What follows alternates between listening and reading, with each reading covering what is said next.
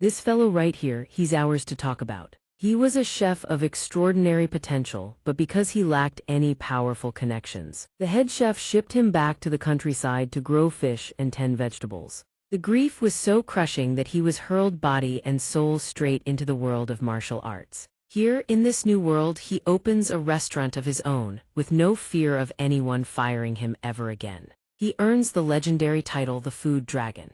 Why, you ask? Because every dish he creates is so intoxicatingly addictive that the mere aroma alone makes women swoon and lose all composure. Even the greatest martial arts masters in all the Jianghu are left utterly stunned upon tasting his creations. Not even the sharpest-tongued shrew could resist. The flavor is so transcendent that some achieve enlightenment mid-bite, glimpsing an entire sky of truth. And well, even the straightest of men find themselves bending in unexpected ways. All right, the narrator humbly begs off from continuing this part. It's far too painful for the eyes. Enough dithering, let us begin. The story is set, and the narrator has brought us all the way here. May you all enjoy the ride. The scene opens with rice soaring through the air above a roaring wok, shrimp tossed high in great arcs, flames erupting violently, a vivid, blazing spectacle of fire and fury. That blazing flame mirrors the burning passion this young apprentice chef harbors for the culinary arts. "I am more obsessed with Chinese cuisine than anyone alive," he murmurs,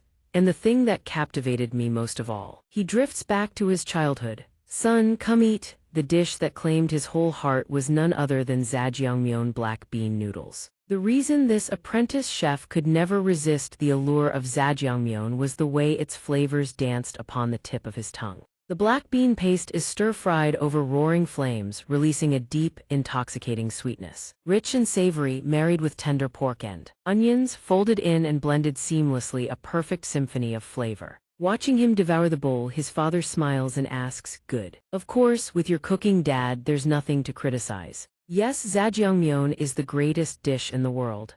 And in that moment, he finds the true love of his life. From that day on, he was bewitched by those black bean noodles forever. The moment he came of age, he traveled to China to study the culinary arts, nursing a burning dream of becoming the greatest Chinese chef alive. And yet fate proved bitterly cruel. His very talent stirred the jealousy of others around him, but still, he clung to the naive belief that pure skill and raw passion alone could carry him to the summit. One day, as he cooked, the head chef silently approached and placed a hand upon his shoulder. "Huan, who exactly do you think you are, just waltzing in here like?" The apprentice chef's face turns pale as a banana leaf.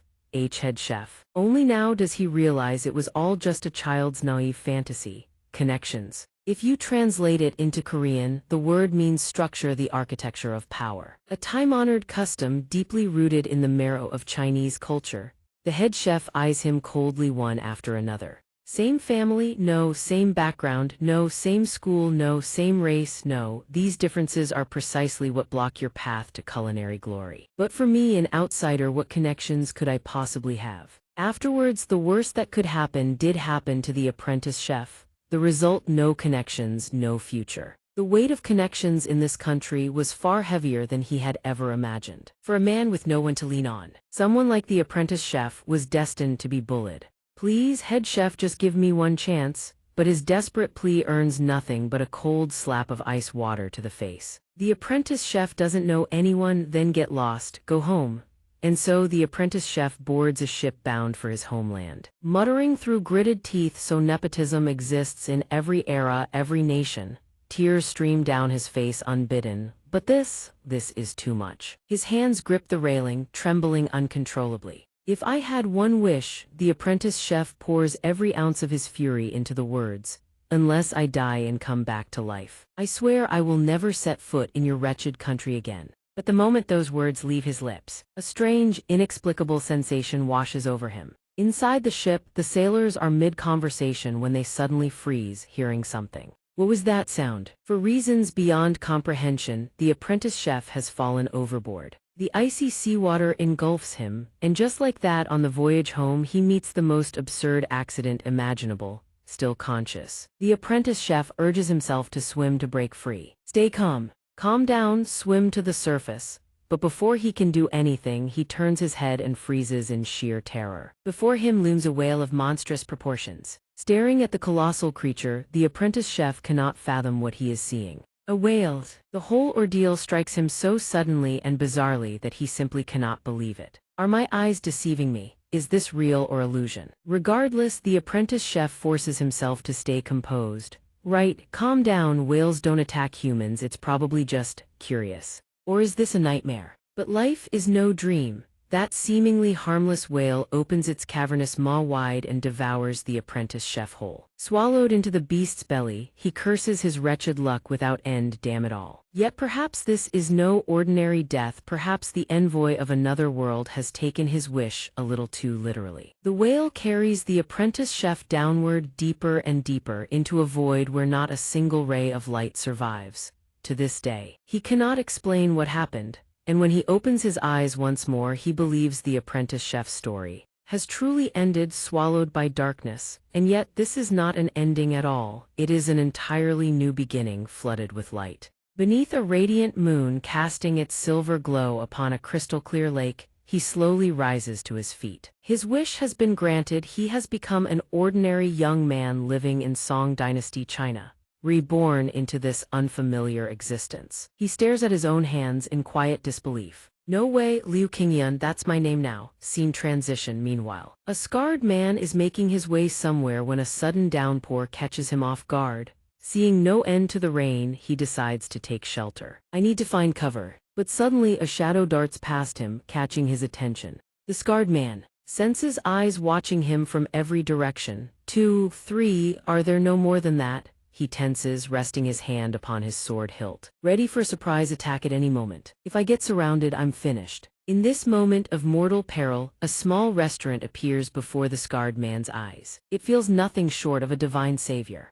This is a newly opened eatery, christened by its owner as Wuxia, a name evoking a place of rugged charm and warm hospitality. The perfect refuge for savoring a good meal. And would you believe it? The owner of this very restaurant is none other than the apprentice chef with a passion for cuisine that burns brighter than any flame. At long last, now reborn in a completely new identity, living in a strange and ancient era, he can finally fulfill his lifelong wish. After transmigrating into the body of Liu Qingyan, he has lived a life wholly devoted to the culinary arts, just as he always dreamed. I poured everything I had into opening this restaurant, my precious creation, day and night. He nurtures and tends to this eatery with every fiber of his being. Just then, as he wipes down the tables and chairs, Qingyan glances outside and spots the scarred man peering in through the doorway. My first customer. He cannot afford to leave a bad impression. He straightens up immediately, quick, give him the warmest welcome. But before he can even finish his greeting, the scarred man strides past him without a word and settles inside. Please, come in. The scarred man is a man of few words. He picks a seat at once and orders without hesitation a plate of steamed soup dumplings and a jar of flower wine. Although Qingyan is somewhat wary of the man's icy demeanor, he still puts on his brightest smile. Right away, he reminds himself under no circumstances may a customer leave dissatisfied. After all, this is his very first guest, a moment worth cherishing. Please wait just a moment, honored guest. But after the meal, the scarred man places 3 ingots of silver upon the table, and he doesn't stop there. He lays a sword alongside them, giving Qingyan the fright of his life. This too. Before such staggering generosity, Qingyan's mind reels. He is utterly stunned. Why on earth is he this generous? 3 silver ingots, and wait, hold on a moment. When the scarred man rises to leave, Qingyan finally spins around and sees the sword lying flat across the table. The scarred man offers only a terse explanation, waving it off. He places his conical hat back on his head. Don't worry about it, it's just business as usual in a place like the Jianghu. Well then, consider it a blessing in disguise. As the saying goes, it's not the gift but the manner of giving. Just when Qingyan thinks the man is simply generous, the scarred man drops one final line before disappearing, a line that makes his heart skip a beat.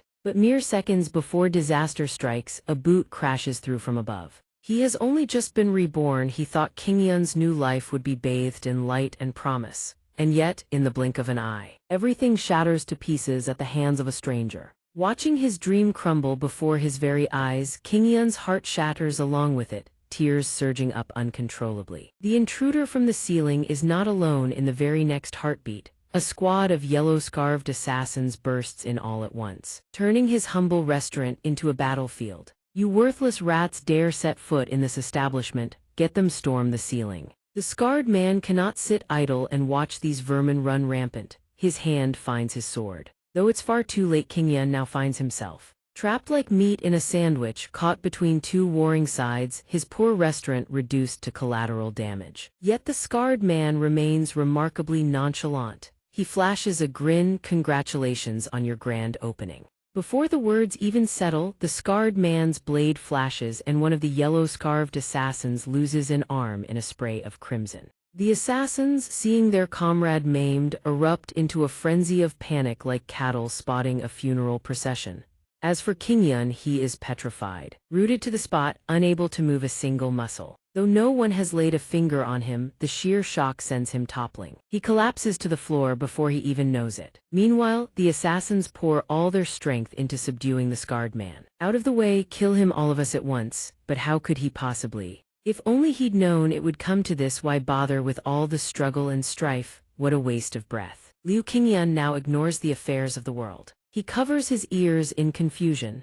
In a mere heartbeat, his elegant tavern transforms into a sparring ground for martial artists. 3 taels of silver and a sword lay discarded on the table. Liu Qingyan feels 3 parts helpless and 7 parts indifferent. Come now, he has finally grasped a truth about this blood-soaked Jianghu, the true meaning of it all. "My apologies, but are you truly going to destroy this dilapidated inn?" Amidst the chaos of the fray, with a sudden thud, Liu Qingyan rises slowly and charges forward. "Come, kill." He is stunned to find them retreating into his kitchen. He is running that way. "Catch him, that's the kitchen." They brawl indiscriminately, leaving him with nothing. Pots, pans, and serving dishes are reduced to a chaotic mess. Before things could even begin, they end in utter regret. "My tavern." Liu Qingyan recalls the beautiful moment when he embraced this new opportunity. His second life begins now. The precious tavern he poured his entire fortune into. Standing amidst the ruins of the battle, he cannot help but feel a heavy sorrow in his heart. Just as it began, the lives of these assassins reach their end at his hands. The man with the scar. Liu Qingyan feels a fate worse than death. All his hard work has vanished into the river, bankrupted spectacularly so, even the roof. His only shelter from the elements is now punctured, the rain only fueling his inner turmoil. What a bunch of martial hoodlums.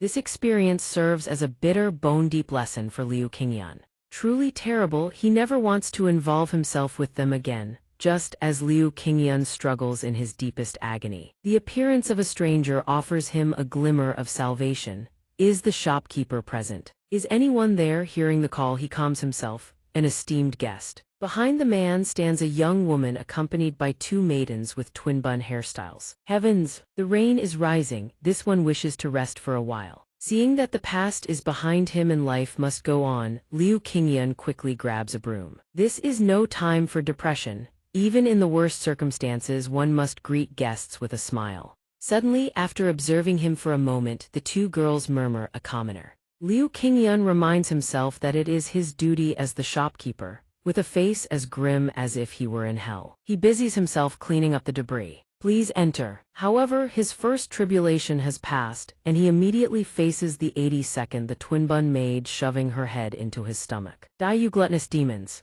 Once more, Liu Qingyan's tavern is thrown into an uproar. After hearing his story, he shows deep sympathy for his plight. The elder is truly compassionate, so that is why it is so desolate. The man caresses his beard while conversing with Liu Qingyan. "It is Zhu Tian. The earlier incident was merely a misunderstanding. We ask the shopkeeper to be magnanimous and forgive him." Bruised and utterly exhausted, Liu Qingyan lacks the strength to argue. "Very well." But the girl misunderstands, saying, "I forgive you, shopkeeper." Liu Qingyan returns to the matter of their accommodation. The annex is untouched, so lodging is fine. But the ingredients have spoiled, only cold noodles remain. Zhu Tian is accommodating, noting that it is not the time to be picky. He turns to the young girl and says, "Today, we shall rest here. We shall stay here." The girl, Zhu Tian's daughter, obeys. "Yes, father."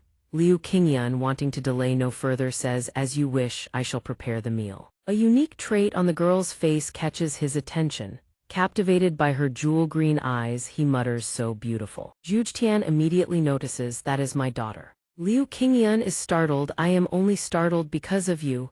but Zhuge Tian remains calm. Don't be so jumpy, my daughter is not a ghost. Zhuge Tian explains, Madam, I am a northerner, so her eyes. The child has a unique feature. The two twin-bun maids chime and wait patiently. Young miss, don't stare. Damn that shopkeeper. Seeing the girl's hesitation, Zhuge Tian shares, because of these eyes she was often teased as a child, so she is sensitive to others' gazes. Liu Qingyun's mood grows even heavier after hearing this. She is beautiful, regardless. My opening day was ruined and I have been rude to guests. This will not do. After careful thought, he bows to her. Young miss, I have something I wish to say. Liu Qingyun wants to end this tension, quickly resolving the misunderstanding so she does not take offense. It seems I was unintentionally rude. From ancient times, people have compared beautiful eyes to clear, glistening lakes, have they not? Her gaze softens and his words make her blush. Your eyes are just like a lake. I was momentarily mesmerized. Please forgive this suddenness. His words stir her heart. He turns to Zhuge Tian and leaves. I go to cook now.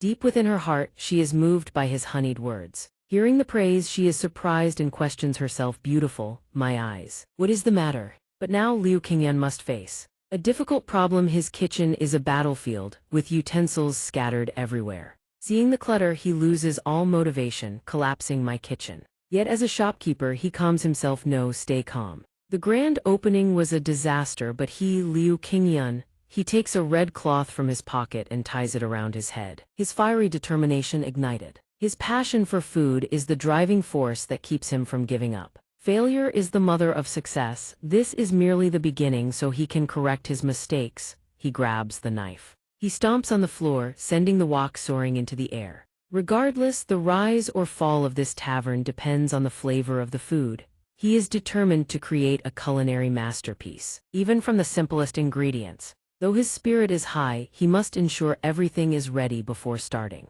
First he must clean. Outside, the rain falls in a rhythmic patter against a stone frog. Before his porch, the twin-bun maids weep, unable to bear the hunger any longer. We are starving. Zhuge Tian begins to feel the same. Why is the food taking so long? But as he speaks, a heavenly aroma hits his nose. This scent is, after displaying his culinary skills, a masterpiece from Liu Qingyun's hands is ready to be served. I have kept you waiting. Everyone's attention snaps to the meal. This is food. Give it here. Hurry. Looking at the strange dish, Zhuge Tian feels a bit let down. What is this? Didn't you say you would serve cold noodles? With a dangerous expression, Liu Qingyun reveals, true, but these are no ordinary noodles. A dish from 1,000 years in the Futurami secret recipe. At this point, everyone has surely guessed what he is serving today. The symbol of Chinese cuisine, jjiajiangmian. Black bean noodles. There. It is the dish that Liu Qingyun has been passionate about in every life he has lived. Surveying the ruins, Zhuge Tian speaks. Shopkeeper, I understand the current situation is difficult.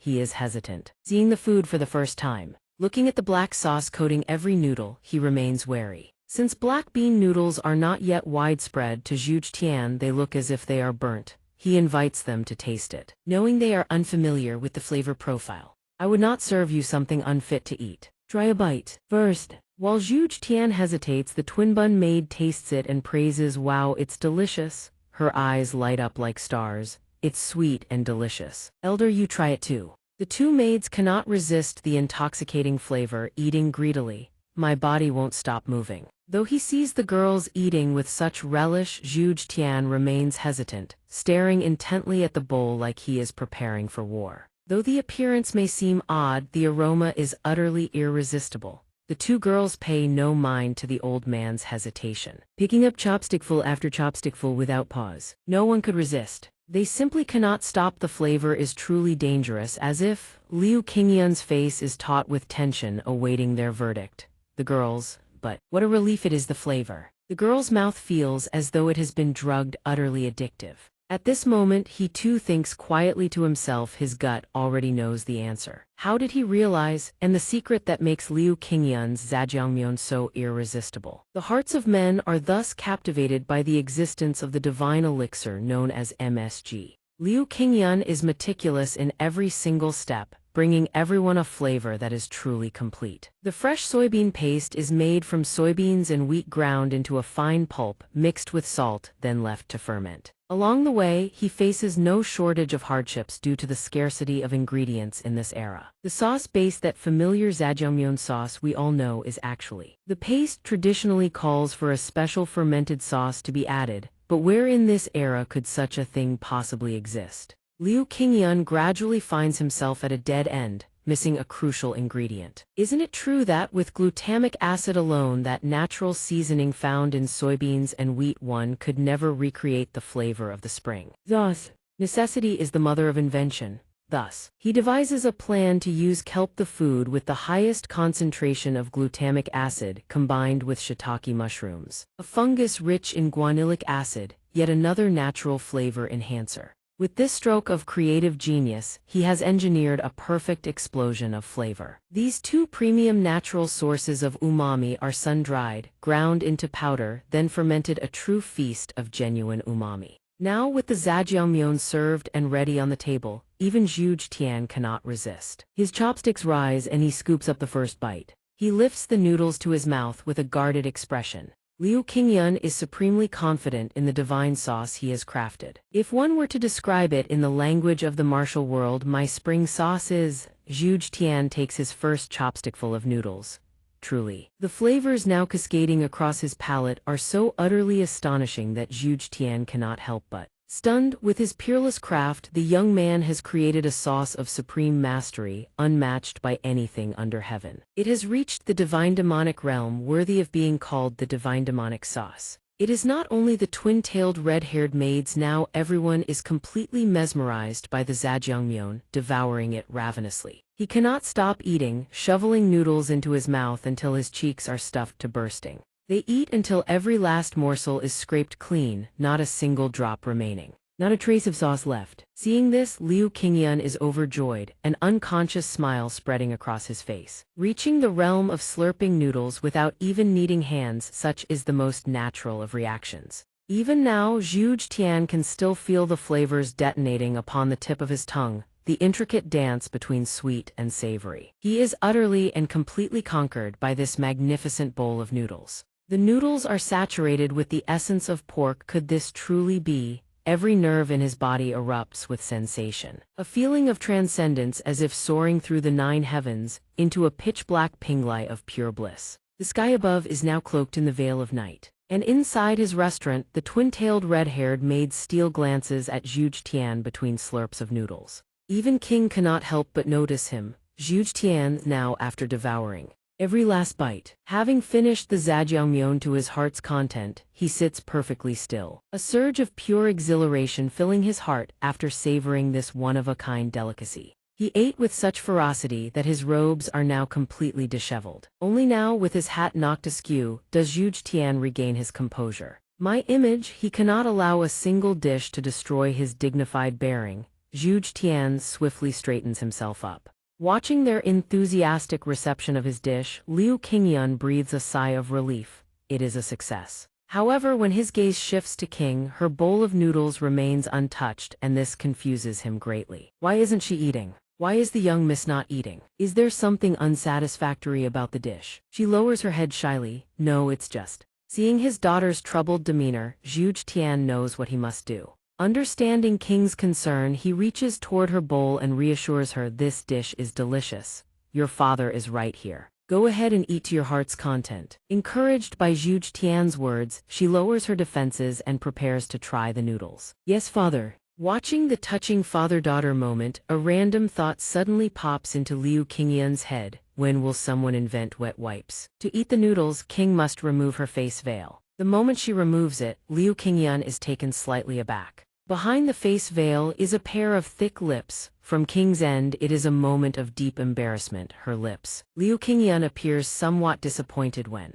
she possesses a pair of exquisitely beautiful eyes, yet is cursed with a pair of thick lips. Noticing him staring at her so intently, Zhuge Tian startles him out of his daze. It seems this young sir has been struck by my daughter's appearance. No, it is not you who should be alarmed because of me. Not wanting to be mocked, he quickly explains to Liu Qingyun the child has suffered from a strange illness since birth, which is why she looks like this. Ah, so that is why. Zhuge Tian then reveals the reason for their long journey. Recently, her condition has worsened greatly. That is why we have been traveling far and wide in search of renowned physicians, hoping this time we might find a divine physician. Hearing this, Liu Qingyun feels a pang of sympathy. He cannot help but pity a girl as fair as jade and gold. How pitiful a girl in the full bloom of youth, yet afflicted so cruelly. But moments later, while eating her noodles, King suddenly collapses to the ground, unconscious. The two maids are thrown into panic.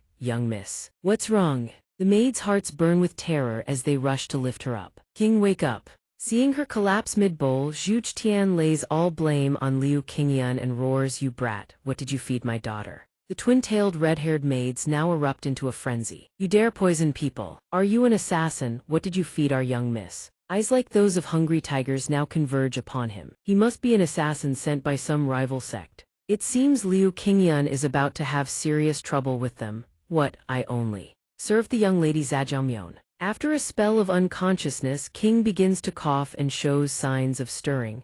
The maids call out her name upon seeing movement. But before long, she slips into unconsciousness once more, plunging everyone into deeper alarm. "King, wake up!" Seeing the situation turn dire, Zhuge Tian can no longer sit idly by. "I can sit still no longer. Everyone, stand back. I shall channel my internal energy into her." The girl's face is now drenched in cold sweat. "Hold on, my dear." Zhuge Tian lifts King's hand, his expression hardening with resolve, and begins pouring every ounce of his focus into the technique. The very air around them erupts with a powerful, oppressive aura that blankets the entire space. The ground beneath them buckles under the strain. It shatters to pieces under Zhuge Tian's overwhelming power. A brilliant column of emerald energy erupts from the earth. Everything around them lies in ruin. Even the ceiling begins to crack and crumble. Zhuge Tian keeps King's hand raised high and begins channeling his internal energy into her body. However, what catches Liu Qingyun's attention now is something else entirely. He begins to take note of King's symptoms: a swollen face, labored breathing, profuse sweating, and angry red rashes. She has suffered from a strange illness since childhood. Piecing all the clues together, a suspicion begins to form in his mind. Could these symptoms be? King now appears to have sustained severe internal damage, so severe that she begins coughing up blood. And yet, despite Zhuge Tian has poured every last drop of his internal energy into her, yet the situation shows no improvement. If her qi continues to reverse like this, King will. At this moment, Liu Qingyun finally grasps the problem and calls out to the old patriarch. However, Zhuge Tian believes Liu Qingyun is the root cause of this disaster. In his fury, he refuses to listen to a single word. "You brat, get out of the way now." Though the oppressive aura pins his feet in place, he forces himself forward with every ounce of will and shouts, "That's not it." Could it be? After careful observation and deduction, Liu Qingyun finally voices his thoughts. Isn't the young miss suffering from physical debilitation? This appears to be the first time Zhuge Tian has heard such a claim, and he looks visibly stunned. Step by step, Liu Qingyun moves closer. Kneeling beside where King lies, Liu Qingyun, a man from the modern world, understands this better than anyone alive. He affirms his suspicion. That is undoubtedly the case. But Zhuge Tian refuses to let anyone near King. He snaps, "Let me check myself. You stand aside." He takes her reddened, rash-covered arm and examines it closely. Yet everything around them descends into utter chaos, crumbling apart, all hope fading. Liu Qingyun, blessed by fate, narrowly escapes being crushed.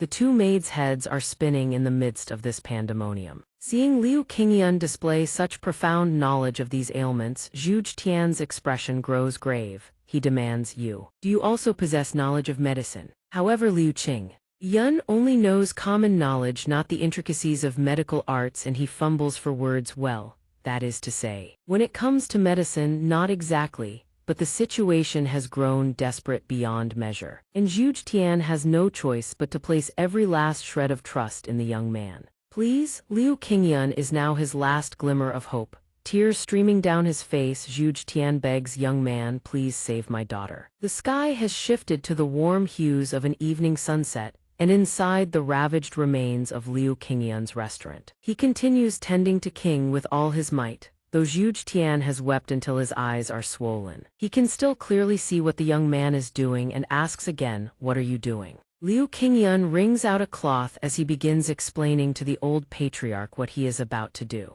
First things first, he needs to clear the food lodged in her throat. Then he slowly slips a cloth into her mouth. Just as he suspects, from her throat to the base of her tongue, everything is swollen and inflamed, completely obstructing her airway. Through these severe symptoms displayed by King, Liu Qingyun silently deduces the true nature of her condition. A severe allergic reaction triggered immediately after eating these are the unmistakable signs of anaphylactic shock. And the reason he possesses such experience, that story begins in Liu Qingyun's previous life. Back when he was still an apprentice chef, he once encountered a similar customer. Certain ingredients were consumed and ultimately led to death. The chef responsible for that dish was even dismissed from his post. Having grasped the cause, he begins combing through his memories of the noodle-making process. Which ingredient triggered the shock? Anaphylaxis was it. Suddenly, as Liu Qingyun's gaze falls upon the bowl of zhajiangmyeon, realization strikes like lightning. A suspicion surges to the forefront of his mind. Among the ingredients, the dried nuts sprinkled atop the zhajiangmyeon are very likely the culprit. At this moment, Liu Qingyun cannot stop blaming himself for such a grievous oversight.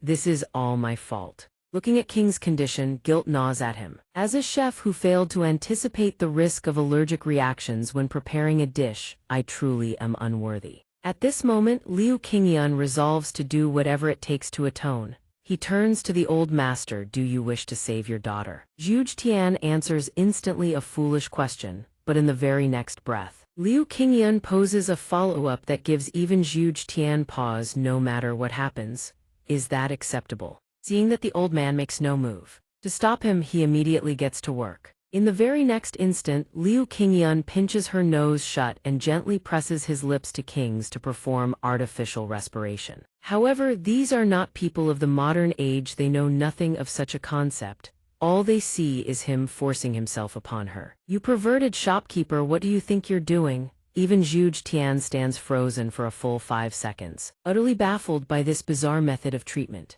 After Liu Qingyun completes the procedure, the two young maids rush over to check on their mistress, and one of them sinks her teeth into his arm. Both twin-tailed, red-haired maidservants, still misunderstanding Liu Qingyun's intentions, attack him relentlessly. Kill that lecherous shopkeeper. But he does not stop. Liu Qingyun continues placing his hand squarely upon her chest to perform cardiac resuscitation, and this enrages the two maids even further. There is still time. Beads of sweat roll down his face, but Liu Qingyun remains utterly resolute. He must save her. I will save her no matter what. Yet because of the gulf between eras, Zhuge Tian cannot possibly comprehend what Liu Qingyun is doing. His patience snaps. He begins to move. Of course, Liu Qingyun harbors no ill intent whatsoever. But seeing Zhuge Tian's reaction, terror grips him. The old patriarch speaks in a voice dripping with murderous intent. You dare? Liu Qingyun's face is drenched in cold sweat. Not good. The beast within Zhuge Tian has truly awakened.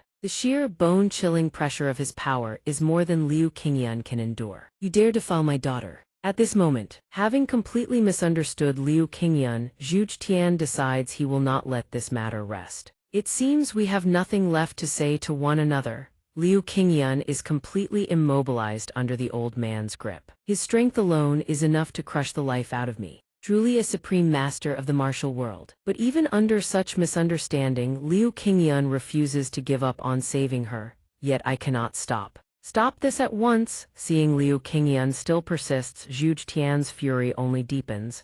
This man must cease immediately. Meanwhile, the two maids have retreated to a corner, mourning in silence for his legendary zhajiangmyeon. I'm dead for sure. Farewell, my beloved zhajiangmyeon. Seeing Liu Qingyun remains utterly unyielding, Zhuge Tian can no longer contain himself and bellows in rage. If you do not stop, I shall send you to meet your ancestors myself. Though he hears every word crystal clear, Liu Qingyun still refuses to let go. Just as Zhuge Tian is about to deliver the killing blow, Liu Qingyun manages to speak, and his words stop the old man cold. Would you truly let your own daughter die? Seeing that everything Liu Qingyun has done was solely to save his daughter, Zhuge Tian's demeanor shifts. What? Is this man telling the truth? He truly wishes to save King. Exhausted sweat drips from Liu Qingyun's brow. His unwavering determination to save King leaves the old patriarch genuinely stunned. He would even risk his own life to do it. And indeed, Liu Qingyun succeeds. Through sheer will and effort, King is saved. She slowly opens her eyes. Zhu Tian sees her awaken and rushes to her side, gently lifting her into his arms.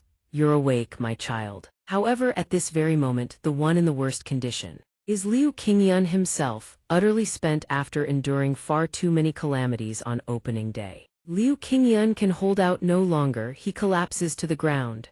Zhu Tian, not wanting his daughter to overexert herself, urges her gently, rest now, child. Only after she was safely rescued did Liu Qingyun finally allow himself to surrender to exhaustion. Thank heavens, young miss, please don't strain yourself. King, that lecherous shopkeeper has been dealt with by your father. Through the gaping hole in the rooftop, Liu Qingyun gazes upward at the distant moon hanging high in the sky. And a single thought drifts through his mind, at least, no one died an unjust death on opening day. Done for, only now does he realize this new life is no walk in the park. Running a business truly is exhausting. Now darkness has descended and blanketed the land. All things have fallen into silence. And yet, from Liu Qingyun's restaurant, his groans still echo through the night. For some inexplicable reason, Liu Qingyun's face is pale as a sheet and he keeps wailing, help, someone call the authorities. He looks as though he has witnessed something truly horrifying, eyes rolled back white. Then he jolts upright, throwing off the blanket with a violent start. Who's there? Someone call the authorities.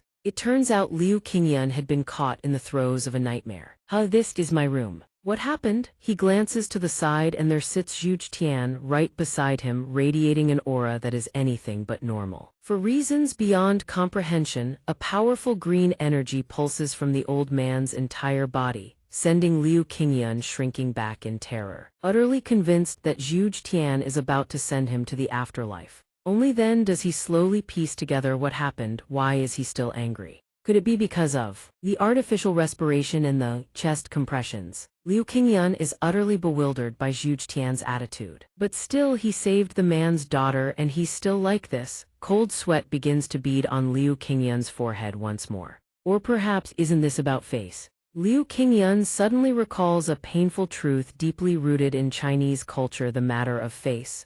A hypothesis takes shape in his mind. Even though I'm his daughter's savior, he still expects me to bow and grovel first, without a moment's hesitation. Liu Qingyun throws himself to the ground. Old master, this humble one spoke out of turn earlier. I must beg your forgiveness before your wrath descends. Please calm your anger and show this humble one mercy. Forgive me, old master, forgive me. Then Zhu Tian calls out to him. At this point Liu Qingyun dares only to crack open a single eye. Shopkeeper. Yes. Surprised, far from settling scores, the old patriarch Zhu Tian is remarkably warm and amiable. No, after all, you are the savior of my daughter's life. Liu Qingyun's face is drained of every drop of color, yet relief washes over him as the misunderstanding dissolves. Thank heavens, terrifying, but understandable. After all, Liu Qingyun had performed the great deed of saving King's life. And Zhu Tian rewards him with a proper introduction. It seems our fate is no ordinary one.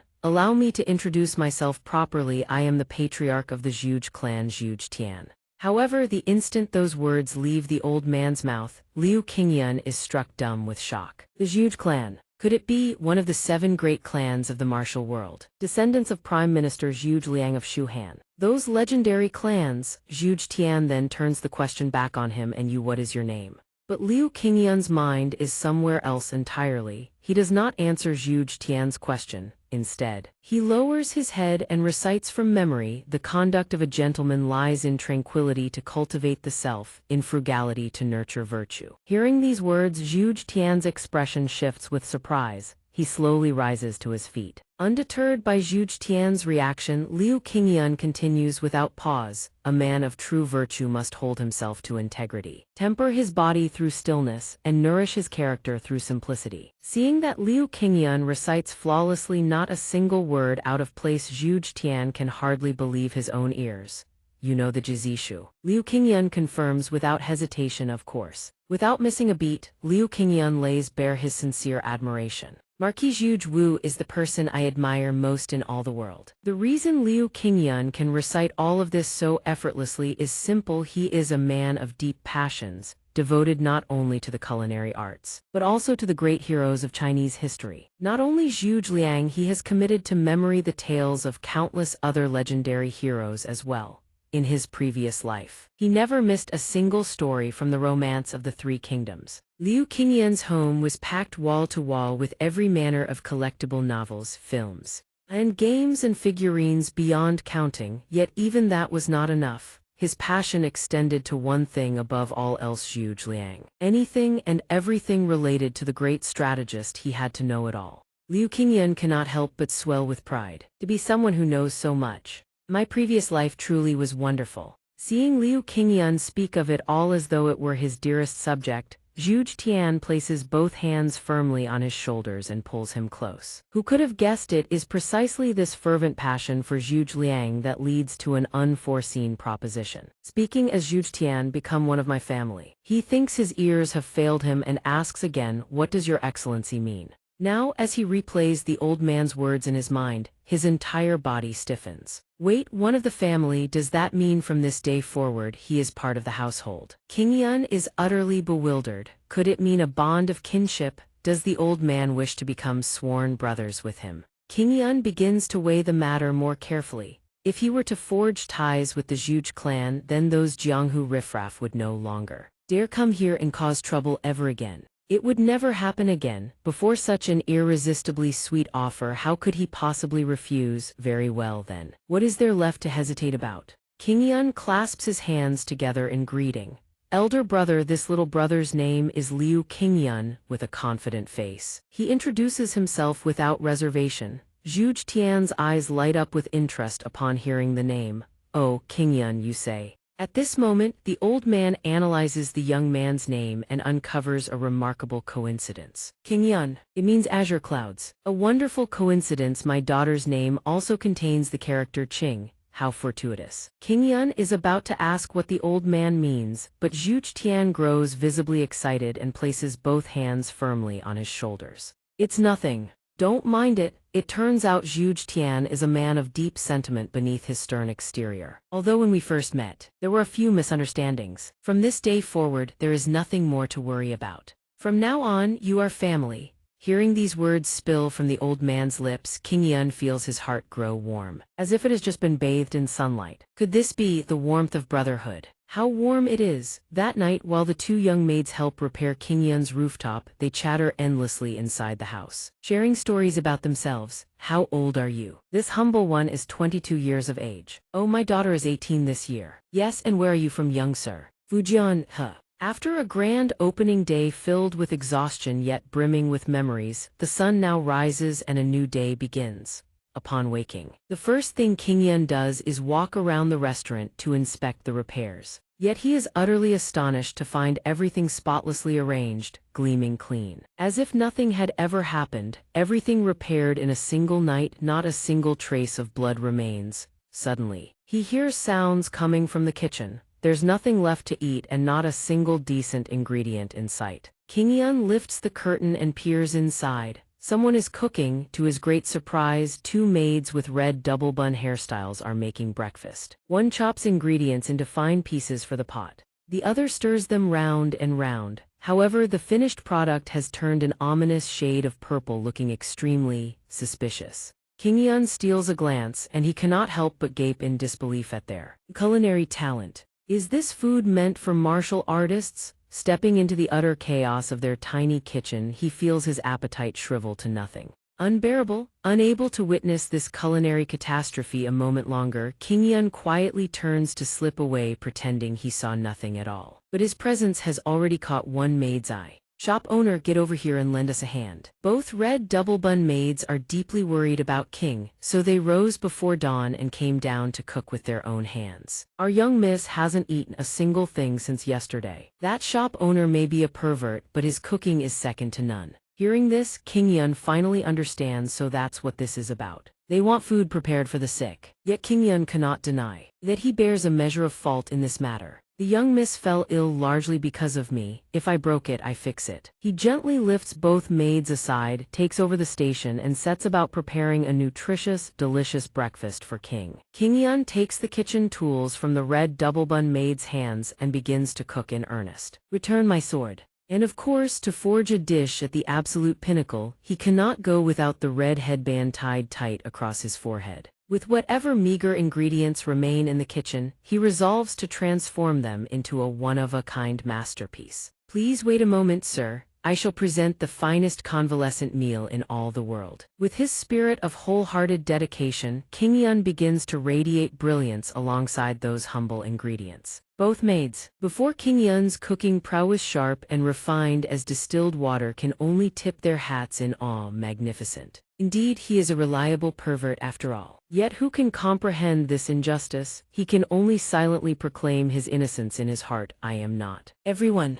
At last the dish is carried to King's bedside. Was this personally prepared by young Master Liu? Before her rests a steaming bowl of congee, rich in aroma and brimming with nutrition. Flanked by delicate side dishes, every detail a testament to King Yun's meticulous care for the food-loving young miss. Even with her hands restrained to prevent her from devouring everything in sight, King's head still squirms like a slippery loach. Begging just one bite, please. His special attentiveness while cooking cannot help but move her deeply, for her throat and vocal cords are still swollen. I minced and diced everything much finer than usual. The young miss begins to recall something. Moreover, while slicing cucumber with razor-thin precision, King Yun had also instructed the red double-bun maids on a critical matter. The young miss is allergic to dried nuts. He deduced this from King's allergic reaction when she ate the jjajangmyeon that day. The maid reflects and realizes King Yun's words are entirely sound. Now that I think about it, every time she eats dried nuts that happens. The other maid overhears talk of food and begins drooling with envy. But dried nuts are so delicious. However, when the red double-bun maid recalls further, he had issued even more instructions. Not only that absolutely no dried nuts of any kind are to be touched, strictly forbidden. While his blade sweeps in strokes as beautiful as a painting, dicing cucumber into perfect pieces, King Yun does not forget to deliver one final, crucial command. From now on, the young miss's food must be rigorously inspected. The two red double-bun maids also assisted him during the cooking, one feeding firewood into the stove, the other knowing nothing to do except wail. It's too hot. But King Yun is so meticulous that he instructs the maids on far more than food alone. Anything in direct contact with her body must be handled with utmost care. Cutting boards, bowls, and dishes must all be kept separate from the rest. Both maids listen without missing a single word, nodding vigorously in agreement. He trusts no one else to handle this properly, so he decides to take charge himself. Always, during the time you are here, I will personally oversee this matter. To prevent any unsuitable ingredient from slipping in, he guards every step. Yet the food-loving young miss still desperately yearns to taste King Yun's cooking. When you're done, can I have some too, please, shop owner? Shop owner. King raises the first spoonful of congee, a spoonful brimming with King Yun's heartfelt effort. The shop owner's sincerity is truly precious. To produce a single bowl of nourishing, fragrant congee for King Yun had measured, calibrated, and perfected every detail with painstaking precision. And this leaves the young miss unable to suppress her admiration. After swallowing the first spoonful, she immediately feels her spirits lift considerably. Even her complexion has visibly improved. A flavor beyond compare and a care without limit. King Yun's devotion makes King's heart bloom like spring flowers. This is young Master Liu's heart. King is deeply grateful for the special affection he has shown her. A few days later, they must bid King Yun farewell. Thanks to you, King's illness has improved greatly. We must set off. Before it is too late. Before departing, Zhu Tian grips King Yun's hand tightly. King Yun responds with full courtesy. Understood. Over these past days, the young man has cared for their every need without complaint. And now the old patriarch feels a deep well of gratitude swelling in his chest. Thank you for healing my daughter's illness. King Yun responds humbly, you are too kind, sir. And to repay King Yun for everything he has done, King also has a parting gift for him. King has something she wishes to give you. She shyly produces a command token and holds it out before her. It's a command token. A keepsake. King Yun holds the precious object in his hands, utterly astonished. A token. Legend has it that whoever possesses it may call upon any favor they desire. A master Kia golden passed through the entire Jianghu. King Yun never imagined he would be honored with holding something so invaluable. Though they have sworn brotherhood, this treasure King Yun feels he has done nothing grand enough to warrant such a gift, and so he intends to return it. Big brother, I have nothing of worth to reciprocate with. However, the brothers refuse to take it back, insisting that the gift belongs to Liu Qingyan. Keep it. We no longer draw such lines between us. He takes it and freezes in place for a full 5 seconds. Is this really that big of a deal? I'm not entirely sure myself, but it's probably quite important. But you too. The little one, feeling they have lingered far too long, urges them on. Let's go already, this thing is killing me. And naturally their bond does not end here. They will meet again. Rest assured, the banquet is our responsibility. You need not trouble yourself. We shall come for you soon. Hearing this, he grows curious. What banquet? It turns out that the Chinese people place great weight on honor and oath. Any sworn brotherhood must be formalized with a grand ceremony, witnessed by heaven and earth. A sworn brotherhood ceremony. Truly, they are the descendants of Zhu Liang. Liu Qingyan smiles and replies in kind, then it must be held with the utmost grandeur and generosity. Having said everything that needed to be said, they set off on their way. Then we shall take our leave. Watching their departing figures, Liu Qingyan waves farewell until we meet again. On the day of the grand ceremony, the two of them depart. Let's go, King. Yes, father. He still stands behind them, waving enthusiastically to see them off. Not wanting King to be distracted, Zhu Tian reminds her we still have much to do. And the important matter he speaks of is none other than preparing for her grand wedding. After the Zhu family departs, Liu Qingyan now pours every ounce of his heart and passion into cooking and running the restaurant. Amid gentle breezes and pleasant weather, his restaurant is no longer plagued by disturbances and operates ever more smoothly. Liu Qingyan still cooks with all the burning passion blazing within him. Some time has passed. Ever since the Zhu clan departed, they did not forget the kindness and grace that Liu Qingyan had shown them. Afterward, thanks to the unexpected and boundless generosity of big brother Zhu, the restaurant undergoes a complete transformation. Liu Qingyan cannot forget how he wept uncontrollably upon reading the heartfelt words in that letter. Fearing you would refuse, I have given that girl 500 taels of silver. I shall leave her with you for a while. Feel free to put her to work on any menial task. And so that girl returns to the restaurant. However, the girl entrusted to him is none other than the gluttonous little imp from before. If you make zhajangmyeon for me, I'll let you off. Why does it have to be this one? And naturally, with the generous sum of 500 taels at his disposal, Liu Qingyan can expand his business even further. Now the restaurant receives a complete renovation. Huya Restaurant, version 20.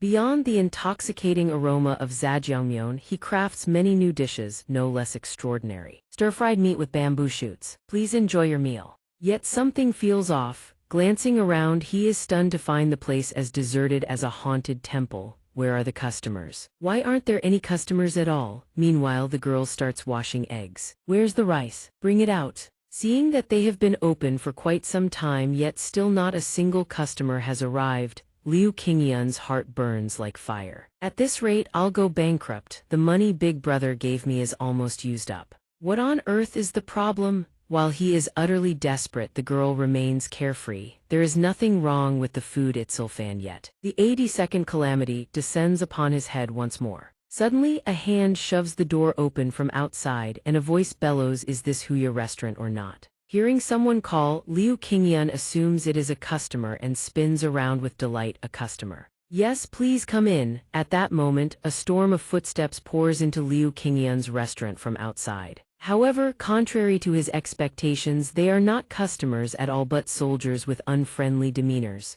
Constables, what? And a whole troop of courtesans too. Group civil servants on a dining tour, more like. Seeing so many people pour in, Liu Qingyan thinks he has struck gold and beams as he welcomes them. Please come in. Line up everyone, please sit wherever you like. At this moment, a long-faced man appears from seemingly nowhere and demands, "Are you the owner, Liu Qingyan?" Liu Qingyan confirms and replies, "Yes, sir. Since you're a large party, please feel free to order first. Please everyone." However, he barely finishes his sentence before the twin-tailed red-haired maid is bound in ropes. Before he even realizes it, perhaps they did not come here to dine at all. Not long after, Liu Qingyan is bound as well. At this moment, he cannot help but be bewildered. He has done nothing wrong. Why is he being treated like this? Liu Qingyan is subsequently brought to the Xinyu County Magistrate's office in Sichuan Province, where someone has been waiting for him since the afternoon. That person is none other than Dalun, the young magistrate. He gnaws on a massive chicken leg in his hand. It's this one. Dallin is the county magistrate who will preside over Liu Qingyan's case. The long-faced man pours water for the boy while confirming, yes, it's this one right here. To be more precise, Magistrate Dallin of Xinyu County, he wears an incredibly sinister expression and whispers into the boy's ear, I've selected him most carefully. Meanwhile, Liu Qingyan still does not understand what on earth is happening and desperately tries to defend himself. What? There seems to be a misunderstanding. I haven't committed any crime, however. Liu Qingyan barely gets a few words out before a guard slams a rod down and forces him to the ground. Silence. Then the scheming, long-faced man whispers into Dallin's ear, fabricating charges to frame him. The restaurant owner looks prosperous, but he has no powerful connections whatsoever. Just cook up some charges, however we handle it, we can squeeze a fortune out of him. The moment the boy hears the word money, his eyes light up. He slams down his bowl of noodles and orders, then pass the sentence and carry out the punishment at once. The cunning, long-faced man then produces a scroll and begins reading the verdict. Criminal Liu Qingyan, you have done nothing wrong. Can you hear me clearly? Operating a business without reporting to the authorities evasion is a grave offense. Furthermore, failing to register with the Liquor Guild and the Culinary Guild, that is an offense piled upon an offense. Hearing these guilds, Liu Qingyan is utterly baffled. The Liquor Guild, the Culinary Guild, what in the world are those? Now, calamity officially rains down upon Liu Qingyan. Throw this man in prison immediately and confiscate all his assets. Seeing that he has conducted honest business and lived with integrity, yet is still treated this way, Liu Qingyan is utterly unwilling to accept it. Wait, this is outrageous. However, they do not let him utter another word. They immediately beat him, kicking him savagely in the back. Truly, these scoundrels abuse their power to bully the innocent. The soldier kicks him to the ground and orders silence. But at that moment, Liu Qingyan's protective command token slips out and clatters to the floor. Dallin, who was holding a steamed bun about to take a bite, spots the object fall and freezes mid-chew. No noise. Escort him away at once. Seeing the token, such a precious token falling from Liu Qingyan's person, the boy is utterly panicked. Dallin now looks as though he has seen a ghost. He carelessly flings all his food into the air and scrambles to snatch it up in sheer horror. Wait, don't. He understands all too well the immense value of this command token and immediately interrogates Liu Qingyan. Where did you get this? Magistrate Dallin holds the token in his hand, drenched in cold sweat, trembling uncontrollably. Lying will not merely land you in prison, it will cost you your head. He cannot believe that a mere restaurant owner like Liu Qingyan possesses such a thing and presses him relentlessly. Confess now, did you steal it or find it? Liu Qingyan holds nothing back and recounts everything. A patron who visited the restaurant bestowed it upon me. They said it was a family heirloom. However, no matter what leaves Liu Qingyan's lips, Dallin will not believe a single word. He snatches the massive rod from the guard's hands. It seems Liu Qingyan is about to endure a beating that will shatter his bones and pulverize his flesh. Very well. How dare you forge one? He raises the rod high, ready to bring it crashing down upon Liu Qingyan, that wicked, long-faced scoundrel. Having dragged Liu Qingyan to this sorry state, still stands there grinning with delight. He truly deserves to descend into the 18 levels of hell. A model corrupt official, truly at the cutting edge. I must follow his example and become a corrupt official myself. But unexpectedly, the one who receives the blow is not Liu Qingyan but that thick-skinned scoundrel instead. Though he does not understand the reason, Liu Qingyan is deeply satisfied. Dallin's strike sends the man crashing into the wall with a bone-jarring blow. At this moment, Liu Qingyan is utterly stunned, left speechless as Dallin flips sides faster than a rice cracker in a frying pan. The boy now drenches in cold sweat, uttering words completely opposite from those he spoke just moments ago when he forced an innocent man to kneel. What the hell do you think you're doing? The long-faced man slowly rises from the rubble, burning with indignation, and retorts, but the magistrate himself ordered this. This boss Dallin has no desire to hear another filthy word spill from that mouth. In a flash, he leaps into the air and slams the man flat. Shut your mouth. Inside the government office, the yard erupts into chaos. Guards throw this rat into the dungeon and gag him. Then, in a move no one saw coming, Dallin turns to Qingyan with a warm smile. The reversal is nothing short of staggering. From where I stand, are you all right, brother? Qingyan blinks, utterly bewildered by the sudden familiarity. Come again, we are no brothers, I thank you, Magistrate Dallin. But Dallin waves the formality aside. Call me Big Brother instead, just like that. The vast gulf between magistrate and commoner shrinks to nothing. We're practically family. Perhaps after seeing the formidable command token in King Yun's hands, his attitude shifted a full 180 degrees, radiating nothing but warmth. We're the same, you and I, soon. Both King Yun and the little girl are escorted inside. County Magistrate Bao Dallin's residence. Good grief. I nearly caused a catastrophe just now. Who could have guessed that brother would turn out to be someone from the Zhuge clan? The red-bunned maid with her voracious appetite gapes wide-eyed at the spread before her, a table laden with every delicacy imaginable. After learning of King Yun's terrifyingly prestigious background and his ties to nobility, Dallin spares no expense, treating them to a veritable five-star banquet. Please help yourselves as if you were at home, such fine fare doesn't come around often. Both he and the little girl beam with excitement.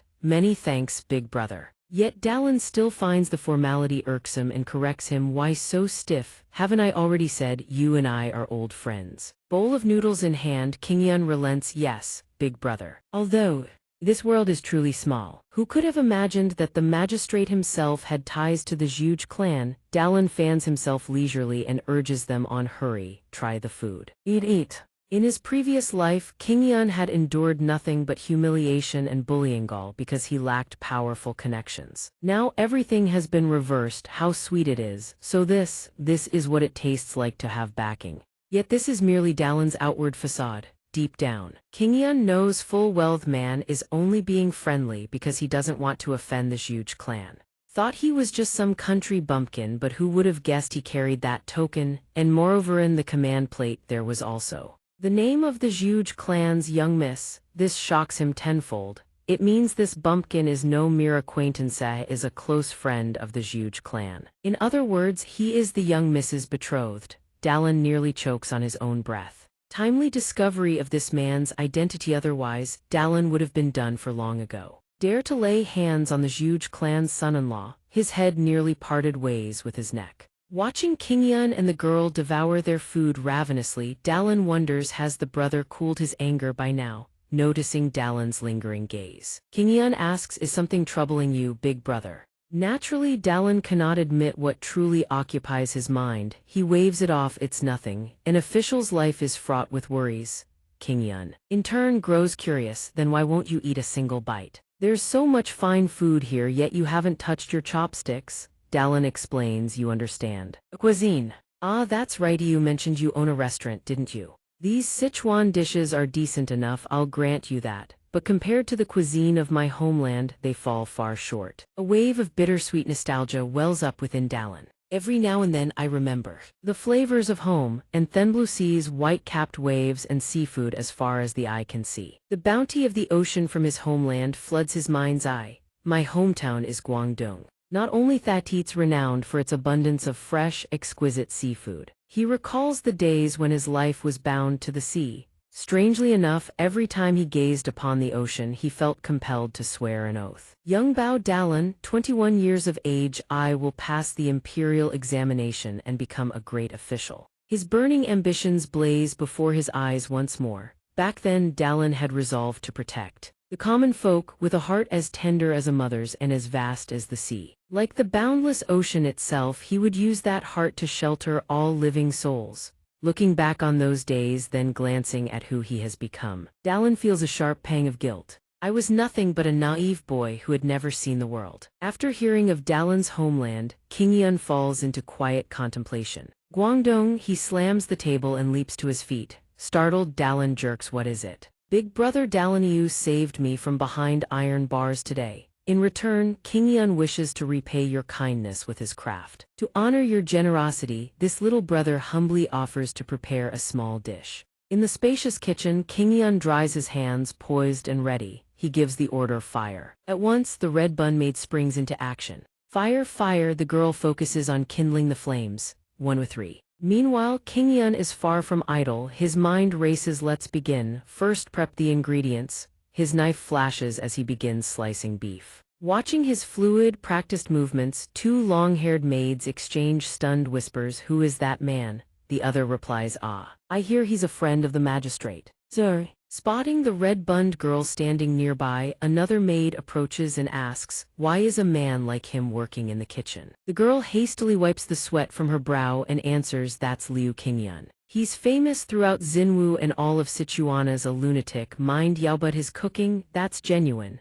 Hearing herself slandered without cause, Qingyun bristles internally. Don't spread baseless rumors. After a laborious process, he wipes his drenched brow and murmurs the auxiliary ingredients. "This should be sufficient," he thinks to himself. "Just now I noticed something about the big brother's condition. Could it be homesickness? A dish that evokes the taste of home would surely lift his spirits. But the problem is we're in Sichuan. It's nothing like Guangdong. This land lies leagues from the sea. Fresh seafood is impossible to come by." He picks up the plate of aquatic ingredients. "Mind worrying with calculations, so I'll substitute with what I have. River crab for sea crab, freshwater crayfish with claws removed for prawns, and freshwater mussels for sea clams." Flames roar to life, his determination burns hotter still. His mind races through every detail. "While the seafood simmers in the broth, I'll prepare the spice blend, a substitute for chili peppers, which are exceedingly rare in this era.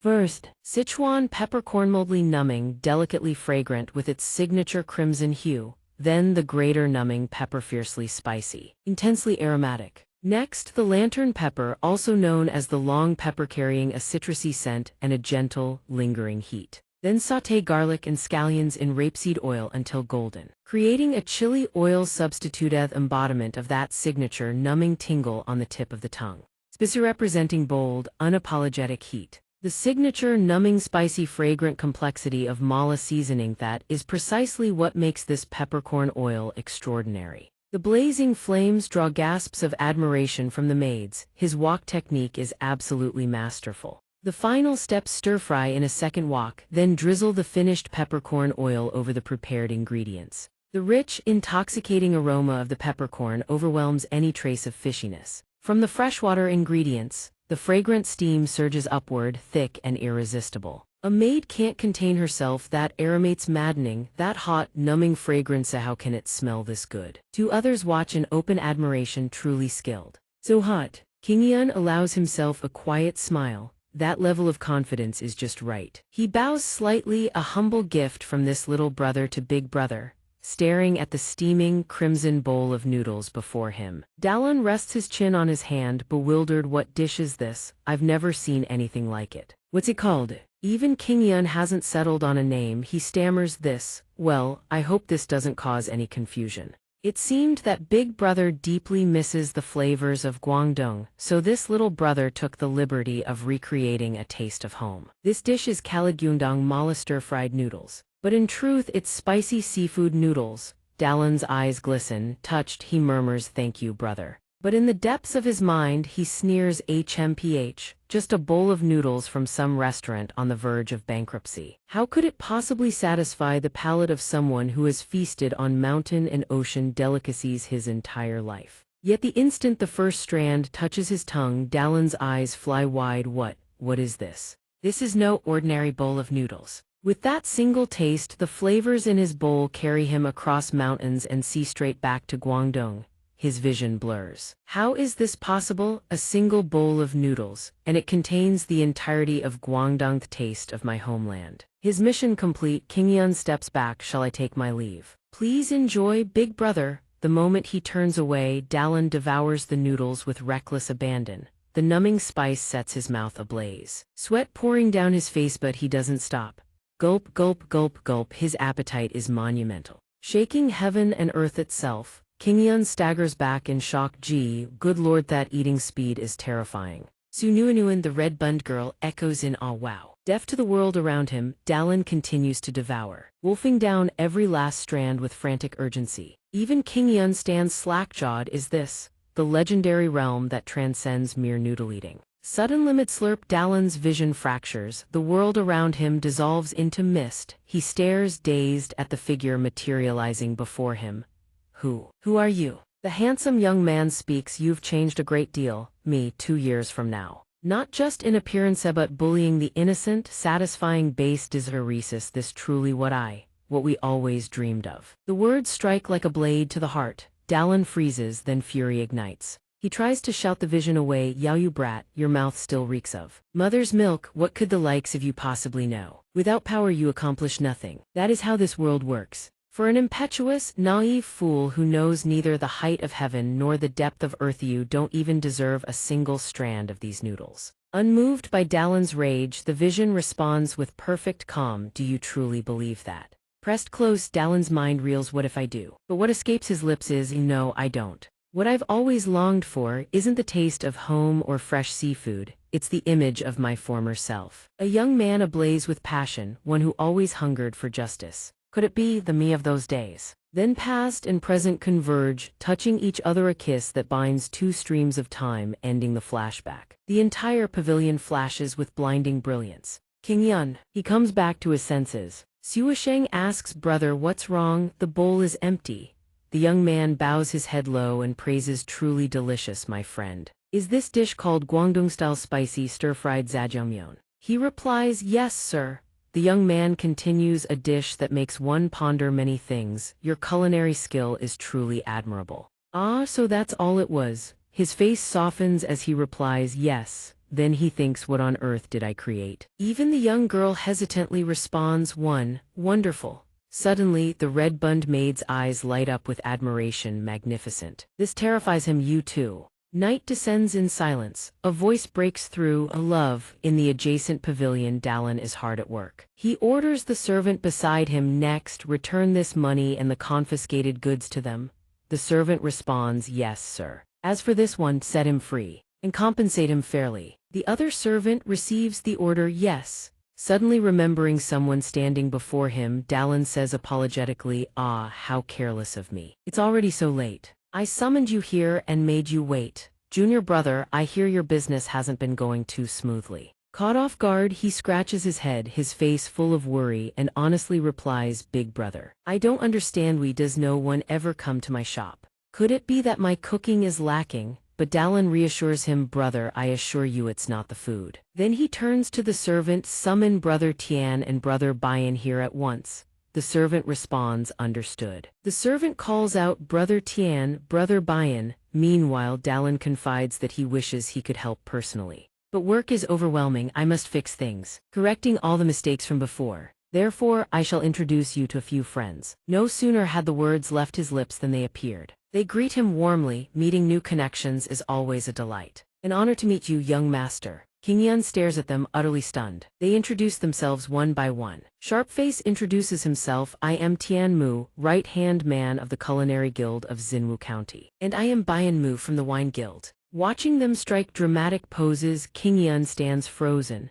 Dallin says they are all seasoned veterans in the world of commerce. These two will assist you. The two wave their arms about, dancing and shouting, young Master Liu. Your Ristarantha will bring it back to life, just you watch. Seeing this, he falls deeper into contemplation. Ah, more strange ones have appeared. But the red-bunned maid gazes in admiration. Magnificent. Are you going to keep scaring me like this? The two simply make themselves at home. Dallin even teases him, ah, brother, before you head back, could I trouble you for one more bowl of that spicy stir-fried jjajangmyeon? Hearing this, King Yun screams internally, so that was your true motive all along. And just like that, King Yun gains two more eccentric friends. From the mountains rings out hearty laughter. Ho ho. Tian Mu and Bayan Mu ask, is this young Master Liu's restaurant? Tian Mu remarks, not bad looking actually. They examine the place. Bayan Mu says, let me see, it's a bit remote. But the road access is convenient. The location isn't bad at all. Tian Mu also praises there are even rest quarters. If it gets late, one can stay overnight. Night. Tian Mu asks in confusion, why is business so deadweight? Bayan, what's wrong? Seeing this, he quickly asks, brother Bayan, what happened? Bayan Mu groans, ugh, leaving everyone around bewildered with question marks. Tian Mu collapses to the ground in fright. What is it? King Yun is equally baffled, scratching his head at their bizarre behavior. He asks, what's going on? Internally, he wonders, is something wrong? A terrified voice cries out, good heavens, what's with that lantern? Turning around, they see the red-bunned maid holding a lantern. While Tian and Bayan Mu cling to each other in terror, the girl asks, this one? The two scream, put that thing down this instant. Their behavior makes King Yun wonder, have they been possessed by ghosts? He looks up at the lantern and asks, what about the lantern? Tianmu answers with a roar, you fool. Hang that thing up, and who dare set foot in this shop? He continues, an open restaurant must hang persimmon-shaped lanterns. Hearing Tianmu's words, King Yun's face goes blank, utterly lost. The maid exclaims, oh my. Tianmu immediately educates them that type of lantern is only hung when a shop is closed or out of business. He elaborates, a persimmon lantern is completely different from a regular one.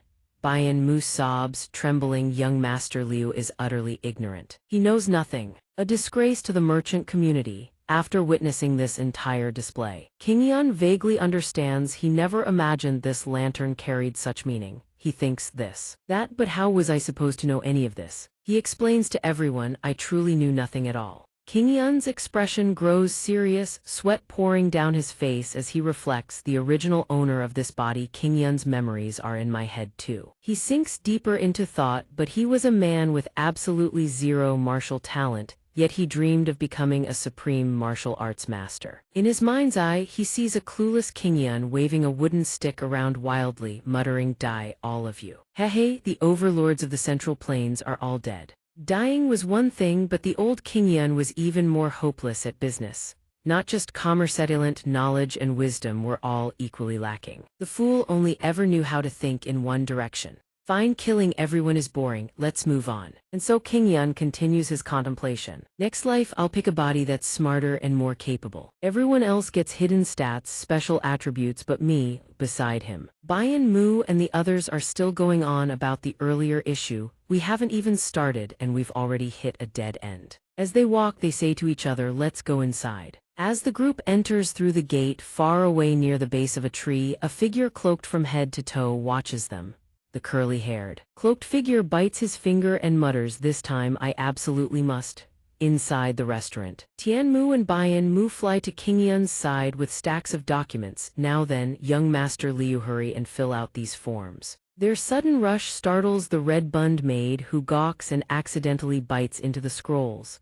The two stand on either side, holding ledgers open for King Yun. Sign, Tianmu says. There are also tax declaration forms for the government. Bian-mu continues, paying taxes is the duty of every citizen of the Central Plains. Sob, sob, sob. Bian-mu goes on to sell alcohol and food in your establishment. Don't forget to register with the Wine Guild and the Culinary Guild. Hearing all this, King Yun thinks seriously, once I complete all of this, I can finally operate as a legitimate business. Tianmu pauses, wait, I feel like something's still missing. Bian-mu responds, now that I think about it, this restaurant, whoosh. King Yun is still sitting stiffly with the pile of paperwork. Bian-mu helplessly looks at the maid gnawing on the documents. Besides that foolish little mutt over there. He turns to look at King Yun. Expression contemplative, and young Master Liu is both the owner and the head chef, and then there's Bian-mu and Tianmu glance around. Poking into every nook and cranny, they wonder who else is there. Could it be over here? Or perhaps here? What about here? The two run all over but find no one. Panting from exhaustion, seems like there's nobody at all. There definitely isn't. Both exchange sly glances and mutter, so there's no other choice, is there? What should we do? King Yun approaches with the completed forms. I've finished filling everything out. Can we start doing business now? Immediately. Bian-mu shouts, right, then starting now. These two self-proclaimed gods of chaos strike a dramatic pose and declare arrogantly, we shall select the sole mascot face off this establishment. A shop assistant. The scene shifts to the shop assistant selection. A row of applicants sits lined up for the interview. Tianmu eagerly says, come now, all the candy. Dates, where are you? Witnessing this spectacle, King Yun is utterly astonished. He thinks, what? An audition out of nowhere like this? Bian-mu chuckles away while the girl maintains a stern expression. Tianmu announces, candidate number 1, please enter. A one-eyed young man responds, yes, sir. King Yun thinks, if I want business to go smoothly, having an extra hand to wait tables wouldn't be bad. Tianmu leisurely begins, now then, one-eyed young man, straighten your face. He mutters, what's this about? Piquing King Yun's curiosity. The one-eyed youth's expression transforms instantly as he unleashes his rapid-fire patter. Saliva spraying everywhere, 1 plate of stir-fried chives with meat and 2 baskets of steamed buns. The chef's skill needs no praise. The dishes will be served immediately. Please wait a moment, honored guest. then he launches into another volley. The bill goes on credit go live in a temple. This leaves King Yun and the others utterly horrified. King Yun thinks, what the hell is this? Wait, is this rap? Does hip-hop have roots in ancient China? The young man keeps going, nearly biting his own tongue. If you want chicken, just holler for me. Tianmu facepalms in exasperation. Oh heavens above, speak properly. He waves dismissively, I'm sorry, but I simply cannot accept this. Tianmu's blunt elimination makes the guy spew from his mouth. The two remaining applicants beam with glee, while Bianmu and the girl gesture him out the door. King Yun says helplessly, hey, wouldn't it be fine to just pick anyone? Tianmu asks, huh? King Yun continues, why do you insist on making a waiter perform a rap show? Doesn't he just need the talent to serve? The words barely leave his mouth before Bianmu screams in his face, his hair flying back. Stop talking nonsense, shut up and listen. Young Master Liu, accompanied by the girl's piercing shriek, King Yun nearly jumps out of his skin. Then Bianmu softens and explains the voice of a waiter is the voice of a restaurant. Therefore, a waiter's eloquence and customer service ability reflect the class of the establishment. The red-bund maid nods along, exactly. Bianmu switches back to shouting, do you understand yet, young Master Liu? Understood. King Yun thinks, I don't understand a thing, but I'm terrified. Tianmu's voice cuts through the commotion. Very well then, let us continue. The audition is far from over. A melodious sound fills the air, the singing voice of a long-haired youth. The artist's magnificent singing moves Bianmu to the point of tears and snot streaming down his face. Then comes the singing of the banana-head youth, whose voice sends both Bianmu and the girl into rapturous delight. After finishing his performance, he gives all three a beautiful hair flip and presents his scorecard with a solemn expression. Bianmu 7, Tianmu 9. The girl's verdict, this is a bowl of zhajangmyeon. Witnessing these scenes, King Yun is absolutely horrified, screaming internally, ugh, why do I have to watch a rap audition in this era? This is sheer absurdity. The banana-headed youth has tears streaming down both eyes, while the red-bund maid slurps down noodles like a maniac. And the young man, hair covered his eyes completely, broom in hand, performing as though he were shredding a guitar solo. The three candidates brawled chaotically, while the little girl demanded yet another bowl of noodles. Tianmu flips the table. Seeing this utter chaos, King Yun's face darkens like the bottom of a cast-iron pot. Enough. This won't do. He leaps to his feet and slams the table, bellowing, everyone stop at once. He declares that his restaurant is no place for frolicking and dancing. Then continues, his restaurant is simply a place where hungry diners can savor good food. King Yun's expression turns solemn as he speaks, resting briefly after days of exhaustion. Therefore, I have no need for any waiters. Hearing King Yun say this, Tianmu waves his hand. Fine then, everyone head home. Bianmu and the girl feel dejected since things had been going well. The three of them crowd together. King Yun's restaurant doesn't need a waiter after all. How strange. Odd indeed. Bianmu actually agrees, which is highly unusual. The little maid then blurts out, King Yun is such a pervert, leaving King Yun stunned. He thinks that's none of your business. He sighs and says, either way, the decision stands, no waiters needed. Suddenly, a bizarre figure flies in through the door, exclaiming, wait, it's not over yet. Tianmu and Bianmu seem to recognize this person. Tianmu says, you again. Bianmu sneers with contempt, you followed us all the way here, you cling on like a leech. The figure drops to her knees at once, pleading earnestly, please. I beg you noble lords, give this humble girl a chance to participate in the selection. Tianmu looks down at her, huh? Didn't we already tell you that you don't qualify? You can't even speak properly and your background is… Bianmu beside him also sneers, hmph. The girl stammers, but I… She speaks with fierce determination. This humble girl is willing to endure any hardship. Just give me one chance and I will give it my absolute all. Tianmu raises an eyebrow, even if you try, it's pointless. Besides this rundown restaurant, thou could someone as big, dark, and reeking as you possibly serve as a waiter. The girl pleads pitifully, please just give me a chance. Tianmu presses on furthermore. Young Master Liu already said he doesn't need any waiters. No sooner has he finished speaking than King Yun interjects, wait. King Yun, with a serious expression, tosses a golden hat, advancing the girl to the final round. You're hired. Hearing this, Tianmu freezes, huh? But just now, the young master said he didn't. King Yun waves his hands frantically, hired. You're hired already. This ridiculous display leaves the other three speechless, while the girl is utterly baffled as to why she was accepted. She is overwhelmed with gratitude toward King Yun, her eyes brimming with tears. "Thank you for accepting me, sir, thank you. My master." Those words make him want to die of embarrassment. King Yun's face flushes crimson. My master. That might be a bit too much. About that.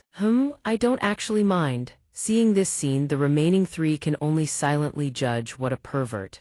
Upon hearing King Yun's words, the girl hastily adds, "Then I shall call you Master King Yun." She asks shyly, "Is that all right?" "Let's go with that." And so, after that thoroughly fair selection process, I hired a young woman named Jialian as a waiter. The scene is peaceful when a booming voice suddenly rings out, "Hey, Jialian." Jialian asks in confusion, "Is this an advance on my wages?" And their dragon coins, no less. King Yun asks back, "What's wrong? Is that not allowed?" Before he can react, he sees her, face-planting straight onto the ground, thanking him profusely. No. "Thank you, master." King Yun says in surprise, You really don't have to do that." He had simply noticed she looked destitute and decided to advance her 1 month's wages. Who could have imagined Jialian would be this overjoyed? She remains prostrate. "I swear to dedicate my very life to you." Tianmu muses, though it's still a bit excessive. However, brother Tian and brother Bian were sent by Dalanji, and they've agreed to stay to help out until the restaurant is running smoothly. Tianmu considers the situation. "How about we rearrange the restaurant's interior a bit?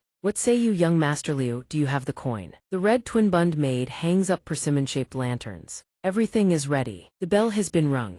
Now all they need is to wait for their first ordinary customer. Both King Yun and Jialian spot something. Jialian rushes out to invite the customer in. Everything seems perfect. The customer, wearing a wide hat and bearing a scar across his face, speaks.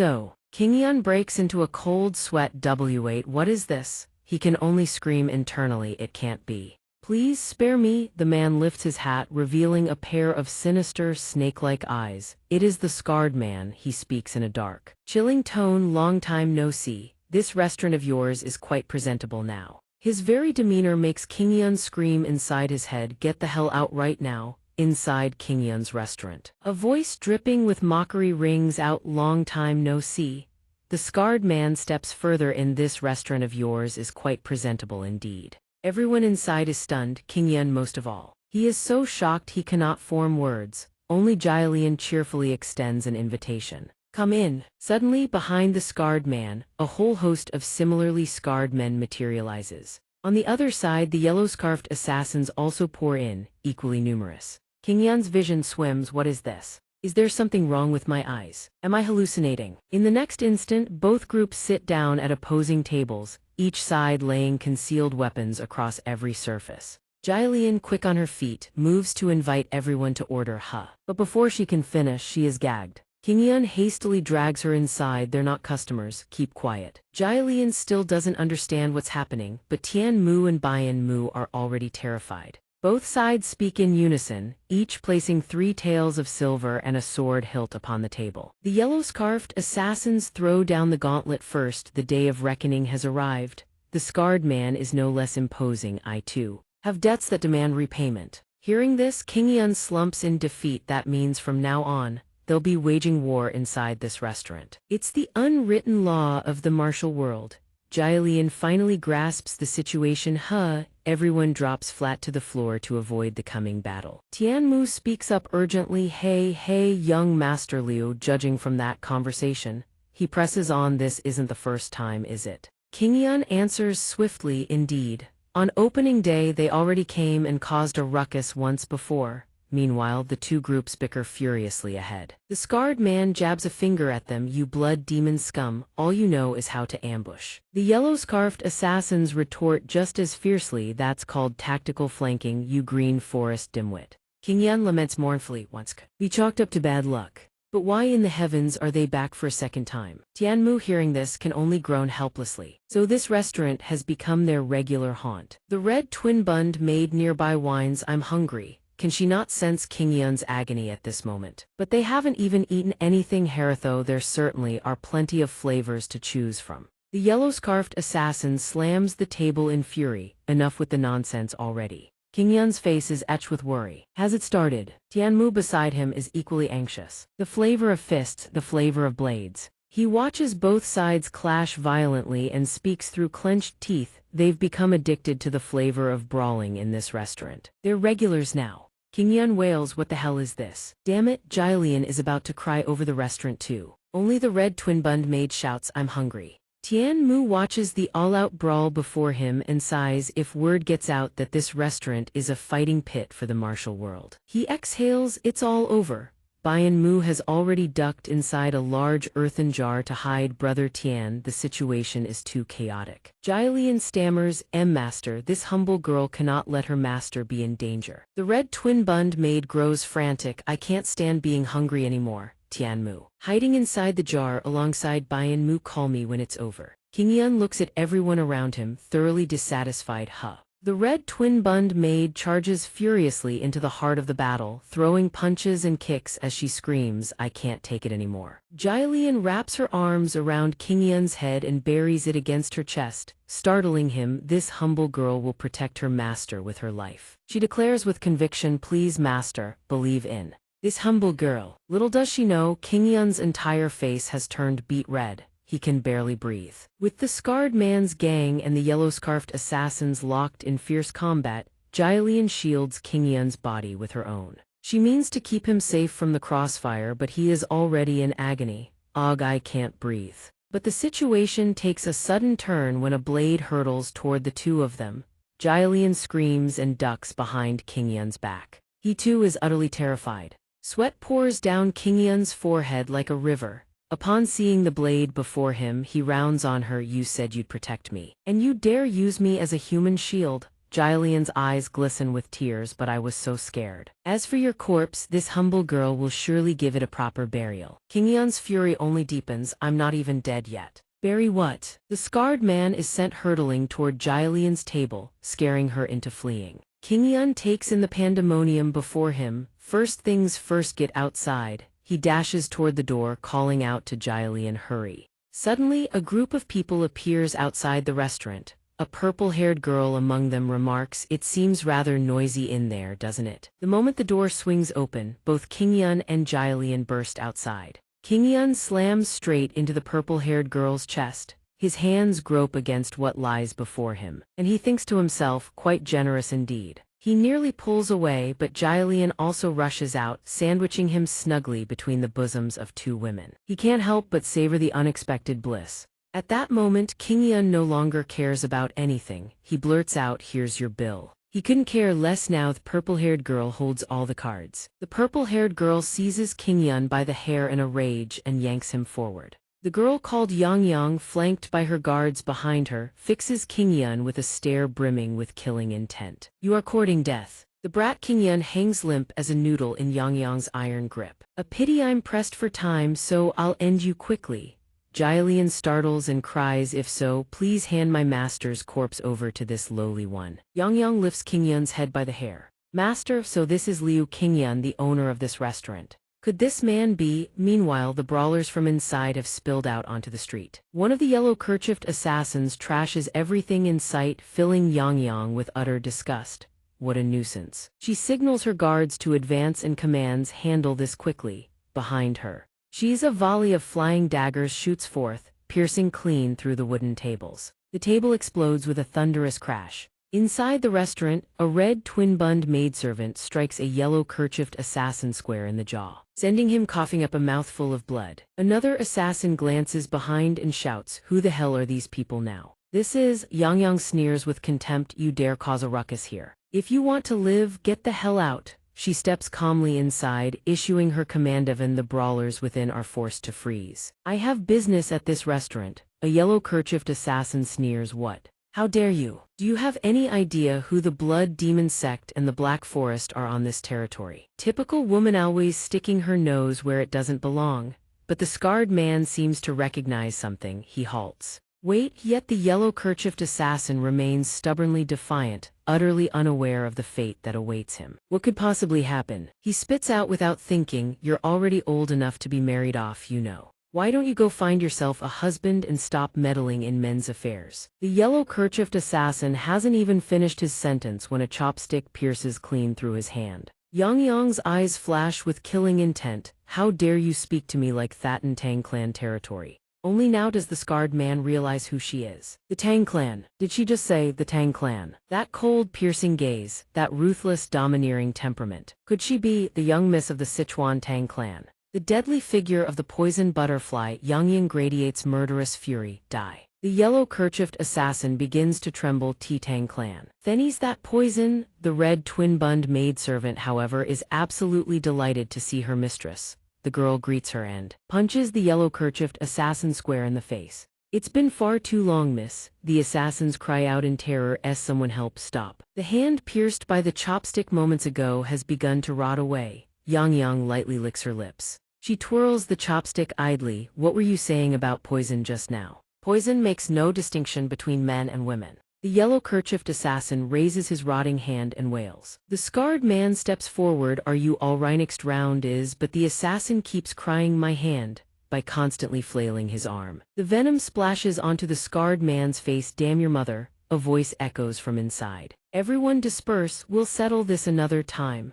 Yangyang shakes King Yun's utterly limp head, considering the matter settled. Fine, all that commotion has worked up my appetite. She lifts his head up first. Time for the main event. I want to taste that legendary zhajangmyeon. At this moment, King Yun stands at the stove, stir-frying noodles. In short, that terrifying woman is the young miss of the Sichuan Tang clan, preeminent sect in the Jianghu for poison arts and hidden weapons. A mighty sect that dominates the lands of Sichuan. Liu Qingyun's imagination conjures terrifying images of Yangyang and her father sect leader Tang Xian. The poison king whose only treasured daughter is none other than the poison butterfly, Yangyang. He cooks while trembling inwardly, unsure what she wants but praying she'll finish her zhajangmyeon and get the hell out of his sight. Jialian brings out a steaming, tantalizing bowl of noodles. This is the signature dish of our establishment. She introduces it to Yangyang with a trembling voice. Our zhajangmyeon, miss. The red twin-bund maidservant shoves the guards aside.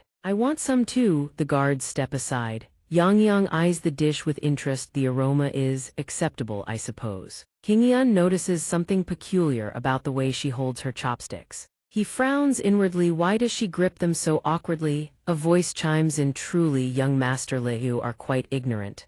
It is Tianmu, who explains. The index finger controls hidden weapons. The middle finger handles poison. These two fingers must never touch bowls, plates, or food. That is the Tang clan's ironclad rule and discipline. Only then does King Yun understand. I see. Tianmu notices the guards approaching and adds, if you have any more questions, just call for me. Yangyang licks her lips. While the flavors are stimulating enough, what truly determines the caliber of a dish? Is it structure? Without structure, it's no different from animal feed. King Yun gazes eagerly at the woman before him, thinking, you certainly know your food. That makes me all the more confident. The noodles common in this era are dried noodles, dough rolled thin, cut into strands, oiled and left to dry in the sun. Among modern noodle varieties, perhaps only Japan's Okinawan soba shares a similar structure to this type. Without the elasticity of fresh noodles, these dried strands are brittle and snap easily, not everyone's preference. But as Yangyang slurps a mouthful of noodles, King Yun declares with absolute confidence, my zhajangmyeon is different. My noodles are handmade. The modern method of hand-pulled noodles won't appear for another 500 years. The Song Family's Guide to Nourishing Life, published in 1504 by a Song descendant during the Ming Dynasty, is the first text to document the technique and concept of handmade noodles. To them, the bowl he has crafted is nothing short of an out-of-place artifact, an anachronism that should not exist in this era. King Yun's skilled hands churn out perfectly elastic noodle, smooth, supple with the unmistakable springiness of handmade craft. Yangyang slurps strand after strand into her mouth. What is this? The elasticity is, though the noodles refuse to be chewed. This is something the people of this era have never tasted.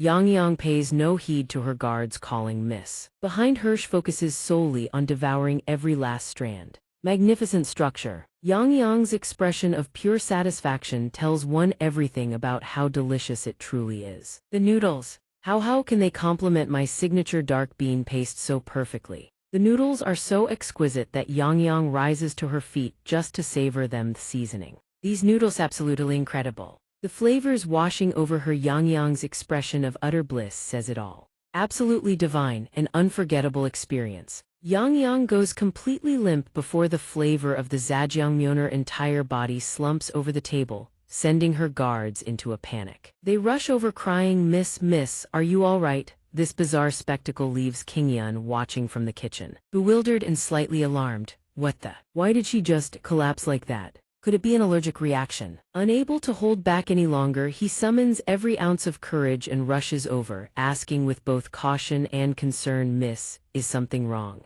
But all that answers him is her heavy, labored breathing, gasping as though she's lost all strength. Ha, he murmurs a silent prayer, no way. This can't be happening. Suddenly, she bolts upright and seizes him by the collar, her eyes blazing with authority. Father asked about that young man's quite good, isn't he? Her cryptic words leave him stammering, Miss, recalling King's words. Yang Yang murmurs in reminiscence, his cooking truly is the finest under heaven, sister. Even she can no longer deny it at this level of deliciousness. It's no wonder King has fallen so deeply for him. But just as Yang Yang sinks deeper into that reverie, King Yun suddenly leans in and gently places his hand on her neck. Miss, wait. Are you truly all right? The unexpected gesture catches her completely off guard.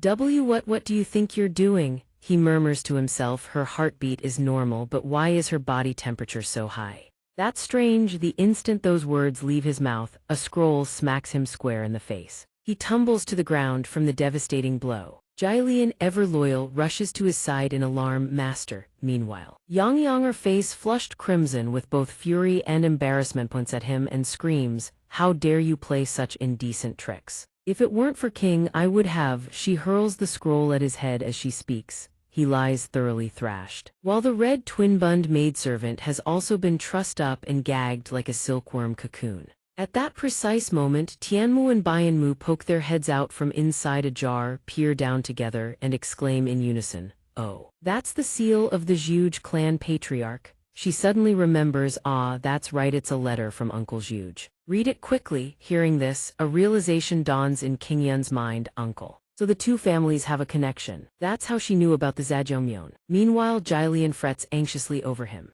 Seeing King Yun's head lolling to one side, Master, Tianmu and Bianmu carefully open the letter and begin to read. Liu Qingyun, here this 80th grand birthday celebration of Elder Tang Bailing is fast approaching. The poison king of the Tang clan, Yang Yang, stands beside the scene, arms crossed. She smirks and sneers, an old crone who still insists on throwing herself grand birthday parties. Hearing this, King Yun's mind conjures a cascade of vivid images about the Tang clan. The poison butterfly, the poison king, and then there's the poison king as well. Truly a clan that no one dares cross. Elder Zhuge and Elder Bian continue as the patriarch of our clan. This old man ought to attend in person. But due to pressing matters, this seat wants Liu Qingyun to attend in my stead. Hearing he must attend this grand birthday celebration on behalf of the Zhuge clan patriarch, Zhuge Tian himself. Liu Qingyun nearly leaps out of his skin. What? I have to go. At that moment, she plants her hands on her hips and stands before him, her face radiating absolute authority. You heard me. So stop dawdling, depart at once for Chengde, domain of the Tang clan, the heart of Sichuan and the Tang clan's very stronghold.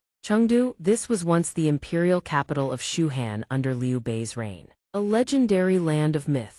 As a die-hard fan of the Three Kingdoms and Zhuge Liang, I once swore an oath to myself that I would make a pilgrimage to Chengdu at least once in my life. And so, the very next morning, the entire party sets off on their journey. Tang Bailing walks along, munching as she goes, a flour cake clutched in her hand. Her eyes sparkle as though she has unearthed a hidden treasure. Flour cakes can really taste this good. The red-haired twin-bun maid is also chewing noisily beside her. Bland. Meanwhile, Liu Qingyun trudges at the front, a mountain of heavy luggage piled high on his shoulders. It is not as though he is some pack mule, but the sight of the red-haired maid perched atop the luggage, eyes blazing with delight as she shouts, so delicious, not to mention the guards all eating heartily without a carries enough to drive him mad. And Tang Bailing, she kicks the back of his head between bites. Hey, give me another one. He clenches his teeth, enduring the torment, and snaps back irritably, no way. These are emergency rations, not snacks. We still have over half a month of travel ahead.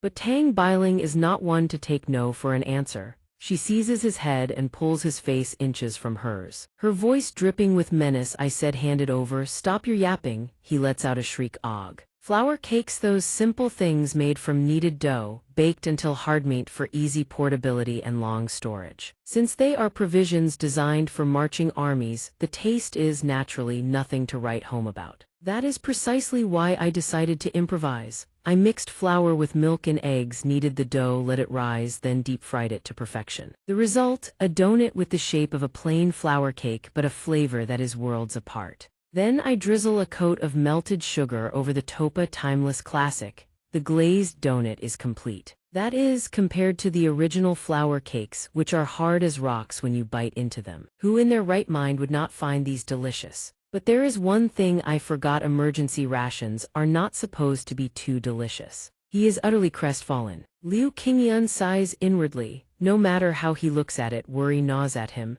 He recalls the scene when Jia Lion tearfully saw him off. Bidding her master a safe journey, he had gone reluctantly. Elder Zhuge and Elder Bayan had also offered their farewells. Rest easy, we shall manage while you are away. Though Elder Zhuge, Elder Bayan, and Jia Lion remain behind to watch the restaurant. He wonders whether the shop can truly operate normally in his absence. The thought is shattered by the maid's shrill voice. Hurry it up. You perverted innkeeper, the sun is about to set. The group halts beside a small stream to make camp. He labors to pitch the tent while the twin-bun maid stands nearby, endlessly pointing out errors. Move it a little to the left.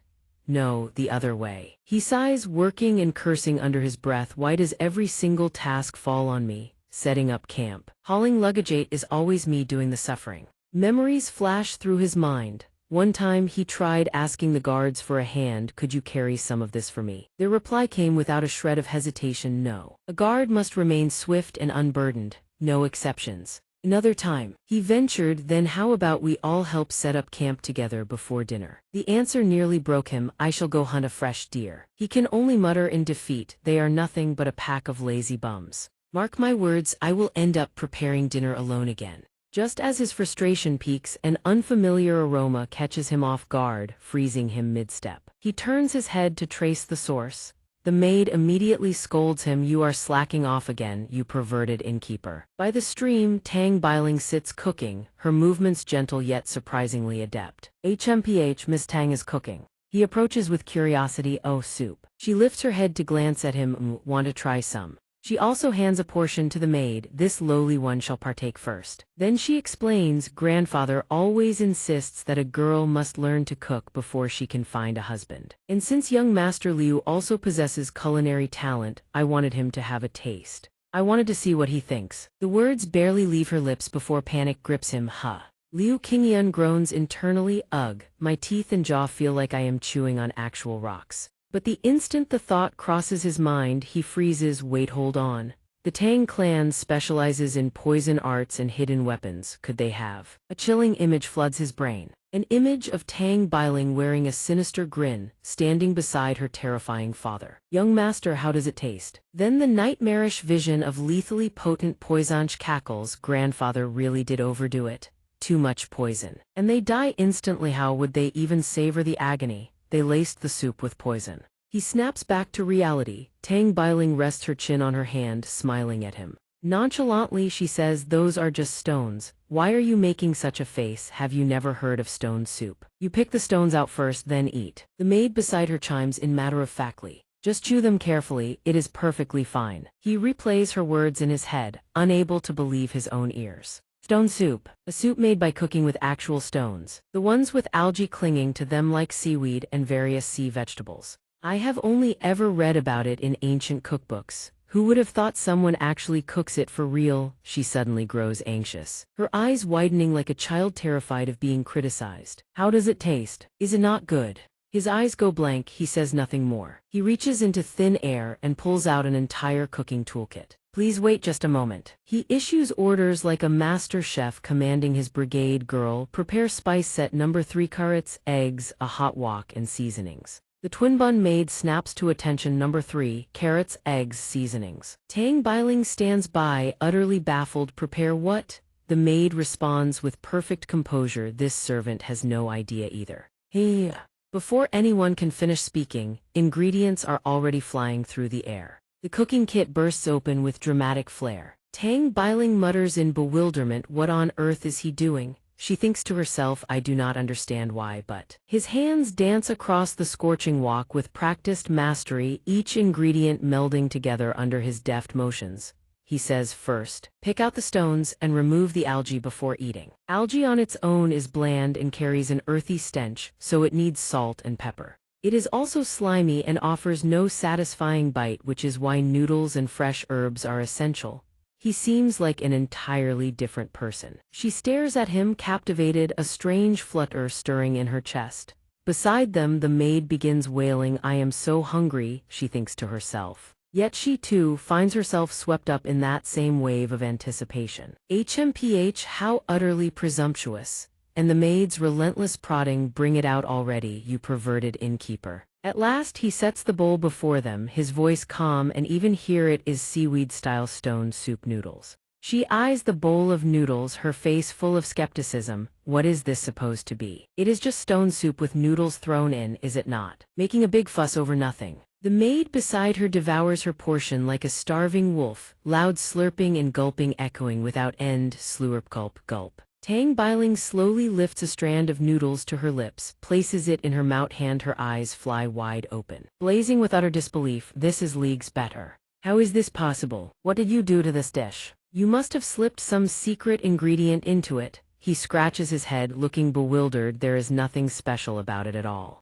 I simply reseason the broth. And since Miss Tang enjoys a good chew, I added stir-fried carrots and shredded egg crepes to eat alongside the noodles. Other than that, it is no different from the soup that the young lady made. His words leave her flustered, yet she cannot help but argue back, but just a few added ingredients and the flavor transforms completely. That is impossible to believe. Our clan employs the finest chefs and they make dishes like this every single day. Stop lying and reveal your secret technique at once. Before she can finish, he cuts her off. His voice is steady yet unyielding. Miss Tang, cooking is not merely about technique or secret recipes. It demands an understanding of the diner's palate and the sincerity behind every bite. That is the true secret to transforming raw ingredients into something extraordinary. Call it a secret technique if you will, it would not be wrong. His words strike her like a sudden blow. She flushes red at a complete loss for a rebuttal. Only then does he exhale in quiet relief. Phew. That was close, nearly gave away my real secret seasoning. Her voice rings out. Laced with a faint tremor, Tang Biling yanks him back with startling force. Her eyes blaze with a mix of fury and embarrassment.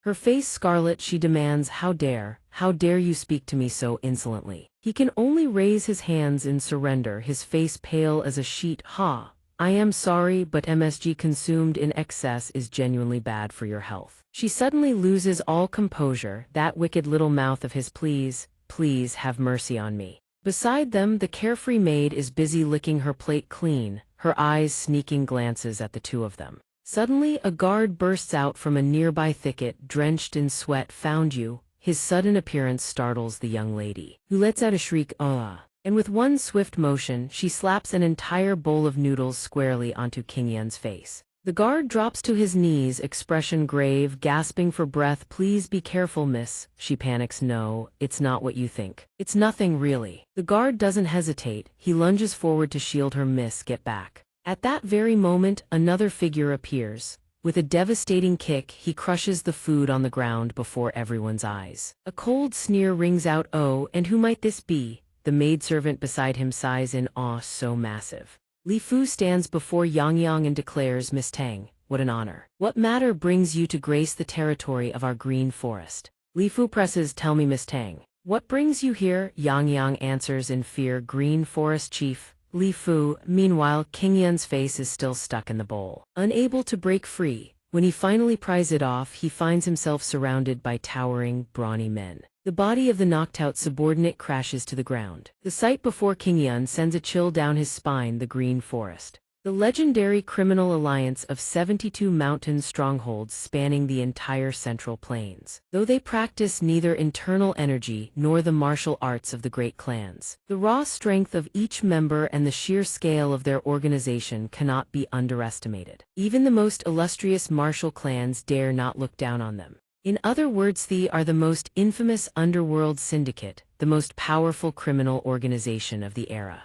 Li Fu plants his enormous blade into the ground, continuing his interrogation. Why won't you answer? He thinks to himself, the poison butterfly of the Tang clan, this woman. Suddenly, Li Fu's face flushes red as he thinks, why did she come here? I'm dying of curiosity. A few days prior at the Green Forest stronghold, Li Fu sighs, Miss Tang, I want to get to know her, to strike up a conversation, she's so adorable. He suddenly slams his wine cup on the table in frustration, but how do I get close to her, while gnawing on a chicken leg? Li Fu grumbles, how come none of you ever talk about romance? A lackey replies, big bro speaks the truth. We spend every waking hour surrounded by these stinking brutes. Indeed, Li Fu and his lackey sit in a corner drowning in wine while the others train.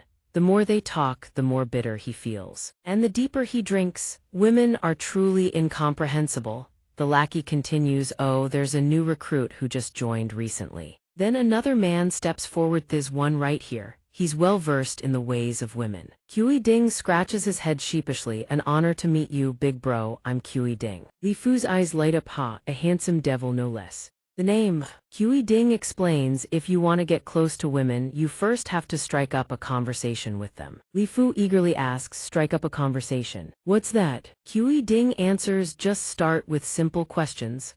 The moment he finishes, the other men standing around watching are filled with admiration. While this new recruit is one sharp cookie, Cuisine glances around and continues, there's one more thing very important. Back in the present, Li Fu recalls Cuisine's lessons conversation. Greeting and a smile, he speaks, Miss Tang. Li Fu suddenly flashes a terrifying grin, I ask it what brings you here. Qingyun, seeing this, hides behind Yang in terror and whispers, I think he's angry. Yang calmly addresses Li Fu, Hero Li. There seems to be a misunderstanding. He hoists his blade onto his shoulder, a misunderstanding. Yang explains, we merely stumbled into Green Forest territory by accident while on our journey. We'll be gone by dawn, no trouble at all. He replies, is that so? Cuisine beside him whispers praise, perfect, big bro, very natural, very natural. But both Qingyun and Yang are drenched in cold sweat. She continues, the Green Forest and our Tang clan have always maintained cordial relations. I sincerely hope this incident won't affect the long-standing ties between us. Li Fu responds flatly. But after a long pause, no one says another word. Silence drags on, then all three, Li Fu and his two lackeys, suddenly whirl around. He immediately hisses at his lackeys, I don't know what to say next. The lackey panics, it's over. Cuisine intervenes, no, stay calm, big bro. At this moment, Li Fu's entire gang is huddled in a tight conference, leaving Yang's party utterly bewildered. A guard mutters, there's no telling what they're thinking. Yang chimes in, it's like observing pack animals, utterly incomprehensible. Cuisine continues his counsel, the next step, it's time to display the allure of a mature man. Li Fu is puzzled, the allure of a mature man. How do I show that? Cuisine replies, women adore men who are diligent, always focused on their craft. Li Fu nods, all right, I'll do it right away. He turns and speaks with gravity, I understand now, Miss Tang. Since that's the case, I shall make an exception and grant you passage, just one head will suffice. He's trying to embody the fearsome bandit chief. Li Fu gives it his all, but his image only grows more savage, terrifying them even further. Cuisine stands frozen, stunned by Li Fu's performance. He thinks the chief is truly mesmerizing, just watching him, even I feel moved. Big bro has surpassed me in the blink of an eye and it's only his first time. Yang confused. What? Why is he suddenly? Qingyun can only cower behind her. Li Fu plants his enormous blade before the guard. These guards will serve Miss Tang well on her journey. Then he turns to look at the red-haired bun maidservant, who is sitting atop the fallen guard. Already dead, he murmurs, as for this one, not sure who this is. So it's best not to touch him. He swiftly swings his blade toward Qingyun and declares, only this one's left. I don't know who you are, but I'll choose you. Suddenly, a familiar figure darts past Li Fu. One arm draws a hidden weapon with decisive precision, the other reaches out and presses against Li Fu's body. It is Yang stepping forward to shield Qingyun. Stop right there, Hero Li. Qingyun, emboldened, calls out, well done, Miss Tang. Fire the poison needles, now. But the guard interjects, no, it's too dangerous. Their bodies are forged through the green forest's external cultivation techniques. The hidden weapons and short blades of our Tang clan can scarcely leave even a scratch upon them. That is precisely why the Tang clan has always feared the green forest. If it's just one head they want, then hand me over. Surely the young lady knows this. Then why is she acting this way? Li Fu's fury erupts, he roars, his body blazing with surging heat. Yang cries out in alarm, hero. His body is growing stronger by the second. I can barely hold on. Please calm down and listen to me. But then out of nowhere red blood gushes from his nose. Miss Tang's hand touched me, how wonderful, Yang startles, huh? Why is he bleeding? I didn't even do anything. His lackeys rush over in panic, big bro. Big bro, they wail and weep. I knew you could do it. You touched a girl's hand. We're so proud of you, big bro. Even the red-haired bun maidservant chimes in to praise him. He's incredible. Li Fu, still bleeding from the nose, says it's all thanks to you guys. Then they all embrace, sobbing uncontrollably. Yang and everyone else stare in disbelief. What in the is this, some kind of prayer ritual? King Yun thinks in terror, I can't understand this. I just cannot understand the martial world. It's truly full of inexplicable things. Li Fu speaks, Miss Tang, I don't wish to rush you. As per the young lady's wishes, we shall take our leave for now. He adds, that's right, I recall the Poison King's birthday celebration is fast approaching, isn't it?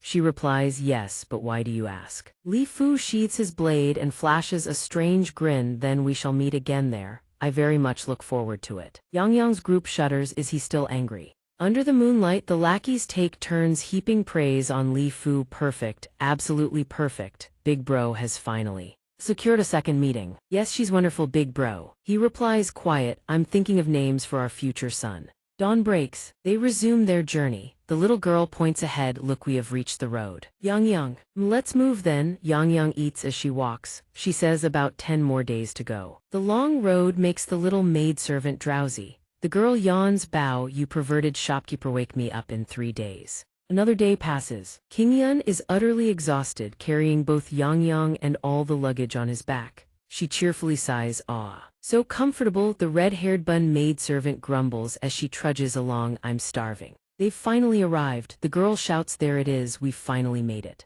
The moment they reach the city gates of Kungcheng, Yang commands, I'm exhausted, so open the gate at once. The girl also collapses in fatigue. King Yun stares in awe, so this is the Tang clan of Sichuan. Yang tells him, come inside quickly. I'll give you a tour, but first let's pay our respects. King Yun greets them blankly, Inside the main hall stands an enormous serpent statue. A man with a thick, imposing mustache speaks, oh. So you've arrived, the representative of the Zhuge clan. That Liu King Yun fellow? He asks with a fierce, intimidating expression. The room is choked with thick smoke, sending King Yun into a violent coughing fit. Yes, King Yun wonders why there's poisonous fog filling the room. The man continues, the patriarch of the Zhuge clan, Zhuge Tian, has already told me all about you. He wouldn't stop raving about how you saved his daughter. Hey, so this is the patriarch of the Sichuan Tang clan, the Poison King, Tang Jian. Liu Qingyan is caught off guard, thinking Zhuge. Big brother even told you about me. As I was saying, Jian. He continues, you must have had a hard time escorting my daughter here.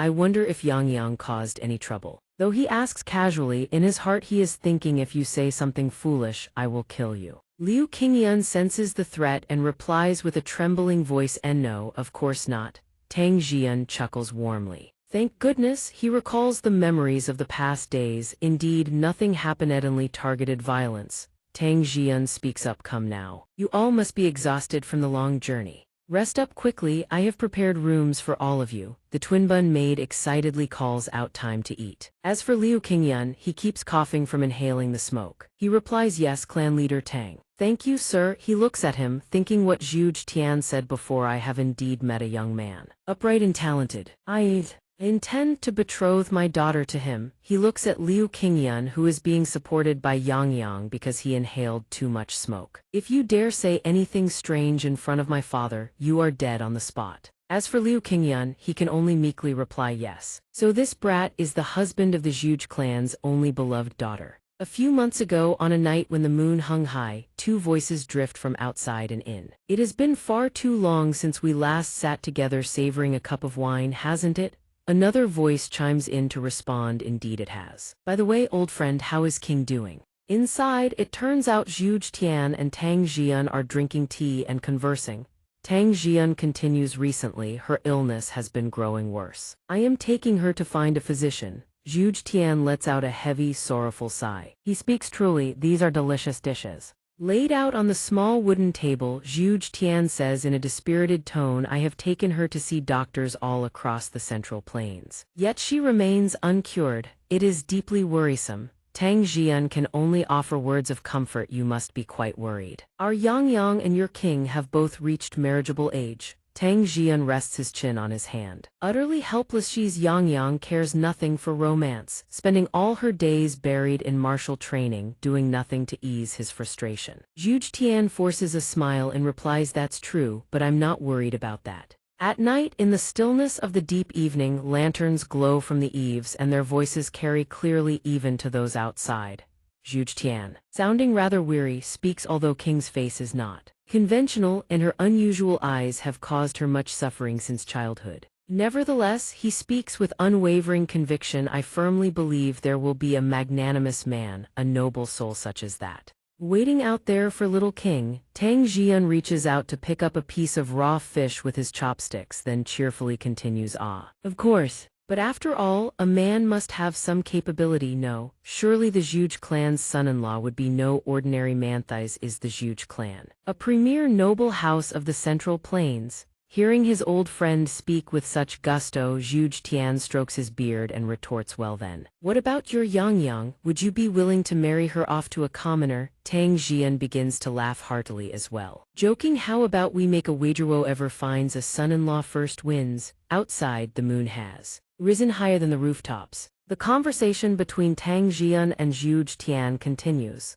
Zhu Tian humors his old friend, oh, interesting. The winner gets to be the elder brother. Tang Jian grins broadly, deal me, dear younger brother. Zhu Tian can only reply helplessly, look at you, cough cough, just you wait. Tang Jian laughs merrily, haha. Behind them, Tang Jian lounges leisurely in his chair, while Liu Qingyan thinks irritably. Zhu Tian said it well. Yang places a hand on Liu Qingyan's shoulder, growling, if you dare spout nonsense in front of me, you're dead. The twin-bun maid yawns wide, so sleepy. Seeing his face twist, Yang barks an order, smile for me this instant, you. Liu Qingyan instantly forces an excruciatingly stiff smile, haha. Tang Jian, with a cigarette holder clenched between his lips, thinks to himself, that unremarkable brat. It seems I've already won the bet. He is feeling pleased when a sudden thought strikes him, wait, no, his Yang still doesn't have a sweetheart. Who on earth will take her away? The scene shifts to Yang's side. A lavish spread of dishes is laid out on the table. She calls out, let's eat first. The twin-bun maid looks at the spread excitedly and exclaims, wonderful.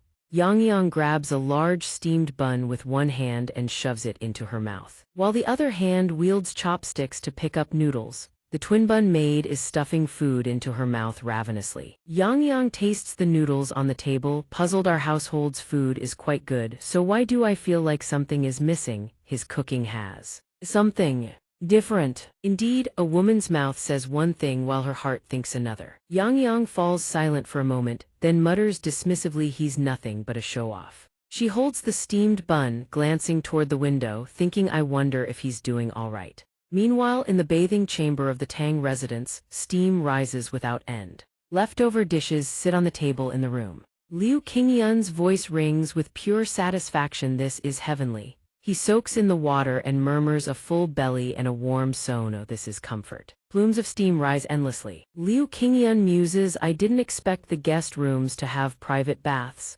The Tang clan truly lives up to its reputation as a premier noble house. Should I build a private bath in my restaurant too, I wonder? He slowly sinks lower into the water, thinking, wait, no. I only swore brotherhood with the Zhuge clan, and now I've come to the Tang clan as well. His body is submerged in water, along with the bewilderment of how everything turned out this way. Bubbles rise through the water, merging with his thoughts. Thinking back, ever since being swallowed by that whale, everything has spiraled far beyond my comprehension. But there is one thing that puzzles me. For some reason, the memories of Liu Qingyan, the previous owner of this body, have gaps and inconsistencies. While he is deep in thought, a wounded hand reaches toward him and a ghostly voice echoes, Liu Qingyan. hearing someone call his name. He opens his eyes in alarm, only to see a blood-stained hand stretching out before him. At that exact moment, Yang and the little girl barge in. She shoves the door wide open and shouts, "Hey, I've been calling you forever, why aren't you answering?" The twin bun maid peeks in and asks, "Hey, you pervert restaurant owner, any leftover food?" He is currently being confronted by the mysterious figure in the water. She places both hands on his cheeks, calling out, "Liu Qingyan, my son." He is rendered speechless. Meanwhile, Yang steps into the bathing chamber, looking around in confusion. Where did he wander off to? How? The silhouette of a beautiful woman materializes, her entire body drenched in blood, yet she speaks, "You must survive no matter what." Liu Qingyan leaps up from the bathtub, screaming, "Get out!" He looks down in shock and cries out in terror, What the? Was that just a hallucination? It must be fatigue playing tricks on my eyes. HMPH, the air is thick with steam." Yang, flustered and stunned, stares straight at. He stammers, "Is that what?" Hearing her voice, Liu Qingyan turns around dumbly. Miss Tang, why are you here?" The twin bun maid still holds 2 or 3 steamed buns in her hands, staring at him. "Oh, new friend is here." Liu Qingyan also goes blank and asks aloud, "Where are you looking?" He reacts slowly. He stammers, this. Why is Yang? Yang covers her eyes, but it's useless. She screams in panic. While the little girl, utterly innocent, offers a steamed bun toward the newcomer and asks, "Want a bite?" She screams and starts throwing right hooks at him. Liu Qingyan now has to fend off the twin bun maid while screaming in terror, "Miss, wait." Moments later, an eruption of violence unfolds. Outside the room, a massive explosion rings out, dust and debris filling the air. In the distance, majestic mountains stand draped in white clouds. Birds spread their wings and take flight. A scream echoes through the air, "No. I mean, we didn't. I lock the door. Lock the door." Liu Qingyan, covered in bruises, desperately apologizes, "I'm sorry you had to see that." Yang's face turns beet red with embarrassment. She stammers, I'm fine." He adjusts his clothes while looking around, puzzled. "Where is this?" Yang walks ahead. Speaking, "Didn't I say I'd show you around? This is the rear garden of our Tang estate and we still have a long way to go." Liu Qingyan, trailing behind, responds with a few mumbles, He follows after her, exclaiming, "It really is vast." Yang doesn't share his sentiment. It's probably only about the size of a small village. Meanwhile, the twin bun maid is excitedly looking around. "Wow, mushrooms. Delicious." Yang adds a piece of information, "Grandfather loves this garden." Liu Qingyan's face pales with fear at the mention of the Tang clan's patriarch grandfather as in the Poison King. He has barely taken a few steps before sweat pours down like rain. Liu Qingyan trembles at the mere thought of the Poison King. "Just hearing the name Poison King is enough to terrify me. I'm terrified of that man just thinking about it." He shudders. Mustering every ounce of courage, he stammers out a question, "So, is the great Poison King here as well?" Yang quickly replies, I'm not sure. He is very unpredictable." Liu Qingyan is quite startled when he looks and spots a pufferfish in the pond. "Is that the pufferfish? Don't people normally keep koi carp in ponds?" He stares intently at the plants here. Now he notices the flowers and grass here are quite unusual. He rests his chin on his hand and speculates, could these be rare medicinal herbs? Meanwhile, the little girl has turned bright yellow from eating the mushrooms. Yang walks ahead and coldly warns, "Don't touch anything carelessly." He startles, looks at her and replies, yes, sorry." The little girl's skin continues to shift to blue. In the bushes, 2 yellow and white snakes coil around each other. After some time, they finally arrive at a place where purple petals drift through the air.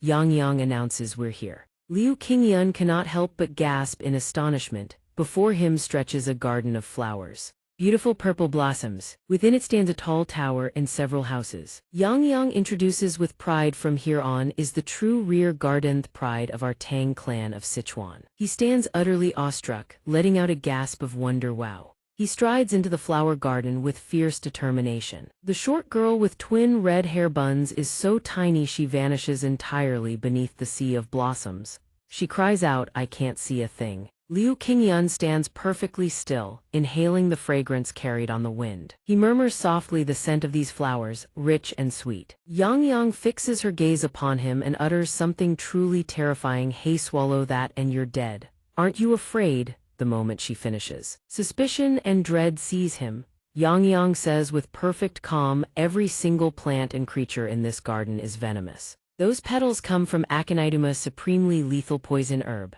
her words send him flailing in sheer terror. Seeing King Yun's panicked state, Yang offers a word of comfort, but as long as you don't eat any of it, you'll be fine. Just looking won't cause any harm. The red-bunned girl plucks a flower and pops it into her mouth, chewing as she speaks. McHugh it thoroughly and it's perfectly fine. By now, her entire body has turned a deep shade of purple. If it is indeed aconitum, then it must be the hegemon blossom of Josiona plant used to brew lethal poisons, with toxicity beyond measure. King Yun is utterly horrified. Every single plant and creature here is venomous. He nearly lost his life just now. Suddenly, something wet and slimy slides across his face. King Yun jerks his head upward, his heart nearly leaping from his chest. What was that? The thing that grazed his face is the tongue of a massive red toad. But the toad is colossal. Its sheer size alone is enough to send King Yun reeling in terror. He screams, "Og, what is that thing?" A monster. In the next instant, an old man materializes atop the red toad's head, his distinguishing feature a gleaming bald crown. He leans on his cane, blinking in bewilderment. What monster? Yang spots him and cries out with joy, "Grandfather." King Yun is cowering behind her, utterly stupefied. The old man hears her call and asks with a note of confusion, Yang. He is none other than the supreme ancestor of the Sichuan Tang clan, the Poison King, Tang Bailing. Bailing stands atop the toad's head and demands with displeasure, "What's this? It's been ages since you last visited your grandfather. Where have you been? What have you been doing?" "You've left this old man bored to death," she replies politely. "I was running errands for father." King Yun thinks in terror, that man is the Poison King. He doesn't look all that fearsome though. Meanwhile, amid the tense atmosphere, the red-bunned girl comes dashing back over. The toad speaks up in greeting, "Would you like to become sworn brothers with me?" He is still hiding behind Yang. But still, what on earth is that giant toad? He speaks up, "Miss Tang, what is that creature?" Bailing looks at him in surprise. "Creature? What creature? That's a spirit beast." Seeing the toad looking hurt, nearly on the verge of tears, the girl immediately steps in front of it and declares in a high voice, "Apologize to my friend Hong Chan at once." Yang quickly introduces it. Its name is Hong Chan, the red toad, and it feeds only on venomous creatures. You're probably not to its taste. The girl standing above shouts down at the two of them, "You perverted shopkeeper." Bailing retreats behind Hong Chan and produces a white basket brimming with mushrooms. He asks Yang, "This young man accompanying you, who is he? Has he taken up cooking as well? Have you finally found yourself a sweetheart?" That single remark turns Yang's face scarlet. She stammers and sputters. She rushes forward to strike at Bailing, but he dodges every blow with effortless ease. "What? Is that so? Old master, have you gone senile?" Yang immediately introduces him. "This is young master Liuth, one Uncle Zhuge mentioned." Unbeknownst to anyone, a scorpion has appeared on top of King Yun's head. She continues. Still flustered, he is the representative sent by the Zhuge clan to attend grandfather's birthday celebration. "Sweetheart, what sweetheart?" Meanwhile, Hong Chan extends its tongue and gives King Yun's face another long, wet lick. It turns out the toad's true target was the strange creature perched atop his head. Bailing listens and says dismissively, "Well, that makes sense. No ordinary nobody could catch your father's eye after all." While King Yun sweats like a waterfall, she desperate to paint a favorable image of him before grandfather blurts out, "But this one's cooking. I've heard his culinary skill is the #1 delicacy under heaven, I believe."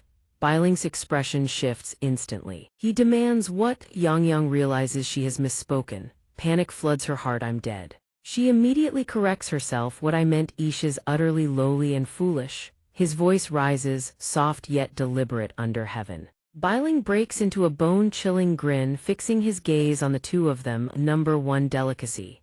Bailing's expression shifts sharply. "What?" Yang's heart seizes with dread. "I'm dead." She quickly amends her words. "What I meant, Ish is utterly lowly and foolish." His voice drifts out, soft and measured. "Under heaven." Bailing flashes that same spine-chilling grin, his eyes locked on the two. "Under heaven. #1 delicacy." She is so terrified her words tumble out in a jumble. That's not what I meant at all." In the midst of the beautiful violet garden, a bee suddenly appears. In the next instant, Hong Chan's tongue darts out from behind it. He calls out to Yang, "Do you know why our ancestors became so obsessed with the pursuit of fine cuisine?" Yang answers with wide eyes, I don't know." King Yun stands behind her, thinking his granddaughter doesn't seem to care much about fine food. Yang Yang seems to sense his thoughts and glares daggers at him.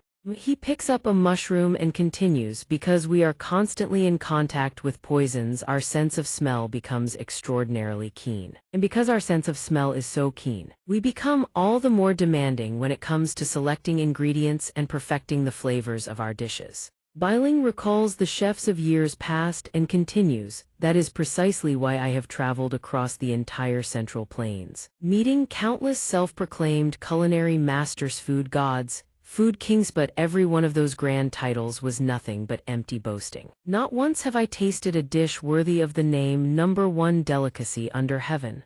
He surveys the plants draped across his body, his tone dripping with contempt, and yet a brat who has lived a mere 20 years dares to proclaim his cooking is the finest under heaven. Why? King Yun thinks with reluctant acknowledgement. As much as I hate to admit it, the old man has a point. The ingredients and cooking techniques of this era are limited, after all. But then, he suddenly asks Biling, "Old master, are you by chance hungry?" Biling does not answer directly. He counters, "Why do you ask? Do you wish to show off your culinary skills?" King Yun answers with absolute certainty, yes. He possesses unwavering confidence in his craft, armed with the experience and techniques of 1,000 years in the future. He ties a cloth band tight around his forehead and declares, "Then allow me to prepare a feast worthy of you." Yang Yang watches this scene unfold, her face flushing red. Oh, Biling gazes at him and speaks with a mysterious air, "It seems you have some backbone after all. In that case, shall we make a wager of it?" Yang Yang cries out in shock. King Yun asks in confusion, "A wager?" He swiftly lays out the terms of this wager. "If you can create a dish that satisfies me, I shall grant you one request." King Yun meets his gaze with unwavering confidence. "Deal." He already knows what he will demand. "After I win, I'll have the old man upgrade my restaurant." Even Yang Yang stares at him in astonishment. Hey, you can't just say things like that." Suddenly, something dawns on him, but a proper wager needs both rewards and punishments, right? At the same time, Biling speaks. "By the way, Hong Chan seems a bit thin, doesn't he?" King Yun hears Biling's words, rests his chin on his hand, and ponders. "I've never cooked for a toad before. Besides, the old master said it only eats venomous creatures." Yang Yang stands beside him, flustered. What the old master means is, he cheerfully gathers the available ingredients and continues. "In these Central Plains, there are far too many who style themselves supreme martial sovereigns, worthless trash who love to put on airs and strut about like peacocks. In my eyes, they are the true poison gnawing at the heart of the Central Plains." The moment King Yun hears this, his eyes widen in shock. "No way." Biling then steps onto Hong Chan's head and adds, "If you lose." King Yun's face drains of all color. Biling casts a spine-chilling glance his way and speaks, in other words, "If you too are a poison of the Central Plains." Biling fixes his gaze upon King Yun and declares in a booming voice, "Hong Chan shall feast well. Everyone who came before you met that very fate." Hong Chan carries him away in a single mighty leap, leaving behind one final line, "Call me when you're ready." King Yun is bewildered, trying to convince himself the old master. He was joking, right? Ha ha ha, eat poison. Medicine. Yang Yang shakes her little head and speaks with certainty. "Although the old master is certainly eccentric, I have never once seen him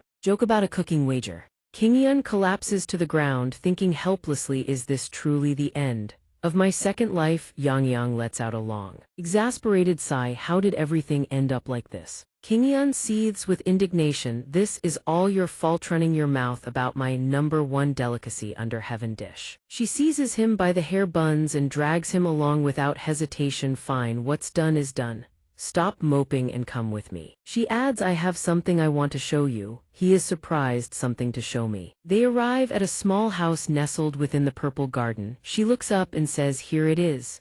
Yang Yang swings the door open and introduces it. It may be a slight exaggeration, but this place houses every ingredient under the sun, the pride of our Tang clan. A sanctuary for those who worship fine cuisine. He gasps in wonder. Inside the house, shrouded in darkness, a shaft of light pierces through as the door swings wide. She declares, "This is the ingredient vault of the Tang clan of Sichuan. Everything lies deep within this garden." He gazes at each and every ingredient. The Poison King's words ring true indeed. Yang asks excitedly, then let's make jjajangmyeon again this time. HMPH, she cheers happily with all these ingredients, it's sure to make grandfather happy. Kingyun picks up each item, lost in deep contemplation. Of course, if I combine my heavenly demon paste with these magnificent ingredients, I'd be fairly confident in the result.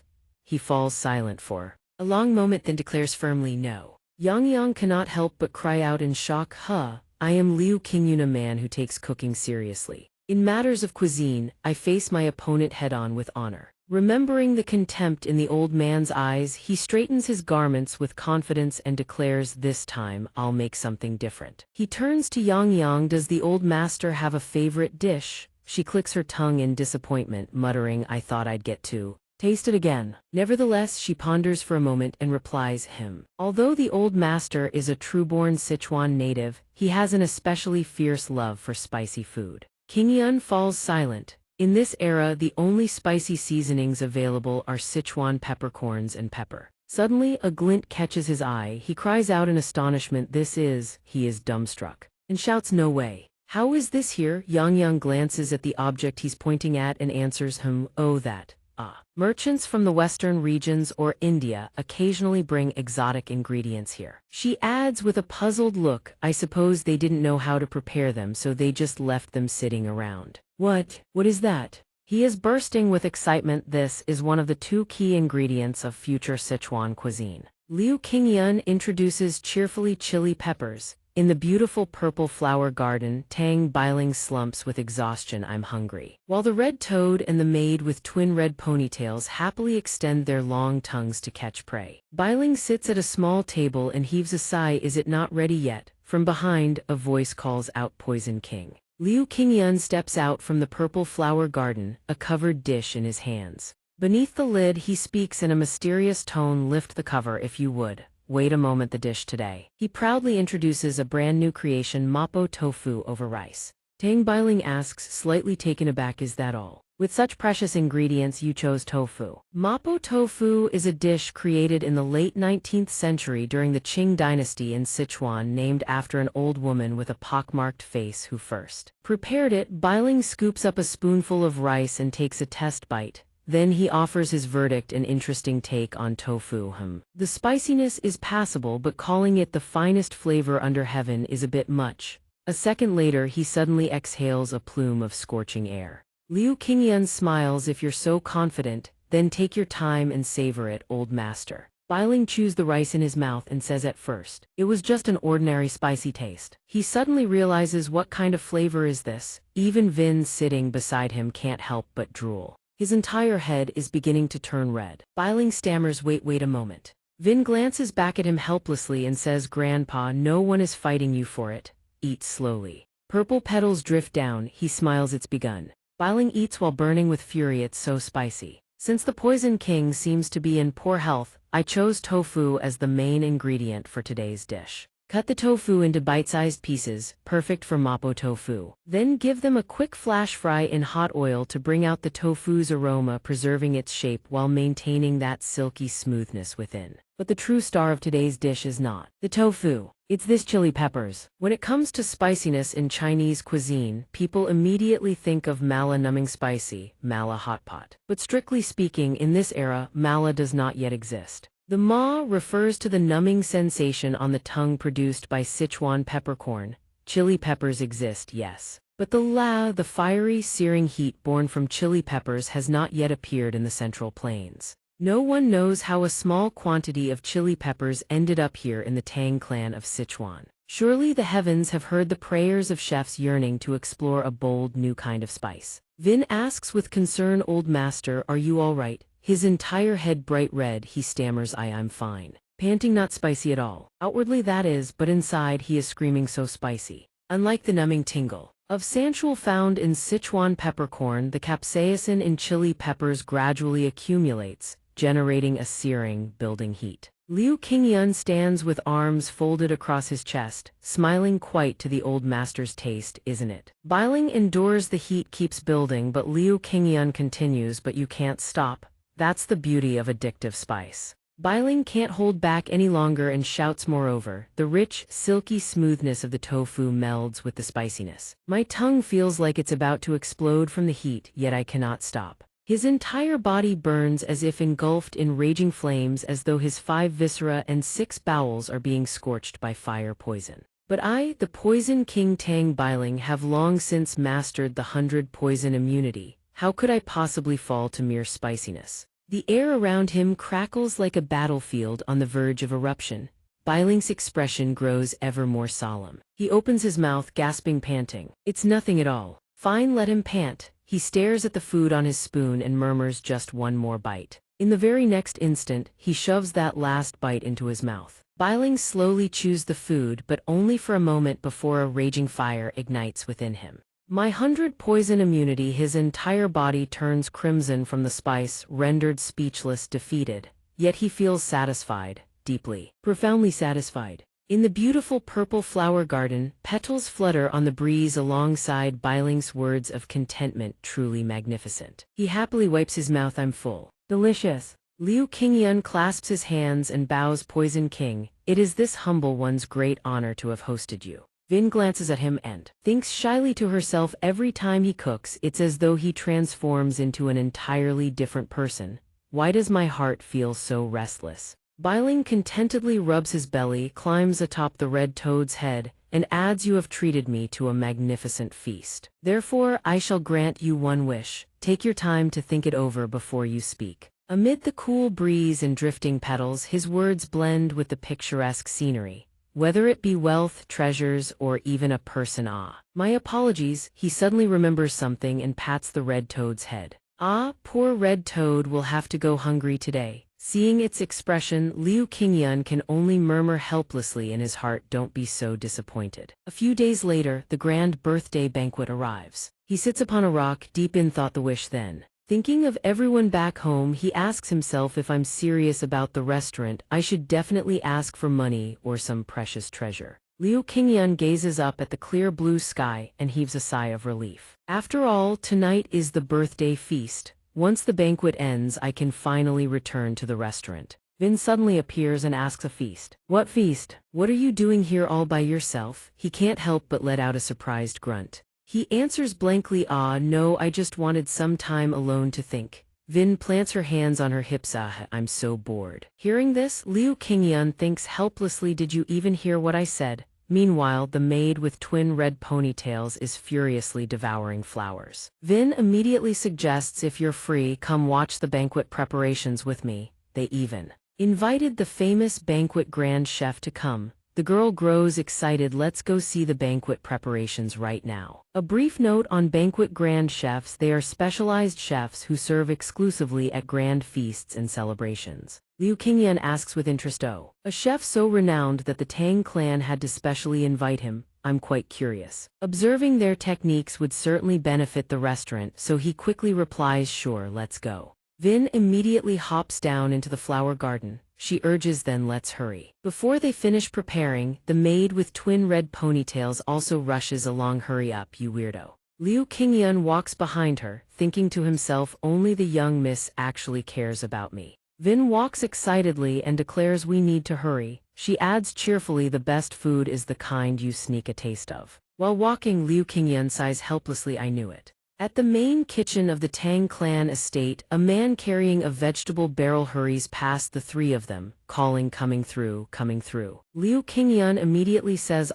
excuse me. Vin shouts in amazement, this place is a true culinary paradise. Liu Qingyun is equally astonished. The number of chefs here is staggering. She quickly explains, because tonight is the birthday banquet. Everyone has gathered here to prepare. While the two of them talk, the little girl is already grabbing carrots and munching on them. Vin has set her sights on a pot of food and shouts excitedly, that looks delicious. Give me a taste. The chef hastily waves his hands, not yet, young miss. Liu Qingyun also peers into the pot. Oh, that one is Lenyang mut. Lenyang mutton is a dish prepared from ningxia lamb, braised together with numerous ingredients until the meat becomes fall-off-the-bone tender. Especially in Sichuan, where lamb is exceedingly rare, this is the most expensive and precious dish of all. He peers quietly into the pot. The dish is no easy feat to prepare, and it certainly looks appetizing. I wonder who this famous banquet grand chef is. Meanwhile, Vin shouts angrily, stingy, just give me one bite. The maid with twin red ponytails has already dipped her mouth in to slurp up the food that isn't even finished yet. The chef is utterly at a loss. A sudden shout rings out, who dares make a ruckus in this sacred kitchen? After seeing who it is, he says, oh, it's the Tang clan's young miss. What brings you to the kitchen? The speaker turns out to be none other than the banquet grand chef xianxia. Vin gnaws on a chicken leg while explaining it's nothing. I just came to watch everyone prepare for the banquet. As for this one here, he was curious to see Master Zhang's culinary skills. Liu Qingyun clasps his hands and speaks cheerfully, it is an honor to meet you. This humble one is called Liu Qingyun, owner of a small restaurant. The kitchen is already laid out with an abundance of exquisite dishes.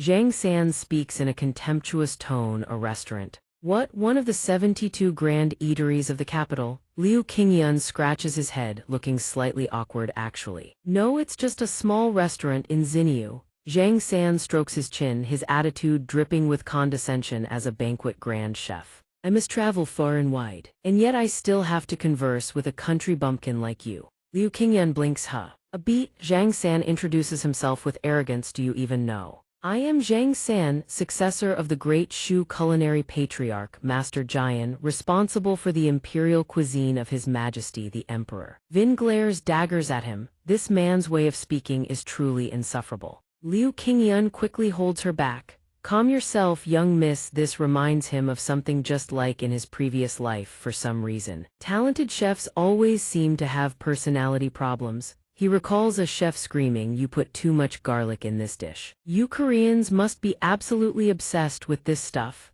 Zhang San glances over with disdain and says, feel free to look around. But don't cause any disturbance. If you have questions, just ask. Then he adds mockingly, though one would need to have some knowledge to even ask the right questions, wouldn't one? Liu Qingyun is rendered utterly speechless. He awkwardly scratches one ear and murmurs his thanks. Sir, he silently counsels himself, just endure it. This is someone else's kitchen after all. Suddenly, Vin speaks up in surprise, huh, what is this dish? The little girl also says in wonder, I've never seen this dish before. The moment Liu Qingyun sees the dish, he recognizes it instantly. He quickly explains to both of them, this is the wash-hand crab, a dish prepared from live crab. But I've never seen anyone use the crab shell as decoration quite like this. It is a crab salad made by extracting fresh crab meat, mincing it finely, then tossing it with the seasonings for the hand-wash crab. This dish is prepared with remarkable speed. Before one can even wash their hands, it is already plated and served, hence the name. He holds the dish up, examining it with a critical eye. A truly fine dish must first please the eye before it pleases the palate. Looking at this hand-wash crab salad, one can tell you are a The talented young chef Tang Yang stands nearby, drooling at the sight. Zhang San's expression remains unchanged. He sneers, oh, this country bumpkin actually has some knowledge, must have overheard it somewhere. Before he can finish, Qingyun adds another line, however, this dish cannot be served at the banquet. Zhang San's face twists with shock and fury. What did you say? He holds the dish up for inspection. Sure enough, the shell and mouthparts of the crab have already turned black. Tang Yang stares at that very spot, huh? Indeed, when a crab is no longer fresh, the tyrosine in its body fluids oxidizes and begins to turn black. Though the crab is not yet spoiled, if steamed or grilled before the condition worsens, it is still perfectly edible. But for raw dishes like this salad, freshness is absolutely paramount. Qingyun declares the crab simply is not fresh enough for a raw salad. Tang Yang voices the consequence if you eat that. You could end up with a stomachache. A girl with two red pigtails glances over, thinking just chew it thoroughly and swallow, what's the big deal? Qingyun falls silent for a moment, then speculates perhaps it was just an oversight because you've been too busy. Zhang San roars furiously, what oversight? Enraged beyond reason. He slaps the dish right out of the young man's hands and bellows, you dare presume to judge my cooking. A splash of sauce from the hand-wash crab salad streaks across his face. In that fleeting instant, something catches his attention. He thinks, what is that smell? Zhang San, meanwhile, continues his tirade, jabbing a finger. I, Zhang San, am a disciple of the Grand Shu chef. Master Qian, you dare critique my cooking? That is no different from insulting my master. The hand-washed crab salad lies spilled across the tile floor. Zhang San continues in a venomous tone, since this country bumpkin doesn't know his place, I cannot let this affront slide. While Zhang San seethes with rage, King Yun covers his mouth in astonishment, thinking in disbelief this was no oversight. He deliberately used excessive vinegar and Sichuan peppercorn to mask the fishy stench. He hesitates for a beat, then looks squarely at the man. Sir, you knew the crab was no longer fresh, yet you deliberately concealed it. Zhang San, struck at his very core, stammers, what? You're talking nonsense. A sharp shout cuts through the air. Stop right there. Tang Jian strides into the room. He demands, what is going on here? Zhang San, seeing it is Jian, immediately tattles. The hall master arrives at just the right moment. He hurries over to Jian's side, pointing straight at King Yun. This country bumpkin started trouble out of nowhere. He slandered my cooking and disrupted the banquet preparations. What's more, he insulted both me and my master. I can no longer hold my tongue. Jian falls silent for a beat, then turns to King Yun. Is this true, young Master Liu? If what Chef Zhang says is the truth, then I cannot let this matter go unpunished. King Yun lowers his head slightly, saying nothing. Then he speaks, in this world there are countless chefs. Some are green and unskilled, others are arrogant and refuse to learn. There are all manner of chefs, just as there are all manner of dishes,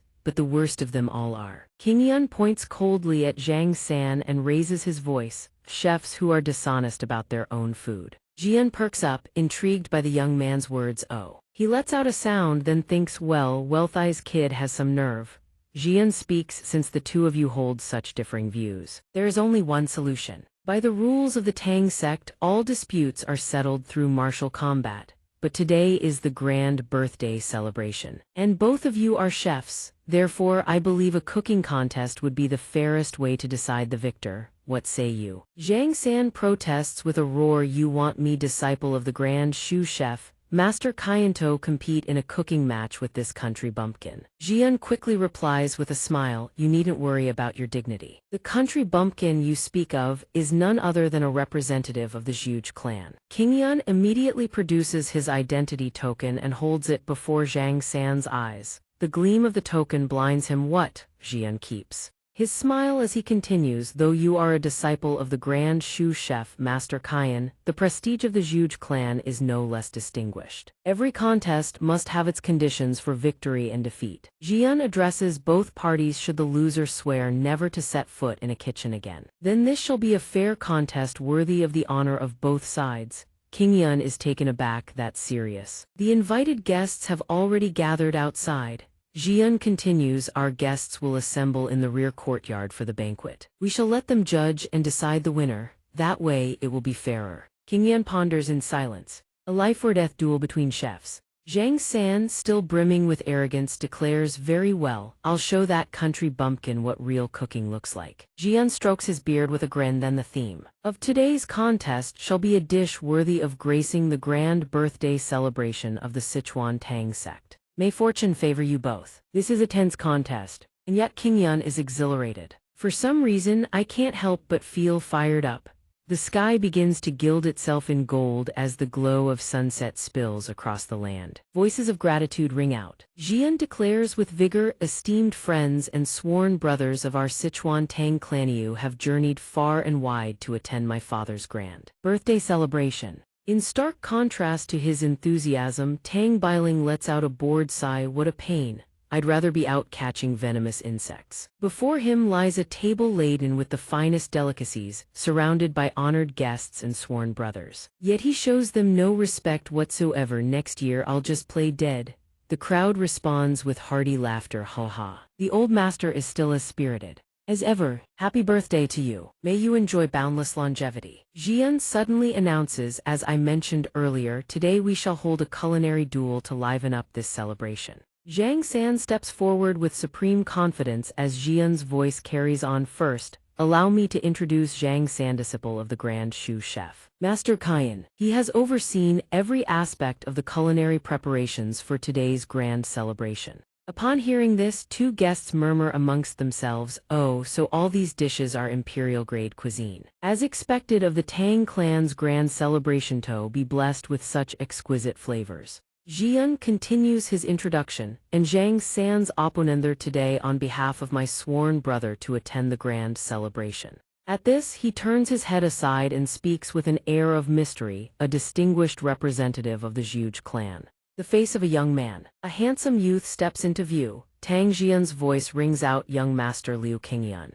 Bailing remarks with mild surprise, "Oh, why are there so many fish?" Jian, holding the cup in hand, continues, "The theme of today's culinary duel is a dish worthy of gracing the Tang clan of Sichuan's grand birthday banquet." Zhang San's expression at this moment is utterly solemn and razor-focused, a battle of honor and face between two men. With that, Jian raises his wine cup and declares with a bright grin, "Begin right now, on this side." Tang Yang stares at the bucket before her and asks in disbelief, Young Master Liu, you really intend to use this to cook?" Without a moment's hesitation, Qingyuan plunges his hand into the water bucket and replies firmly, "Yes." She asks in astonishment, "Have you ever made this dish before?" He holds the fish in his hand and gazes at it with absolute confidence, replying, "Of course I have." But inwardly he thinks, this is, after all, the very first time in this life he has ever held such a fish. The person sitting beside Bailing is so startled they can barely speak. "What? Wait, don't tell me that's..." Bailing also asks curiously, "What is it, Jian?" He tosses the fish onto the butcher's block and thinks to himself, today's ingredient is none other than pufferfish, the golden pufferfish. Haitun. This species of pufferfish inhabits the waters of China and Korea. During the spring spawning season, they swim upstream into the rivers, and their flavor reaches its absolute peak. Seeing this, everyone erupts in shock. Haitun, what? What did you just say?" Zhang San, busy with his own cooking, cannot help but smirk the moment he hears the news. Then he sneers, "You country bumpkin daring to use Haitun, are you trying to poison the honored guests?" Even Jian is stunned at this moment, rendered utterly speechless. Then, a whimsical image of two little fish suddenly materializes, chattering playfully. "Ever tasted tetrodotoxin before? You confident about this?" In ancient China, the pufferfish was called Haitun, meaning river pig. Though lethally poisonous, it is praised as the flavor worth dying for and is immensely prized by gourmands. However, due to limited knowledge of pufferfish detoxification, people could only rely on experience to prepare it. Countless deaths occurred from imperfect methods such as boiling pufferfish with water celery in hopes of neutralizing the toxin, and these tragedies have been recorded throughout the annals of history. Qingyuan thrusts out his hand and commands Tang Yang, "Dig it out." Quick as a flash, he slices a precise line down the fish's body, thinking first, "I sever the spine at the base of the skull to drain the blood. If the cut runs too deep, it damages the organs, too shallow and the blood fails to drain." He then tosses the fish into the water bucket before Tang Yang and says, "Pufferfish blood is also toxic, be careful." She lets out a terrified squeal, "Eek, eek, eek." Soaking the pufferfish in water helps flush out any remaining blood, watching him prepare the fish. The guests murmur with concern, but to decide the winner, do we really have to eat Haitun? Though its flavor is said to rival the food of the immortals. On this side, Qingyuan extends his hand and commands once more, "The cutting board." Tang Yang cries out furiously, "No. Do you take me for your servant?" But he pays no heed, barking his order again, "The cutting board," with no other choice. Tang Yang has no option but to hand it over to him. Here, with blade in hand, he continues to deliberate to ensure hygiene and safety. "I must use the proper blade for each stage of preparation." Immediately after, he unleashes a flurry of cuts, impossibly fast and exquisitely precise, leaving Tang Yang utterly dumbstruck. The 9 rivers blade, the fillet knife, the roasting cleaver, each one deployed to cleanly excise the liver, the eyes, the ovaries, every poisonous, inedible organ. Unlike everyone else, Bailing sits to the side, silently watching him. Suddenly he speaks, "Haitun, for some reason, I find myself greatly anticipating the dish you will create." Hearing this, the man beside him says anxiously, "Though the Poison King has reached the realm of being impervious to all poisons, still." Right at that moment, Zhang San interjects with a mysterious air, "Come now, forget about that dangerous dish. Taste my creation first, a royal court cuisine. A traditional recipe personally handed down by my own master, the very same secret dish I once presented to the emperor himself." Upon hearing this, the two who had been whispering immediately begin to salivate, blurting out eagerly, "Oh, so, what's this dish called?" Zhang San's face radiates supreme confidence as he places a dazzling, irresistible plate upon the table. He proudly proclaims the very dish the emperor once praised, my specialty huagyuru, twice-cooked pork. A Sichuan classic prepared with pork and fresh vegetables, reminiscent of Korea's stir-fried pork.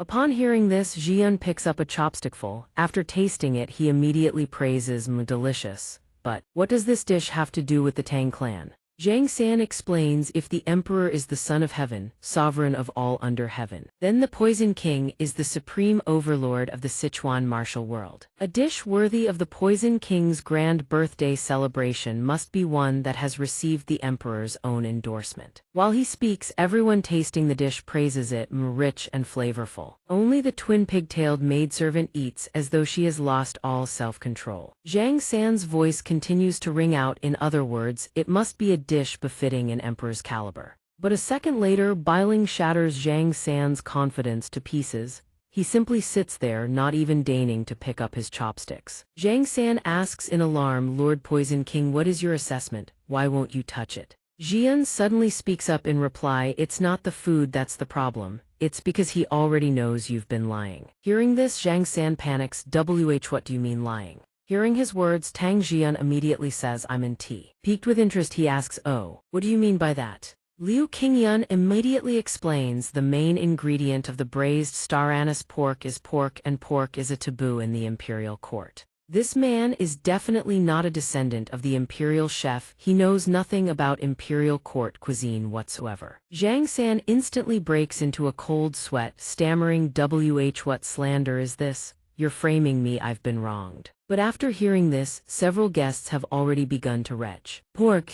That filthy, disgusting meat, so there's pork in this, pork in that. Unlike the modern era, people in this age consider pigs unclean. Thus, aside from impoverished commoners, pork is not regarded as a mainstream ingredient. At this moment, Tang Biling speaks up with an air of disdain. Why are there so many people with no manners these days? Right. Killing intent suddenly shrouds the area around him before he continues. Every single one of them is a toxin gnawing at the martial world of the Central Plains. Seeing this, Zhang San trembles from head to toe. Killing intent. Impossible, I struggled so hard just to get here. According to Zhang San's own account, he was born into a poor family in a remote, desolate village. When Zhang San was 8 years old, all he could do was whine and cry, I'm so hungry. He had no means to study, nor the physique to train in martial arts. Zhang San's mother cooked braised star anise pork for him. The two of them shared a cheerful moment. Our family only has pork, you know. Eat up, son, best mom in the world.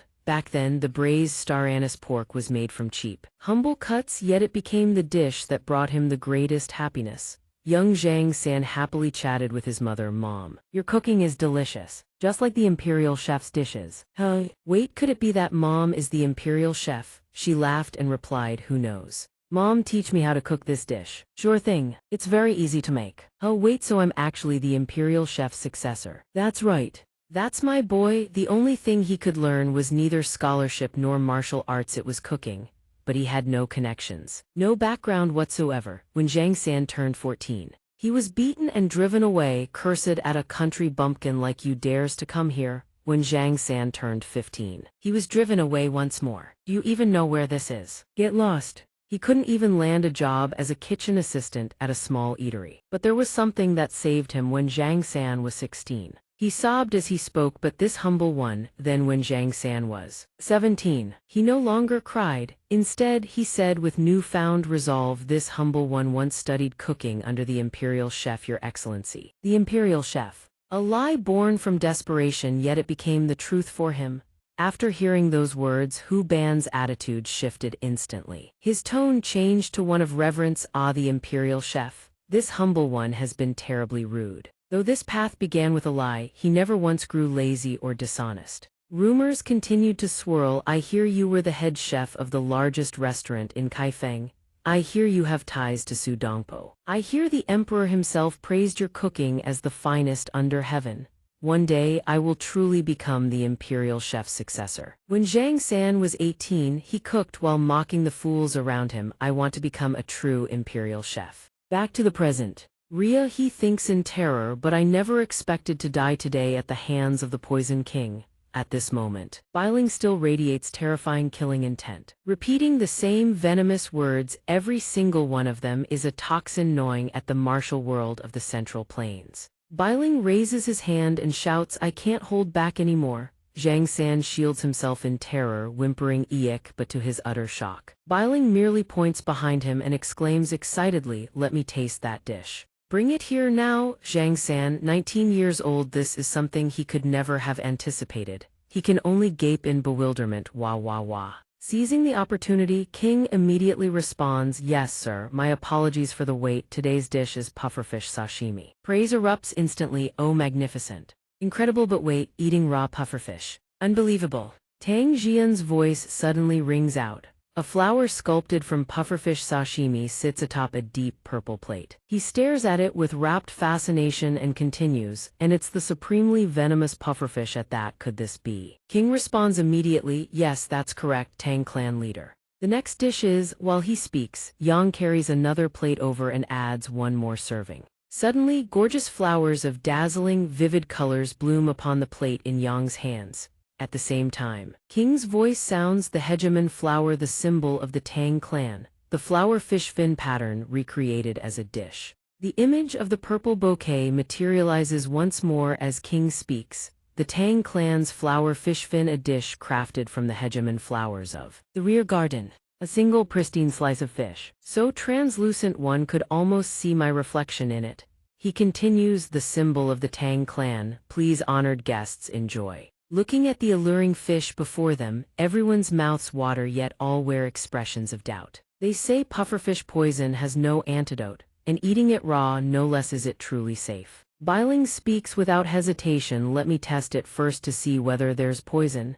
He then pops the fish straight into his mouth. Seeing this, two guests immediately shrink back. "Well, the Poison King Lord is immune to 100 poisons after all. Please eat first, my lord." But suddenly he lets out him. Seeing this, the attendants cry out in alarm, my lord." Then Biling says, trembling, still not certain, "I can't let you all be put in danger." Saying this, he picks up an entire chopstick load. Shoveling mouthful after mouthful of fish in, he murmurs contentedly, "Just one more bite." A guest can't hold back any longer and shouts, "I can't take it anymore." Instantly, countless chopsticks scramble and clash, fighting over every morsel of the dish. Indeed, isn't it said that its flavor is worth gambling one's very life for? "I want to try a piece too." Seeing this spectacle, King says, "If there isn't enough, I'll have more brought out. Take your time and savor it." He then thinks to himself, for them, this pufferfish dish is more than just food, it is the novelty of a recipe never before seen. The thrill of courting death with a deadly fish, a story worth sipping a few pots of wine over. A truly grand culinary tale. They eat as they exclaim, "It's just a single dish." If a mere piece of fish scares you this much, how can you call yourselves the young generation of the martial world? Moreover, the deep umami sweetness of pufferfish at peak season, King exclaims in astonishment, praising how can sashimi taste this incredible. Combined with his razor-sharp technique, it creates a flawless structure. At this moment, even Yang and the twin-bunned maidservant exclaim between bites, chewy yet tender, everything melds into a single, perfect piece of sashimi. King's eyes brim with confidence. For them, this is more than just a dish, it is an explosion of flavor that shatters every boundary of culinary perception. With a thunderous boom, the surrounding scenery takes on an eerie, otherworldly quality. The crowd stares at the spectacle before them, unable to conceal their shock. "No, that's another person," widens their eyes, stammering, "You. Do you see that?" Yang rushes to Tang Jian's side, stammering, Father, could that be?" Tang Jian calmly savors the food and replies, "Ah, yes indeed." Biling, enjoying the meal from one side, asks, "What is it?" "It's been ages since I've seen a dragon this grand." Before the crowd, a majestic white dragon materializes, radiating an awe-inspiring aura that sends shivers through every onlooker. A man in a green hat breaks into a cold sweat, stammering, "Is that a dragon?" The man in red beside him can't believe his eyes, staring as the white dragon sweeps toward Liu Qingyan.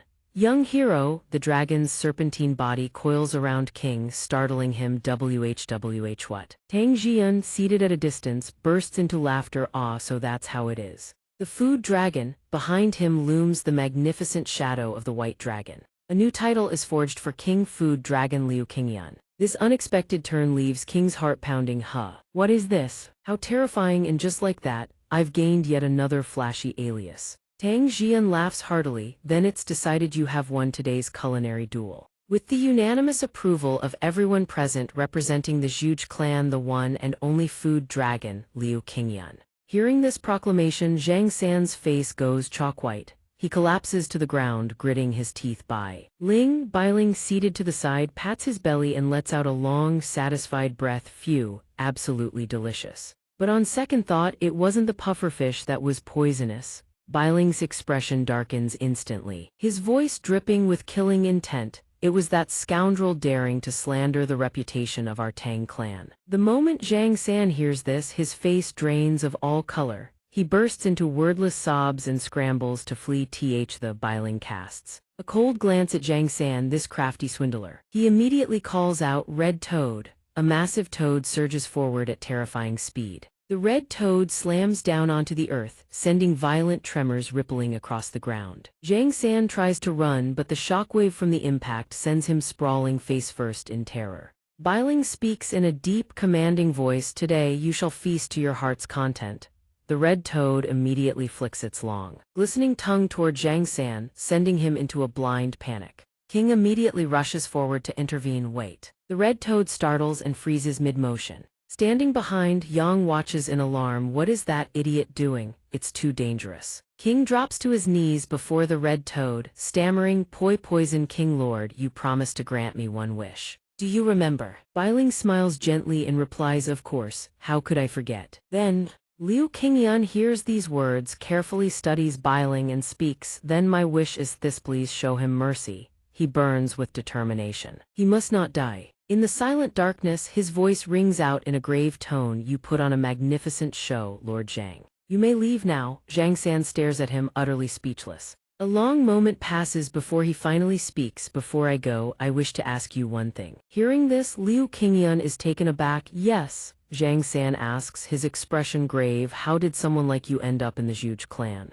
Granted, your cooking is super, but your appearance and personality are nothing remarkable. Hearing these words, his face darkens. Sweat beads across his forehead and he is rendered speechless.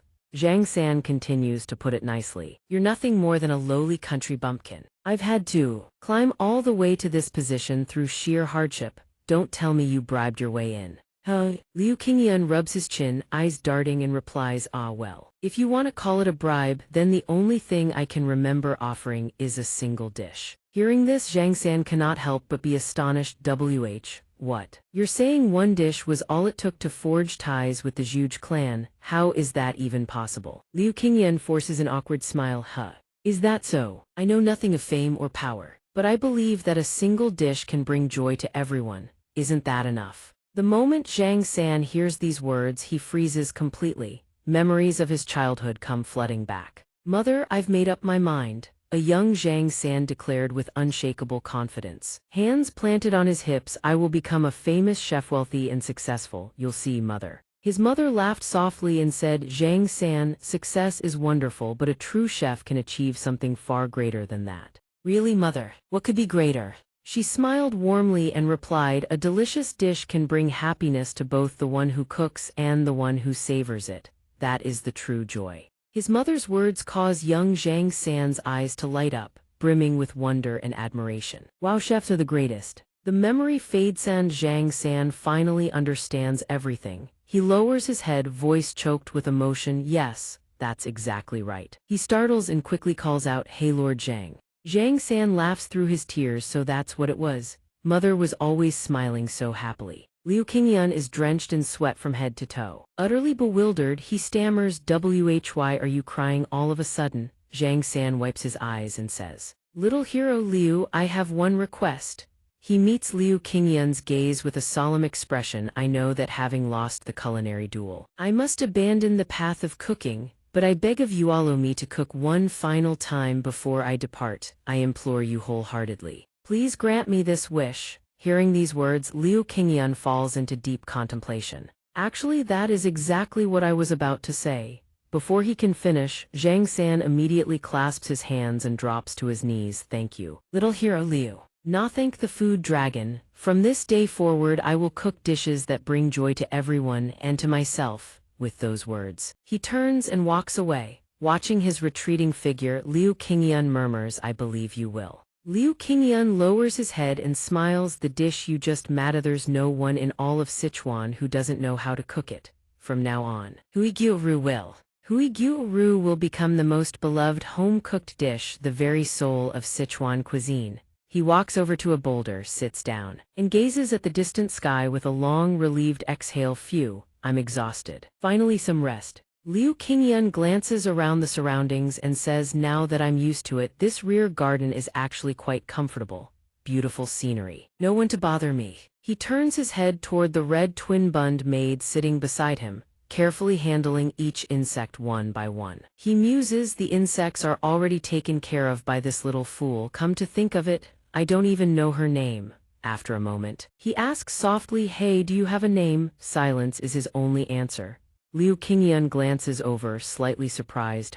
He turns to look and sees the girl staring at him with blazing, luminous eyes. Seeing her expression, Liu Qingyun can't help but be taken aback. "Wah. What is it?" The girl leaps to her feet and declares with delight, "My name is Jia An." Jia An. The girl steps forward, patting his arm with a smile. "In all the Zhuge clan, master, you're the first person to ever ask my name. At first, I thought you were just some pervert." Hearing this, he bursts into laughter, rubbing his arm. "In my own estate." Jia An looks up and adds, "Who knew you'd turn out to be a kind-hearted pervert?" Liu Qingyun feels utterly helpless. "I am not a pervert." In the darkness, Liu Qingyun stretches with a groan. Exhausted, his entire body sags like a desiccated husk. "I need to prepare to head back to the inn." The red twin-bund maid hears this and exclaims with excitement, "When we get back, you have to make a bowl of jajangmyeon right away." At that moment, Yang rushed forward from behind and shouted, "Liu Qingyun, what are you doing here?" Qingyun was taken aback. "Miss Tang, is she hungry again?" At this thought, he let out a weary sigh. "I'm just resting for a moment." Yang dashed toward him frantically, shouting, "I've been searching everywhere for you. This is no time for rest." Hearing her words, he misunderstood. Bewildered, "She's famished again?" But at that instant, she burst into sobs. "Save me, my father. My father has been poisoned by fugu." The moment these words reached him, Qingyun's face went deathly pale. "That's impossible. Could it be that?" He couldn't help but stare in shock, his voice grave. "Miss Yang, did you?" She collapsed to the ground, covering her face as she sobbed. "I only did exactly what you showed me that day." A memory surfaced, the time of their competition, when it all began. The moment the competition judge finished speaking, Qingyun immediately drew his blade and began preparing. The dishes laid out on the table. Yang sat beside him, resting her chin on her hand, watching his deft hands at work. "So you actually know which parts of the fugu are poisonous?" He continued preparing the dishes as he replied, "I do. Though each species of fugu differs, generally the blood and gills are the parts that require the utmost caution. The eyes and internal organs, especially the liver, also contain extremely potent toxins. During preparation, the toxins can transfer to the blade, so keeping the knife and cutting board pristine is absolutely crucial." Yang sat beside him, listening attentively to every word. Yang tilted her head, pointing at something on the table. "What is this part? It looks rather strange." Qingyun glanced over. "This is," he gestured at the glistening white piece on the table, "fugu milt." The milt is a non-toxic part. It's perfectly edible. You can grill it, pan-fry it. And if it's fresh enough, you can even eat it raw. Yang blushed at his explanation, stammering, "Me milt, you can actually eat that." Qingyun calmly confirmed, "Of course." He eyed the fresh fugu milt resting on the plate. The flavor and silky texture are comparable to the bosom of Zaishi herself. Unfortunately, there's so little of it that it's nearly impossible to serve at a banquet. Hearing this, Yang's face flushed crimson. "Bosom." Suddenly, she perked up and asked excitedly, "Can you teach me how to prepare fugu?" Qingyun deftly worked on the dishes as he replied, "It's not entirely out of the question." He considered for a moment. With your Tang clan training, your blade skills are likely far superior to any professional chef's. The handling of toxins goes without saying," he added, "but you must exercise the utmost caution." Back to the present, Qingyun's face drained of all color, his forehead drenched in cold sweat. "Cold." He stared at the dish before him. He cursed himself. I should have been more careful. Yang stood beside him. Her voice choked with tears as she recounted, I mentioned the fugu milk to him and my father wanted to try some. His expression darkened. His tone somber. Where's the clan leader now? Looking at the ruined dish scattered across the floor, King Yun was struck with horror, his heart sinking. This isn't milk, these are the ovaries. A part containing lethal toxins. She dashed ahead to lead the way, running as she listened to his explanation, not milk but ovaries. King Yun immediately confirmed, yes, this part is extremely dangerous. She couldn't hold back her despair, tears streaming down her face, but their appearance and location look exactly the same. King Yun ran right behind her, blaming himself. If you don't know, the mistake is easy to make. This is my fault, I should have warned you more thoroughly. Then he urgently asked, how long ago did your father eat the ovaries? Yang answered instantly, about 2 ki, that's 4 hours. He shouted, we need to hurry. Yang ran while wiping her tears, sobbing, just tell me my father will be all right. You saved Kinger before, didn't you? King Yun gritted his teeth at her desperate plea. Unfortunately, even 1,000 years from now, there is no universal antidote for fugu poisoning. But then he shot a glance at the twin-bunned maidservant running beside him. Did you bring what I gave you? The girl replied at once, rest assured. Young Master Liu, King Yun thought to himself, but I do have a method and it's fast. Yang suddenly halted in her tracks. We're here, this is the place. He lifted his gaze to the cavern looming before them, radiating an aura of solemn authority, and couldn't help but start in surprise. A cave. The 2 gate guards, upon seeing the 3 of them, turned to Yang and demanded, Miss, why are outsiders here? She paid them no heed, rushing inside. Then glancing back at King Yun behind her, my father is inside, get in here quickly. At that instant, a guard tightened his grip on his weapon, his expression darkening. This is the Tang clan's forbidden ground. Seeing King Yun about to step forward, both guards immediately crossed their weapons in an X, blocking the path. Forgive us, but we cannot allow outsiders to enter. The sudden confrontation jolted him. His face turned ashen, cold sweat breaking out across his brow as he looked to Yang. What? The guards still glared at King Yun, insisting that Tang clan laws must not be violated. Yang stepped forward. She placed her hands on their shoulders. There's no time for this. One guard whipped around in shock. She struck with full force. King Yun flinched behind her.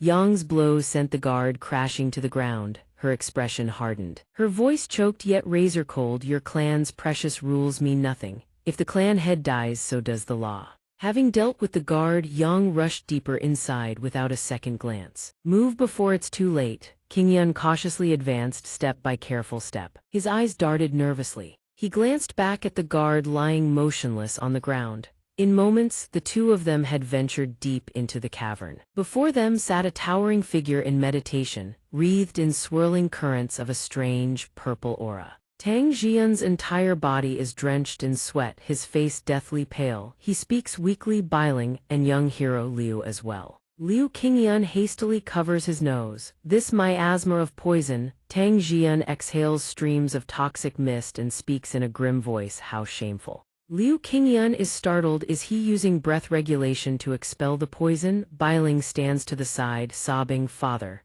it's all my fault. Liu Qingyun carefully observes Tang Jian's condition. He silently judges profuse sweating, twitching pulse. The toxin has already seeped into his body. Tang Jian forces a smile and gently consoles her. No, don't blame yourself. The fault is mine. Because I have yet to master the 100 poison immunity grand art.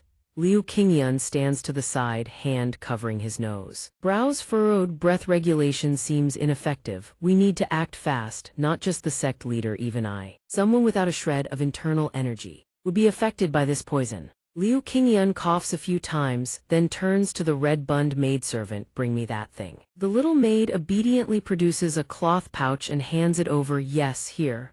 Biling steps forward, peering at the items in his hands, and asks, what is that? In his grasp lie a flower root and several herbs. Liu Qingyun answers, Emperor flower root, aconite tuber, and black aconite herb. Tang Jian's eyes widen in surprise. Biling looks at him, bewildered. Emperor flower root. Isn't that an extremely toxic substance? Why would you? Liu Qingyun carefully examines the flower before him. Indeed, the toxicity of the emperor flower rivals even pufferfish venom. Using poison to fight poison in the realm of toxins, nothing sounds more absurd. yet exceptions do exist. Take for instance pufferfish and the emperor flower. When afflicted by pufferfish venom tetrodotoxin, the neural channels in the body become blocked, leading to paralysis and respiratory failure. As for the emperor flower's toxin aconitine, it also causes paralysis and respiratory failure. But its mechanism is the polar opposite. It overstimulates the neural channels until they burn out.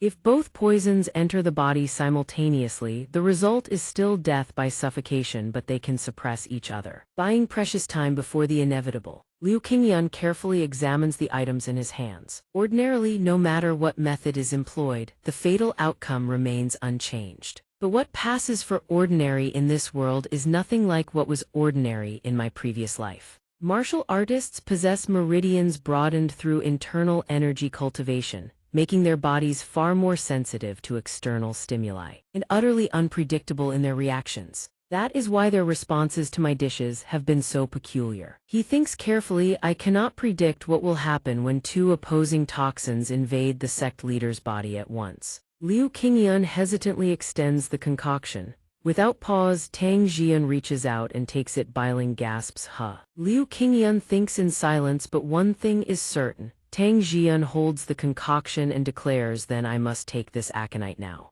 You want me to drink yet another poison? Why? Liu Qingyun answers cautiously, yes, right now. He thinks if we do nothing, the sect leader will certainly die. Under the moonlight, Tang Jian speaks, your medical arts are truly peculiar. I shall ask no further questions. But Biling, the moment she hears her father's call, she rushes over. Father, Tang Jian's expression darkens. You too. His aura flickers with an eerie intensity as he speaks in a low voice. Do you trust this young man? Liu Qingyun is so overwhelmed by the oppressive force that he collapses to the ground, gasping for breath. This unwittingly draws concern. Are you all right? Biling stands to the side, fists clenched, choking back tears. She says yes, I trust him. Tang Jian hears these words, smiles faintly, and immediately swallows the concoction. If you say so, then I shall trust him as well.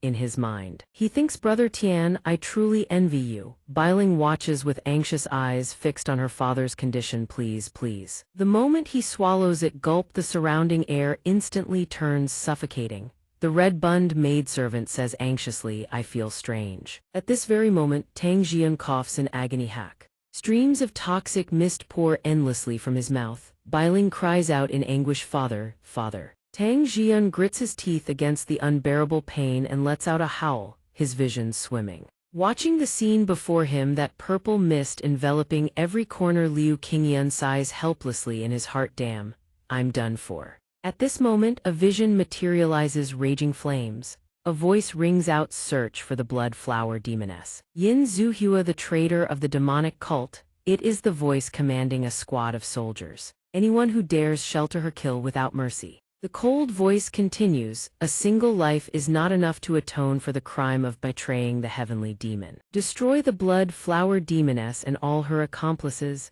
if you do not wish to have your soul and memories seized. Beware the soul-ensnaring art of the blood flower demoness. In that moment, hanging by a thread, a gentle voice speaks, I'm sorry, Qingyun. Before his eyes, the silhouette of his father stands there, 1,000 swords piercing through his body, yet he forces himself to look upon his son. The father speaks gently, I had thought we could escape forever. In the end, this day has come. The boy's eyes brim with tears as he sobs, Father. That face, his father's face from that moment, forever haunts Liu Qingyun's heart. His father speaks softly, no matter what you see, hear, or learn. No matter how bewildered you become, never hate your mother. He reaches out and touches the boy's face. My wife, your mother. She gave up everything for you. At that very instant, that terrifying figure materializes behind Liu Qingyun's father. He speaks in an ice-cold voice, found you. The father seems to pay no heed to the looming death. He continues gently, remember, stay true.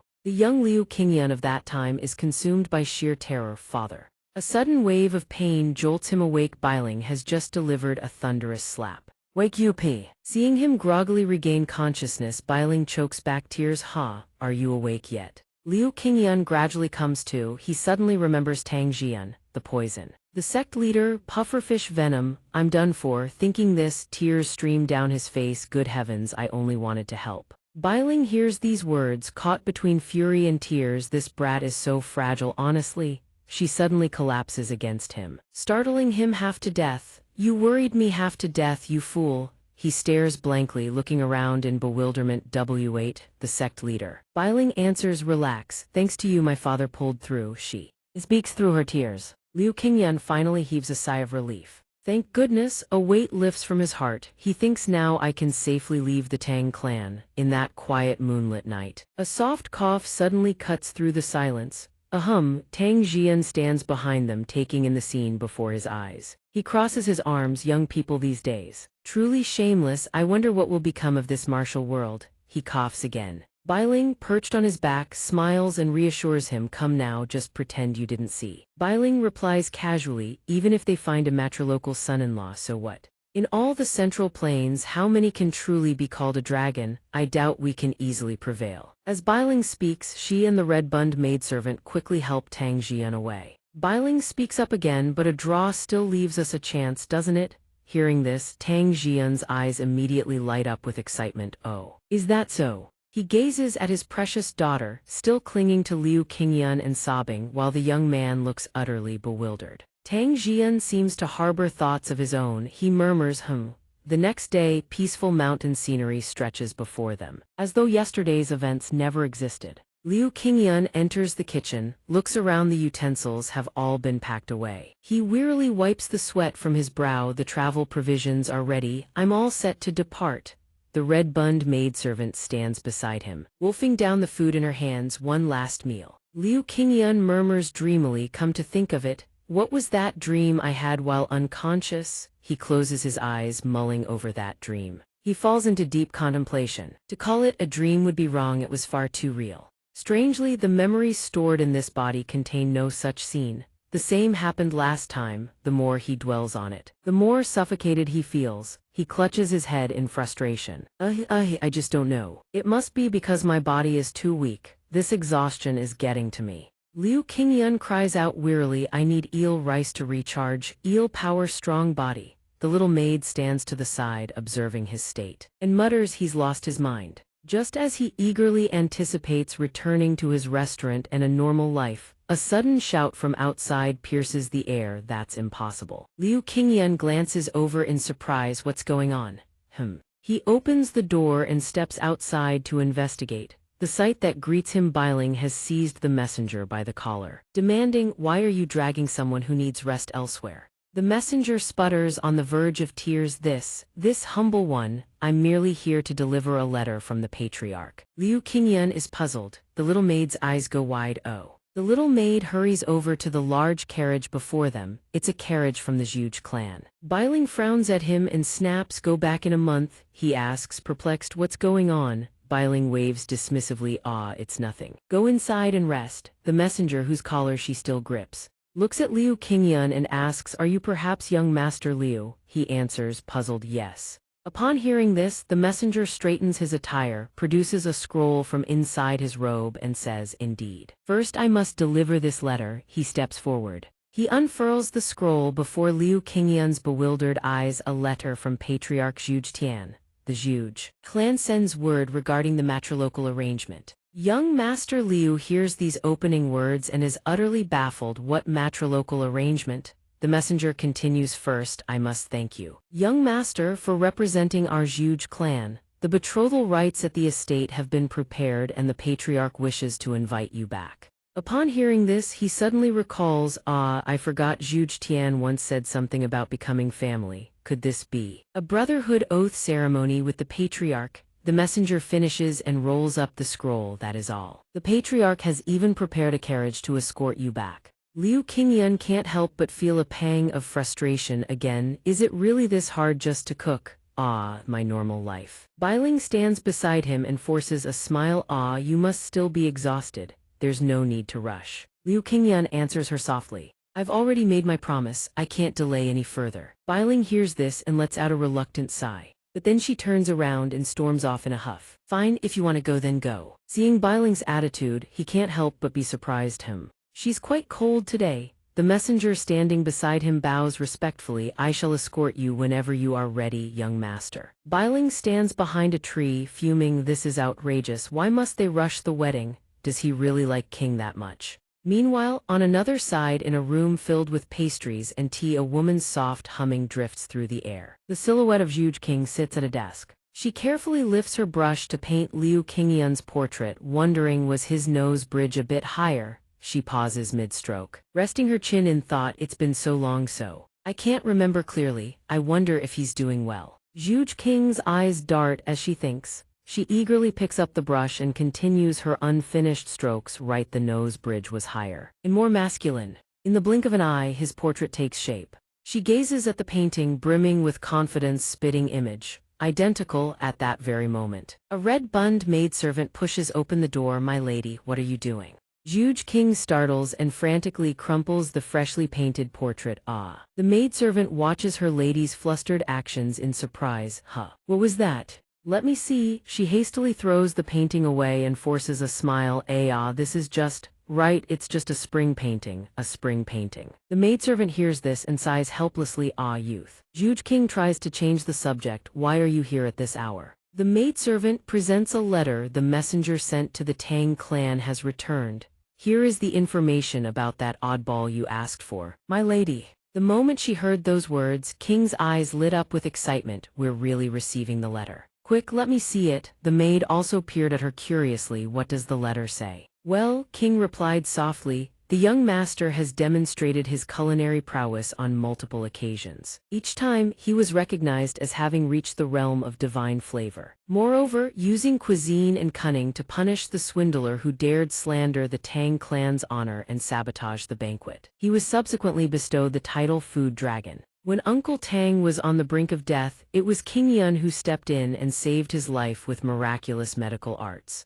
Hearing this, the maid with twin red pigtails exclaimed in astonishment, oh, so that pervert is actually useful miraculous medical arts. All just to save someone. Definitely. Suddenly, King recalled the mortifying scene from that day. Her face flushed crimson and she hastily blurted, wait. Why would you bring that up? That was just medical treatment. But the girl suddenly went pale. But then, the one saved by those miraculous medical arts was Uncle Tang himself. King froze in shock, her eyes flying wide open. An impure image of two men flashed through King's mind. She went rigid, then hastily defended, it's just medical treatment. Both master and servant had conjured the same mental picture. But while King wore a dazed, lost expression, the girl declared it miraculous and scandalous. King was so overwhelmed with shock that she collapsed.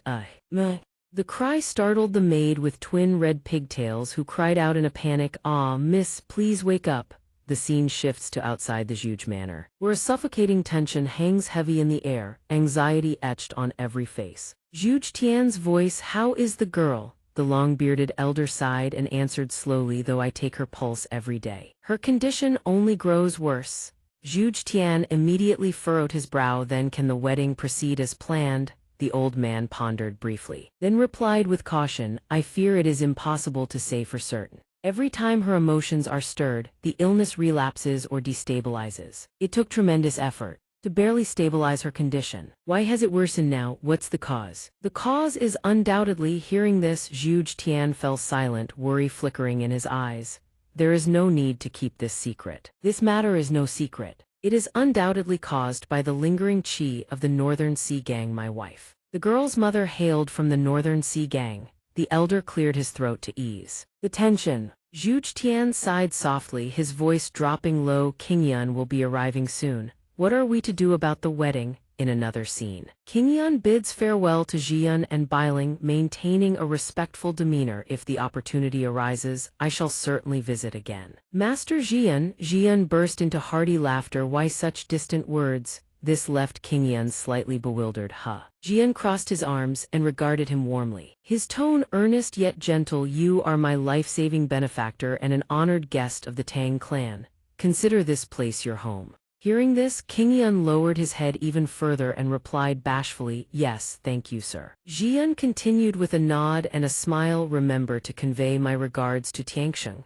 Those words made Qingyan pause. He thought, honored guest in ancient China, is that all this amounts to? But still, he nodded and replied with sincerity, then I shall take my leave. Outside, the envoy was already mounted and waiting. If you're ready, let us depart. The maid with twin red pigtails sat atop the carriage, unable to contain her excitement. I'm going home, meanwhile. Kingyun leaned back against the seat and exhaled softly. Outside, Jian and Bailing stood watching the carriage recede into the distance. Jian clasped his hands behind his back and mused, though it hasn't been long, you've changed greatly since I first met you. Bailing nodded, a trace of admiration in her eyes. The tidal food dragon is only the beginning. He will become a truly extraordinary figure. Bailing continued, at least 3 or 4 wives, wouldn't you say, Yang? Though Yang pretended to be indifferent, anyone could see the girl was already love-struck. Jian laughed heartily in agreement. Couldn't be more obvious.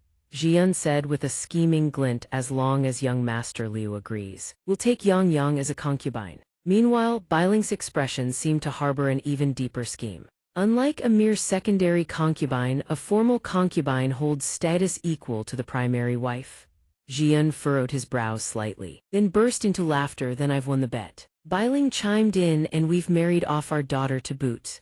A dark, ominous aura seemed to billow around the two of them, the air in their vicinity becoming so stifling and terrifying that a shiver involuntarily ran down one's spine, a creeping dread lodging itself deep in the heart. Though he had no idea what those two were plotting, at least he was returning safely. Just then, the girl sitting atop the carriage tilted her head curiously.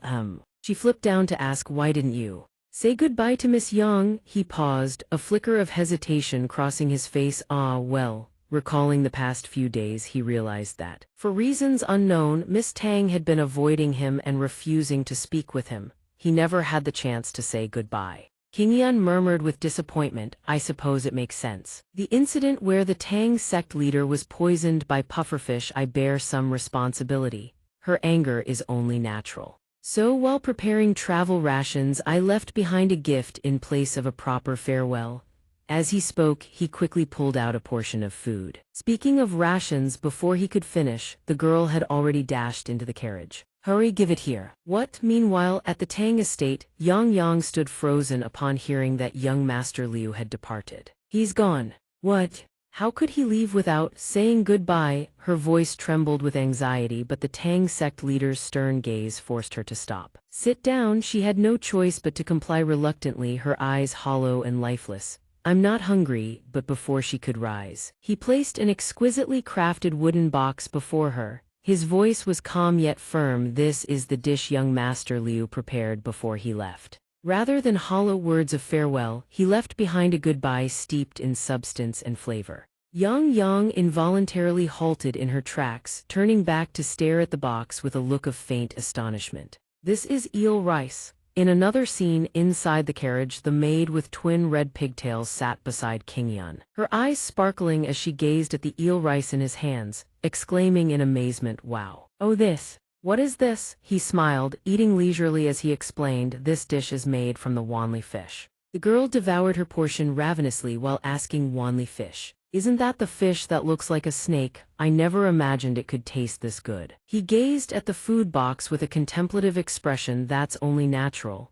In this era, eel isn't exactly a common ingredient. Though not as venomous as pufferfish, eels do carry toxins. I found them in the pond by the rear garden's entrance, the very one with the golden pufferfish, not in the general ingredient stores. Due to their serpentine appearance, eels have never been popular as food. Their mucus and peculiar mode of locomotion make preparation extremely difficult, if not properly cleaned. Consuming the residue or flesh containing trace toxins, while not fatal, will cause severe discomfort and fatigue. Nausea, vomiting, diarrhea, even cellulitis, which is precisely why eels were never used as food. But human curiosity regarding cuisine is boundless, and time, along with accumulated experience, has yielded the knowledge and techniques to transform eel into a premium ingredient. One with a rich, robust flavor and meat more tender and delicious than any ordinary fish. But his stream of thought was quickly shattered by the frantic gobbling sounds and the ravenous eating pace of the girl beside him.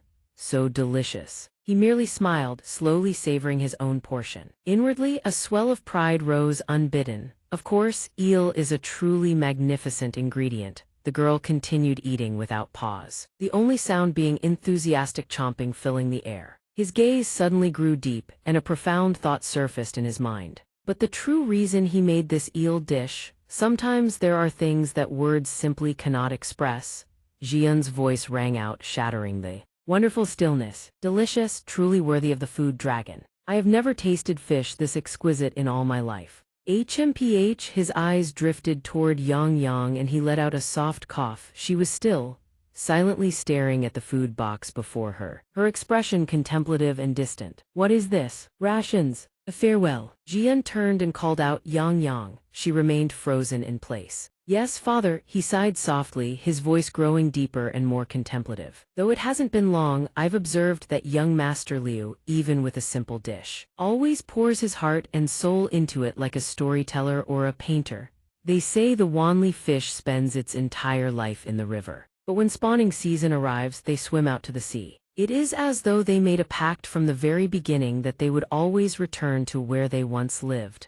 Like the Wanli fish. Young Master Liu also wishes to say he will come back. His feelings have been embedded within this dish. So Yang Yang, you should at least try a bite. But before his words had even ended, Yang Yang had already buried her face into the food box. She devoured the food like a woman possessed, cheeks bulging on both sides. This is so frustrating. This is just too. Suddenly, droplets fell upon the table. Too delicious, Yang Yang wept as she ate. Back inside the carriage, his gaze grew pensive, lost in thought. Sometimes there are things that words simply cannot convey. He suddenly chuckled softly, blurting out something with neither head nor tail. Eel is actually very good for men, you know. He couldn't quite articulate what he meant, but he had finished eating all the same. Qingyan let out a long, contented sigh. Phew. So warm. Outside the carriage, the envoy finally spoke. If you're tired, just let me know. If the matrilocal son-in-law gives the order, I'll have the horses stop and rest. He looked up and replied shyly, yes, thank you.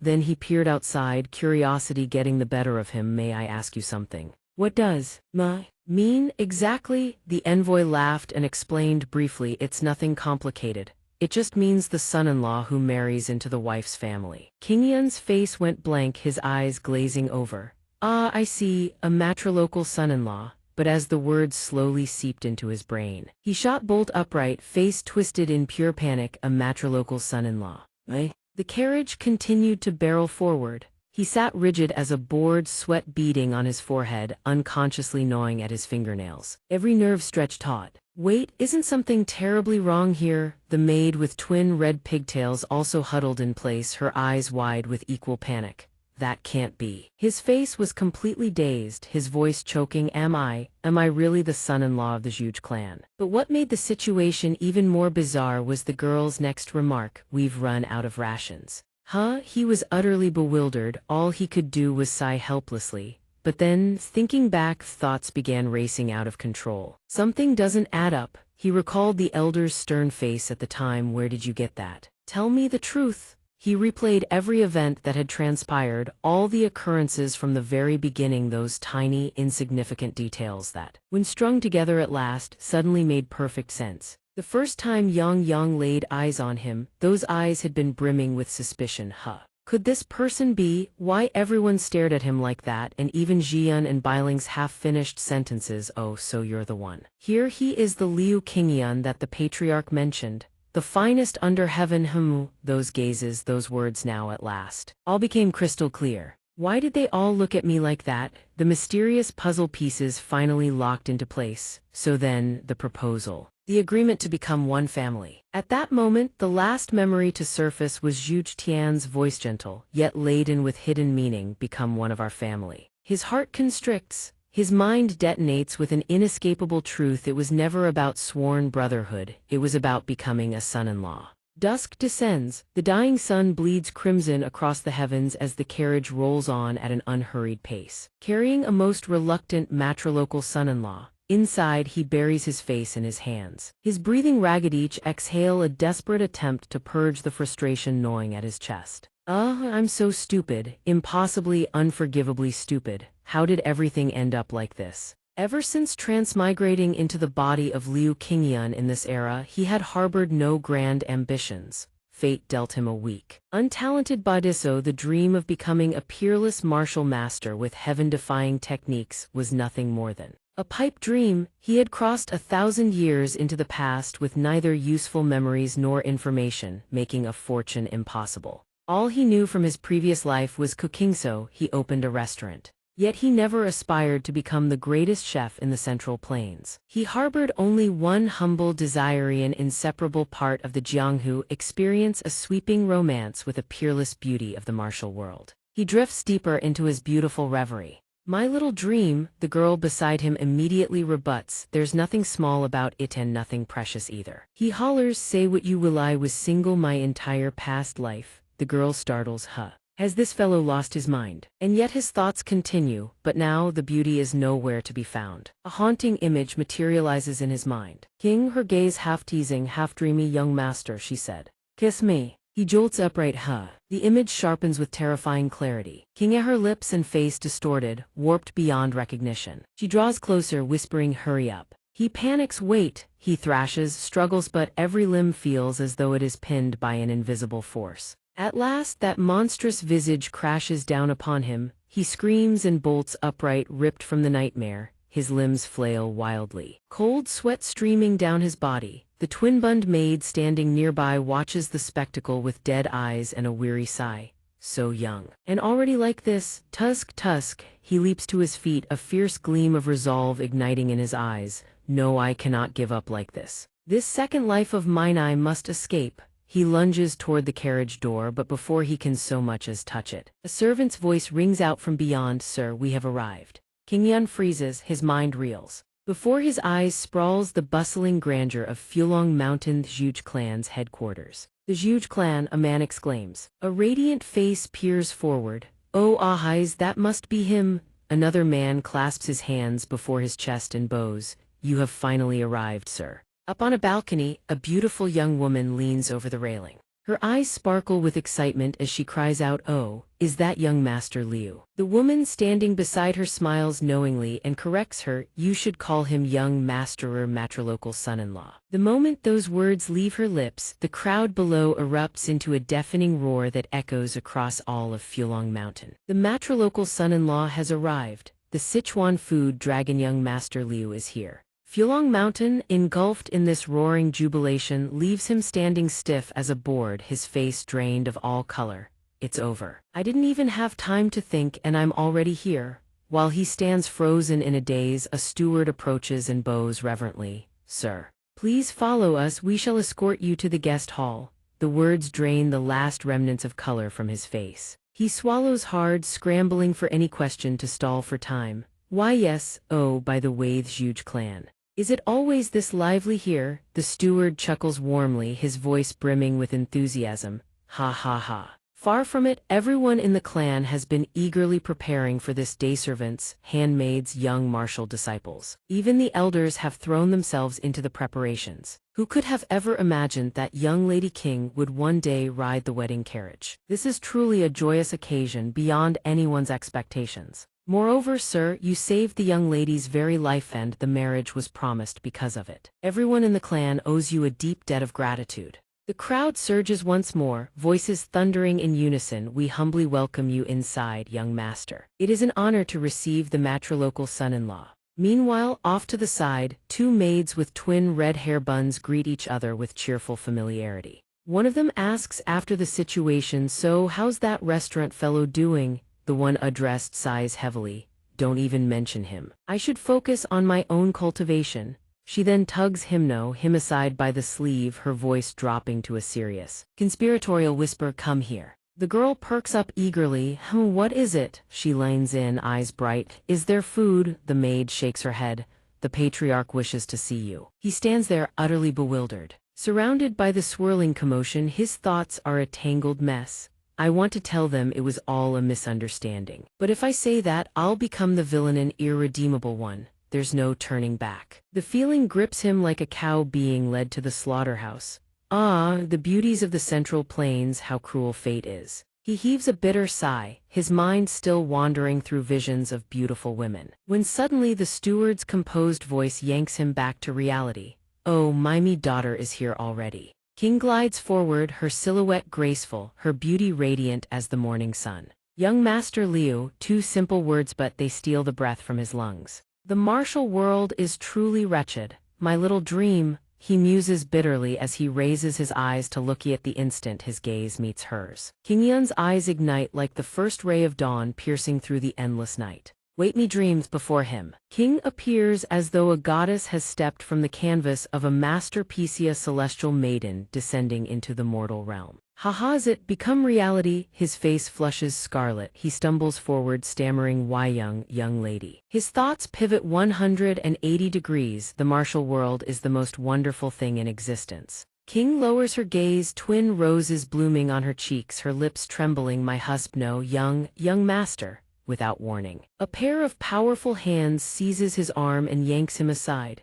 Zhuge Tian's booming, exhilarated voice thunders, "My son-in-law has arrived at last." King Yan startles, "Oh, old master." The patriarch claps him on the shoulder with a force that rattles his bones, laughing heartily. Come, rest in the guest hall first." He dares not refuse. "Yes, sir." The steward at his side beams and chimes in, "The young master has arrived. All that remains is to hold the wedding ceremony, young lady." She blushes crimson. Indeed, but at that very moment an inexplicable chill sweeps through the air, raising goosebumps along the steward's arms. Strange. Why do I suddenly feel so cold? Is it cold already at this hour? King falters as well, her gaze drifting away as though she cannot bear to meet anyone's eyes. "Yes, how peculiar," heeding her words. The steward can only offer a parting reminder, "Please take care of your health until the wedding day, young lady." Night falls, inside the guest hall. King Yun sits at a small table, the flickering candlelight casting dancing shadows across his contemplative face. Dietary restrictions and allergic reactions, could those really cause such a transformation in her appearance? Even if that were the case, the change is far too dramatic. He recalls King's face from before and compares it to now. Unlike my own era, this world holds many inexplicable mysteries. Perhaps cultivating internal energy expands one's meridians, amplifying the effects of medicine, poison, and food alike. In this world, Cuisine may wield a power far greater than I ever imagined. Suddenly, the twin-bund maid bursts in, shouting, "What are you doing, you pervert?" He blinks in confusion. What's wrong?" She marches up and shoves a slip of paper into his hand.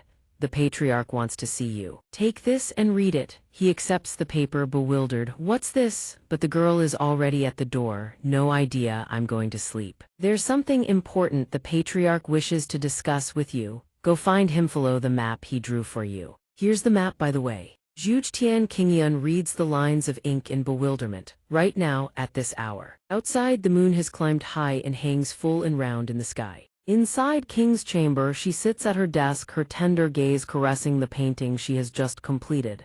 She stares at it, enchanted. Murmuring to herself, "I really must practice my brushwork more." Her luminous eyes are drawn to every stroke as though hypnotized. "You're even more handsome than I imagined." King's face erupts in a deep blush. She chides herself, "I haven't even greeted him properly yet. Tomorrow I'll go pay my respects tomorrow." She springs to her feet, then hesitates.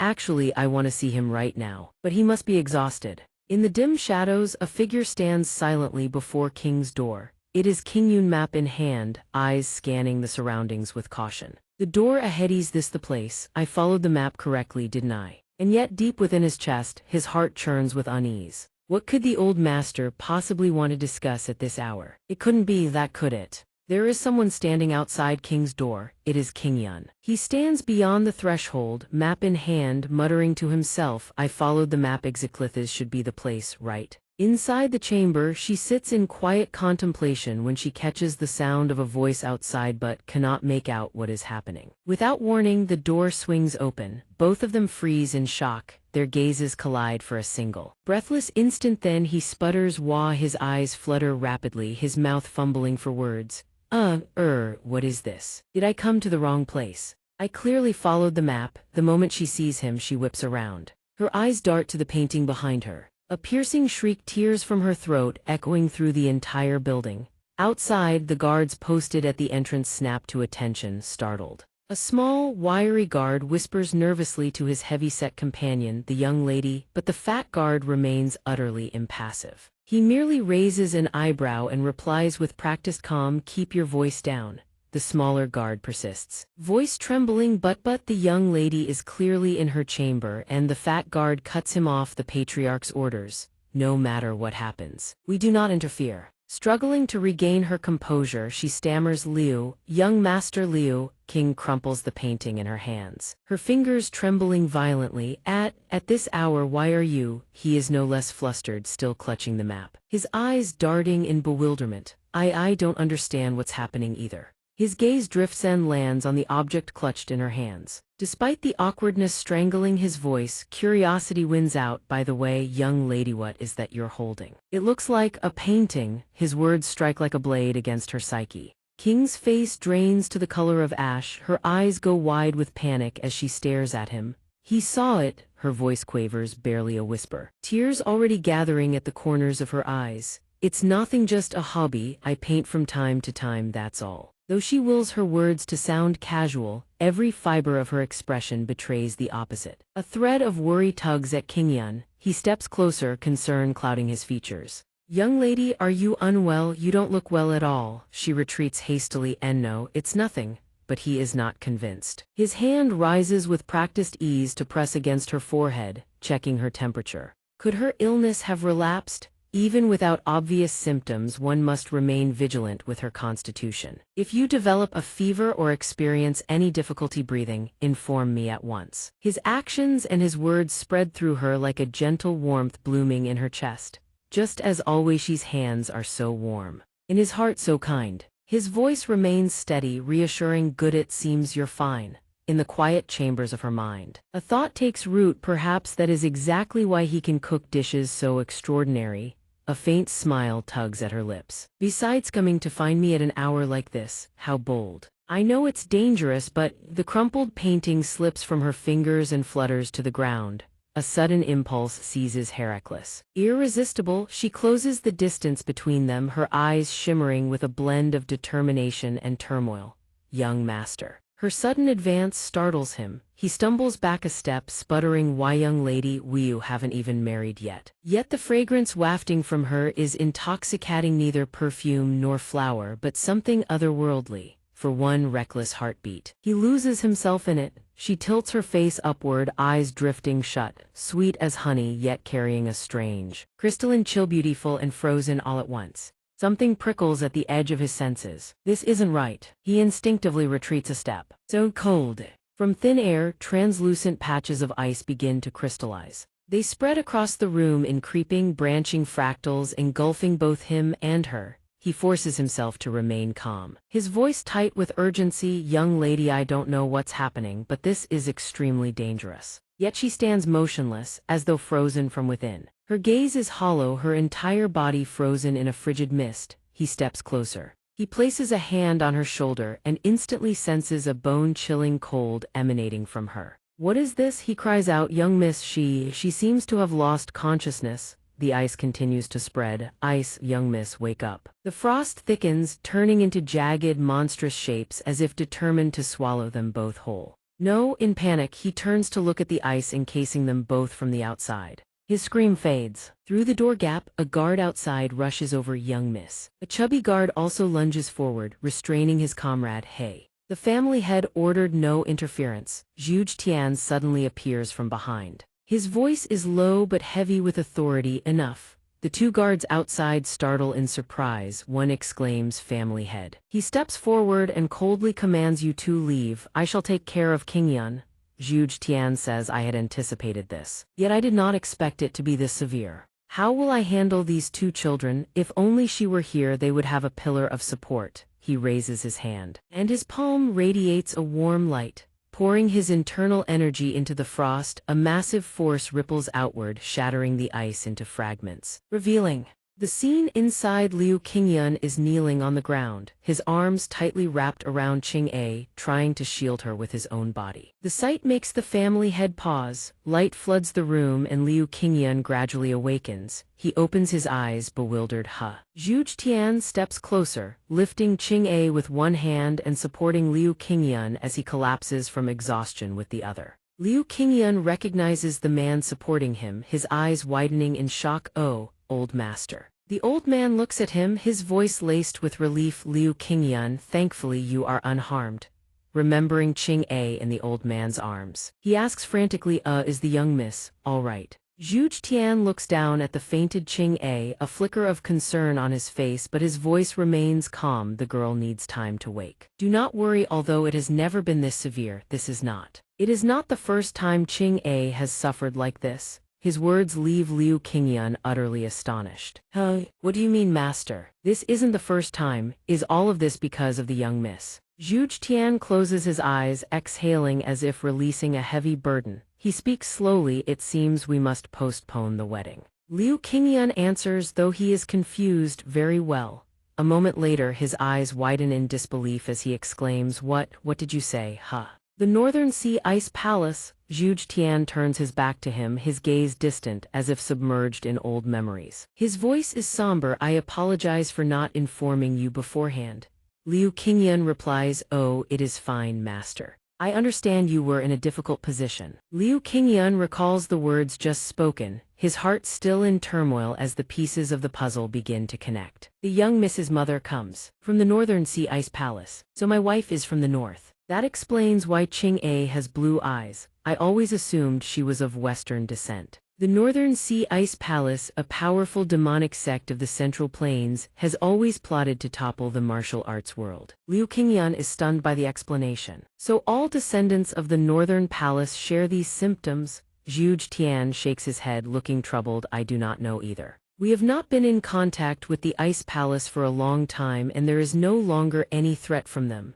Zhu Tian sighs. Looking up at the sky, I have so many questions, but there is no way to get answers. Liu Qingyan senses his distress and nods gently, attempting to comfort him. I see. Why do you look so sad, master? Zhu Tian continues, the symptoms only began to appear after you healed her. It happens whenever her emotions fluctuate violently, or when she uses her internal energy, the condition worsens. Hearing this, his face flushes red as he stammers in defense. So it was because I accidentally entered the young Mrs. room. Perhaps the map was wrong. Zhu Tian smirks as if he had predicted this reaction. I drew it that way intentionally. I wanted to see if the two of you were compatible. The statement feels like a slap in the face to Liu Qingyan. A whirlwind of emotions churns within him. Surprise. Thinking to himself, this is typical of the Zhuge clan, but the old man continues, his tone becoming serious given this situation. Postponing the wedding is necessary. If you, someone without internal energy, were to consummate the marriage with Qing,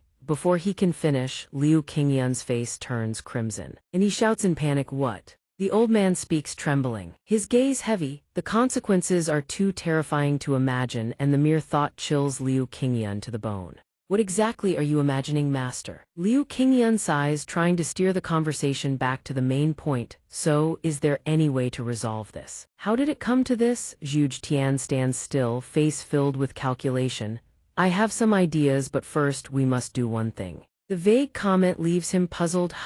The old man looks at him with a sense of duty. But his words are more unexpected than anticipated. We must console the guests who were disappointed by the cancellation of the wedding. Liu Qingyan agrees. I understand. The old man nods gently and speaks softly. You are exhausted. Go and rest. He clasps his hands and bows. Understood, old master. I will come to pay my respects tomorrow morning. As Liu Qingyan turns to leave, the old man mutters, I really have troubled you. I apologize. Hearing this, he turns back, curious.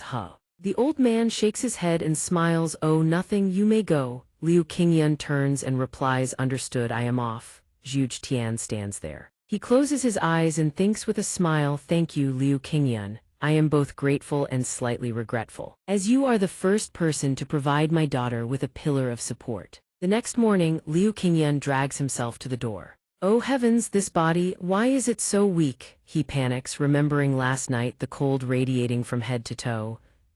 Thankfully I'm still alive. Liu Qingyan mutters to himself while opening the door. I miss the hot bath at the Tang sect, or maybe just warming up by the fire. So warm, but immediately after he notices something amiss, his eyes widening in horror. In front of him is a pile of burning rubble. The flames surge, causing him to jump back in fright. It's hot. Fire! In the midst of the panic, he sees a servant leisurely carrying decorations, looking completely unbothered. He is stunned. The servant tosses the items into the flames, sighing, if only it were a real fire, that would be better. before he can react. Another person chimes in with a frustrated voice. Without any explanation, the wedding was just cancelled. A male servant nearby adds, "What is going on?" Liu Qingyun pales, thinking it's only natural, everyone was looking forward to it. Their disappointment is understandable. A servant standing nearby speaks up with dissatisfaction. The young Mrs. condition is cured. So it wasn't her fault? A maid sighs. A servant girl with 2 red buns in her hair strokes her chin, her gaze assessing. Yes, young miss, there is no problem at all. The atmosphere, already tense, becomes chaotic as the servants start gossiping about Liu Qingyun. Usually, these things are the man's fault. The girl next to her nods in agreement. Liu Qingyun stands behind them, disgruntled. Hey, they are speaking so loudly. A male servant nearby interrupts, his face not particularly pleasant, adding he also has problems with women. The maid with red hair buns fakes a gesture of plugging her nose, grimacing. He even smells. This makes Liu Qingyun even more indignant. Are they talking about me? Damn it! Suddenly the male servant realizes something, his face turning pale. So the groom is impotent. Liu Qingyun panics. What do you mean? The girl agrees, highly likely. He yells, ugh. That is not true. Seeing him, the servant pretends nothing is wrong. HMPH, young Master Liu. So you are here. The girl pretends to hold her nose. He smells. The maid adds, I have never smelled anything like it. Liu Qingyun thinks helplessly, come to think of it, I've been single in both lives, I haven't done anything yet. He shouts in panic, it's not like that. The maid questions him suspiciously, is it not? The male servant doesn't believe him. Then the girl says something irrelevant, he must be hungry. Liu Qingyun thinks to himself, of course I haven't tried it, so I can't be sure. Everyone shares the same thought, our young miss is truly pitiful. Zhuge Tian suddenly appears, cutting through the atmosphere. Everyone, I truly apologize, I hope for your understanding. One of them complains, are you canceling again? Another fat man speaks, how could that be, Excellency? Zhuge Tian calmly explains, it is not a cancellation. Due to some minor issues it must be postponed. I will send letters to inform you of the new date later. He smiles to show my sincerity. I will treat all honored guests and family members to fine delicacies. To make up for the wait, everyone seems appeased. If you say so, then we have nothing more to say. After all, the banquet is for eating and drinking. Suddenly, someone in the crowd shouts, HMPH, the Zhuge clan is always like this. Liu Qingyun is surprised. Who is that daring to speak to the old master like that? The girl next to him explains, that is Sima Jai of the Sima clan. Liu Qingyun asks, his voice revealing surprise, what Sima Jai? Sima Jai shakes his head and continues, only good at using sweet words to deceive everyone. There is no sincerity in your apology at all. Anything else? Zhuge Tian says vigilantly, you have come here too. He mocks him, long time no see. Zhuge, old master, first son of the Sima clan. Sima Jai, the maid with red buns, clenches her fists, trembling with indignation. That man used to bully the young miss when they were young. Liu Qingyun asks, really? The girl adds, this guy is terrible. When Qing-A was young, she was a shy girl. She ran up to the children playing ball with a naive question, can we play together? But Sima Jai sneers, he holds up the ball, play together you say? She answers fearfully, he steps closer. Glaring at her, how many times have I said never? Making her even more afraid, Sima Jai pinches Qing-A's cheek hard, I am Sima Jai, and when I grow up I will marry the greatest beauty of the Central Plains, understand? You little bun. But luckily, the maid with red buns arrived in time and yelled, how dare you touch our young miss, get lost. These brats only learn bad habits. Thinking of this, the girl says angrily, he was a little villain from a young age. That little villain. Liu Qingyun stands by, seeing the indignation in her eyes but failing to grasp the full situation. So how old is this kid? His train of thought continues. Has nothing changed for hundreds of years between the Zhuge clan and the Sima clan? He continues to act arrogantly, or perhaps show some sincerity and apologize. For example, kneel down, apologize to the old master. For instance, Zhuge Tian hears this and speaks with a sharp tone. From Kongming comes Zhangda, have you ever heard this saying? Liu Qingyun startles, listening to the old man. The dead Zhuge Liang still defeats Sima Yi. The part I like best in the romance of the Three Kingdoms. Chancellor of Shuhan Zhuge Liang passes away at Wuzheng Plains. Sima Yi hears the news and seizes the chance to attack, but Zhuge Liang had foreseen everything and prepared his strategies before passing away. He used a wooden statue of himself to defeat Sima Yi, forcing him to flee. It is a famous story of Zhu Liang's wisdom and vision, as well as Sima Yi's fear of him. But Sima Jai does not grasp the depth of Zhu Tian's words. He just shakes his head triumphantly. I don't understand why you keep mentioning that. That is merely a rumor spun from idle tongues. Zhu Tian is so furious that his face turns crimson. He glares at Ma Jai with eyes that could rip the man apart. You are no longer a child. Watch your words and conduct. His words ring out like a blade powerful and razor sharp. How dare such filth leave your lips? You will pay dearly for this. Hearing this, Ma Jai merely smirks. You would raise a hand against your own guest. Oh, how frightening. Ma Jai does not stop at mockery, doubles down on his threats. I shall reduce your clan's honor to dust. No better than common bandits. Zhu Tian's eyes narrow to slits, his voice hard as forged steel. You lowly scoundrel, if you have the spine, face me in single combat. This does not frighten him in the slightest. The Zhu clan. Murder someone's trying to kill. However, seeing the patriarch on the verge of losing control, Liu Qingyun rushes forward and blocks his path, his face etched with worry. Father-in-law, wait, everyone is watching. If the two clans clash, my small dream will turn to ash. His words fall like cool water on a blazing fire, tempering the old man's rage. Zhu Tian's eyes still burn with fury, but clarity returns.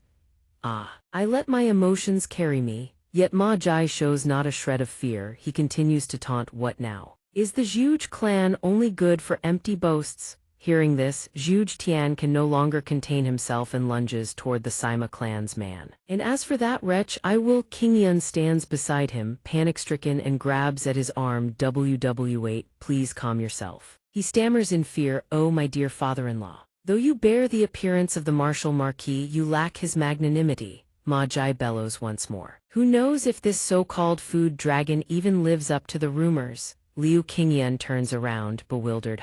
Why am I being dragged into this? Ma Jai sneers. The Zhu clan hasn't a single decent dish to its name. The Zhu clan only knows how to make buns. For such a clan to boast a food dragon, how laughable. These words make Liu Qingyun ponder. Is he referring to the legend that Zhu Liang invented the steamed bun to drive away evil spirits at a raging river where human heads were demanded as sacrifice before passage? Zhu Liang shaped dough into the form of heads, stuffed them with minced meat, and cast them into the waters. Ma Jai's mockery deepens. If this food dragon is truly so skilled, then why did he marry into a family of bun makers? No, Miss Qing. Hearing this, Zhu Tian roars in fury. You wretch, instead of a banquet I shall hold a funeral for you. But suddenly, Liu Qingyun places a firm hand on the patriarch's shoulder from behind. His voice rings out, cold and steady. If I use that humble bun to leave young Master Ma utterly astonished, will you graciously offer me an apology? Ma Jai bursts into laughter, throwing down the gauntlet. Buns are a cheap meal that 8 out of 10 people in the Central Plains eat for breakfast. If you can astonish me with that bun, then I will apologize to you. But if I am not astonished, his smile turns vicious. Then you will crawl beneath my legs like a dog and beg for my forgiveness. Hearing the terms of this wager, Zhu Tian is too disgusted for words. But Liu Qingyun merely sighs and answers with quiet resolve, very well. Zhu Tian turns, unable to hide the shock in his eyes. Liu Qingyun steps forward and says calmly, I shall prepare them at once. Zhu Tian chases after him, trying to stop him. Wait, Qingyun. He watching the scene unfold. Ma Jai thinks to himself, the Zhu clan's son-in-law. How perfect! You shall be the first sacrifice to avenge my ancestors' humiliation. At this thought he bursts into wild laughter, throwing his hands skyward. Oh ho, ha ha ha. The onlookers can only exchange bewildered glances. That man is truly strange. I want nothing to do with him. The scene shifts to another location, where Zhu Tian speaks with Liu Qingyun, a tinge of regret in his voice. Cough, cough. I let my anger get the better of me. He says, you did not need to do this. Qingyun replies gently, it is fine, father-in-law. There are lines that must not be crossed. I will make sure he never dares to speak such filth again. I can endure much, but not this. Everything. Zhu Tian looks at him, satisfaction clear on his face. You have truly become one of the family. It warms my heart to see you worry so for King and the clan. But Liu Qingyun harbors different thoughts. He ties a silk band around his forehead, his eyes burning with quiet fire. I cannot forgive anyone who dares look down upon the steamed bun. Beneath the canopy of a cherry blossom tree, petals drift through the tranquil air like silent snow. The silhouette of a man paces back and forth, his steps heavy with worry. Zhuge Tian lets out a long sigh, quiet sorrow weighing upon his heart. The cancelled wedding ceremony has brought shame upon the clan. He closes his eyes, feigning a few coughs while cursing under his breath, hands silently adding the wretched Sima clan to his grudge. Behind him, Ma Jai sits with a sinister grin, fingers steepled, lips curled in smug satisfaction. I'm famished. Is there still nothing to eat? When will those special buns be served? Do you intend to starve us to death before feeding us? Hearing this, Zhuge Tian whips his head around, fury blazing in his eyes, and silently swears, I will kill that wretch. At that moment, a tray of buns suddenly appears.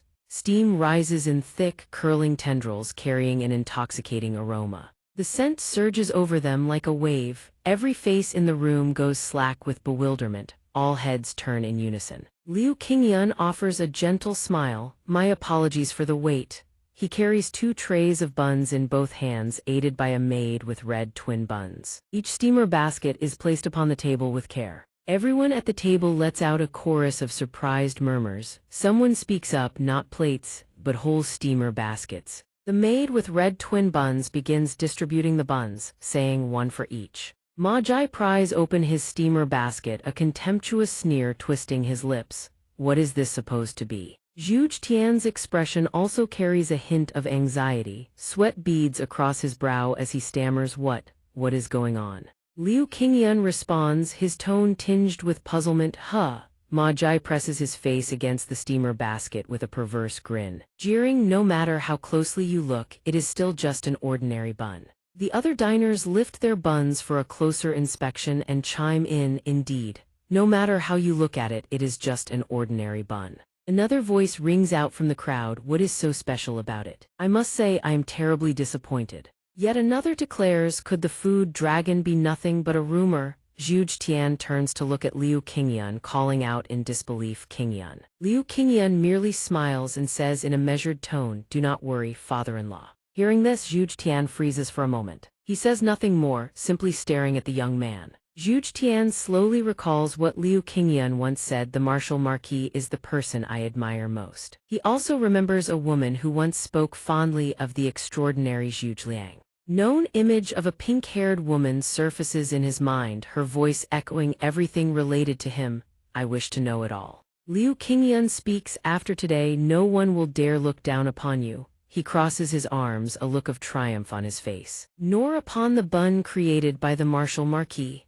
The maid with red twin buns also pipes up proudly, don't you dare eat it like that, you pervert. Liu Qingyan opens the steamer basket and begins, now, allow me to demonstrate the proper way to enjoy this dish. First, the name of this dish is, but Ma Jai pays no heed. He picks up the bun and shoves it straight into his mouth. With his mouth full, he still manages to blather, do you really need instructions to eat a bun? Just eat the thing. Then crawl between my legs and be done with it. Seeing him pop it directly into his mouth, Liu Qingyan's face drains of color. W8. The little maid also exclaims he ate it. It looks so delicious. Seeing Ma Jai eat, the surrounding guests also pick up their buns and pop them into their mouths. One man mutters, indeed, what person in China does not know how to eat a bun? The man beside him chimes in, do you really need instructions to eat something like this? Liu Qingyan's face turns pale. He raises his hands, trying to stop everyone. No, please be careful. A sharp splat rings out. Ma Jai's face contorts grotesquely as liquid gushes from his mouth like a waterfall. He howls, it's scalding.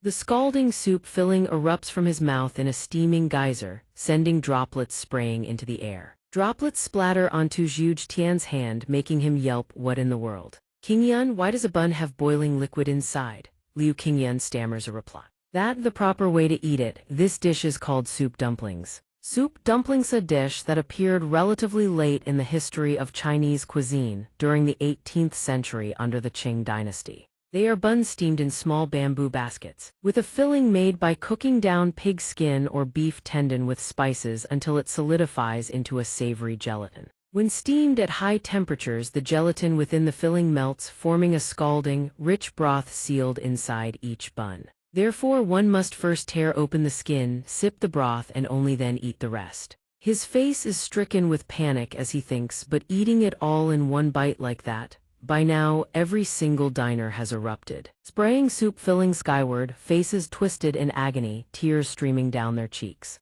Majai's mouth still drips with broth. He speaks through gritted teeth, how absurd, stuffing it with scalding hot soup and calling it food. This is a trap. I'm astonished, all right. He flips the entire table in rage, bellowing, you dare do this to me. The guests nearby cower and wail, have mercy. But as Majai runs his tongue around his lips, leaving nothing behind, a treacherous thought creeps into his mind, but it was delicious. Those seated with him, all traces of agony have vanished from their faces, replaced by the unmistakable bliss of having tasted something extraordinary. A sweetness and rich meaty depth that ordinary buns could never achieve. A perfect marriage of dough and broth. Each burst of savory filling had been launched skyward, yet one after another they cannot help but praise. This is truly magnificent, is it not? Who would have thought a humble bun could be elevated to such heights? This surpasses even a wedding feast. Zhuge Tian's face lights up with undisguised delight as he hears someone exclaim, truly. The foremost clan of the Central Plains, the title of food dragon is well deserved. Someone else chimes in, wonderful indeed, though the broth is so scalding hot it burns both the lips and the roof of the mouth. But after the burn comes an exquisite flavor.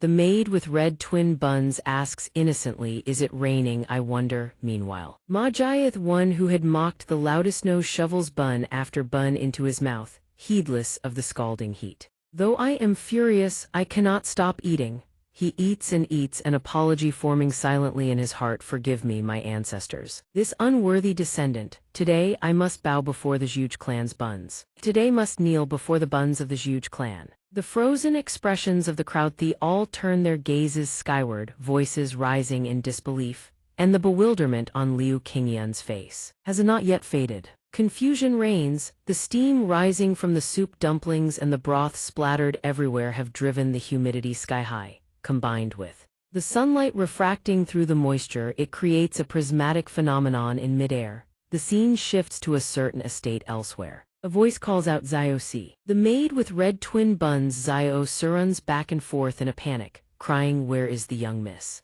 Her body has not yet recovered. King responds shyly, her voice soft, do not worry, I am fine now.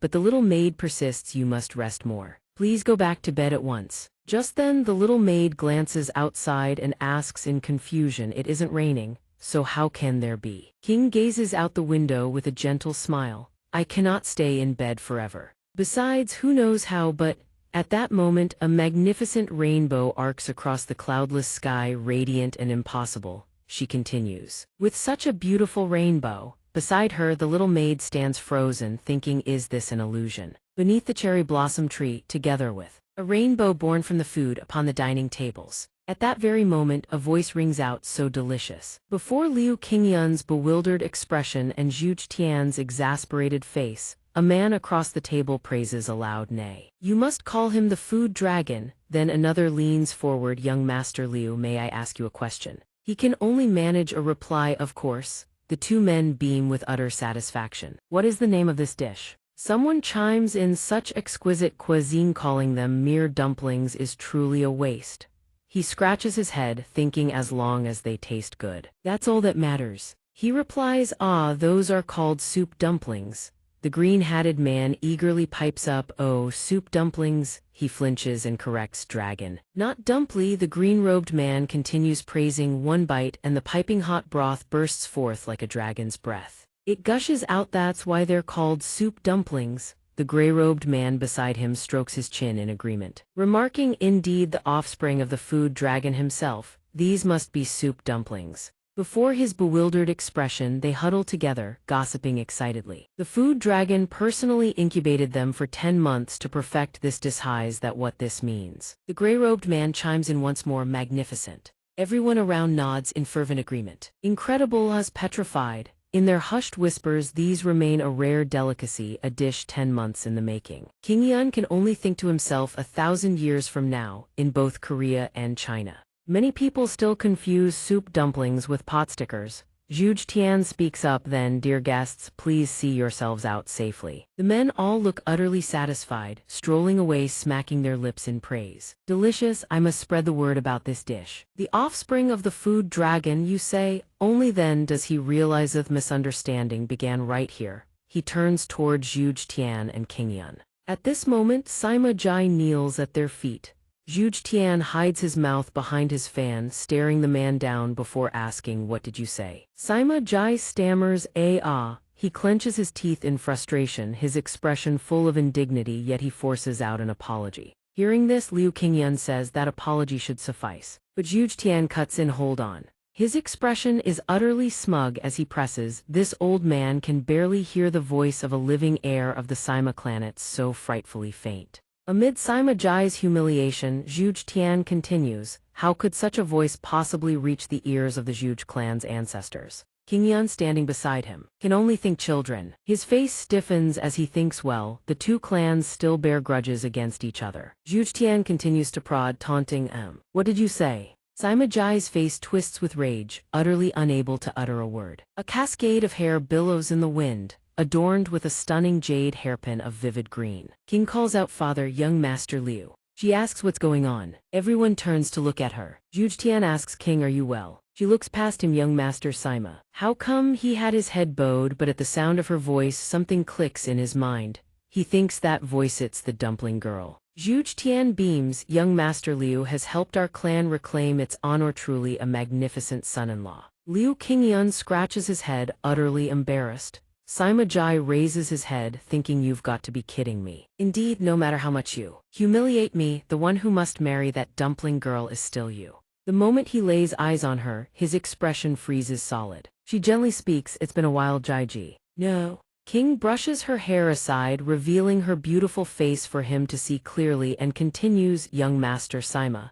He stammers, the dumpling girl. His expression is priceless, a melange of regret and helplessness. Sima Jai slowly recalls how he once declared, I, Sima Jai, shall marry the #1 beauty of the Central Plains. To think the dumpling girl was the very woman of his dreams all along. Her expression turns bashful as she murmurs, about young Master Liu. Were you startled last night? King Yun stammers back, it's fine, that sort of thing is perfectly normal. Hearing their exchange, Sima Jai stands there bewildered. Last night she, on her own, picturing yesterday's events, she says shyly, I got a little too excited. Hearing this, Sima Jai's mind immediately wanders into the gutter. Excited? What exactly happened? Zhuge Tian chips in. Fortunately, this old man intervened in time. Sima Jai's face goes blank. Shell-shocked, he intervened too. Liu Qingyun replies, fortunately, the master was keeping watch. Sima Jai thinks keeping watch was acceptable. As if that weren't enough, a red pigtailed maid adds, the commotion was so loud I could hear it from far away. Sima Jai flinches that loud. His face drains of all color, he despairs, I've lost the rivalry between our two clans. Lost in love, he collapses helplessly, and lost his pride as a man besides. King cries out in alarm, young Master Sima. The young maid observes that Sima fellow fainted. He's out cold. Zhuge Tian cheers, bravo. He adds with a grin, should we applaud? No, King Yun. Hurry, use your divine physician's medical skills. Under the moonlight, he panics wildly. Night has fallen, a man's voice echoes through the darkness, I truly don't know what to say to you anymore. Two figures stand upon a bridge. One of them continues, once again I must impose upon you with a difficult matter. The other replies, it's no trouble at all. Whatever concerns Miss King, I will certainly help. Zhuge Tian's expression turns solemn as he gazes downward, saying, hearing you say that puts my mind at ease. Would you be willing to travel to Dongjing to investigate King's illness? King Yun replies, Dongjing's in the capital of Kaifeng. His thoughts race with excitement, the place famous for. A vision of the Kaifeng capital materializes, the capital of the Great Song Dynasty. This place is renowned for its 72 grand restaurants, celebrated as the grandest capital in all the realm, where the finest chefs and most discerning gourmands of the Song Dynasty converge. Zhuge Tian gently confirms, indeed. Seek out the government office in Kaifeng and ask for another member of the Zhuge family. Hearing this, Liu Qingyun asks, another Zhuge. Who might that be? Zhuge Tian gazes into the distant sky, replying, he is King's unclemmy younger brother. Since childhood he has been exceptionally brilliant. He currently serves as an official in Dongjing. Liu Qingyan responds, ah. Zhuge Tian continues, he is also highly skilled in medicine. In the past, he was the one who took King's pulse. If there is anything wrong with King, he would know best. Indeed, although I should have gone personally, he recalls this afternoon's events, the red pigtailed maid, the ancient texts. The Simajai incident, a pity the fellow is still alive. Zhuge Tian sighs, but because the young master of the Zhenan Sima clan fainted right here at the Zhuge estate, I must go to the Sima clan to clear up this misunderstanding. Meanwhile, two red pigtailed maids bustle about, packing his luggage for the journey ahead. Zhuge Tian says, I've prepared a boat, have a hue and load the luggage aboard, travel through Ezhu, follow the currents of the Yangtze, and you will reach Kaifeng. He closes his eyes and speaks softly, I would have liked to keep you here a few more days to host you properly as a son-in-law. He glances toward King, who is carefully counting, is this too much food? He continues, King's condition grows worse by the day, so I hope you can depart as soon as possible. A young maid cries while clutching a box of supplies, he's leaving again.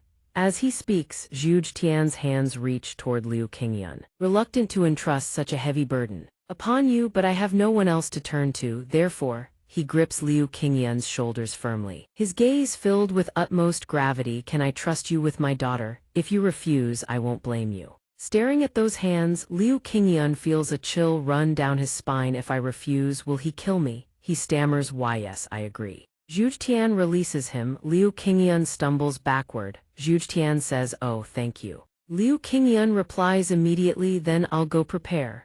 Zhuge Tian's face breaks into a warm smile, you've worked hard, rest for today. Liu Qingyan rubs his aching shoulders, muttering, where am I going this time? Zhuge Tian falls silent and lets out a long sigh. After Liu Qingyan has gone, he gazes at the still surface of the lake. Indeed, the sensation I felt was no illusion. Although it is not the internal energy of a martial cultivator. There is a strange current of qi within him. Zhuge Tian speaks, come out. Instantly, a mysterious masked figure materializes from the shadows. Yes, Patriarch, Zhuge Tian asks, what have you uncovered about Qingyan? The figure replies, his past is extremely murky. He pauses, then adds, however, there is one notable detail. Over a decade ago, young Master Liu's village was attacked and burned to the ground by the heavenly demon cult. Zhuge Tian gazes into the distance. That was the era when dark cults ran rampant. Such things were not uncommon, the figure continues, indeed, but it appears that attacks specifically targeted young Master Liu's family. And though his father perished, his mother vanished without a trace. The figure lowers his head, although I know the Patriarch holds young Master Liu in high regard if he has ties to the demon cult, your excellency should maintain his distance. Zhuge Tian cuts him off, you have no authority to decide such matters. The figure flinches, realizing his misstep, and immediately apologizes. This subordinate spoke out of turn. Zhuge Tian says gently, it's fine. Zhuge Tian closes his eyes and tells him, I know you worry for my sake, but at this moment no one can replace Qingyan by her side. He lifts his gaze to the heavens, picturing Liu Qingyan and King together. He speaks with quiet conviction, and I choose to believe in the Qingyan I have seen with my own eyes, not the murky past that shrouds him. Amidst picturesque landscapes and towering mountain ranges, Liu Qingyan's boat sails toward Kaifeng along the river. The journey smooth and uneventful. With a Zhuge clan guard standing at the bow to keep watch, Liu Qingyan's expression is serene as he takes in the scenery. He thinks although the wedding has been postponed, he gazes at King's contemplative face. His own expression dreamy, but getting to travel by boat with Miss Kingate's no different from a honeymoon. On the luxurious pleasure boat, seeing her shy expression, his heart swells with joy. Is this the closeness I've always wished for? She speaks up, the currents seem rougher now, the water rocks the boat, but his expression twists in discomfort. Qingyan lets out a violent retch. King's face fills with worry as she asks, young Master Liu, are you all right? He curses inwardly, this damn seasickness-prone body. His face drained of all vitality, he replies, I know I'm fine. He berates himself, this frail body of mine. King says with concern, if you're too tired, please close your eyes and rest. The scene shifts to the bow where the Zhuge clan guard stands. He laughs heartily, ha ha, young Master Liu needs more training. If you had sufficient internal energy, you wouldn't get seasick at all. At that moment the waves surge violently once more. To King's astonishment, both men grimace in misery. The guard, along with the two red pigtailed maids, all cling to the railings and retch. Liu Qingyan asks all of you, the guard confesses actually.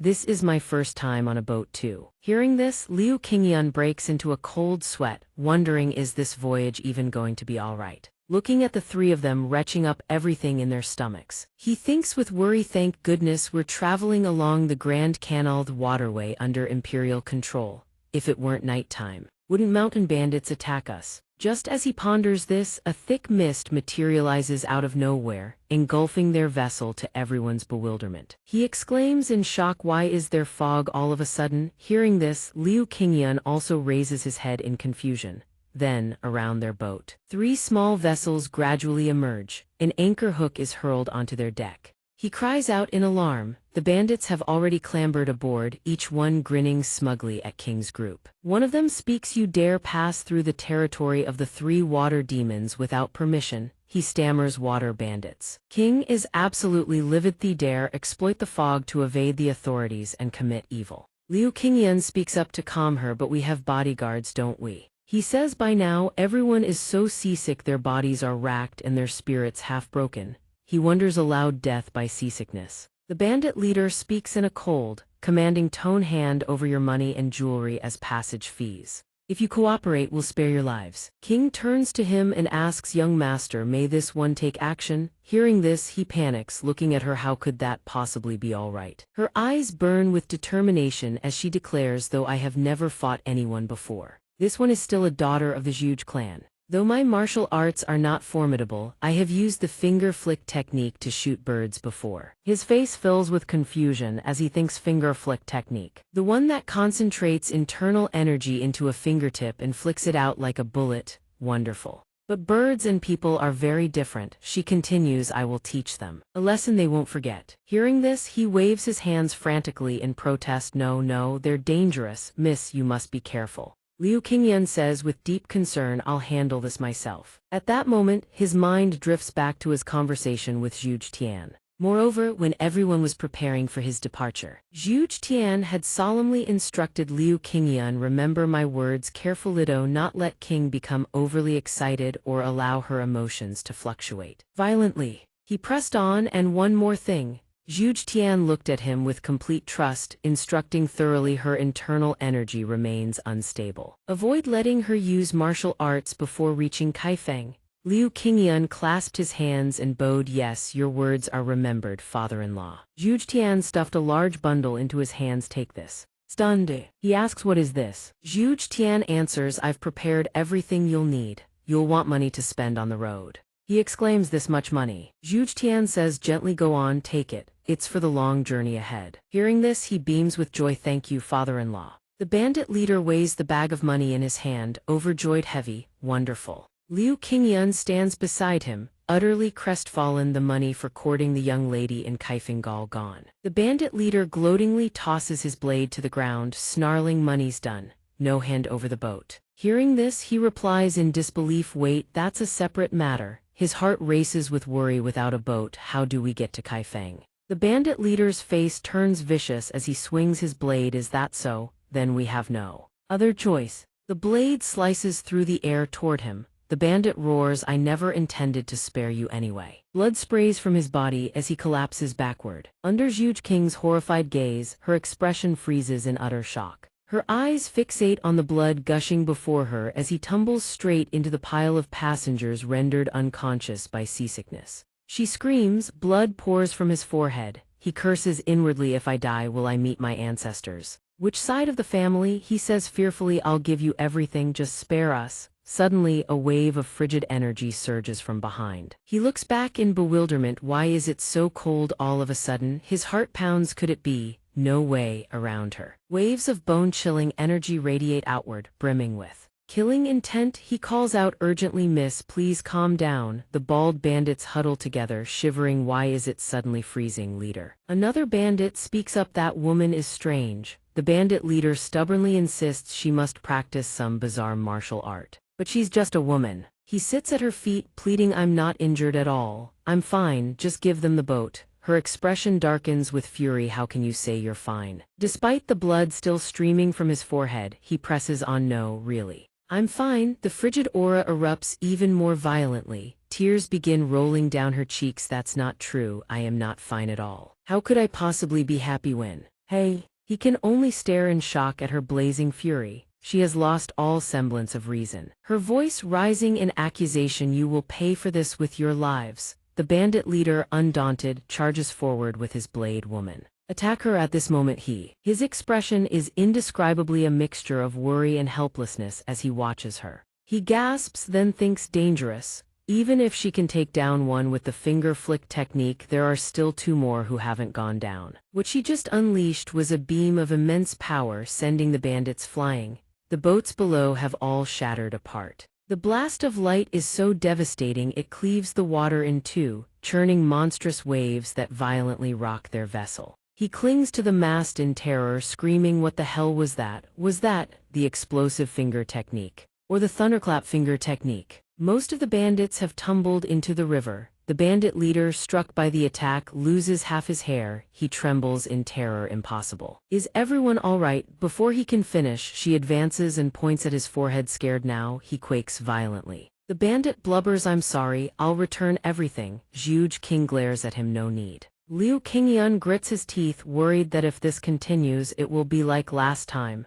He thinks she's consumed by fury and she's using martial arts. She raises her hand, ready to deliver the killing blow. I only need one thing to put an end to this. Liu Qingyun shouts from behind, Miss, there's no need to kill them. She responds coldly to his surprise, let me handle this myself. Her eyes gradually lose their humanity, filling instead with hatred. To protect young Master Liu, these dangerous people must die. Witnessing that aura, he can only stammer, thinking terrifying. She's become a completely different person. He recalls his promise to Zhuge Tian, steeling himself against the fear in his heart. He speaks firmly, stop it. She whirls around to face him. Furious, young master, let me handle this. I'll deal with it myself. Before she can finish, he cuts her off. No. His expression is deadly serious as he locks eyes with her. If I do nothing, how can I protect my woman? Hearing this, the deathly aura surrounding Zhuge King vanishes instantly, replaced by a shy, crimson blush. She asks adorably, your woman?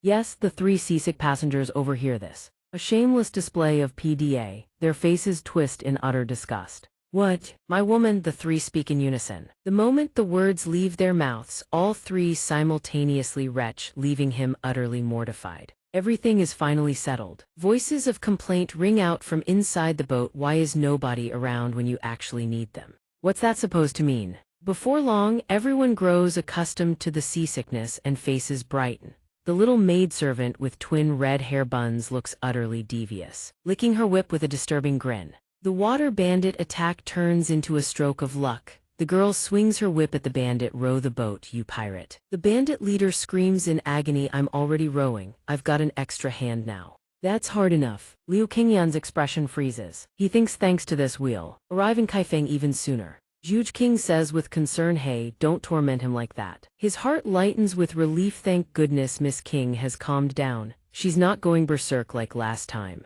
He strokes his chin, mulling it over, but there's something that's been nagging at me. Is it really like that? Looking at her hair, he realizes without knowing when certain strands have changed, yet she remains blissfully unaware, laughing and chatting away. Look, young Master Liu, she gazes around, beaming. The fog has cleared. He continues his brooding thoughts. The young lady's hair has turned silver in places. Liu Qingyun stands excitedly at the bow. We're almost at Kaifeng, everyone. Prepare to disembark. The scene of Kaifeng unfolds before Thema bustling dock of magnificent beauty. Though they have arrived, his heart remains heavy with worry. No matter how I look at it, this is connected to the North Sea ice vein condition. He sighs deeply, truly worrying. But at least we've arrived safely. The little maidservant with twin red hair buns ties up the boat, muttering, docket, docket. Liu Qingyun asks in bewilderment, docket? The girl answers, I don't know, I picked it up from that pervert. At this moment, Liu Qingyun remains lost in thought. I'll be meeting Master Zhuge, father-in-law's younger brother, very soon. He glances at King ahead, thinking with hope uncle will take the young lady's pulse and find a way to cure her condition. Finally, he strides forward with a broad grin. I will achieve the ultimate goal of my second life. She turns around, radiant with joy. Is this Kaifeng, my love? He remains absorbed in his thoughts, marrying the most beautiful woman in all the Central Plains. The scene transitions to Kaifeng, the imperial capital of the Great Song. Gazing upon the bustling spectacle, the twin-bund maidservant looks around in wonder while beside her, Zhuge King and Liu Qingyan wear worried expressions. He remarks it's quite lively. As they walk, he says father-in-law mentioned he works at the government office. A voice calls out, cutting him off over here. He looks over curiously, to both his and King's surprise. The two twin-bund maidservants sprint toward an identical-looking girl. The girl calls out, over here. The two maidservants who had been traveling with them beam with joy and rush over Bow Wow. The three of them take turns chattering. Master Zhuge was busy, so I came to greet you in his place. One girl says it's been so long. Then another girl beside her chimes in, I almost didn't recognize you. Seeing this, his face registers pure shock. Another are bound to be even more. He staggers back in disbelief. Zhuge King calmly greets them, long time no see. How have you been? The girl runs over excitedly. I've missed you so much, miss. The girl stares at Liu Qingyan and asks, oh my, who is this young man? He coughs awkwardly but can't help thinking son-in-law. There's no way I'd admit that. These maidservants are insufferable. Fine, out loud he declares, I belong to Miss King. His eyes grew warm. He thought to himself with a troubled mind, we haven't been married yet, so we're not husband and wife. Then are we lovers? Just as he was drifting into reverie, a maidservant with twin red buns of hair tapped him on the shoulder, startling him from his thoughts. Then, she spoke, a new servant. How hard it must have been for you. Looking him up and down, the young girl turned her head and muttered, but why would they buy such a frail servant? Could it be that the clan has fallen on hard times? Hearing this, King could only smile awkwardly, leaving him utterly uncomfortable. The girl beside her continued, you don't believe me, he's actually the son-in-law. Hearing this, the other girl burst out laughing as if it were a joke, saying you must be joking. Then the girl on the left added, I'm afraid it's the truth. Hearing that, the girl was stunned, pointing at him, such an ordinary, useless wretch, and he even reeks, he's not even fit to be a servant.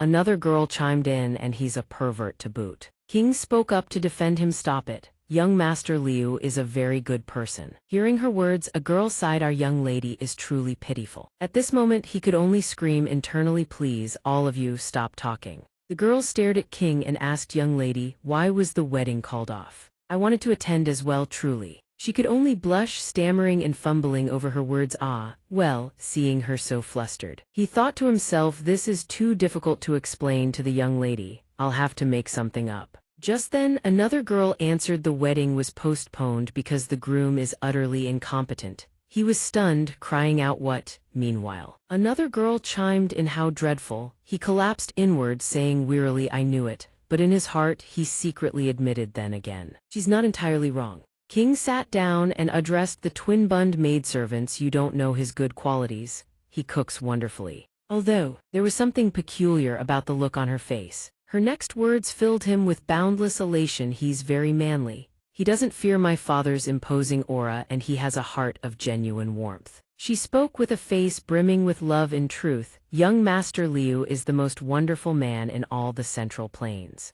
Hearing this, he closed his eyes and murmured, thank you, miss. In his heart he thought, men are so easily swayed by a woman's words. Before the bewildered faces of everyone present, including King had declared, we've already wasted too much time. The mother and daughter behind them could only cover their eyes, for reasons unknown. His face was flushed with excitement as he said, let's set off at once. She blushed crimson with embarrassment and could only nod. Watching his departing figure, King praised, you were truly wonderful, making those girls witness such utter shock. One of the girls remarked, her condition is more serious than I thought. The other two girls spoke in turns, snap out of it. What? At another clan's residence inside, the two of them sat with perfect composure while the twin-bund maidservant stood watching them. The girl looked at them and said, a guest has come to see him and is currently speaking with him. Please wait a moment. He calmly closed his eyes, it's fine, let him attend to his business. He thought to himself, he's an official in the capital, it's only natural that he'd be busy. Just then, a voice from within the room roared, this is absolutely outrageous. Peering through the window lattice, he continued to listen, all of this is because of you, Zizhan. Hearing this, he thought, Zizhan. That name, I feel like I've heard it somewhere before. Just then, inside the room, the two figures continued their exchange. One spoke, enough, stop this, I'm utterly disappointed. The other replied, hey, just sit down and eat already. The voice inside continued to boom, my mood is foul. How can I possibly eat? He sat outside mumbling Zaijian. Zaijian, seeing this, king beside him asked with curiosity what could those two possibly be arguing so fiercely about. As if something suddenly clicked, his expression turned dazed. He couldn't help but blurt out the name Zaijian. In his heart he thought, I remember now. An image of a supremely dignified elder flashed through his mind. Zaijian Sushi, the famed poet and statesman of the Song dynasty, and also before his thoughts could fully form. The person inside flung the door open and stormed out, fuming. You promised to treat me to a fine feast, and yet you resort to such tricks. Despite the man behind him trying to hold him back. No, wait. Where? How would I dare deceive you? Imagining the array of exquisite Chinese dishes laid out upon the table, he continued his internal monologue. A legendary gastronomer of Chinese history, he created numerous iconic Chinese dishes. The man in the golden robes continued storming out, bellowing, even if you dangle rare delicacies before me, I will never change my decision. At this moment, King outside was visibly surprised, gasping, that person is... He covered his mouth to hide his astonished expression, his mind still racing, and he is also a man who has been etched into the annals of history. The elder's face now came into full view, features twisted in towering fury. He bellowed, I will absolutely never make peace with those Goral dogs. He recalled he was the foremost voice of the anti-appeasement faction. The Song dynasty, 10th century. Images of war and chaos, scenes of utter devastation and desolation. Unlike the preceding dynasties of the Central Plains, the Song dynasty did not display overwhelming military might against its neighbors. The political situation grew increasingly unstable. After the Song dynasty suffered defeat in its war against the Tangut-led Western Xia and the Khitan-led Liao, the Goral seized a great victory over Liao and became a crucial ally for the Song in containing them. The Goral exploited this international situation to extract financial gains from both Liao and Song, inflicting severe damage upon the Song economy. The Song dynasty was deeply displeased with the Goral's attitude. Yet it was an unavoidable choice to prevent war with Liao. The faction branded the Goral as barbarians and constantly denounced the policy of appeasement toward them. The faction's position met fierce opposition from the court, which feared it would offend the Goral. Just then, from within the residence, a voice brimming with righteous fury erupted, I will absolutely never make peace with those Goral dogs. A mere petty nation dares to act so brazenly. I can endure this no longer.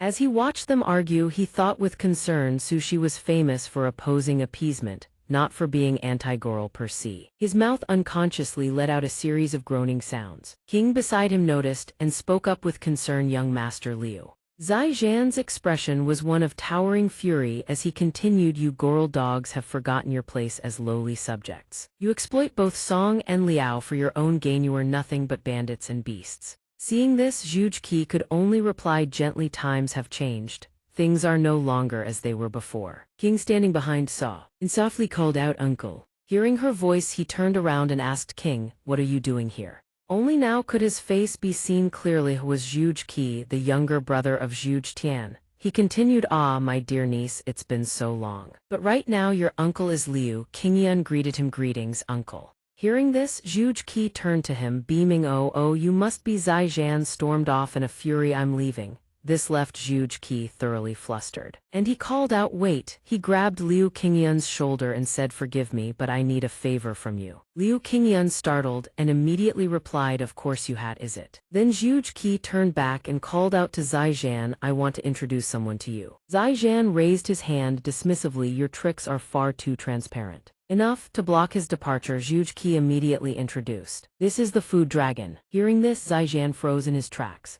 Then Zhuge Ke continued, surely you've heard of his reputation. Zaijian paused, pondering the food dragon. What kind of dragon is that? I've never heard of such a thing. Zhuge Ke threw an arm around his shoulder, laughing, you've never heard of him? You, a man of legendary appetite. And you haven't? Struck where it hurt, Zaijian yelped, what? Then Zhuge Ke continued, then allow me to tell you about the food dragon. Zhuge Ke draped his arm over Liu Qingyun's shoulder, young Master Liu is the one and only love of Zhuge Tian's daughter, and also the proprietor of the grandest restaurant in all of Sichuan. Before earning the title of Food Dragon, he was already renowned throughout Sichuan for his peerless culinary skills and miraculous medical arts. Hearing this, Liu Qingyun was stunned.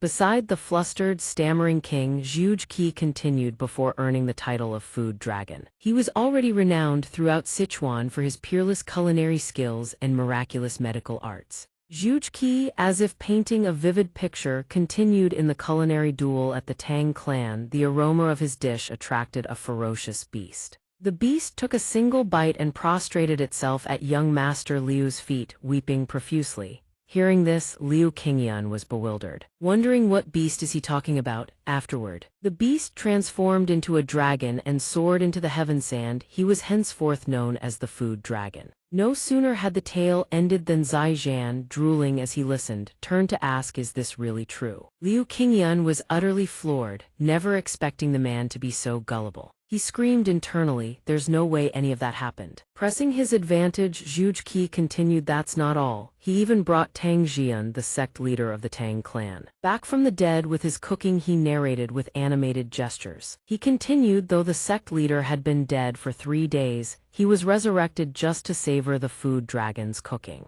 The Food Dragon's dishes." By now, Zai Zhan had been completely swept up in Zhuge Ke's tales, drooling and stroking his beard. He asked, "And what about the soup dumplings he made at the Zhuge clan?" Zhuge Ke replied instantly, "1 bite, and a 7-colored rainbow appeared in the sky." Zhuge Liang himself descended from the heavens and devoured 2 entire plates of dumplings.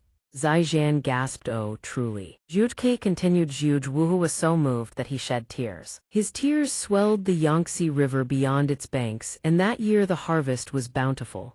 Hearing such an outlandish tale, King asked hesitantly, "Is that really true, young master?" Liu Qingyan could only manage, "Well, it's somewhat similar." Then Zhuge Ke pointed at Liu Qingyan and declared loudly, "The Food Dragon wishes to demonstrate his culinary prowess for you." Liu Qingyan yelped, "What?" Zai Zhan had been completely swayed, but he only pretended to reluctantly agree, refusing the Food Dragon. That would be quite difficult. Liu Qingyan screamed internally, "Just refuse him. Your expectations of me are far too high." Zai Zhan turned around and spoke calmly, "Very well, I shall accept your invitation. I'll be heading back for today." Zhuge Ke was overjoyed. "Oh," the scene grew lively with voices overlapping. "Wonderful. Come again tomorrow, then." Zai Zhan heard this and replied, "Regardless, I will not change my decision."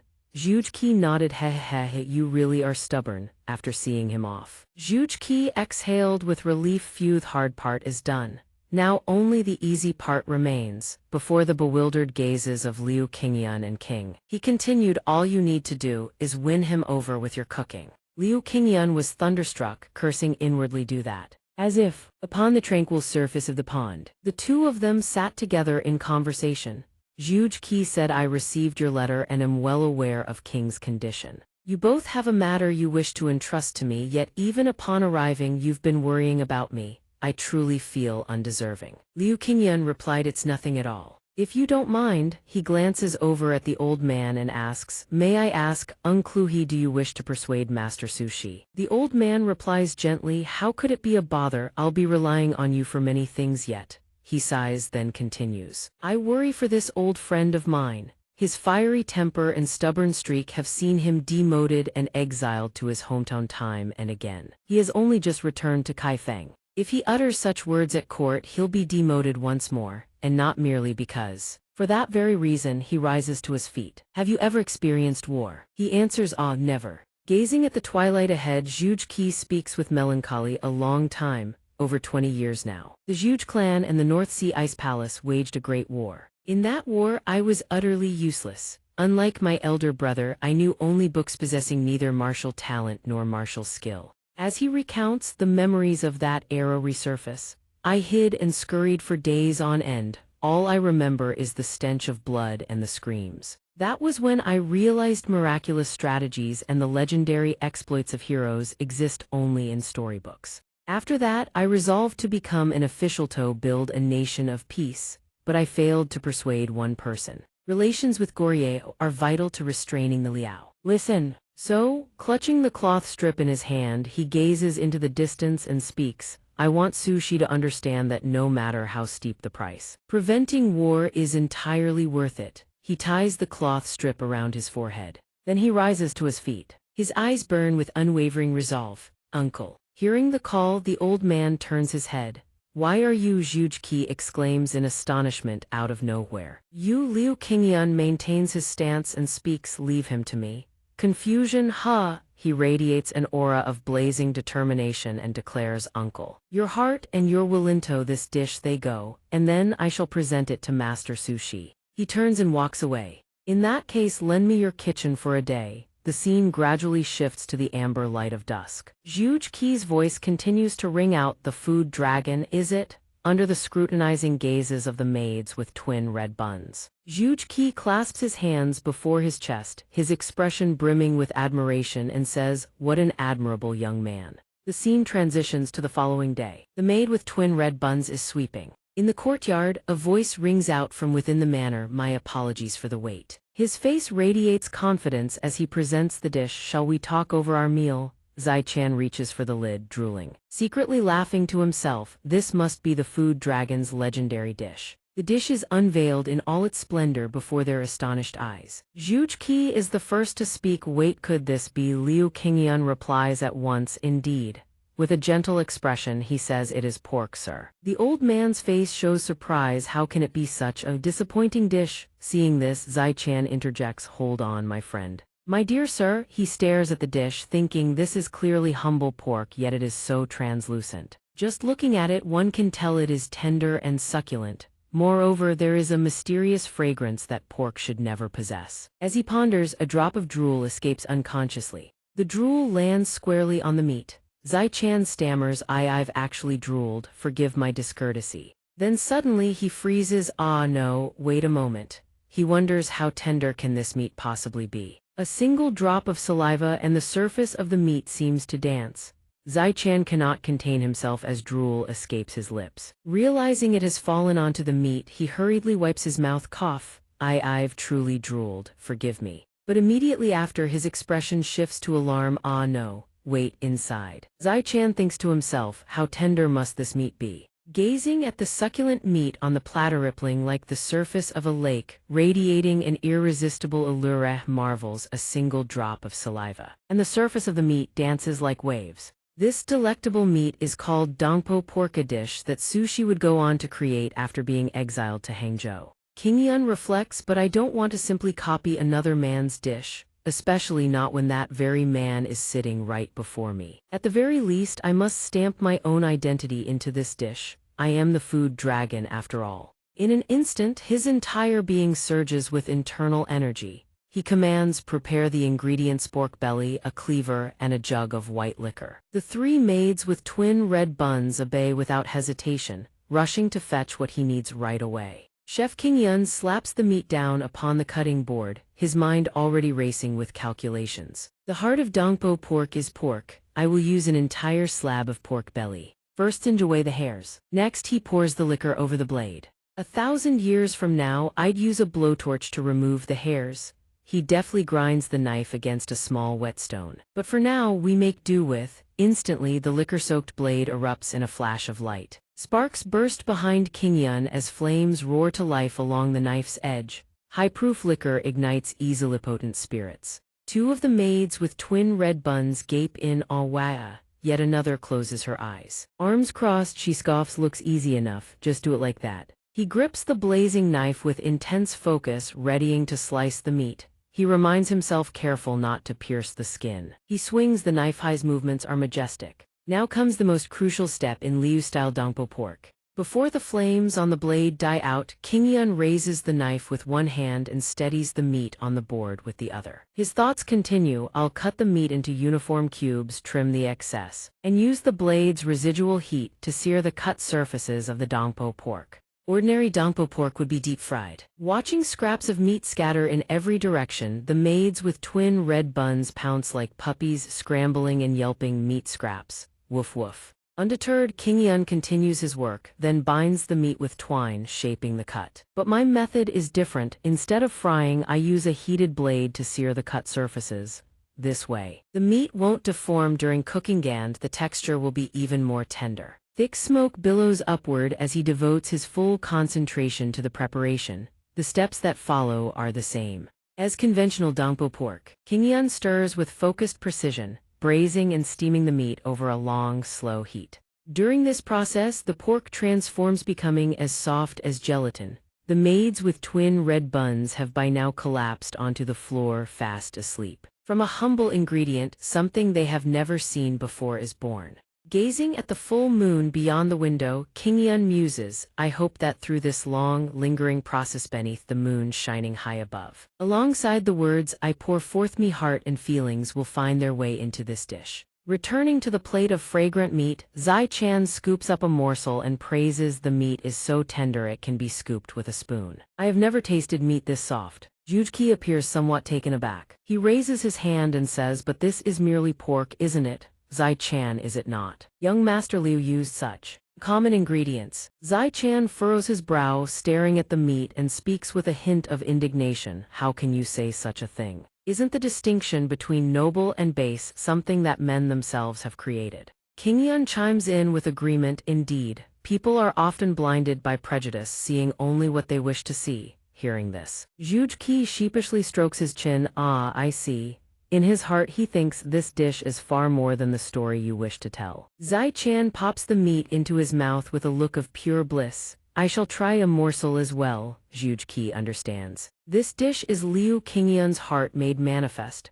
The meat enters his mouth and Zai Chan savors it with solemn reverence. His face overflows with satisfaction. I don't even need to chew, it dissolves instantly in my mouth. Not dissolves is not the word, he feels. As though he is sinking into water. A single morsel of meat, and all 5 of my senses are spellbound. He luxuriates in the sensation, then suddenly exclaims, ah, I nearly forgot I've savored this magnificent dish without even learning its name. Kingyun smiles and answers with composure, this dish is called Donghua pork. Its true name is Donghua pork, named after sushi. The character Bo Chinese letter, wave, and Po Chinese letter, slope differ by only a single stroke. Though they share the same pronunciation in Chinese, the characters and their meanings are entirely different. Kingyun thinks I stand before a legend of Chinese cuisine, and through the name of this dish, I have expressed my reverence in my own way. Zai Chan gazes at the succulent meat, drool pooling at the corners of his mouth, eyes burning with desire. Eastern. Might I ask the meaning behind this name, young man? He answers, waves rolling toward the east. Zai Chan suddenly spits out the meat he had just swallowed. After hearing Kingyun's words, you do not disdain pork as a humble ingredient. Moreover, you make no distinction between noble and base in cuisine. The revelation leaves him sputtering and coughing. I hope that your magnanimous heart will be like great waves surging eastward across the boundless ocean, vast and unyielding. Zai Chan feels himself plunging into those depths, riding a great fish up to the surface, erupting in laughter. Wahahaha. Drool still clings to his lips, his face radiant with satisfaction. So this is the wave of flavor. The title of food dragon is well deserved indeed. He sits cross-legged atop the back of a great fish, riding across the sea, murmuring, I wonder where this wave will carry me. Then he exclaims with glee, raise your hands. Enough, back to reality. Jujki is utterly bewildered. He looks at Zai Chan and asks urgently, is he all right? Kingyun hesitates, ah well. Watching Zai Chan lost in the plate of meat, Kingyun murmurs he should be fine. Zai Chan is still imagining himself riding a great fish across the boundless sea when he suddenly jolts awake. Waves rolling toward the east. Staring ahead, he mutters, the east is. Gazing into the distance, he exclaims, Goryeo. He strokes his beard, reminiscing a tiny kingdom that dared wage war against the Liao for decades, stubborn beyond measure, refusing to know its place. Regret it now, do they? Jujki suddenly interjects, sounds rather like someone I know. Zai Chan spins around in surprise, huh? Jujki, still drooling, adds, stubborn, heedless of counsel, speaking blunt truths without regard for consequences, and now demoted. It was only a matter of time. He continues, among my own friends there is one just like that. Zai Chan fires back, no. How dare you compare me to those wretched Liao barbarians? Jujki responds, but someone once said the distinction between noble and base is made by man himself. Zai Chan tries to rebut but can only stammer what? That, from the side, Kingyun clicks his tongue in exasperation, watching these two men lost in the world of their meat. He asks, is everything all right? Zai Chan, the flames of his nation's plight burning in his mind, declares, perhaps my fury is not directed at the Liao but at the state of our great song. he continues. Still drooling, a nation as mighty as our scouring before the Liao, bowing our heads and paying tribute to beg for peace. While that insignificant little nation, the two huge members and Zhaijam stand before a towering building engulfed in flames. He speaks first into Zhuge's silence. They dared to stand against a mighty empire and claimed victory. Thinking on this, Zhaijam declares outright, I will never compromise with those wretched curs. The plate of meat lies empty. He sets down his spoon and speaks in a somber tone, I feel ashamed. The truly despicable one is not he who lowers his head to stare at an empty plate, Zhaijam tells himself. It is I who is blinded by arrogance and prejudice. A voice rings out in admiration, delicious. Zhaijam rubs his freshly sated belly and praises once more, your culinary skill is truly extraordinary, far beyond anything I expected. Truly worthy of the name Food Dragon. He wipes his mouth and continues, and the story you wish to tell? I understand now. This dish is more persuasive than any speech. More persuasive still. Hearing this, the surrounding guests bristle with displeasure. What? A figure stands before them. Liu Qingyan clasps his fists in salute. You flatter me, sir. The old man gives a slight hum of acknowledgement. Hearing Liu Qingyan's reply, Zhaijam strokes his beard and rises to his feet. Farewell. I shall take my leave first. I need time to think. Suddenly, Liu Qingyan draws something from within his robe and calls after him, before you leave I have something I wish to give you. Hearing this, Zhaijam turns back. What is it? Zhaijam opens what Liu Qingyan hands him and freezes. This is the recipe for that Donghua pork from just now, Liu Qingyan replies calmly, yes. This is but a humble token of my sincerity. Thank you for praising my dish and understanding my heart. Gazing at this dazzlingly precious gift, Zhaijam murmurs, the Food Dragon's recipe, no different from a martial arts manual. He looks up, can I truly accept such a precious gift? Can I truly accept such a precious gift? Liu Qingyan replies with composure, it is nothing.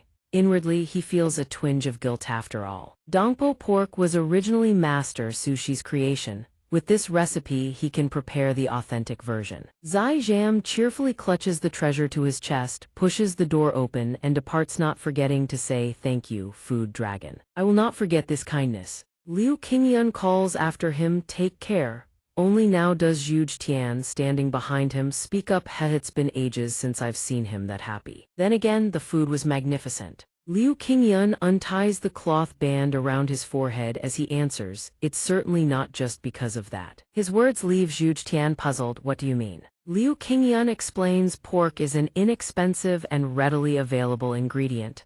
This answer only deepens Zhuge Tian's confusion. A soldier reaches out and sends Sushi flying. Sushi was a renowned poet and writer. Yet his unyielding and stubborn temperament saw him dismissed by the imperial court and exiled to the provinces. Sushi cooked as he studied the recipe in his hands. He lived in exile in remote lands like Hainan and Huizhou until the day he died, spreading humble pork dishes among the impoverished folk wherever he went. A table laden with food, dishes savored in the warmth of familial harmony. He cooked for starving farmers, not exotic delicacies, and lived among them without distinction of rank or class. In later ages, he was remembered as the greatest poet of the dynasty, a patriot and statesman, and the creator of Donghua pork. In the darkness of night, a voice calls out, Uncle. It's King. The figure inside responds warmly, Oh King, come in. King enters alongside Liu Qingyan and says shyly, I'm sorry to disturb you, uncle. At this late hour, no less. Zhuge Tian replies with a kind smile, why would you say such a thing? Liu Xianxia has helped me greatly, it is only right I repay the debt. On the desk lie many scrolls and ledgers. He says, it has been too long since I last took your pulse. Your uncle has been reviewing his medical texts. Zhuge Tian adds, Sit down, your uncle will be done in a moment. Come, give me your hand. King, somewhat anxious, obeys and sits. Yes. Yes. Off to the side, Liu Qingyan cups his chin in thought. It's almost Herath dream of both my lifetimes.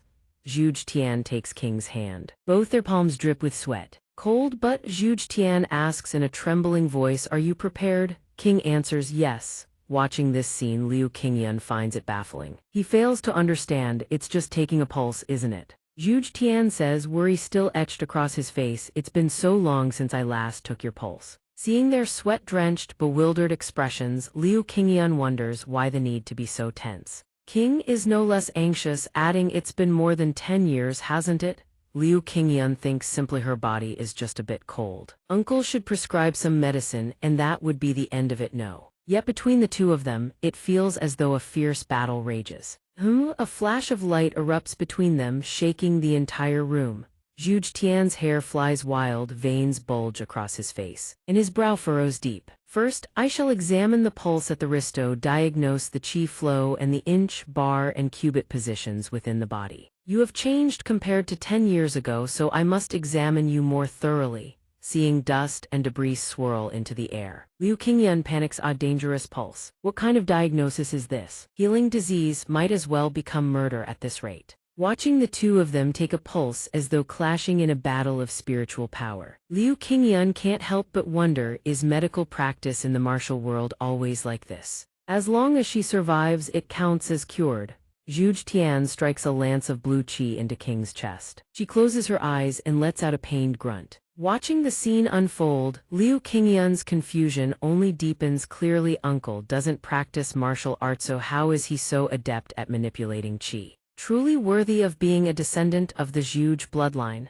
Zhu Tian speaks to reassure her. "Bear with it a little longer, King." Racked with pain, King furrows her brow and endures. Zhu Tian closes his eyes and announces, "I shall be gone for a moment, then return." Suddenly, a stream of qi emanates from beside King and a delicate butterfly materializes in the air. Zhu Tian gazes at the small butterfly resting on his palm and smiles. "You have changed so much, child." "Just barely, and I might not have recognized you. You have truly grown up." Compared to the little caterpillar clinging to a branch and weeping, he continues, "When you were small, you used to, ha ha ha. You are still as shy as ever." Then he follows the little butterfly as it spreads its wings and takes flight. "Come now, child, lead me on a stroll." Zhu Tian halts in his steps, a sharp breath escaping him as he gazes at the stream of qi. Before his very eyes, he wonders. This torrent of fire qi reveals a garden of pure terror, filled with rows upon rows of horrifying carnivorous plants. Zhu Tian exclaims, "The thing that has been tormenting you all this time, it is this strange affliction, the carnivorous plant." It opens its gaping maw to devour the butterfly whole, but then looking again at the small carnivorous plant, it barely threatens the butterfly now. He smiles and continues, "Thanks to Liu Xiaoxi, it has weakened considerably. Countless skilled physicians were helpless before it." The butterfly gently alights upon the carnivorous plant's bloom. And yet Liu Xiaoxi appeared wielding wisdom as though he came from another world. "Enter Lito, save you." Suddenly, Zhu Tian feels a bone-chilling cold seep into his bones. It wraps around one like a specter. This cold qi, is this what he spoke of? An ice monster materialized, born of the North Sea Ice Palace bloodline. Gazing upon that terrifying creature, Zhu Tian whispers, "You must have carried this since birth. I never sensed it before." The carnivorous plant trembles before the imposing aura of the ice monster. "Why now of all times?" he suddenly jolts. Could it be? Watching the ice monster swallow the carnivorous plant whole, Zhu Tian understands. His expression turns grave. "Also, that is how it is. What cruel irony." He looks upon the ice monster and the fragile butterfly, then delivers his verdict. The fire qi of the strange affliction had inadvertently suppressed the cold qi of the North Sea Ice Palace. The cold qi monster opens its maw full of razor-sharp fangs before the butterfly. When the strange affliction vanished, this power erupted unchecked.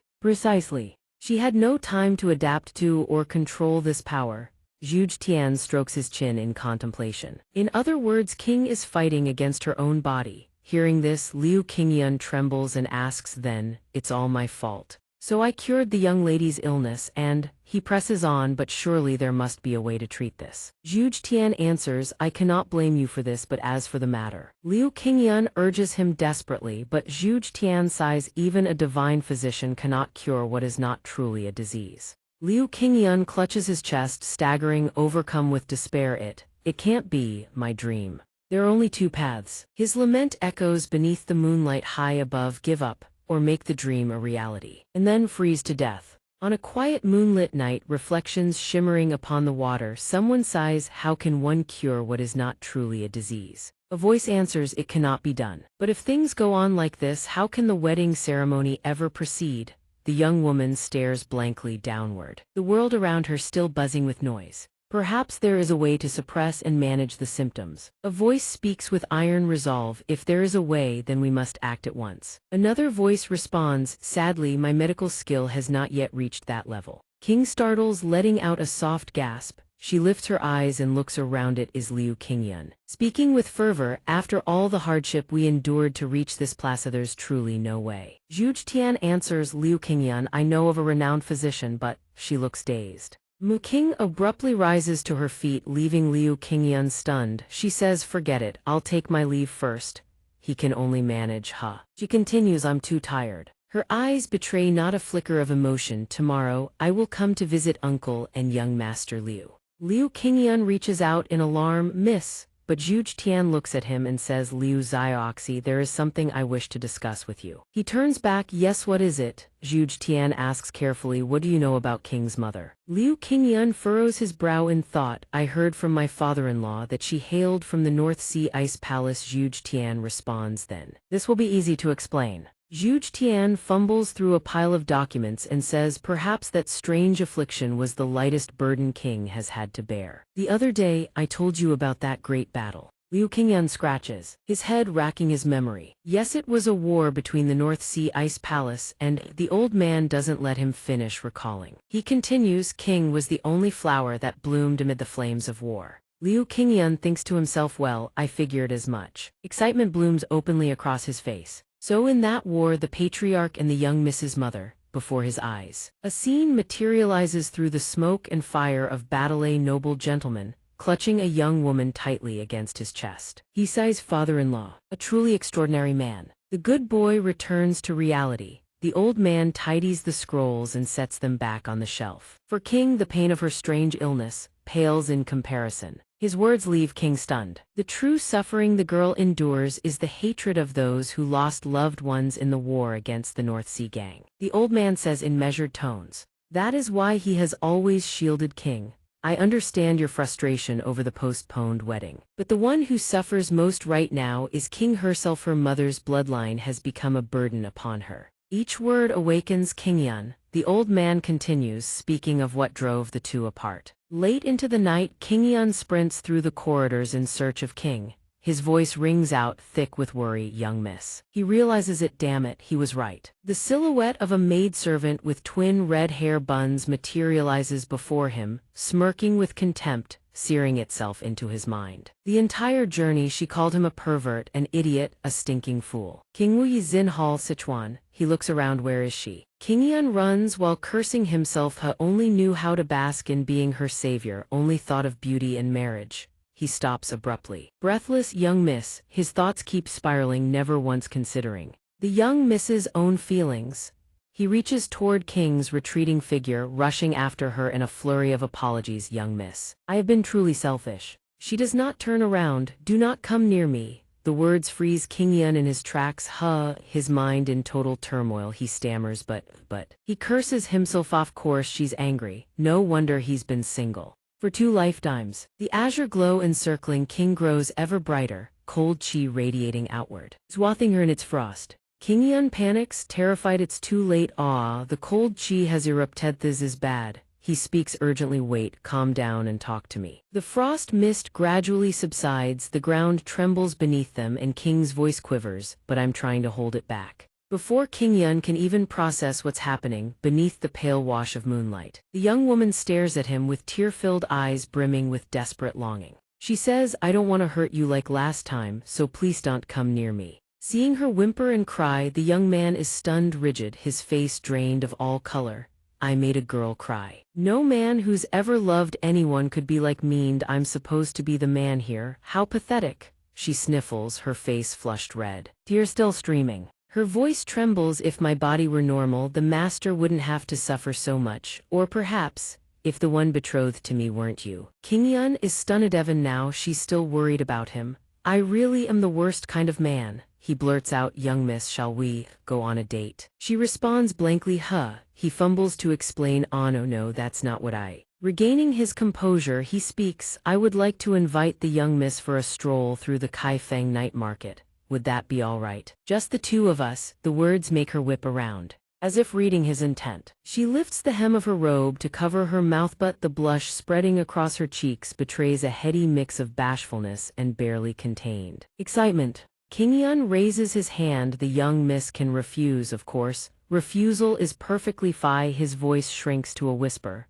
I understand, let's go back. But the young miss facing him now has eyes that glisten with expectation. Her head nodding and shaking in rapid succession, leaving the young man more bewildered than ever. Wait, I don't understand. He struggles to decode her expression. Does the young miss mean yes or no? That evening at the Kaifeng night market, the scene is bustling beyond measure. Endless rows of brightly lit vendor stalls stretch into the distance, illuminating the entire imperial capital. The night markets of the Song dynasty flourished alongside the boom in economy and commerce, teeming with people at all hours and overflowing with every variety of delicacy imaginable. In Gamesen they never close, open all through the night. Whether rain or snow, amidst the dense sea of people, King and Kingyun stroll side by side. He looks around. This place is really lively. She lowers her head.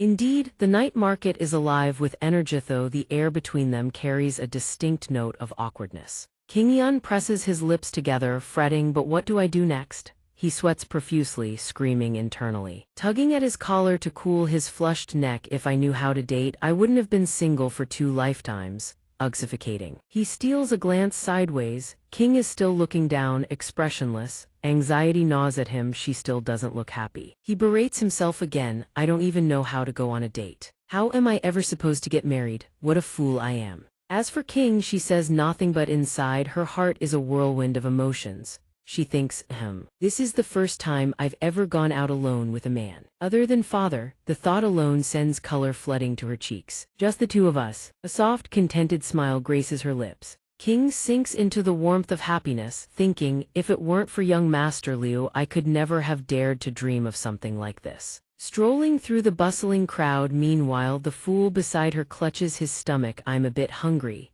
King's slender hand drifts upward, reaching gently toward Liu. Kingyun's large, sturdy palm carried forward by a current of intense, surging emotion. To share these moments of happiness, my young master. But at that very moment, Kingyun's attention drifts elsewhere and she shyly pulls her hand back. He walks up to a vendor stall, his eyes glued to the candied hawthorn booth. So Tanghulu already exists in this era. Candied hawthorn skewers Tanghula trace their origins to the Song dynasty, when hawthorn berries were dipped in melted sugar. King. She steps closer and asks, what is this? He replies, this is Tanghulu candied hawthorn, a type of candy. She drools. Candy shaped like a gourd. Kaifeng really does have so many wondrous foods. Suddenly realizing her lapse in decorum, she flushes scarlet, hastily covering her mouth and turning away. Kingyun suddenly realizes, it's meal time too. He gazes at the row of vivid red skewers, stroking his chin. Wait here for a moment, young miss. He thinks to himself, though Tanghulu is usually made with hawthorn berries, the true key ingredient should be. She asks in surprise, young Master Liu. He responds excitedly, done in a flash. With that, he dashes to the fruit vendor. Give me a basket of your freshest, coldest stored fruits. Then sprints to the stall owner. Lend me your cooking tools for a moment. Hands chopping, hands cooking. The dish is completed in no time. He presents a skewer of spun sugar Tanghulu, beaming special Liu Kingyun style Tanghulu made exclusively for the young miss. Though merely a common street snack in the modern world, before the young miss's eyes it gleams with an otherworldly radiance. She murmurs, how wonderful. He grins with satisfaction. Please enjoy, young miss. He knows full well that rose Tanghulu would become every woman's favorite treat 1,000 years in the future. She takes a bite and King is utterly stunned. She thinks, this taste, I never imagined it could be like this. The flavor erupts in her mouth, plunging her into a world of her own. She exclaims, the sweetness numbs my tongue. Yet it's so gentle, and the fresh coolness of the strawberries leaves me utterly bewildered. King's body trembles, strawberries flooding her mind. Her heart aflutter. Could this be the taste of young Master Liu? Incredible, the flavor of young Master Liu himself. The scene, bustling and alive. Yuhan. Suddenly Kingyun's voice rings out, young miss, everyone is staring. Be careful. Kingyun scrambles after her in a panic while King laughs joyfully and replies, but I'm having so much fun. Hearing her response, all Kingyun can manage is a helpless groan. Her gaze is then captured Buy something. King calls out excitedly, King Yun, look, young Master Liu, there are so many fascinating things over here. Hearing this, he scratches his head and replies sheepishly, yeah. Yet inwardly he thinks it's just Tanghulu and she's this happy. She really is just an ordinary girl after all. The thought barely finishes before he reverses course. Wait, could it be the sugar and the candy? Then he sees King bouncing along merrily, flitting from stall to stall. Excuse me, oh my, what's this? An old vendor woman praises her. What a lovely young lady. So lively and spirited, it makes King shyly wave her hands. Oh heavens, ma'am, you're too kind. While skipping along, King spots a crowd gathered up ahead. She asks curiously, why is there such a crowd over there? Hearing her, King Yun also turns to look. The two make their way toward it to see what's going on. King Yun spots it and immediately thinks fireworks. The shop owner warns everyone, stay back, it's dangerous. Everyone keep your distance. King exclaims, wow, this is my first time seeing fireworks. Seeing her so overjoyed, King Yun looks at her in surprise. This is the first time I've ever seen that expression on her face. Watching the shop owner light each fuse with a candle, King Yun reflects, come to think of it, she's still very much a child at heart who loves to play. She must have been hiding her true self all this time. King on the other side watches the fireworks launch skyward and shouts in amazement, fireworks. Watching King gaze up at the sparkling fireworks with such excitement, King Yun quietly reproaches himself, it's all because of her circumstances. Seeing her like this now, I realize how utterly heartless I've been. As the fireworks bloom across the night sky, King Yun feels a twinge of regret. I shouldn't have rushed the wedding. I want to take my time to truly get to know this person. Gazing at the starlight shimmering in King's eyes, his thoughts flow from her past to the emotions stirring within her at this very moment. Meanwhile, King's thoughts are entirely different. She nibbles on her sleeve, wailing internally, I'm hungry, it's already dinner time. King Yun strokes his chin, pondering, come to think of it, all we've eaten so far is Tanghulu. Hearing this, all King can do is shyly hide behind her sleeve and steal a glance at him. King Yun turns to suggest, I spotted a restaurant earlier. When he turns back, he's taken aback by her expression. All he sees is King with her eyes wide and sparkling, nibbling on her sleeve as she stares at him.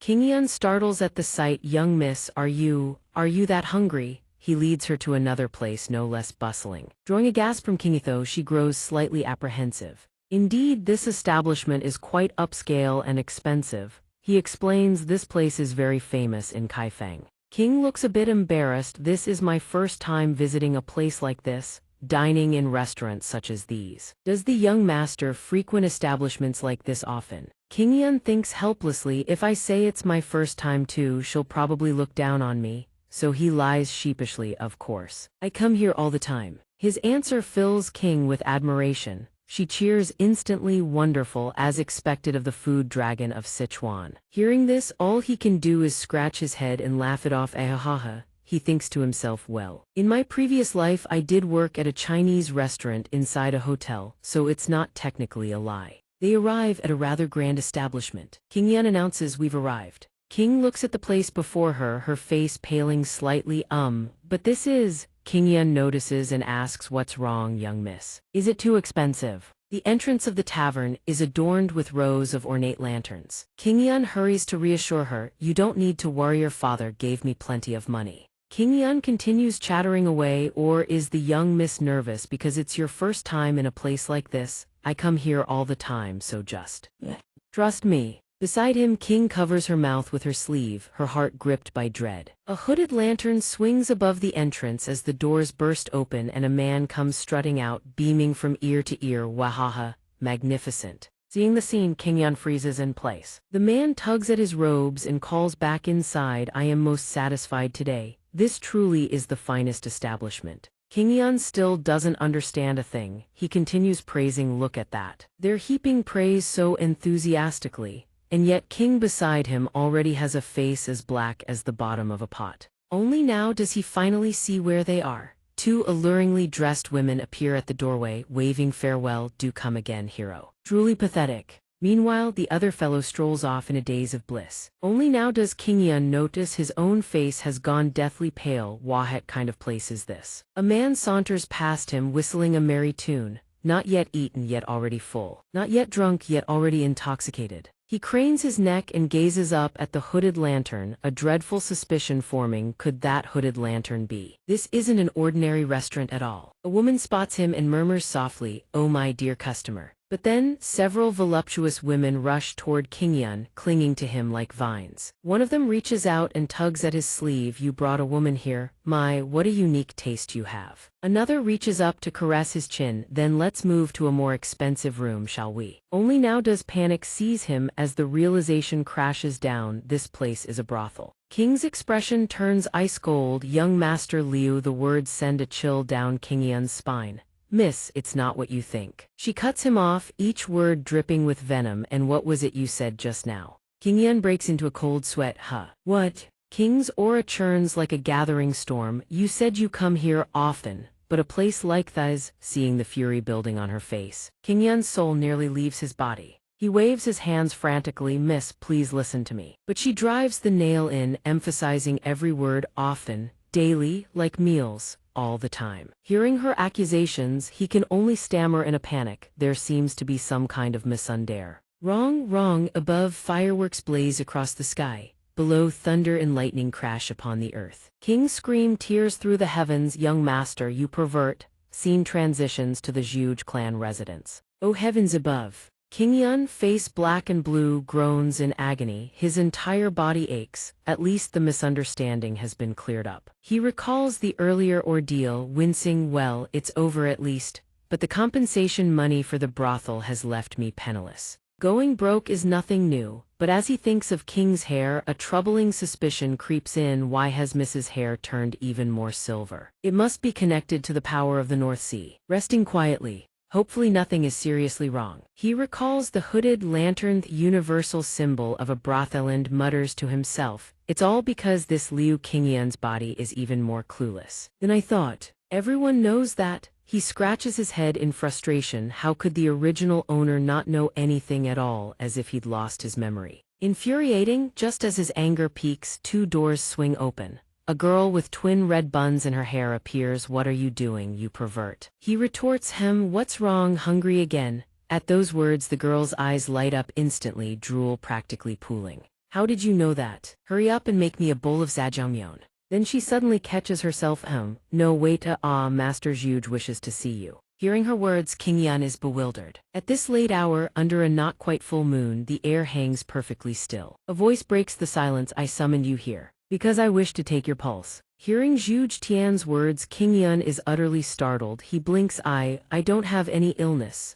He pats himself down, bewildered at a health check. Zhuge Tian had written in his letter, "I want you to take Kingyun's pulse. I harbor some concern." Now Zhuge Tian says aloud, "I've heard that you are." He thinks, if I tell him the senior brother wants to investigate him, he'll grow angry. So Zhuge Tian rephrases, "Everyone is saying you're impotent. Is that true?" Hearing this, Kingyun's jaw hits the floor. What? Who said that? He waves his hands frantically. That baseless rumor. He thinks to himself, well, I don't even know if there's a problem or not. His mind drifts to fantasies of unleashing overwhelming power before King. But if he could be diagnosed using that strange method, perhaps I might awaken some kind of power. He bows his head in acceptance. It's nothing serious. Then I'll trouble you, uncle. Seeing Kingyun's trust, Zhuge Tian sweats and responds, I'll do my utmost.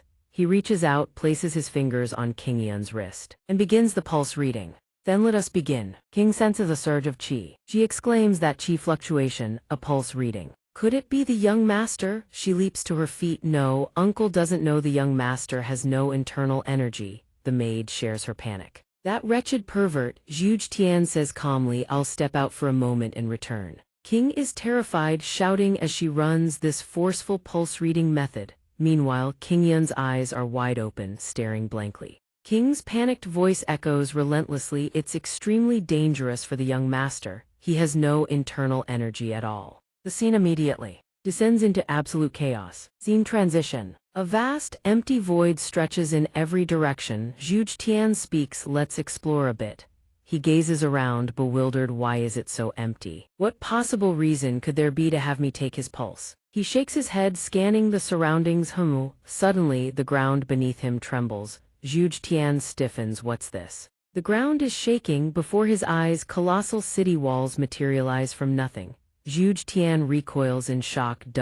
What is this? I've never seen anything like it. Through a window frame in the wall, he catches the silhouette of a figure within, a human shape. He peers inside and offers a cautious greeting. It is an honor to meet you. Might I ask who you? But upon seeing the figure clearly, he realizes this isn't Liu Qingyun. He reasons, there are cases where the image within one's consciousness doesn't reflect their true form. He continues to address the figure. Forgive me, but could you perhaps guide me, sir? The figure turns away without sparing him a glance. You have come to the wrong place. Whatever you seek, it is not here. The figure's bluntness leaves Zhuge Tian thoroughly embarrassed. He thinks, oh, usually it's not like this. He presses on, pleading please, but the response is a curt refusal. The figure's eyes blaze with anger. There is nothing here worthy of granting you. You have clearly wandered where you do not belong. The figure's killing intent crashes over Zhuge Tian like a tidal wave, forcing him stumbling back several steps. He senses something deeply abnormal, a lion-headed bird.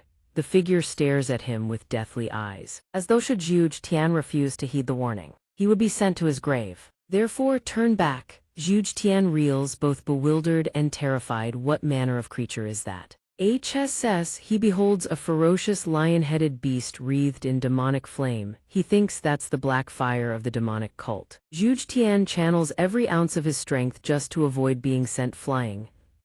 He gasps, my medical arts cannot contend with something like this. I can no longer continue the pulse reading. His vision floods with a bizarre road teeming with horseless metal carriages hurtling at impossible speeds. He stands frozen in the middle of the road. At this point, Zhuge Tian is truly and utterly baffled. What in the heavens is this? He sees a crowd of people clad in strange modern garments, a style of dress he has never witnessed in all his years. He stands bewildered in the torrent of strangers and wonders, what tribe is this? What nation is this? Or is it merely a hallucination? Watching the rushing crowds blur past, he turns back inward and tells himself, I simply cannot comprehend any of this. Scene shift, he materializes once more submerged in surging water, drowning. Water engulfs him from every direction. He cannot breathe. The scene crumbles into ruins. Zhuge Tian collapses onto the floor, thrashing wildly to break free of the phantom water.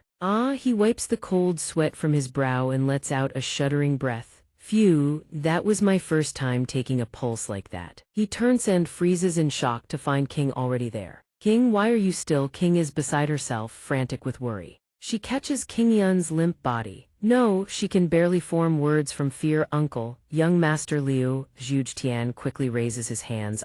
It's nothing serious, I was merely taking his pulse. King looks at Qingyun, his eyes have rolled back, utterly white. She screams in terror. Young Master Liu has stopped breathing. Even Zhuge Tian is stunned. Qingyun's face is now deathly pale, without the faintest trace of life. Scene transition to another place, where flames rage with terrible fury. A voice rings out, the blood-flowered demoness Xianxia.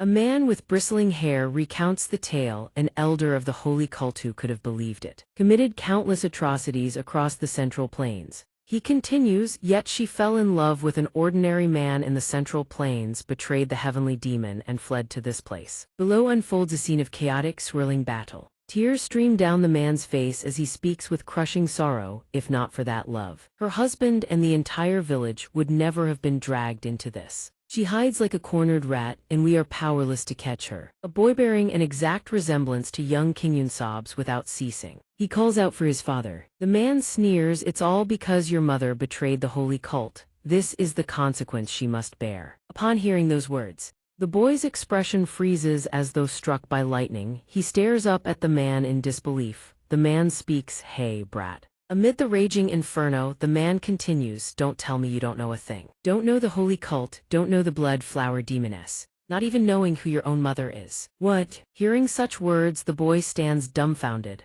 The old man continues, how interesting. His voice echoes, laden with menace. Could it be that woman used the soul-stealing art to erase your memories? As expected of the blood-flower demoness. Without warning, a subordinate rushes in to report bloodthirsty ghost. My lord, the blood-flower demoness has appeared. The old man lets out a sigh. So you finally show yourself? The woman in crimson, the one known as the blood-flower demoness, is sobbing uncontrollably. No. The old man glances at the boy and grins cunningly. Perfect. The boy sees the woman and bursts into tears. Mother, father is. the soldiers spot the blood flower demoness and charge toward her, shouting, "Kill them." At that moment, the aura surrounding the blood flower demoness shifts entirely. She speaks calmly, her voice steady, "King Yun, close your eyes." Every last soldier is suddenly seized by an unseen force, their bodies no longer obeying their own will. I can't control my body." The old man turns to King Yun and says, "Watch closely now, this will be quite the spectacle." Hearing this, the blood flower demoness protests, "He doesn't need to see this. This is nothing but a nightmare." Another voice cuts in, commanding him, "Open your eyes wide and watch every last moment." King Yun opens his eyes and is horrified by the carnage surrounding him. Mother," the voice speaks again, "this is the true face of the woman you call mother." A scene of bloodshed unfolds before him. The figure standing at the center of this crimson storm is none other than his mother, the very reason she is feared as the blood flower demoness. Blood splatters across the air, splashing onto King Yun's face. He stares down at his blood-soaked hands. "I remember now, that day." King Yun realizes in horror the fragile little world he knew. No, Liu King Yun's world. Blood droplets coalesce into the shape of a bewitching, brilliant flower, blooming above King Yun's body, followed by a voice that crumbles into silence. The scene cuts to the present. King performs mouth-to-mouth resuscitation, jolting him awake. 3 people surround King Yun. Zhuge says with concern, "Liu xianxia, wake up." The little one keeps saying, "Don't die." King's face is wrought with anxiety as she calls out, "Liu Gongzi." He coughs and 2 streaks of tears flow ceaselessly down his face. That expression, that look in his eyes, it startles King. She freezes. "Oh, why is Gongzi crying?" She panics, bursting into tears herself. "Why, did I do something wrong? Was the food too salty?" "Nah," but the gluttonous little one eagerly reminds him, "Come on, you're alive now, make me some zhajiang mayan." Above, the sky gradually brightens. A perfectly round sun hanging high overhead. A lingering verse drifts through the air. "Oh, heavens above, my entire body aches from head to toe." King Yun cradles his aching back, rubbing his chin in thought, "Why can't I have a single peaceful day? I didn't transmigrate into this world just to become some swordsman of the martial world." He sits there mulling it, overcome to think of it. Liu Qingyun's childhood was nothing short of miserable. Though the memories are hazy, the image of young Qingyun dazed and prostrate beside his father's corpse, and above it, that taunting grin, can still feel the depth of that boy's pain. But there is one thing he cannot comprehend. The images flash through his mind like a film reel rewinding at speed. Why was I drowning in sorrow when I woke up? Could it be that I empathized with a character from a story? Zhuge appears out of nowhere behind him, asking, "What is a film?" Qingyun jumps in fright. His face goes pale as he stammers, "That film means it's." Zhuge ignores his fumbling entirely and sits down beside him, paying no mind to the cold sweat pouring down Qingyun's face.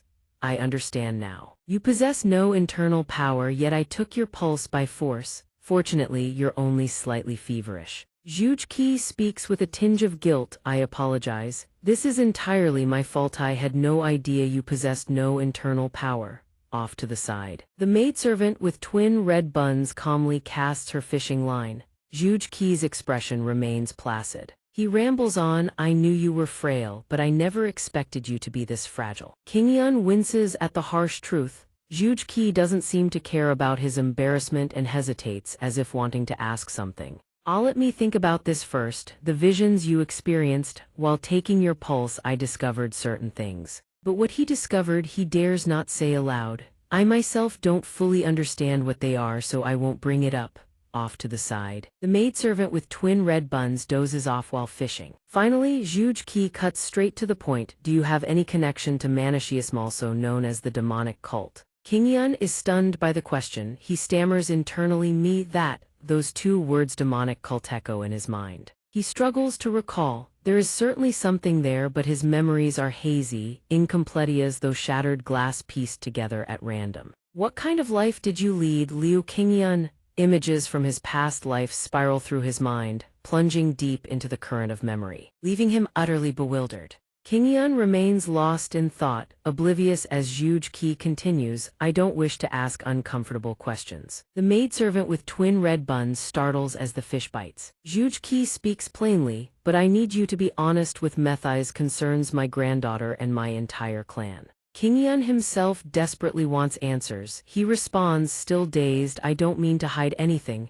but I truly cannot remember. Zhuge nods in understanding. As I suspected, something is blocking your memories. Straining to recall sends a splitting pain through King Yun's skull. He hesitates. The truth is, I once had an accident on the road. King leans in, listening intently. He naturally has no idea about the conversation between the two. I nearly drowned. King can only fall silent at his account. He recounts painfully, after that accident my memories became fragmented and dim. The maidservant with twin red buns suddenly lights up, exclaiming joyfully, I caught one. Zhuge sympathizes, I see, you've been through quite a lot, haven't you? King Yun pours out his heart. Perhaps that is precisely why. His eyes brighten with resolve. I treasure everything that happened after I joined the Zhuge clan all the more. I cherish what I have and those who stand beside me. King blushes furiously. Gongzi. The maidservant with twin red buns feels a wave of inexplicable joy wash over her. King Yun suddenly remembers something and shouts.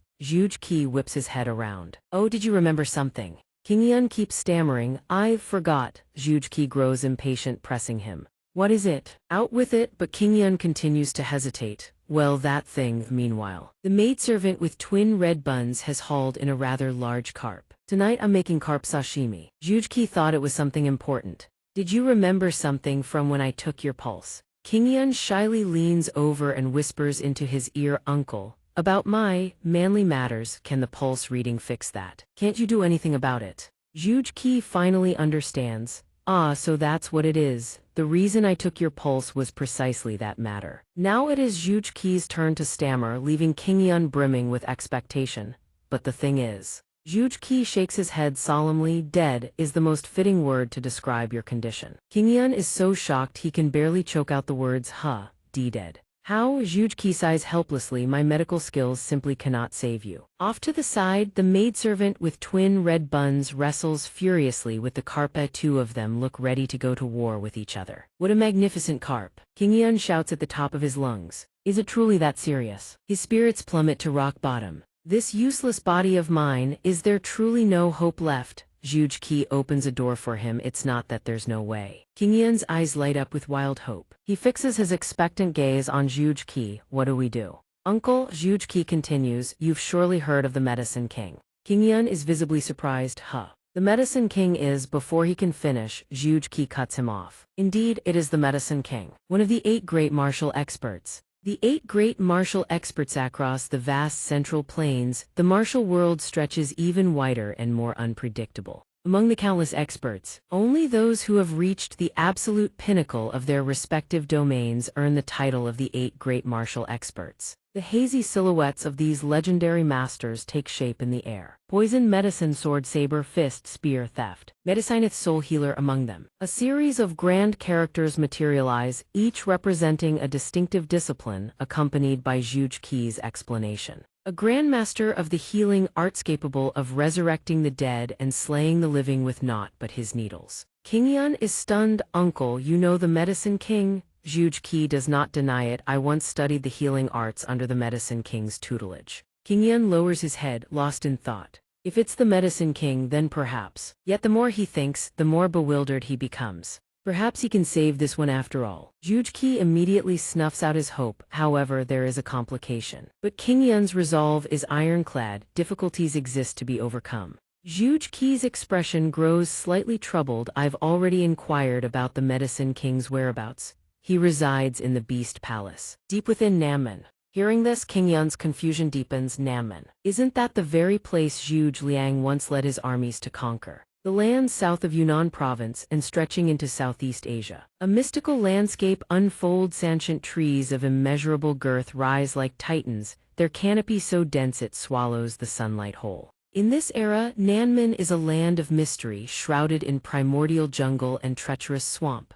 A wild territory where plagues run rampant. Venomous herbs and poisonous insects thrive alongside ferocious beasts and savage tribes. Nanmen. He envisions the chaotic, untamed wilderness of Nanmen and his entire body breaks out in a cold sweat. A bone-deep chill runs down his spine. Liu Qingyun grinds his teeth. The southern barbarian lands are more perilous than the central plains, yet for the sake of a cure, he does not hesitate. But to prove himself a man, he is ready to surmount any obstacle.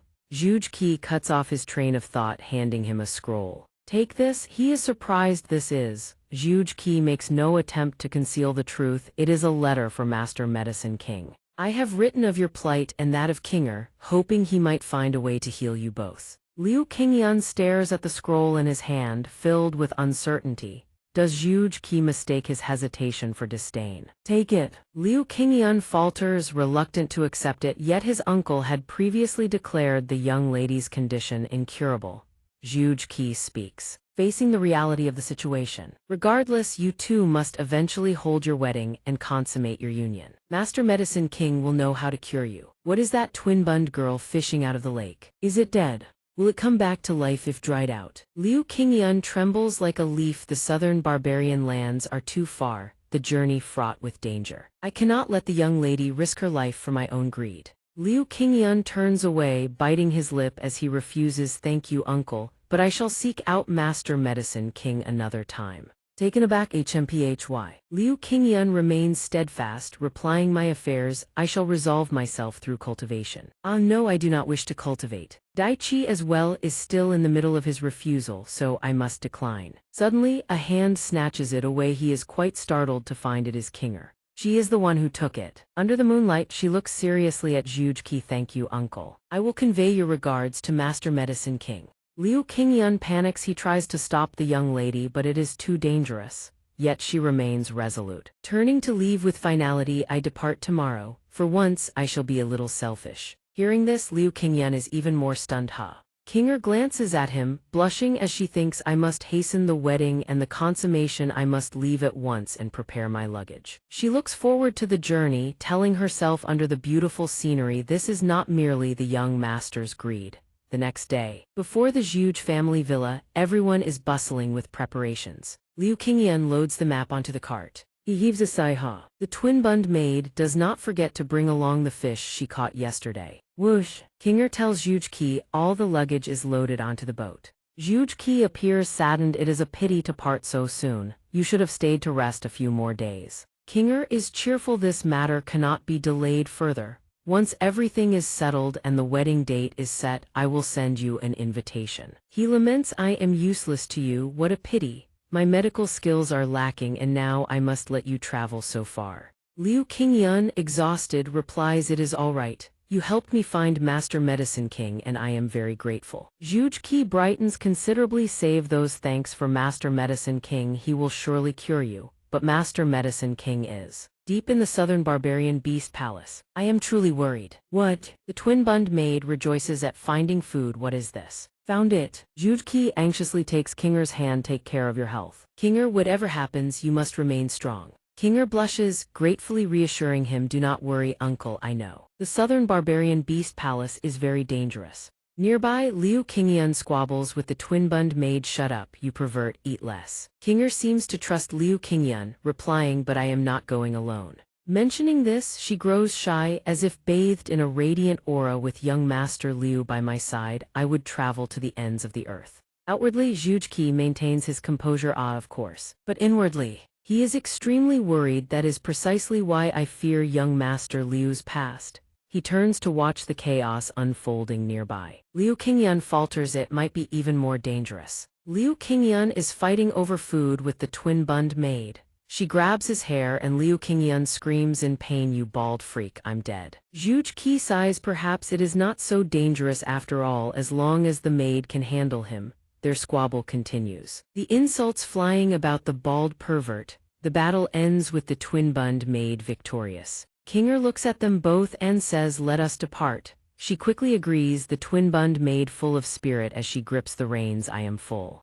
Go. Which way? Liu Qingyan looks behind. Is everyone on the boat? Set sail. Finally, the carriage rolls forward, everyone joyful. Only Liu Qingyan struggles under the weight of the passengers and luggage. They haven't gone far when Zhuge Ke's face shows silent concern, the voice of the twin-bund maid echoing, hurry up. You pervert. Liu Qingyan groans, give me a hand, would you? Zhuge Ke watches the scene, silently judging, though this sight is somewhat bizarre. It feels oddly natural. He feels slightly more at ease, pinning his last hope on Master Medicine King. If young Master Liu's past is linked to the demon cult, I must uncover the truth at all costs. He looks at the scroll. Comforting himself, Zhuge appears very calm. We cannot allow the fragile peace of the Central Plains to be shattered. It will be all right, everyone be careful, he says. He pats the twin-bund maid's head, thinking he cannot let the flames of war erupt again. The sky turns brilliant and a voice strains HNGH. It turns out Sima Jai is struggling to climb the rock. HNGH, finally here. He hangs precariously from the cliff face.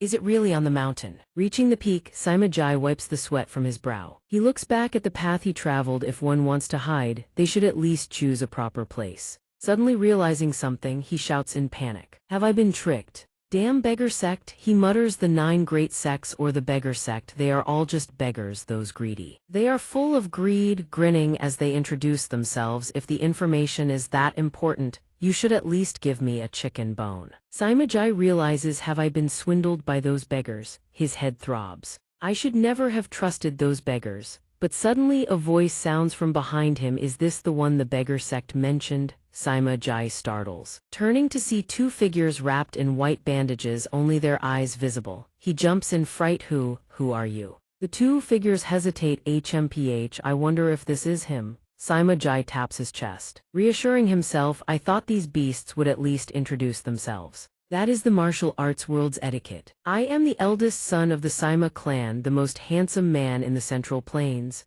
But before he can finish, he is unexpectedly hoisted away by the 2 strangers. Too talkative and annoying. It is definitely him. The person is waiting. Let us go. Sima Jai is completely bewildered, struck with terror. Yes, one can only hear Sima Jai's loud cries inside a magnificent, opulent palace. Where are you taking me, you country bumpkins? Finally, the 2 mysterious figures bring him to a place and push him down. Elder, I have brought him. He groans in pain. Sima Jai looks around. Bewildered, I never expected a hideout like this in the mountains. A booming voice sounds, the eldest son of the Sima clan. You come seeking me yourself. If you have nothing to say, I will not spare you. Sima Jai trembles. This man is, I came here to find you, he says. He looks at the ferocious man before him. Elder Shizugui, the right hand of the Tianmo. The terrifying man commands, speak. Sima Jai forces himself to speak. A youth over 20, surnamed Liu, wearing a red headband with a mysterious past. And most importantly, Elder Shizugui remains silent, so he continues. His cooking skills are extraordinary, inexplicable. If it were not for the soul-stealing technique, Elder Shizugui rubs his scarred face, lost in thought. It is the Blood Blossom Witch and her son. Sima Jai, surprised he knows, says loudly, it is him. The man turns his terrifying gaze towards Sima Jai. But you surely didn't bring me this information for free. No.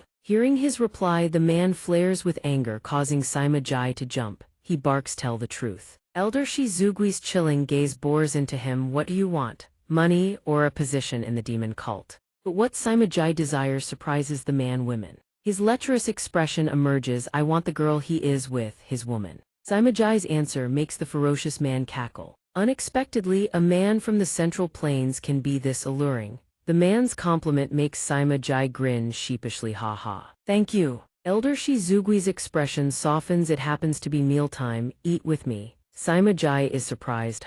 Eat, the subordinate quickly replies. I shall prepare it at once. Within minutes, the subordinate places food on the table. Enjoy your meal. Upon opening it, a hideous sight appears before Sima Jai, making him wince and cover his face. Cough. The smell is inedible. Elder Shizugui turns toward his subordinate in rage. Oh, who cooked this? The subordinate, thinking he was about to be praised, eagerly raises his hand. It was me. This dish was made from. He scratches his head proudly. I stole it from a cat and a deer carcass I hunted last year. He suddenly freezes. Hearing only that much, the elder Shizugui slams his palm furiously against the table, making Ma Jai leap back in fright. He shoves the subordinate's face down onto the surface. A table full of filth. How many times have I told you? The subordinate howls in agony. His eyes gleam razor-sharp as he enunciates each word. The fundamental principle of cuisine is that one must use fresh, quality ingredients. Elder Shizugui swings his arm, sweeping every dish off the table and shattering them to pieces. Ma Jai scrambles backward to dodge the flying debris. HMPH. Having vented his fury, Elder Shizugui hurriedly wipes the filth from his arm. Disgusting, this wretched slop. Another subordinate rushes over, clutching the body of the one who was just beaten half to death and says in a trembling voice, I'll cook something else. But Elder Shiksu-gui replies, no need, it would be a waste of effort. He suddenly shifts the blame entirely. All of this, it's Bloodflower Demoness's fault. Magi, standing behind him, hears his words and has no idea what he's talking about. Elder Shiksu-gui crosses his arms and gazes out the window. If over a decade ago, the plan to infiltrate the Central Plains through the blood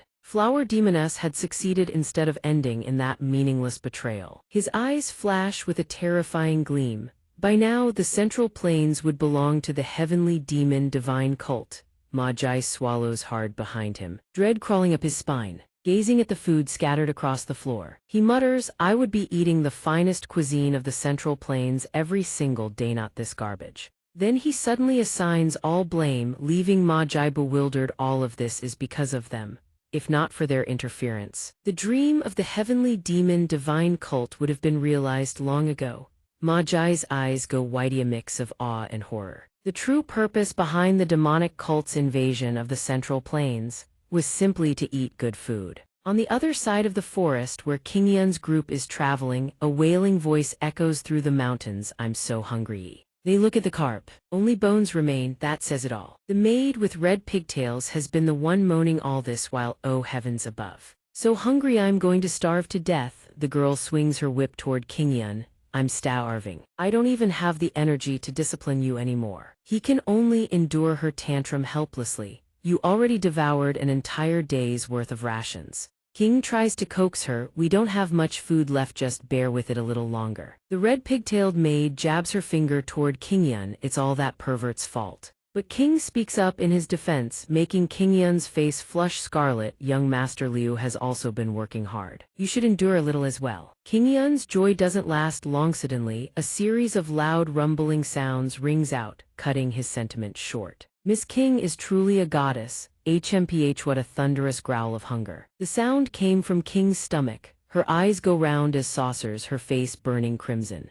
King Yun glances back worriedly at the source of the noise. Finally, he sighs in defeat. How about we stop and find something to eat?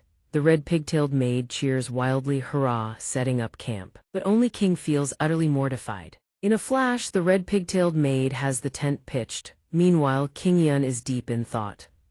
He examines the 2 small jars of ingredients in his hands, pondering. Seasonings are running low and ingredients are limited. If only I could find more ingredients around here. The red pigtailed maid thrusts something freshly picked in front of him. I just pulled this, is it edible? King Yun's face brightens. Oh, wild green onions. King Yun holds the bundle of onions, a diffy cult thought crossing his face. He opens his mouth to speak, but halfway through he suddenly stops. But with only green onions, how am I supposed to make anything? A chicken peeks out, clucking softly. The 2 of them stare at each other eye to eye. Gluck! The chicken panics and flaps up violently right into King Yun's face, making him scream, aahhhh. Glug glug glug. He suddenly realizes, wait, a chicken. A wild chicken. King Yun brandishes the bundle of green onions and points, catch it. The red pigtailed maid charges after it in a flash, woof. Get that chicken. They chase it relentlessly as the chicken flees in panic, clucking frantically. Looking at the chicken ahid plump as a rotisserie, King Yun's determination to catch it only burns hotter. No good, it ran into the thicket. The girl trips and tumbles to the ground. He dives headlong into the bushes after the chicken. I won't let you escape. King Yun clutches something's leg in his grip. Got it. But what he caught is not the chicken. The bird is standing right beside him, clucking away. He stares at it in bewilderment. Huh. Both of them look up. What King Yun has grabbed turns out to be the leg of a massive bear, towering over them like a living mountain. They are so stunned that only a choked awe escapes their lips. The bear rears up, opens its maw, and unleashes a thunderous roar, grrrrah, sending them fleeing in terror, but then breaking through the chaos. The red pigtailed maid steps forward to face the fearsome beast and commands it to stand still. The bear is 10 times her size, bellowing furiously, rage rolling off it in waves, but the red pigtailed maid shows not a flicker of fear. HMPH. King Yun watches the scene unfold, his heart leaping into his throat. He stares at them in sheer disbelief. You're going to save me. Why not? It's dangerous for everyone here. They seem to be negotiating with each other. The bear listens attentively as the red pigtailed maid explains something. Jiarararar roared growl. Meh. King Yun's eyes bulge as he watches them. You can speak the language of beasts. Who on earth is this girl? At this moment, the red pigtailed maid is happily perched on the bear's back. All right then, let's make a deal. First, let me taste that pervert's cooking.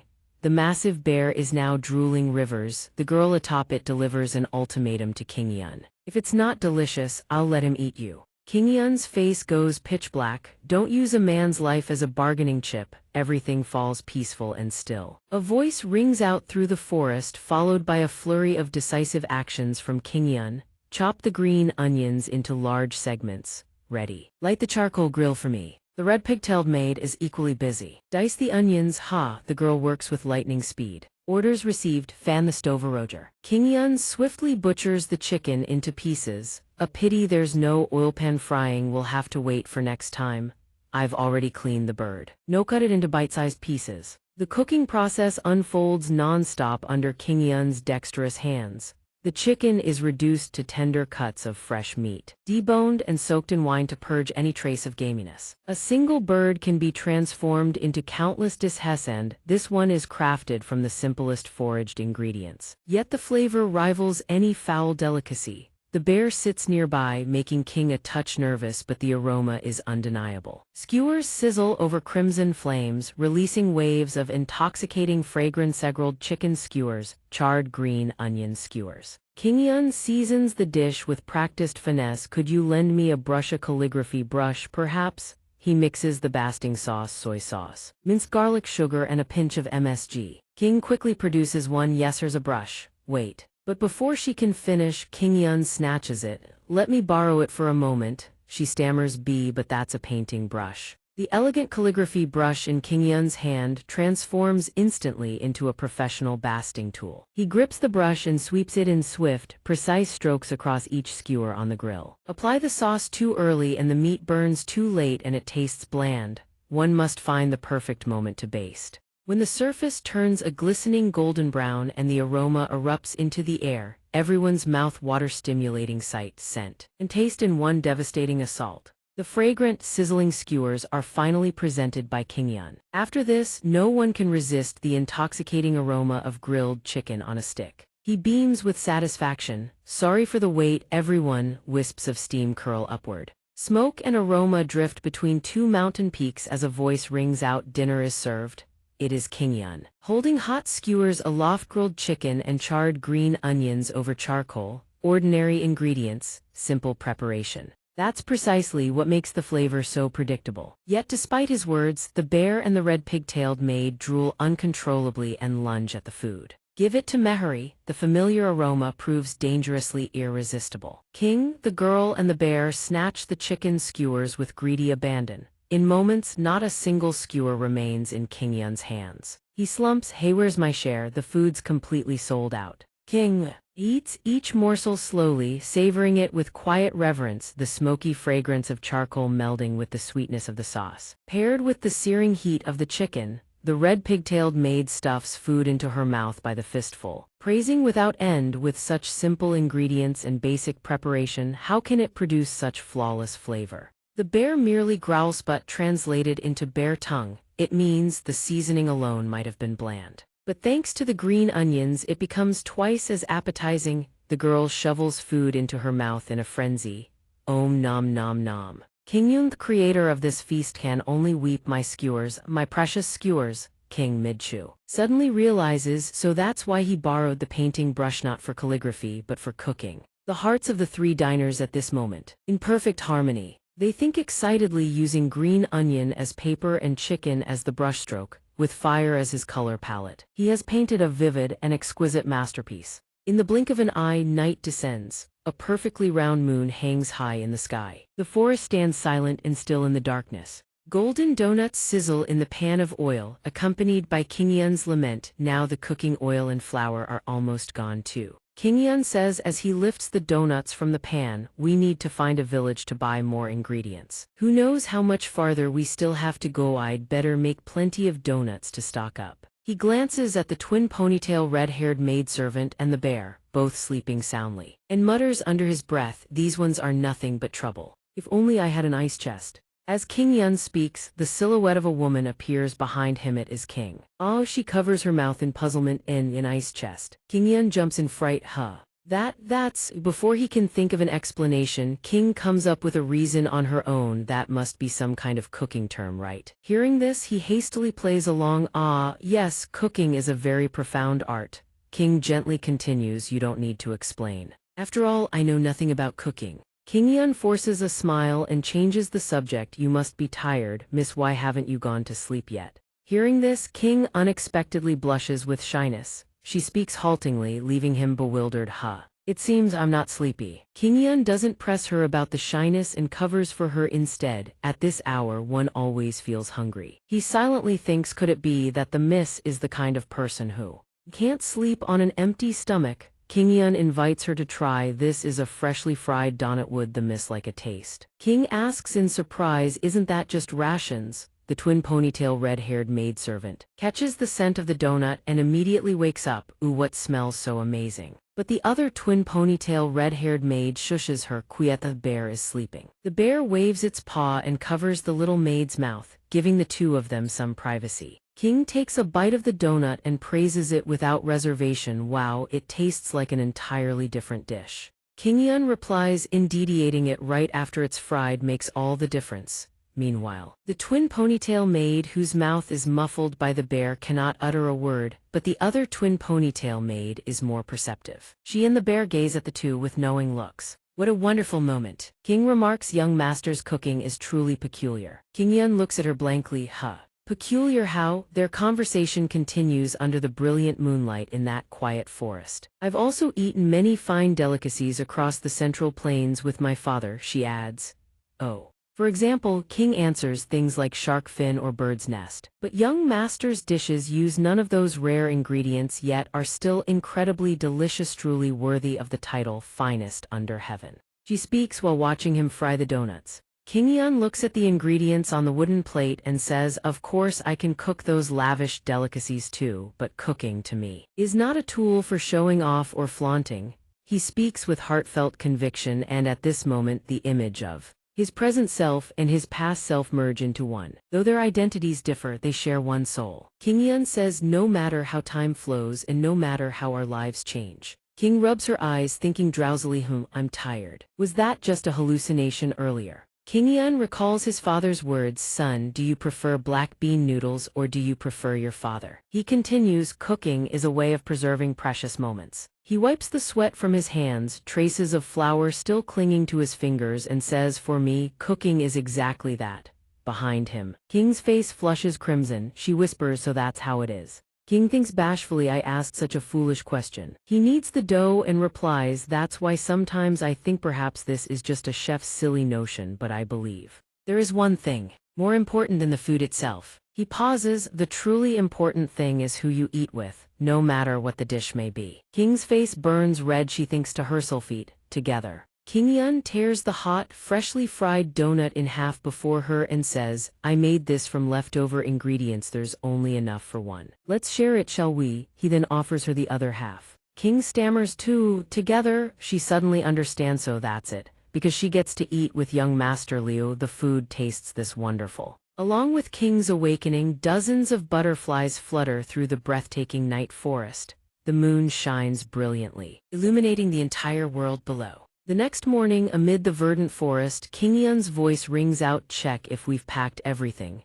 Then we set off. Suddenly, he looks bewildered. Wait, but is it coming along too?" The twin ponytail red-haired maid, cradled in the bear's arms, shouts angrily, You, how dare you leave my friend behind? You heartless pervert. If anyone gets left behind, it should be you." The little maid continues, "Besides, she's very useful, she's strong and can do heavy labor." King Yun thinks about it and concedes, "Fair point. Pulling a horse cart is exhausting." He says, "You have a point." Then he agrees, "Fine, let's all go together." The twin ponytail red-haired maid shouts, "I don't need your permission." Meanwhile, another little maid is already climbing onto the cart roof, wondering, what's that smell? And King blushes at his words, "What, two, together?" The horse cart sets off, "Let's go." The bear growls, "Roar." King Yun suddenly realizes, so that's how it is. The twin ponytail. Red-haired maid is perfectly at ease. The little maid lets out a contented sigh, finally, some peace and quiet. As it turns out, the one pulling the horse cart is King Yun, while the bear sits atop the cart roof, cracking a whip to urge him on. King Yun thinks helplessly, give me a break. Meanwhile, under the dazzling moonlight high above, Ma Jai recounts, I don't remember it clearly anymore. He hangs his head, dejected. The Sima family and the Zhuge family, perhaps it stems from the 100-year blood feud between the two clans. In the image, a young Ma Jai reaches out both hands, laughing. What? Play together? When he and King were young, they played together, but it was never a pleasant experience. When exactly? He would pinch her cheeks and tease her. How many times has she said this already? HMPH, you should know your place, you little dumpling. She would be teased until tears welled up, or maybe it was because I was young back then and didn't understand anything as a child. He would tease King until she sobbed and ran away. A twin ponytail red-haired maid bellows, get lost. Another maid comforts, are you all right, miss? She had never hated her, and she didn't know why, but his two lackeys opened their duck-like mouths to mock her. Who are you calling a dumpling? One of them continued to tease her, then from now on I'm calling you dumpling, Zhuge, before she could finish. The kid gets smacked on the head by a shuttlecock. He whips around toward Ma Jai, hey, Sima Jai, look before you throw. He wondered perhaps it was youthful recklessness. Ma Jai could no longer stand listening to those words. He charges forward and slams a fist into the kid's face. The other kid is caught completely off guard, only managing to choke out a strangled gasp. Continues from above. He grabs the kid by the collar and slams him to the ground, roaring, shut up. You bastard! The other one panics, what? Why did you suddenly? Ma Jai threatens in a steely voice, only I am allowed to tease dumpling. It seems that from childhood, he had already resolved to marry a daughter of the Zhuge family. And so the two children bolt away, leaving Ma Jai alone behind. As they run, they curse, this lunatic, let's get out of here. I'm not playing with you anymore, but Ma Jai shows no fear. He wipes his face and sneers coldly, HMPH. I never wanted to associate with the likes of you anyway. You're nothing but nameless small fry in the martial world. He shouts after them beneath the glittering night sky, I'm on an entirely different level. I am the heir of the Sima family, he bellows. Then murmurs to himself, the most handsome man in all the Central Plains, Sima Ma Jai. So why has Ma Jai? He stares at his own hands, unable to accept it, and erupts in fury. Why did it turn out like this? I'm the nameless small fry. The image of King happily at King Yun's side flashes through his mind, and he seethes, that country bumpkin stole my woman. That food dragon everyone knows of him. Ma Jai clutches his forehead in frustration. I, the eldest son of the Sima family. What am I even doing? I'm no different from a nameless small fry in the martial world. He covers his face, his expression twisted with resentment. It's all because of this chivalrous name. I've carried it for far too long. Ma Jai laughs and strips off his clothes. I don't need this title anymore. He tosses away the robes and hat, pulls out the hairpin, and mutters to himself, these clothes, cast them off and be free. He runs a hand through his hair with newfound confidence. I am no longer a descendant of the Sima family. Am I Ma Jai of the demonic cult? Noth, heavenly demon, divine sect. Ma Jai's aura blazes with violent intensity, the surroundings erupting as if engulfed in infernal flames. The time has come to show the martial world my true self. As he speaks, the estate is swallowed by a sea of fire. Shixugui watches the inferno from afar, his expression one of deep satisfaction. At last I've broken free from this wretched place. He gazes at the blazing scene and whispers, I've found a lead on the blood flower demoness. I will avenge her and fulfill the heavenly demon's dying wish. He turns to issue orders. First, find Liu Qingyun, the son of the blood flower demoness. He will surely know where his mother is hiding. Two subordinates respond at once, understood. Yes, Shixugui warns, disguise yourselves carefully. We must not be discovered by those from the Central Plains, and no causing trouble before we find Yinzu. Understood. His subordinates obey immediately. Shixugui suddenly recalls something. Where did that Sima kid go? The two subordinates answer quickly. He said he went to change clothes. Something about wanting to reveal his true self, breaking free from the constraints of the chivalrous title. They all watch expectantly toward Ma Jai's direction. What's taking so long? Suddenly, something catches Shixugui off guard. What kind of getup is that? He sees the new outfit and envisions a rebellious, unconventional image. Spot on. The Tianmo cult rebels against the laws and constraints of the Central Plains. Their own underlings gasp in shock. What? A seductive curve slowly reveals itself. Shizugui watches. Drenched in sweat, he demonstrates his resolve through actions rather than words. Saimajai appears full of femininity, a carrot clenched between his teeth. This is the real me, the true self I have hidden for so long. Saimajai dons a daring black bikini, showing off his figure amidst an aura radiating from his own body. He puts his hands on his hips and turns to ask Shizugui, "Ohohiha. What does that mean?" Shizugui is stunned. This is." He looks at Saimajai, rubs his chin and offers a wry smile.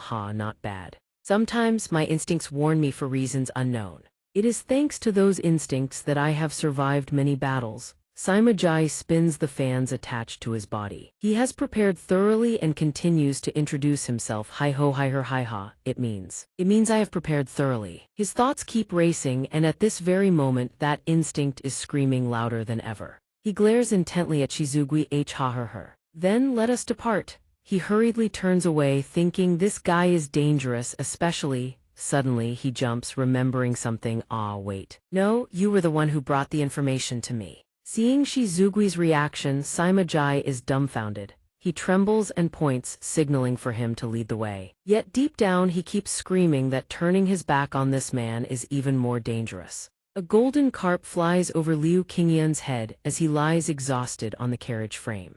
Many days have passed since we left Kaifeng for the southern barbarian lands. At this moment, the entire carriage is being carried by a bear. Below is a pond full of houses, with a large fish swimming playfully. The new member is very useful, and thanks to the diverse terrain of the Central Plains, the fragrant aroma of grilled fish drifts through the air. We need not worry about finding food.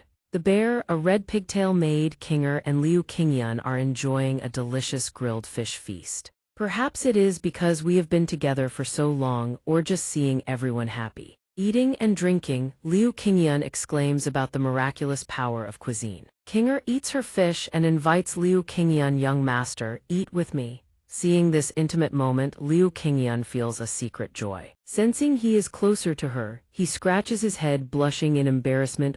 Yes, then I shall take you up on that. A bandit suddenly appears out of nowhere, leveling his sword in a threat. "Hand over your money and food." Following the laws of the Jianghu, trouble is always bound to arise. Unfortunately for this robber, he has picked the wrong place. The bear becomes ferocious. Kinger says angrily, "How dare you point a sword at the young master?" The bandit breaks into a cold sweat. Liu Qingyan pleads, "Hey, wait a minute, we can talk this through." But thanks to these powerful companions, we overcome every difficulty with ease. The scene erupts with piercing screams and the crimson hue of blood splattering everywhere. Liu Qingyan turns pale. Grant them a quick death. A spray of blood flies as the bear swings the rope in its hand. Liu Qingyan struggles to drag them forward, and we continue our journey to the southern barbarian lands without further danger. A gecko lurks on a tree branch. It observes the carriage. Liu Qingyan is drenched in sweat. More than just a feeling, it seems the air is hotter than before. It seems the climate here is different.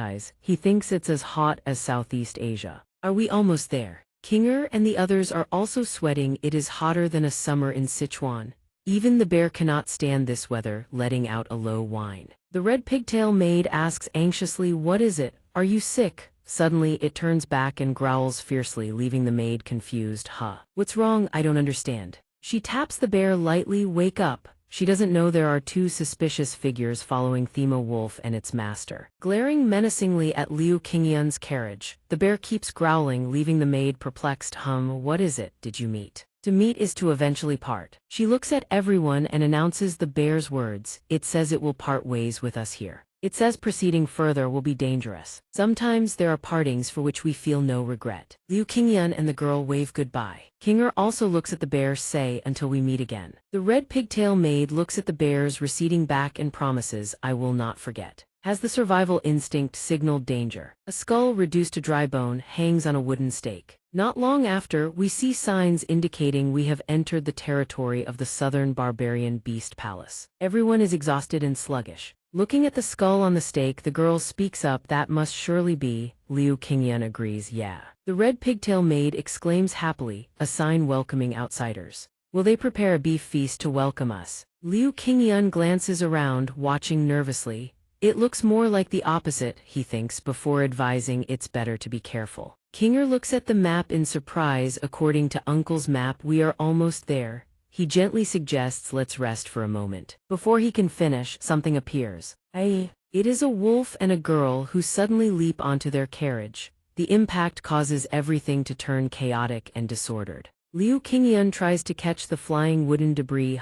So sudden, the carriage falls apart. As the dust settles, the girl calls out, "You dare to trespass here." Liu Qingyun is startled, not knowing what is happening. The girl scolds, "Damned Central Plains folk." She is Meng, a member of the Southern Barbarian Beast Palace, a human female accompanied by a male husky and the red pigtail maid. She is surprised to see the remaining maid trapped. Hey, the other maid kicks her legs. Meng's pressure descends, her expression fierce. "You filthy Central Plains people, have you come to the Beast Palace to wreak havoc?" Liu Qingyun panics. "What? We only came here to find someone." She reaches for her sword. "Shut your mouth, ugly Central Plains dweller." She quickly steps in front of Liu Qingyun. He is surprised. She brings her blade down. She slashes at Liu Qingyun, but he quickly grabs a ceramic jar. He blocks it. "This is all your fault." At this moment, Kinger stands up. After a thud, "Who is attacking me?" Meng slashes wildly, threatening Liu Qingyun die. Liu Qingyun sees this and panics. He shouts, "Young master." She hears Kinger and orders the dog behind her, which approaches Kinger, growling. Its face becomes more and more aggressive, growling, causing Kinger to fear a dog. At this moment, the red pigtail maid rushes toward the growling dog and bites its tail. It startles the dog. Another red pigtail maid approaches Kinger to check on her. "My lady, are you all right?" Elsewhere, the dog wags its tail frantically to avoid the girl. The other red pigtail maid has been swiped to the ground by the dog's tail. It growls louder as it faces her, but the girl remains defiant, growling back at it. Kinger is afraid. Watching the scene unfold, Kinger is not yet in her element while Meng strikes and kicks, attacking toward Liu Qingyun. Thinks hurriedly, "I am about to meet Master Medicine King." On the other side is the confrontation between the dog and the red pigtail maid. Kinger's murderous aura suddenly erupts. The wedding is about to happen. Seeing her, the red pigtail maid calls out to stop her. "My lady, calm down." Meng, stop attacking. Liu Qingyun looks back and yells, "Cold chi." He screams in horror, "My lady." Kinger thinks with a cold expression, "I will soon be with my husband. I will destroy all who stand in my way." Liu Qingyun fears Kinger, "Don't get too excited." But she is struck by Meng's kick of an object in front of her. Cuck. Meng flies toward her with a blade. Is she hiding her strength? On this side, the red pigtail maid is still fighting the dog alone. Just then, Meng also flies toward Kinger. She shouts loudly, "How truly cunning." The dog also growls to prevent the battle. Grr. Liu Qingyun, wake up, Kinger. She opens her eyes wide at him. Meng is also suddenly stunned. What? They both glide past each other, yet no one is wounded. Witnessing this leaves Liu Qingyun speechless. Even the dog is surprised, looking on while its foot remains pressed on the red pigtail maid. Meng is very surprised. Impossible. At this moment, there seems to be more harmony between the dog and the red pigtail maid. Woof. She just stands there in thought. Impossible. I thought Central Plains people hated dogs. Meng turns around, glancing back. Meng had mistaken the red pigtail maid for a dog, and clears her throat. HMPH for the first time. I have seen this kind of dog, so I did not recognize the three of you. Qingyun, King, and the remaining red twin-bund maid are all bewildered. Amid the strangeness, Meng Jai notices the dog endlessly licking the maid's cheek and rushes over. But this dog is so cute. Meng Jai extends her hand and pinches the red twin-bund maid's cheek, grinning mischievously. King steps forward, ready to intervene. Seems like a misunderstanding, but Qingyun places his hand on her shoulder, holding her back. King glances at Qingyun, tattered, head to toe caked in mud, then looks the other way, thinking, "My love, everything depends on you now. Just act like you always do." Meng Jai, still cradling the dog, whips around with a fierce scowl. "Don't think for a second that I trust you lot." Qingyun scratches his head, puzzled. Why do the Southerners hate Central Plains people so much? Jing. He explains to Meng Jai, "We've only come to find Mr. Medicine King." Hearing this, Meng Jai says, "There's no one like that at the Beast Palace." Qingyun deflates, stunned. So our whole journey was for nothing. King goes pale, forcing a smile. Maybe he's moved elsewhere. Meng Jai's expression sours. She speaks abruptly, "There's a quack here who can't save a single soul." the sky begins to darken. Zhuge King and Liu Qingyuntho's names reek of the Central Plains. They continue walking when someone suddenly speaks. I'll say it, agant that quack. Mengjai talks as she walks, leaving everyone and Qingyun behind. Impossible to understand, truly beyond saving. She continues, if you still want to see him, I'll take you there. He stares at her hair ornament in surprise. Does she think he's still alive? In any case, she smirks, I don't know why you want to see that man, but you'll definitely be disappointed. He thinks dejectedly, even 1,000 years ago there was a girl like her, the daughter of the Nanman Beast Palace chief, named Mengjai. She twists her face in displeasure. If my father hadn't stopped me then right now. Qingyun watches Mengjai, seething with anger. Though he doesn't know why she's so furious, if they want to find the Medicine King, following her is their only option. Hearing this, King turns to him. What if what she says is true? He hears her voice and turns. She says anxiously, we've struggled all the way here. If the Medicine King is just a rumor, in the fading twilight. Mengjai shouts, startles too. Parrots in the two of them as well. Qingyun jumps in fright. The two whisper, what was that? She glances at the red twin-bund maid riding atop the dog. I've been courteous enough since your Central Plains people traveling with dogs. Mengjai's expression shifts, furious. Look at you two, stop making those strange gestures or I'll change my mind. He looks at her fearfully, HMPH. Both break into a cold sweat. Qingyun thinks, why is she so angry? She spins around and barks, then hurry up and follow me. The red twin-bund maid also sits up angrily, growling at the two. Seeing this, he thinks, you two, huh? Why so angry? Mengjai suddenly halts. We're here. He is drenched in sweat. He wipes his brow and responds, oh. Before them lies the Nanman Beast Palace, a small village nestled deep in the forest. His face lights up. So this is the Nanman of Menghua, the very place where Zhuge Liang once led his armies. He recalls that once powerful warlord captured 7 times, released 7 times Menghua. He thinks further, a brilliant strategy to win the hearts of the people. The image of the man muttering surfaces, I can't accomplish a single thing. Life is so unfair, I'm worthless, I've even wet my pants. Heh heh heh. But in truth, it was a mental torment, a slow erosion of the enemy's will, crumbling them from within. The image of Zhuge Liang fills his mind, a strategy embodying Zhuge Liang's cold ruthlessness at the twilight of Shuhan, utterly rational, utterly merciless. That is also one of Zhuge Liang's most fascinating qualities. He recalls, then thinks of the descendant who inherited that legacy and can only shake his head in dismay. But his descendant became such a blindly doting father. Dare to touch my daughter and you die, or marry her. He surveys the surroundings. I never expected a place like this in the middle of the jungle. She hears this and snaps back. Did you think we lived in caves like Central Plains beggars? Why is that dog panting with thirst and the girl keeps touching its tongue? Wow, I never knew there were so many breeds of dogs. He looks around and thinks, makes sense. To people of this era, dogs are just wild beasts. He forces a laugh, ah ha ha. All around, the villagers tend to their most loyal companions. She observes and wonders, why does everyone have a dog with them, as if they're inseparable pairs? Hearing her words, he only now takes notice. Come to think of it. Qingyun spots a figure huddled in a corner, sighing in dejection. He says to King in surprise, but why does the atmosphere here feel so? She senses it too. Yes. Everyone looks so sad. Mengjai answers his bewilderment, of course. She continues, our village is suffering from a plague. He jolts, covering his mouth, a plague. Her expression solemn, she continues, everyone here has lost someone dear. Seeing her expression, King stammers, miss, have you also? She spins around, furious silence, follow me. He blinks, huh? I didn't even say anything, Mengjai shouts, leaving only her retreating silhouette and bewilderment behind. It's all that quack's fault, daring to call himself the Medicine King. She seethes with rage, her furious steps pounding the earth as if to crush it. The two of them don't dare utter a word, trailing behind Mengjai in silence. Couldn't save a single soul, yet dares call himself the Medicine King. Qingyun immediately asks, where is Mr. Medicine King? Mengjai shouts, you must greet the chief first. You Central Plains barbarians have no manners. Her shout startles even the resting dogs. He can only swallow his words, not daring to protest. They stop before a house. She calls out, father. The three of them step inside. Inside, Mengjai reports, I spotted these Central Plains people wandering about, so I dragged them back. They say they've come to find that quack. A man dressed in tiger skin garments is burning incense, his lips moving in continuous murmured prayer. When her father doesn't respond, she calls louder, "Father." Amu Mengjai.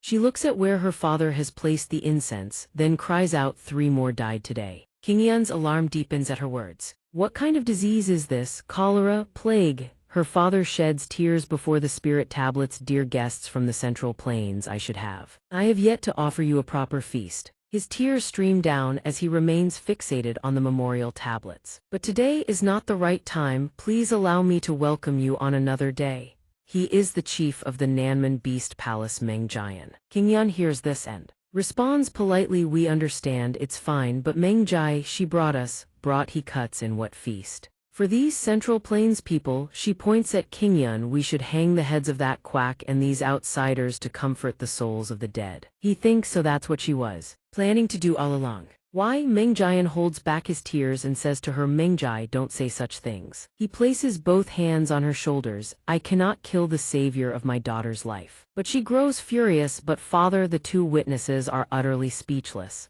He continues, "Could you take them to Mr. Medicine King?" Mengjai shoves past the two of them, clicking her tongue. "Hurry up and follow me." Qingyan chases after her, calling, "Miss Mengjai." She turns around. "What?" he asks, bewildered. "Is the Medicine King really that untrustworthy?" After a long pause, her voice drops low. "I once trusted him more than anyone." Suddenly, a loud shout rings out, "Get lost, you quack." Mengjai turns to him. "He's over there." She continues, "If he could actually save people, I wouldn't say such things." Several villagers are beating someone, cursing as they strike. All his patients have died. The person collapses to the ground. A flicker of disappointment and fury flashes in Mengjai's eyes. "Then you will only be disappointed." A villager clutching a dog glares at the fallen figure. "How could I entrust my brother's life to a quack like you?" Another interjects, "Every patient you've treated has died." He is stunned. Watching the scene unfold, he thinks that person is the Medicine King.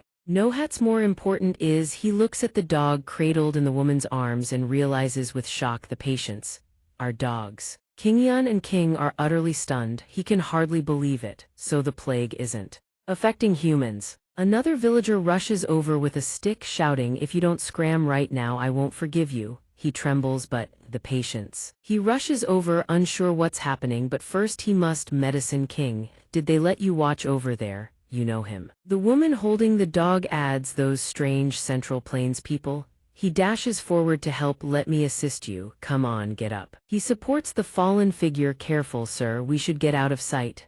The person suddenly asks, "Who are you?" She continues also, "Why do you keep calling me sir?" He says, "The Medicine King turns out to be so young." She looks at him and asks, "Do I even deserve such a title?" Looking at that face, he thinks, so young. She continues, "Am I truly worthy of being called that?" He suddenly realizes, moreover, she's a woman. A moment later they leave. Oh, she's reading the letter first. The bewilderment of the other two is palpable. Qingyan strokes his chin. She's 25 at most. She turns to look at Qingyan. "Well then," he startles, looking at her.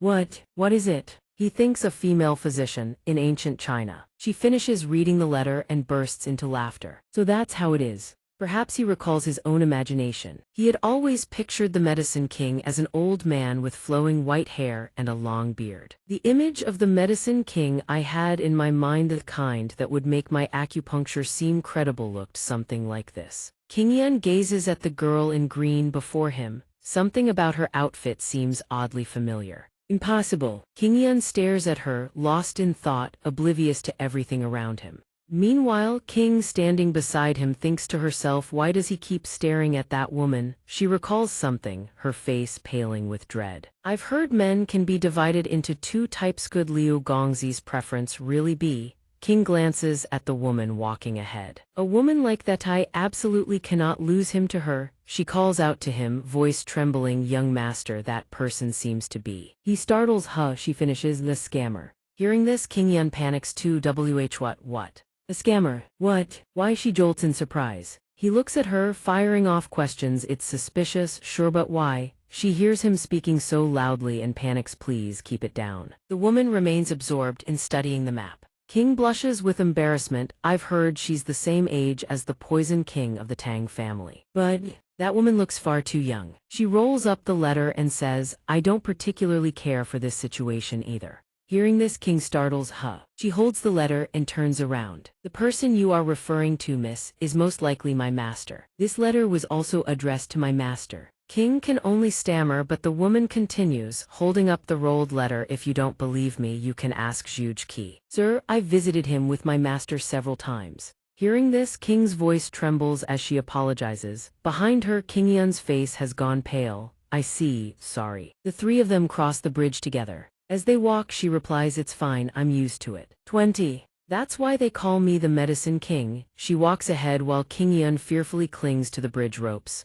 Master, have you left this place? She's already retired, so I'll have to help you two in her stead. But he interrupts nervously. Forgive me for cutting in, miss, but why did you come to such a desolate place? They reach the far end of the bridge. She answers, we're here. She waves them over because of the affliction that befell the village folk. This way. Welcome to my home, forgive the humble state of things. He stares at it, utterly bewildered. After all, this is the residence of the Medicine Kingon of the 8 great martial experts. Yet she ducks into a dilapidated shack and continues, let's go inside and talk. King Yun can't help but be puzzled. Just a small shack. Moonlight cascades over the humble roof. As you've seen for yourselves, the situation in the village. She pours water while explaining, I don't have the time to help you two. I need to find a way to cure the epidemic among the dogs first. King Yun looks at her. So this is a research lab for finding a cure? She is utterly exhausted and doesn't respond. Looking at the research papers pinned to the walls, her voice is weary. I know how to treat people, but dogs,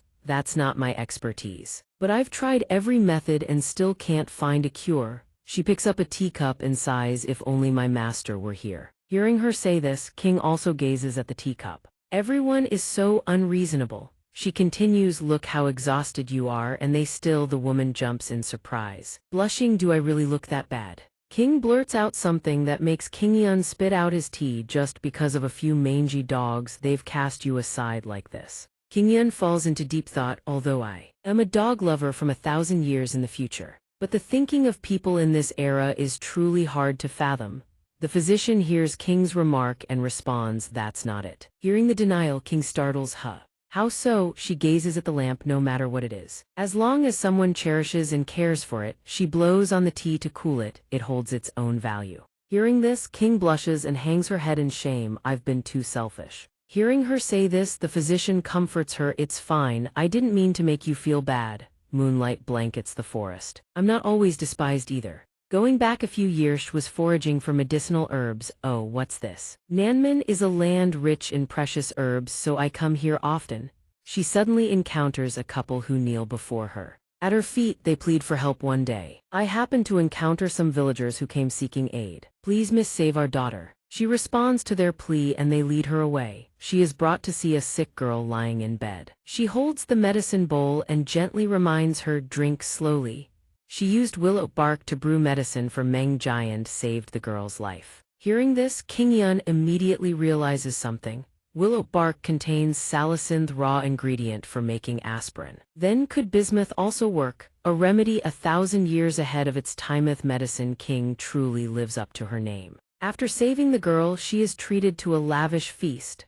Meng Jian smiles warmly. Medicine King, please make yourself at home. The remedy her master taught her had proven effective and she was warmly welcomed by the villagers. She recalls the house they offered her. They even allowed me to stay and research herbs. She recalls Meng Jian's words, please make yourself at home. She looks at the pile of all-meat dishes with distaste, but I'm not used to the food here. I want to eat something other than meat. She recalls a bowl of noodles and a plate of vibrant pastries that tantalized the sensaso. She taught them some simple Central Plains dishes. Fortunately, they all loved them, and their culinary culture transformed in no time. Meng Jai eats while exclaiming, the Central Plains is truly the best. Superior medical skills, and the food is wonderful too. She feeds her dog, come eat some too, boy. Her face brims with satisfaction. She tells Meng Jian, father, I want to marry a man from the Central Plains. Meng Jian laughs heartily, ha ha ha, of course, my dear daughter. But then one day her dog suddenly coughs up blood, and one night, my peaceful life was turned upside down. Meng Jai's beloved dog had contracted the epidemic. Her face is etched with exhaustion and regret, and on that day I made a mistake that can never be undone. A crowd gathers beneath the silver moon hanging high above. On the platform stands a figure, cradling something in their arms. Everyone around is steeped in sorrow. The man weeps bitterly. Beside him, several hounds howl mournful sound soul-piercing. The entire tribe sheds streaming tears. Among them, a maid with twin red ponytails also wails, her cry keening like a wolf's. Under the moonlight, a wolf on the rooftop raises its head and unleashes a long, mournful howl. Both beast and scene are steeped in an inescapable melancholy. Returning to King Yun's side, she gazes at the flickering candle and murmurs as expected, "There's the howling." Together with the wailing cries, it makes both King Yun and King somewhat puzzled. "What sound is that?" "You and your dog," the physician, her eyes heavy with sorrow, confirms. "I never expected he wouldn't survive the night." Hearing her say this, King Yun and the others recall the dog they saw in the village that afternoon. "Oh, the dog we saw in the village, that little dog." King finds the physician's expression utterly baffling. "Why is she so sad? I just can't understand it." She unconsciously recalls the earlier scene. "Let me explain. In Beast Palace, when a child is born, they choose a puppy born at the same time to be the child's companion." She recalls the image of a person and dog inseparable. They sleep together, eat together, and grow up together. Then, the scene of a dog dying and a boy grieving. She continues, "But a dog's lifespan is far too brief compared to a human's. They believe that when the first dog passes away, a part of their childhood dies with it. The image of a person and their dog, joyful after a successful hunt." She continues, "When they receive their second dog, they become adults working together, recognized as true members of Beast Palace.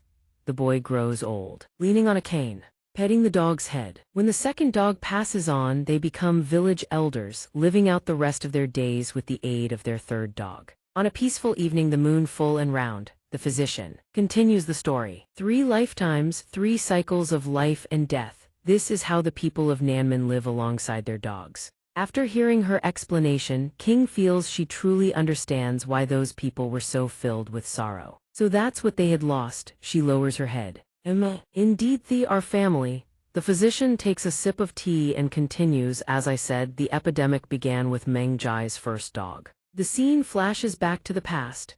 When Meng Jai's dog falls ill, Meng Jai rushes frantically to the Medicine King's home. Medicine King. He seems to be sick. Seeing Meng Jai's panicked expression, the physician gently reassures her, "Don't worry, Miss Meng Jai, let me take a look." Meng Jai urges her to hurry. She recounts, "At first I didn't think the illness was serious. There was no reason to think so." The physician places one hand on the dog's head and holds the medicine bowl with the other. The symptoms were the same as what the dog had been showing all along: vomiting, diarrhea, and labored breathing. "So I brewed medicine from willow bark and administered it without a second thought." Hearing this, King Yan immediately exclaims, "Ah, no good." Seeing his reaction, the physician is puzzled. "Huh." King Yan waves his hand. "Oh, it's nothing. I was just thinking about something else."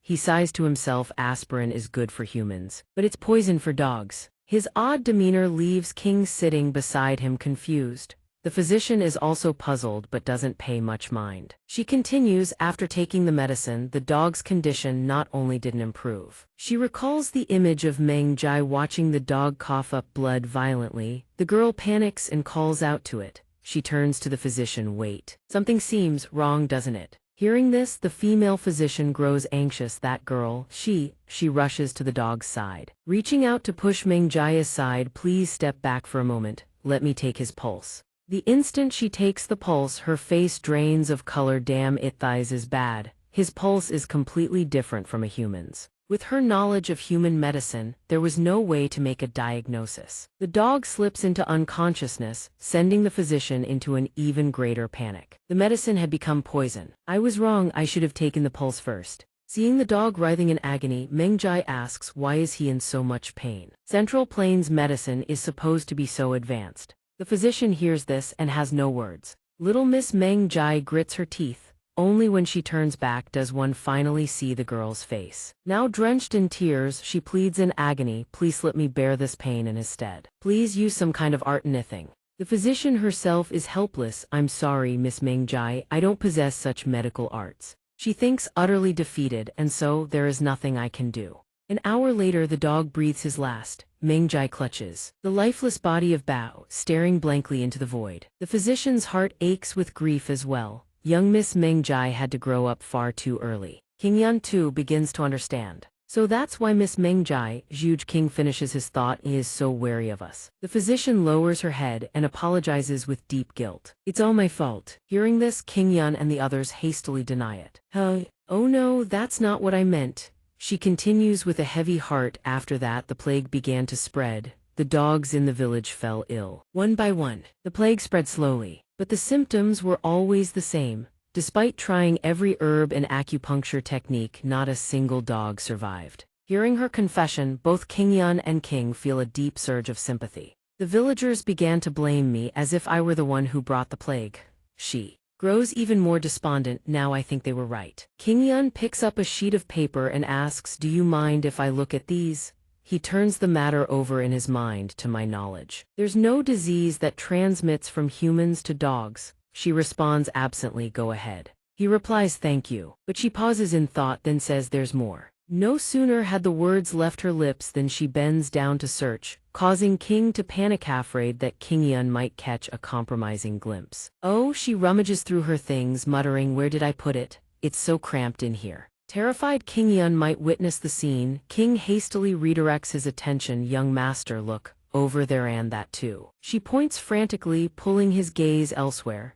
The physician sets items on the table and asks King Yan, "Have you studied medicine before?" He merely smiles. With a soft King Yan hears her question and answers gently, "No, I'm just mildly curious."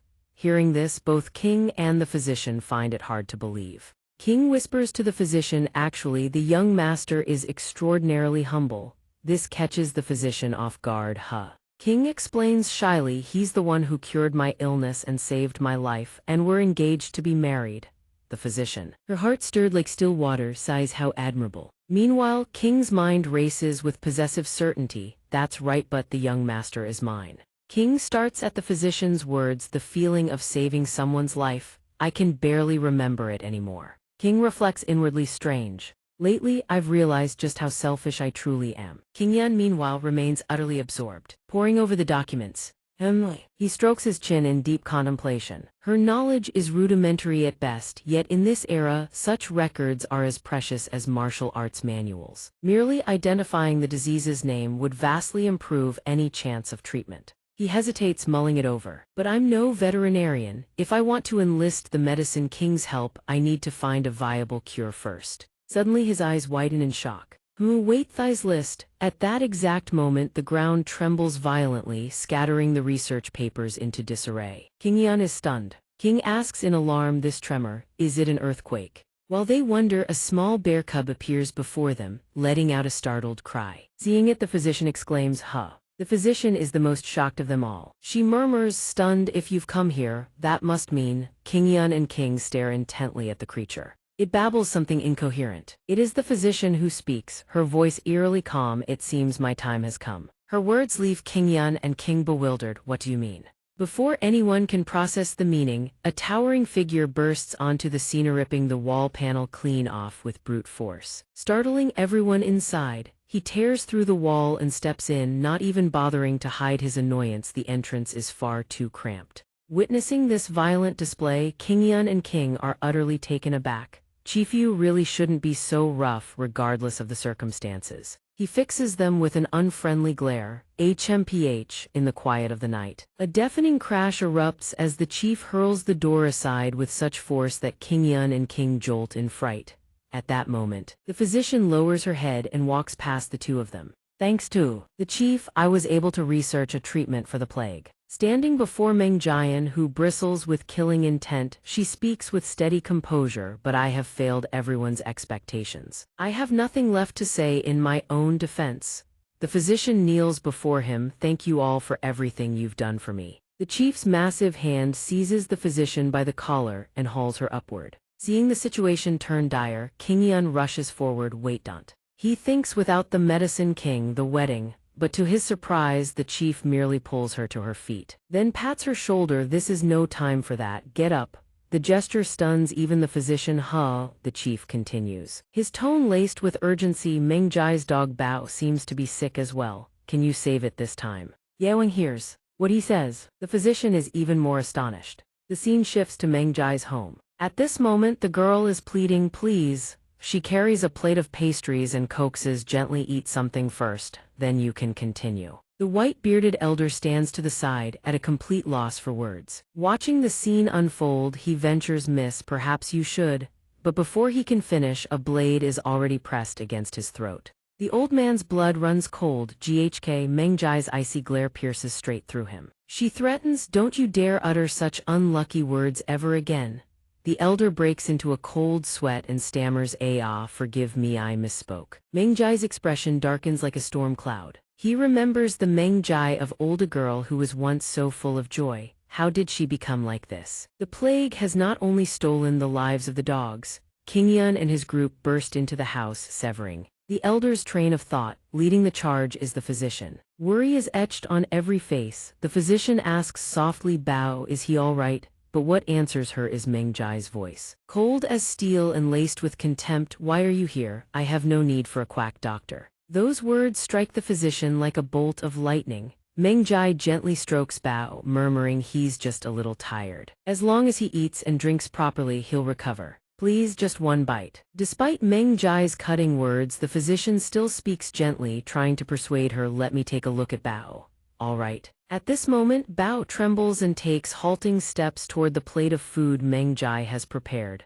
Meng Jai, ignoring the physician's plea, murmurs back, "Why won't anyone listen to me? And if Bao really is sick, then?" Meng Jai's face hardens and she speaks words that chill the physician to the bone. "Either way, you don't know how to cure it. I refuse to make the same mistake twice." The physician's entire body goes numb, unable to form a rebuttal. She turns toward the others, lowers her head, and speaks in a voice heavy with apology, "Chief. She's right, my medical skills are woefully inadequate. I cannot help." Qingyun still tries to salvage the situation. "No, perhaps if we," hearing his trailing words, the physician asks, "Huh?" Qingyun hands her the book and says, "I have a way we can try." Seeing Qingyun's resolve, King asks anxiously, "Young master, what are you planning to do?" He pulls the cloth from his neck and answers with quiet determination, "I'm not certain, but..." The physician finds the passage Qingyun had been reading and gasps. "This list is..." He wraps the cloth around his head and says, "There appears to be a misunderstanding regarding this plague. If my theory is correct, then on Meng Jai's end..."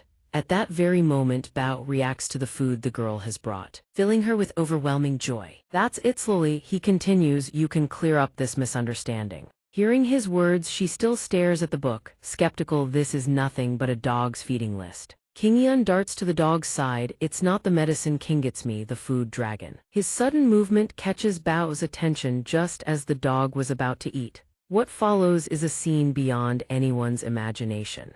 Qingyun lunges forward and bites into the pastries meant for Bao, leaving every person present utterly bewildered. Chewing and smacking his lips, he directly provokes Meng Jai's fury. She snatches up a blade and charges. "What in the world are you doing, you lunatic from the Central Plains?" King grows frightened. Tai speaks up, "No." Meng Jai rushes over from behind Qingyun, her eyes blazing with killing intent. "My fault for letting you all into the village." Meanwhile, Qingyun continues wolfing down his food and mutters, "Just as I thought." He stares at the pastry in his hand, a corner already bitten off, his expression utterly cheerful, all while Meng Jai's blade rests against his neck. "There was never any plague to begin with." His words spark a confused chorus from the crowd. "So it wasn't a plague, it was the food." He glances at the pastry's filling and quickly explains, "Exactly. Onions and scallions are nothing short of poison to dogs." After Qingyun's explanation, the villagers murmur among themselves, "Come to think of it, the dogs did start falling ill after eating things other than meat. So we just need to stop feeding them onions and scallions. To think it was the food all along." Food.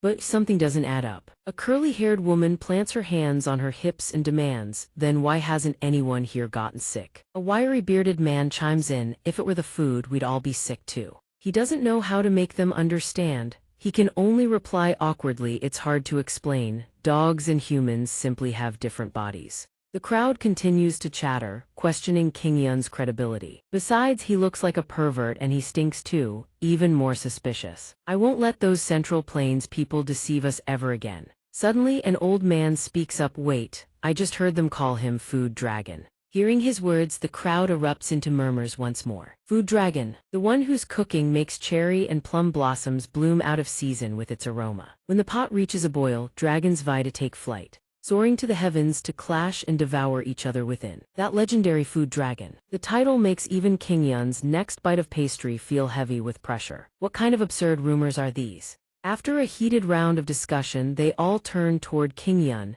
their faces lighting up with elation. Then he's the real deal. The pastry flies right out of his hand as they hoist him up, cheering him like a god. The food dragon has saved Beast Palace. We won't lose any more loved ones. The female healer also feels an overwhelming sense of relief. Yes, this is more than enough, she tells Mengjai. This is far more than enough. The healer's silhouette turns away. She walks away amidst the crowd's cheers, her gaze lingering on King Yun. All the food dragon wants is to lie down. He glances at her and deflects. Wait, the one you should thank is the medicine king, not me. Hearing his words, the healer is utterly stunned. She unconsciously turns her head to look back. The crowd doesn't believe him, responding with doubt. What are you talking about? That quack hasn't done a thing. Another chimes in. For years, he hasn't cured a single ailment. Completely useless. Their words weigh heavy on her heart. He continues to explain. There's been a misunderstanding. Standing before the crowd, King Yun speaks clearly. Not just about the plague. Does anyone here remember what their dog ate 1 year ago to this day? The crowd responds in bewilderment. Who remembers such things? He presses on. The medicine king documented everything. Every single dog in the village, both the sick and the healthy. The healer clutches the scroll tightly in her hand.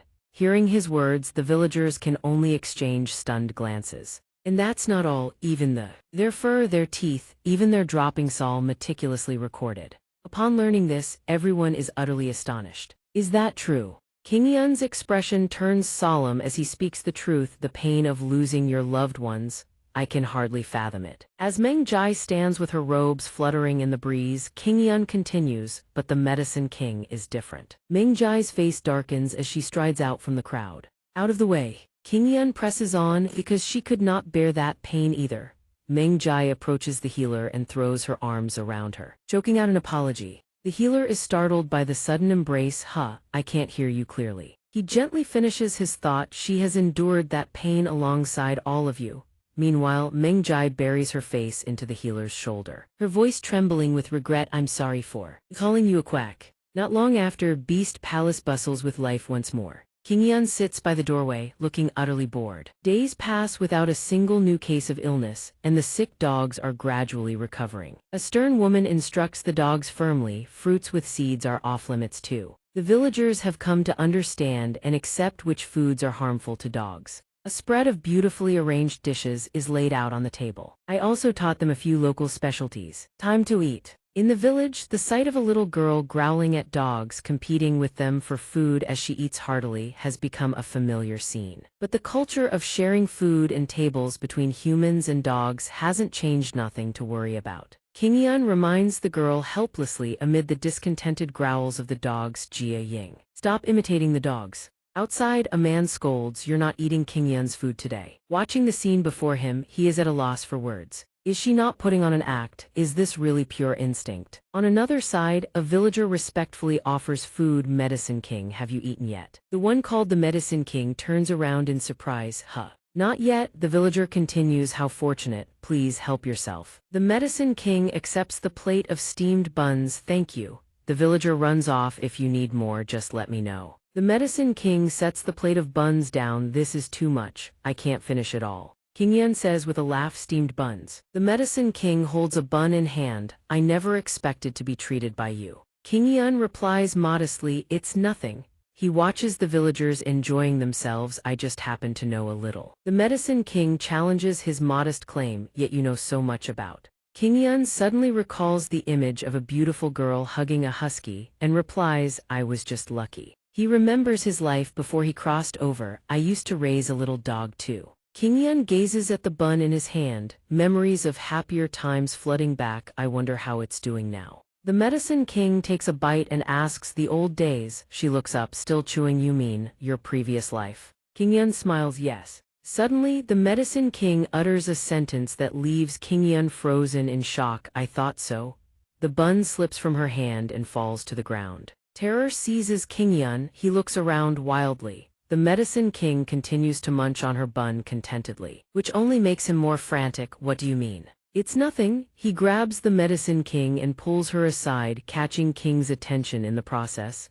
let's find somewhere quiet to talk. King watches them leave, suspicion flickering in her eyes. She snags their sleeves. Where are you two going in such a hurry? In a secluded spot where only wild gibbons cry, a voice tears through the silence. How do you know about that? The Medicine King picks up her brush and writes something down. It's obvious, isn't it? Qingyan is baffled. Is it? Seated at her workbench, the Medicine King picks up a medicinal herb and records its details in her notebook. You know precisely how food affects dogs. And you also know the dangers of willow bark. Qingyan's voice trembles. But how can you be so certain? The Medicine King explains while testing her medicine. My master, the late Medicine King, just like young Master Liu, also carried memories and knowledge from another world. Her words leave Qingyan utterly dumbfounded. The Medicine King continues to answer his unspoken questions. It's not just my master. There are many others across various fields such as martial arts, scholarship, art, and merchants. She speaks while processing her herbs. All of them possess abilities far beyond ordinary mortals, just like young Master Liu, like the sword ghost Teng Xian, like the former merchant Huijing. They are often known by names that inspire equal parts awe and dread. An idea suddenly strikes her. Well then, from today onward, I'll have to add Food Dragon to that list as well. Qingyan stands beside her, not at all pleased to hear this. Fear creeps across his face. Sweat pours down his brow. So it's not just me who came from the future. The Medicine King echoes. The future. She turns to face Qingyan. It seems you know nothing at all. Let me ask you just one question. Qingyan is confused. Huh? The Medicine King poses a question to him. Is the world of your past similar to the one here in the present? Recalling the moment of his transmigration, Qingyan thinks to himself, well, back then I was just as confused, so I didn't dwell on it. He strokes his chin, lost in thought. But a martial world, internal power, it sounds utterly absurd. So what exactly is the Medicine King? Cuts off his train of thought. In truth, I am only trying to piece together what my master once told me. I am still far too lacking to grasp it all, but my master once said. Qingyan listens to the Medicine King's words, his face going blank. Time does not always flow in a single direction, nor is it always the same. If one can truly understand that, then one can see the potential within oneself. My master called it reincarnation. Qingyan falls silent, offering no reply. Qingyan's mind goes as blank as a student who has lost his foundation. I don't understand any of this. Space, time, and the multiverse. How impossibly difficult to comprehend. So you're saying that the person Liu Qingyan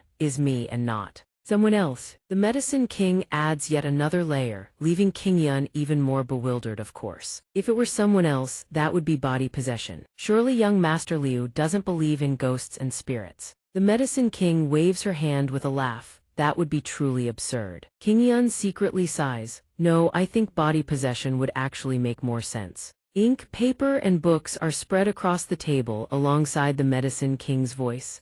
I have read Sir Zhuge Ke's letter, and there is something peculiar within it. The Medicine King lowers her mask. As far as I know, reincarnation does not affect one's memories. So the issue with your memories was not caused by reincarnation but by some other factor. Saying so, she raises her hand as if calculating something. Then let me try this. The contents of the letter materialize before them. Although I suspect he has ties to the demonic cult, my medical skills are limited. That is why I had to seek the assistance of Sir Zhuge Ke. The Medicine King ponders to herself. Perhaps the demonic cult did something to your memories. Qingyan's heart leaps into his throat, another pulse reading. The Medicine King reaches into her robe for something. No. Basic medical arts alone will not be able to resolve this. Qingyan breathes a sigh of relief. Bone reading then. Thank the heavens that last pulse reading was a bit. The Medicine King cuts him off. This will be your first time experiencing this method. Qingyan blinks in confusion. So it's... He assumes the Medicine King will employ some miraculous technique, and finds the situation increasingly puzzling.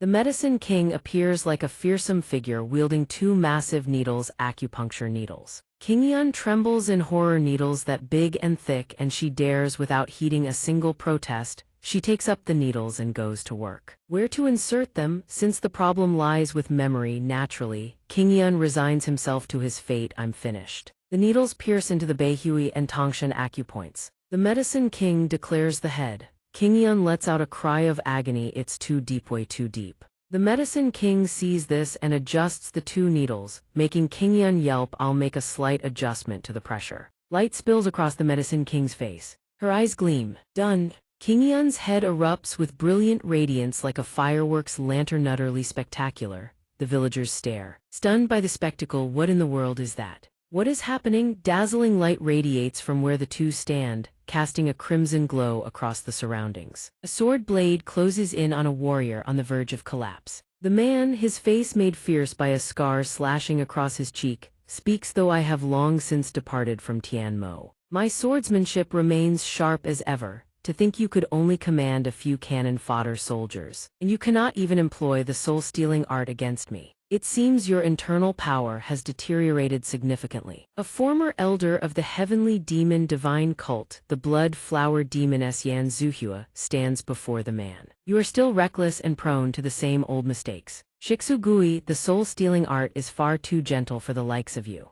I will make you. Zuhua's eyes gleam with savage cruelty. Feel every ounce of agony as your flesh is torn asunder, your bones shattered to dust. And as you draw your final breath, the man hears this and shows not a trace of fear. No matter what flowery words you dress it in, the true nature of the blood flower demoness will never change.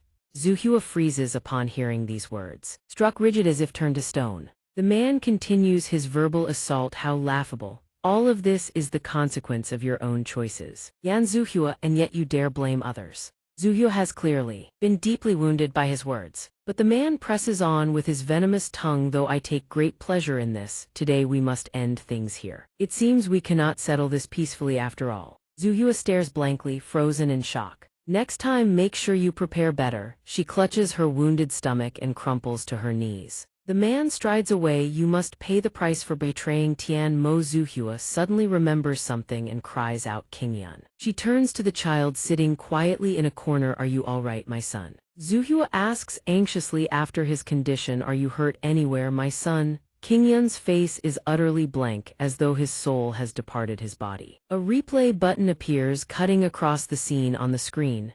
The projector flickers to life and a voice speaks. How pitiful you are. Young hero Liu. King Yun scratches his ear. Indeed. The Medicine King asks again. Indeed. He strokes his chin awkwardly. Honestly, I don't remember it very well. It feels like someone else's story, as if I'm watching a play. No, theatrical drama would be more accurate. Zaju was a popular art form during the Song dynasty. The Medicine King glances over as if in contemplation. His breathing and pulse are both stable. He is not lying or concealing anything. Thinking so, she moves closer to the projector. However, the son of a demonic cult elder, let me watch just a bit more. King Yun turns and asks, may I eat this popcorn? The Medicine King casually agrees. Help yourself. I have no idea what that is. King Yun explains it's a type of snack made from corn kernels. The Medicine King's eyes light up with realization. Ah, food from a destitute world. King Yun hurriedly denies it.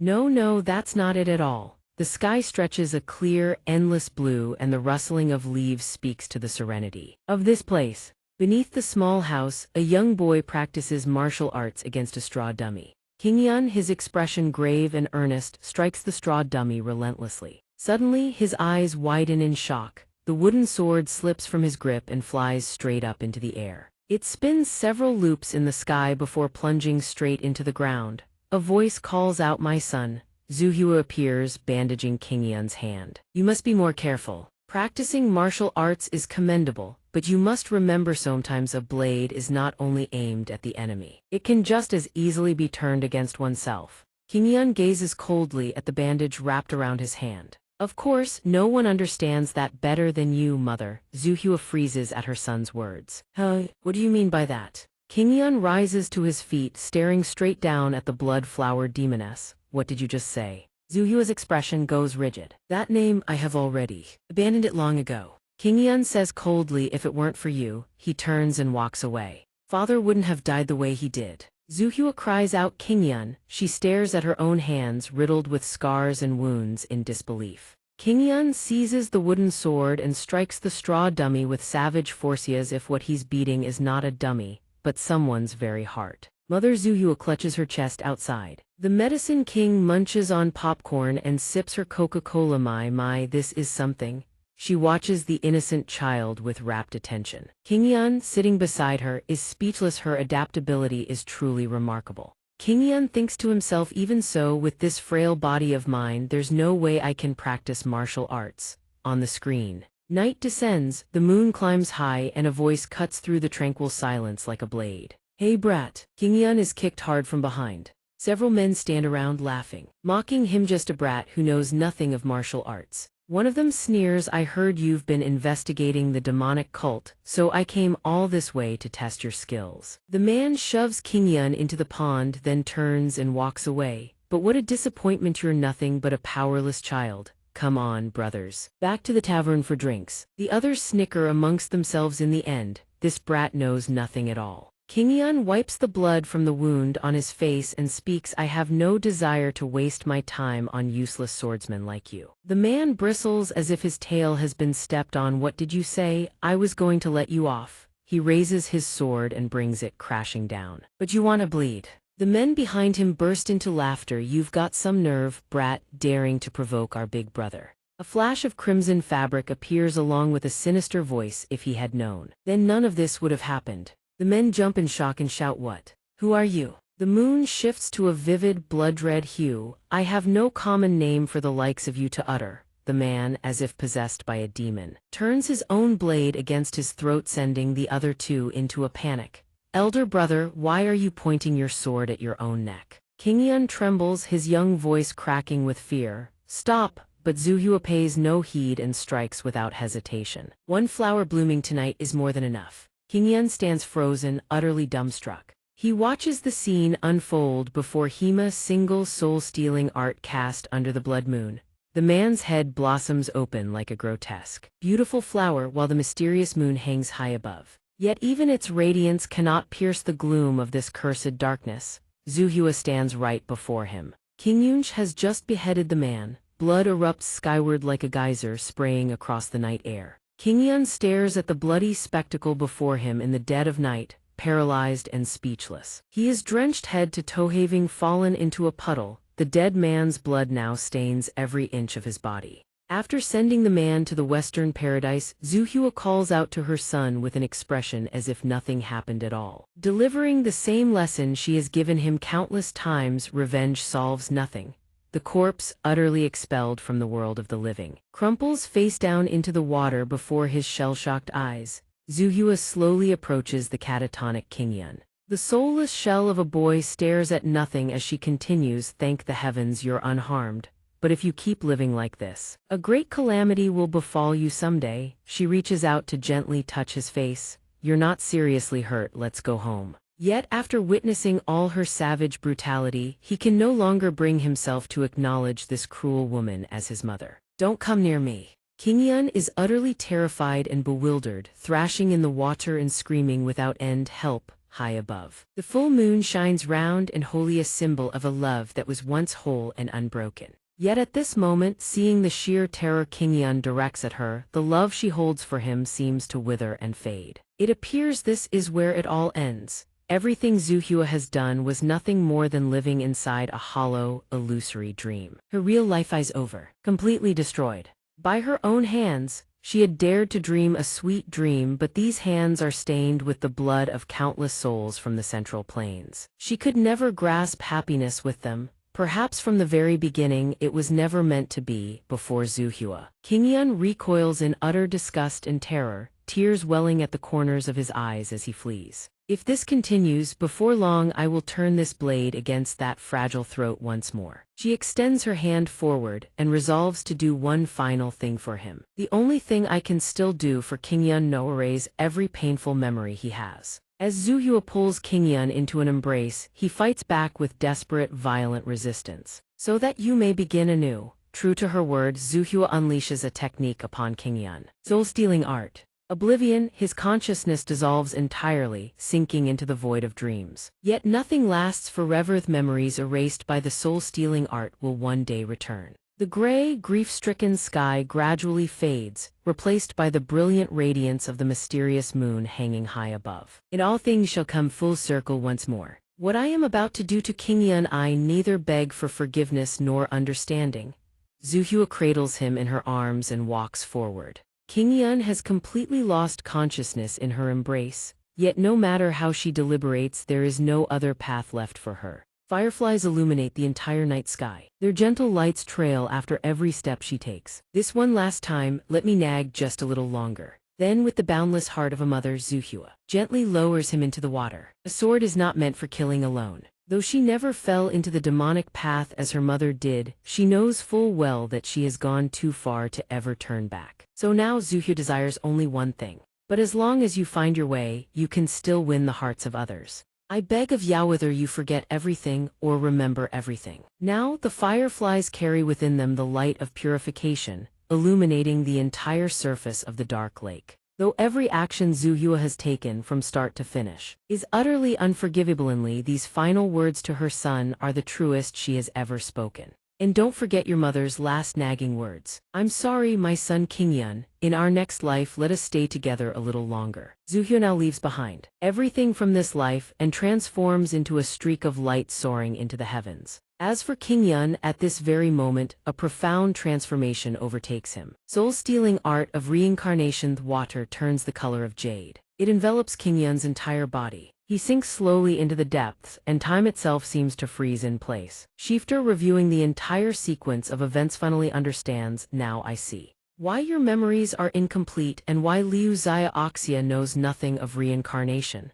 Kingyun awakens inside the theater, still reeling. Unable to comprehend what has just occurred, the Medicine King announces, you appear to be in severe shock. I'll stop the session here. Yet Kingyun still has far too many unanswered questions haunting his mind. He begins frantically rummaging through his belongings. Impossible. The Medicine King, sensing Kingyun's deteriorating condition, suggests xianxia, let us end the session here. We can schedule another appointment. But he does not stop searching. Impossible, is it? At last, Kingyun has found what he was looking for. Without hesitation, he shoves the tape into the projector and insists, just a little longer. I only need to confirm one more thing. The Medicine King pulls down her mask, her eyes widening in shock as she stares ahead. This is too much. The acupuncture session has dragged on far too long. My internal power is nearly depleted. Gazing at the unfolding images, the Medicine King suddenly realizes, are these xianxia's memories from another world?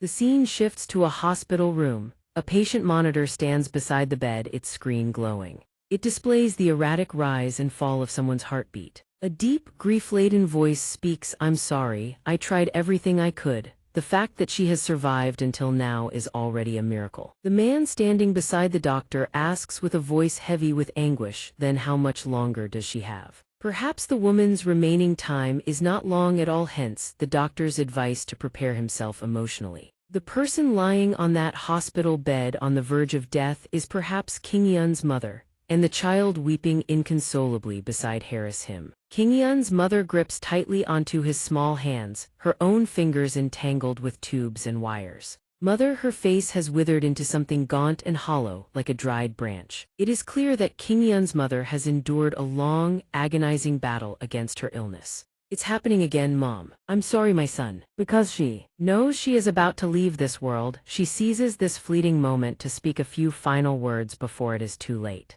Her eyes overflow with regret at departing too soon, at having to leave him behind. Yet on her lips rests a gentle, relieved smile. This time, Mom wants to stay by your side a little longer as she looks back upon this moment. Only then does Kingyun realize something strange. Those were his mother's words from when she was still very young. His expression shifts to one of startled recognition, as if he has just grasped something profound. Wrong, and she was gravely ill at the time, so he never thought those words were strange. It must just be a coincidence, right? She lowers her head, then speaks slowly. My master once said, no matter how life changes, no matter what is altered or forgotten, fate will always find a way to connect us. Suddenly, she collapses, right before his eyes. Seeing her fall, Kingyun lunges forward and catches her in his arms. The Medicine King, unable to understand why she has collapsed, panics for a moment. She presses her hand against Kingyun's shoulder and explains, I seem to have overexerted myself.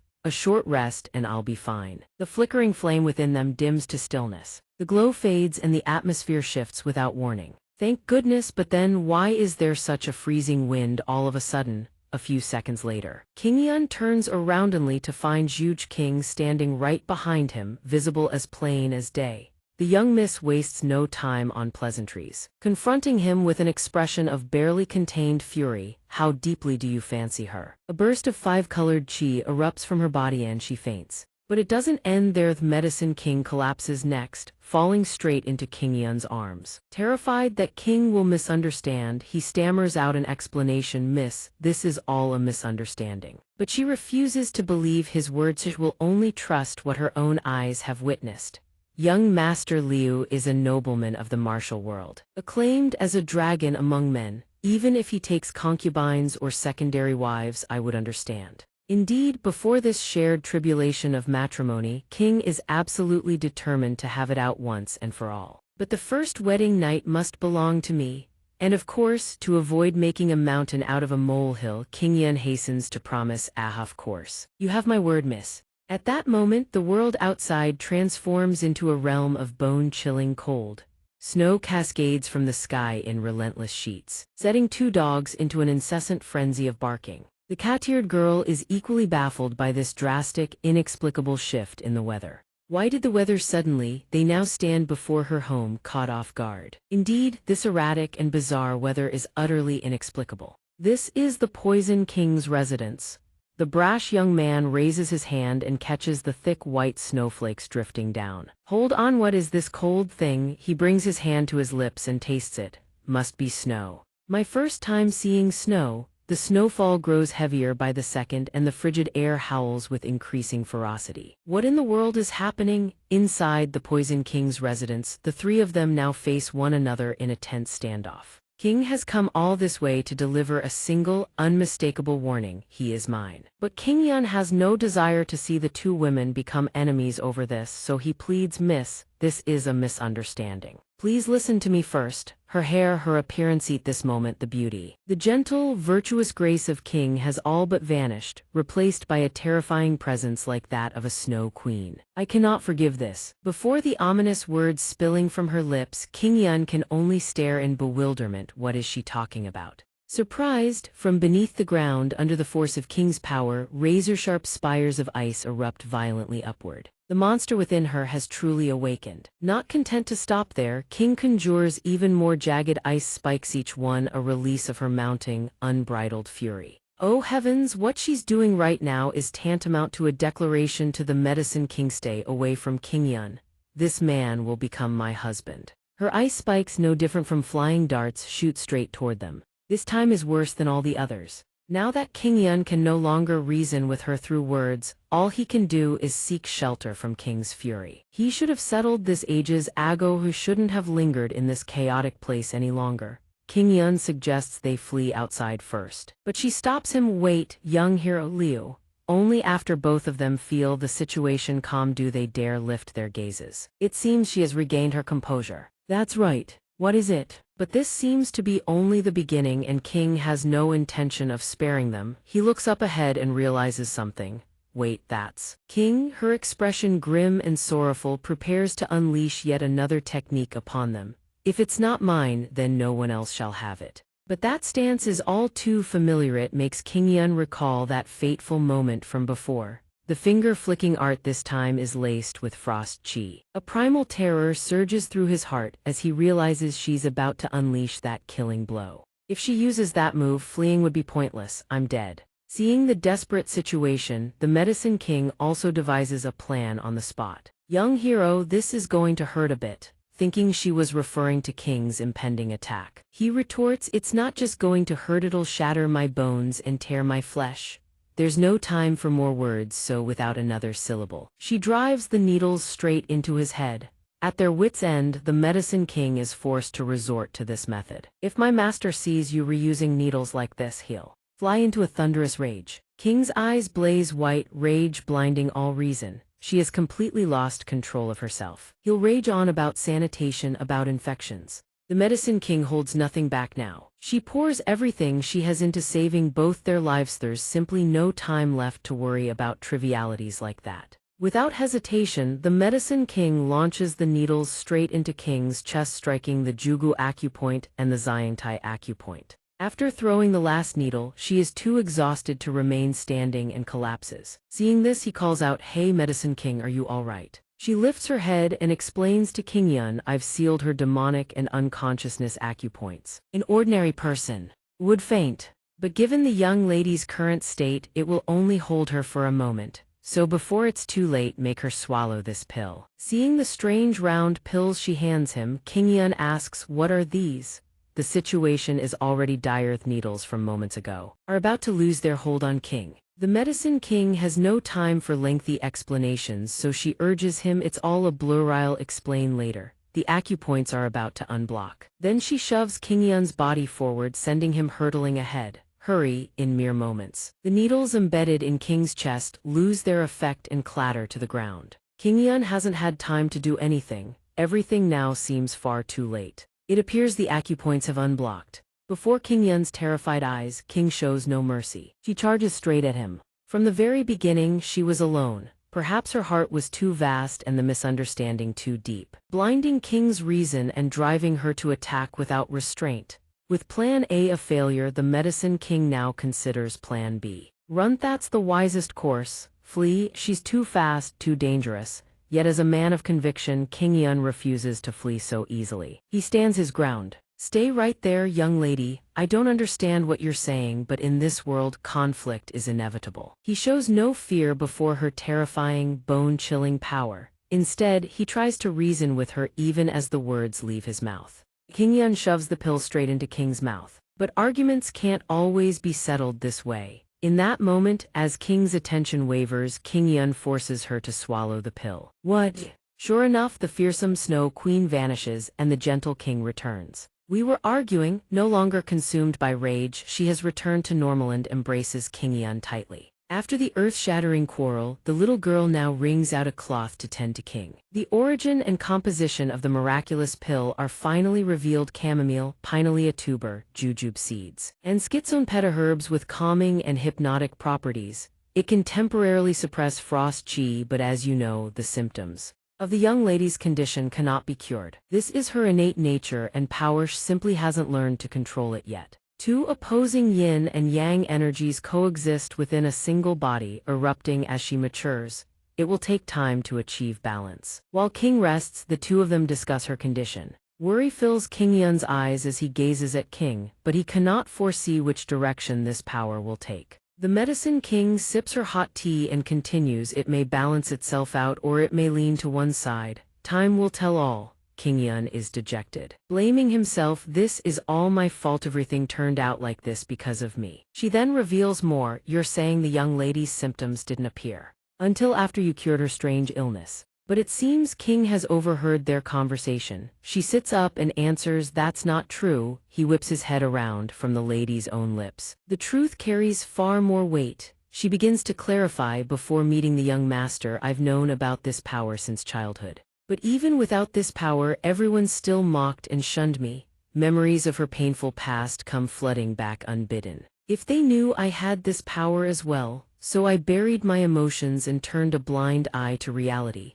She makes to rise from the bed, and the girl quickly drapes a coat over her. It's not your fault, I thought I was doing so well. Her gaze now carries a faint, wistful sadness. I thought I could live like that forever. Then King suddenly thinks of him, but after meeting the young master, she recalls the moment of their first meeting. When King Yun praised her eyeshow, everything changed. I thought I could live like a normal person. The girl gently combs King's hair straight. Then King's voice turns more melancholic than ever, but with this ugly, cold body, I don't deserve to be loved. But then, King Yun swiftly ties a red headband around the young lady's forehead. Look, and it's clear he's about to unleash his culinary genius once more. Are you hungry? Confused, she asks back, why do you suddenly ask that? Today, King Yun decides to cook for King to lift her spirits. It's been a while since I've cooked and I want to make a dish for you. A man of his word, King Yun wastes no time and rolls up his sleeves to enter the kitchen. I'll call you when it's ready. But before King Yun can even leave, she calls after him, young master. Wait a moment. King, hesitant, makes a request. If it's not too much trouble, could I eat alone here? King Yun is somewhat puzzled by this and asks, that's no problem, but why? The reason, it turns out, is simple. King is insecure about her appearance. my hair has become as hideous as an old crone's. I feel too ashamed to face anyone. Unable to bear seeing her like this, King Yun suggests, young lady, would you like to come over and take a look? However, before King can even see anything, the girl has already darted outside to look first, startling her.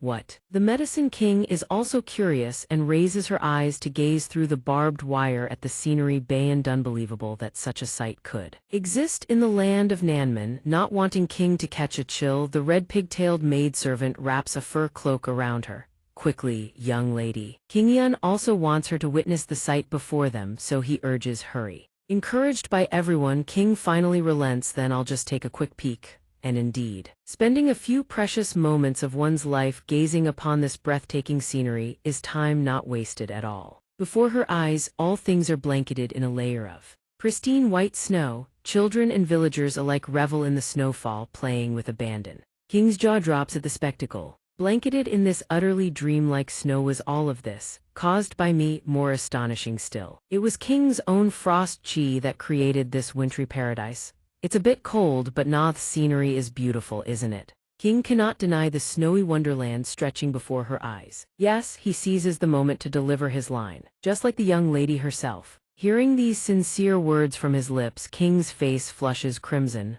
What? At the sight of such blatant couple flaunting, the third-wheel girl feels utterly nauseated and can't stand it. Now alone together, King hesitates as though she has something to say. Young master, no, unexpectedly. Not yet, old man. The very next instant, King changes how she addresses him and throws her arms around him. Husband, thank you. After shining brightly in the kitchen for some time, King Yun presents before everyone a top-tier dessert that leaves every eye wide with wonder at this one-of-a-kind creation. He then introduces his unique creation. Try it. This is shaved ice with syrup. To make it more fitting for the era, King Yun has given the name a slight tweaks, come up with something more appropriate. Gazing at the dish before her, she's curious, is this something made from ice? What is it exactly? But as for what it truly is, only King Yun understands the reality. It's a type of common pastry, most popular variety being red bean pastry. Of course, for the Song dynasty of this world it is something utterly alien, especially here in Nanman.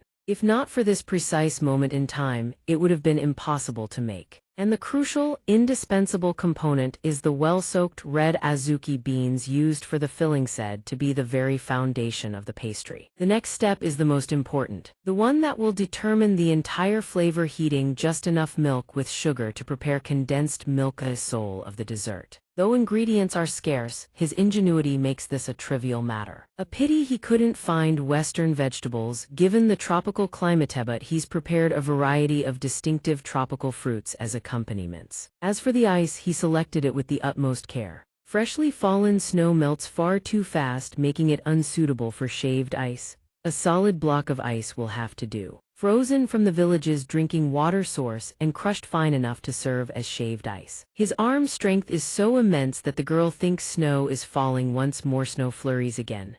And now, the final step: assemblies, the part he enjoys most. Simply layer the prepared ingredients into a bowl in order, and the crowning jewel, called red bean shaved ice, is complete. Despite King Yun's enthusiasm, the brash fellow delivers a crushing remark: isn't this more like a snack than a proper meal? Disappointment is written all over his face. I had such high hopes for the food dragon's cooking, but seeing that the others are still hesitant, he adds, that's true, it's more like a proper meal meant to fill the stomach, while the others still hold back. But before anyone else can speak, King has already scooped up the first spoonful and put it in her mouth. Sometimes, a sweet, cold little treat like this is all it takes to warm a weary heart. Through this shaved ice filled with his wholehearted devotion, King finally understands. Never imagined ice could become this sweet. I think I know what you wanted to say now, husband.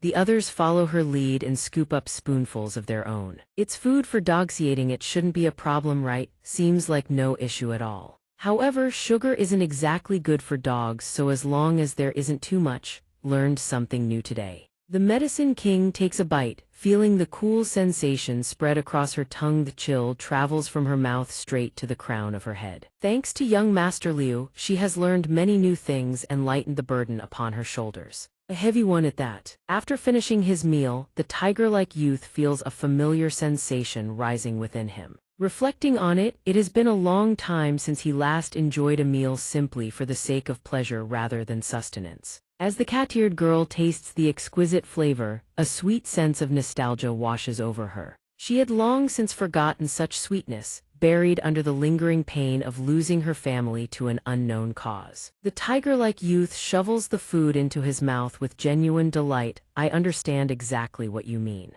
At this moment Liu Qingyun bows his head, lost in thought. Indeed everyone. They were skeptical at first this food, but now everyone enjoys the bingsu with pure delight. The weight of the words touches the heart, a paradoxical warmth in this world. 1,000 years later, I once described that warmth in this manner. He offers a relieved smile, gazing into the distance. A refreshing sensation surges within him. It is known as sugaha or shaved ice, the sugar ice of the Central Plains. Generation after generation, it was believed that cold food was the root of all illness, a cultural aversion deeply ingrained. A great minister of the Ming dynasty drank cold water every morning to hasten his own end. Yet despite such beliefs, this shaved ice delicacy managed to weave its way into the fabric of Chinese culture. According to ancient records, the Song dynasty boasted a vibrant culture of frozen desserts, including ice porridge, snow cream, water ice, and cherry cakes. Among them, the honey sand ice in the history of the Song bears a striking resemblance to shaved ice. Red bean paste.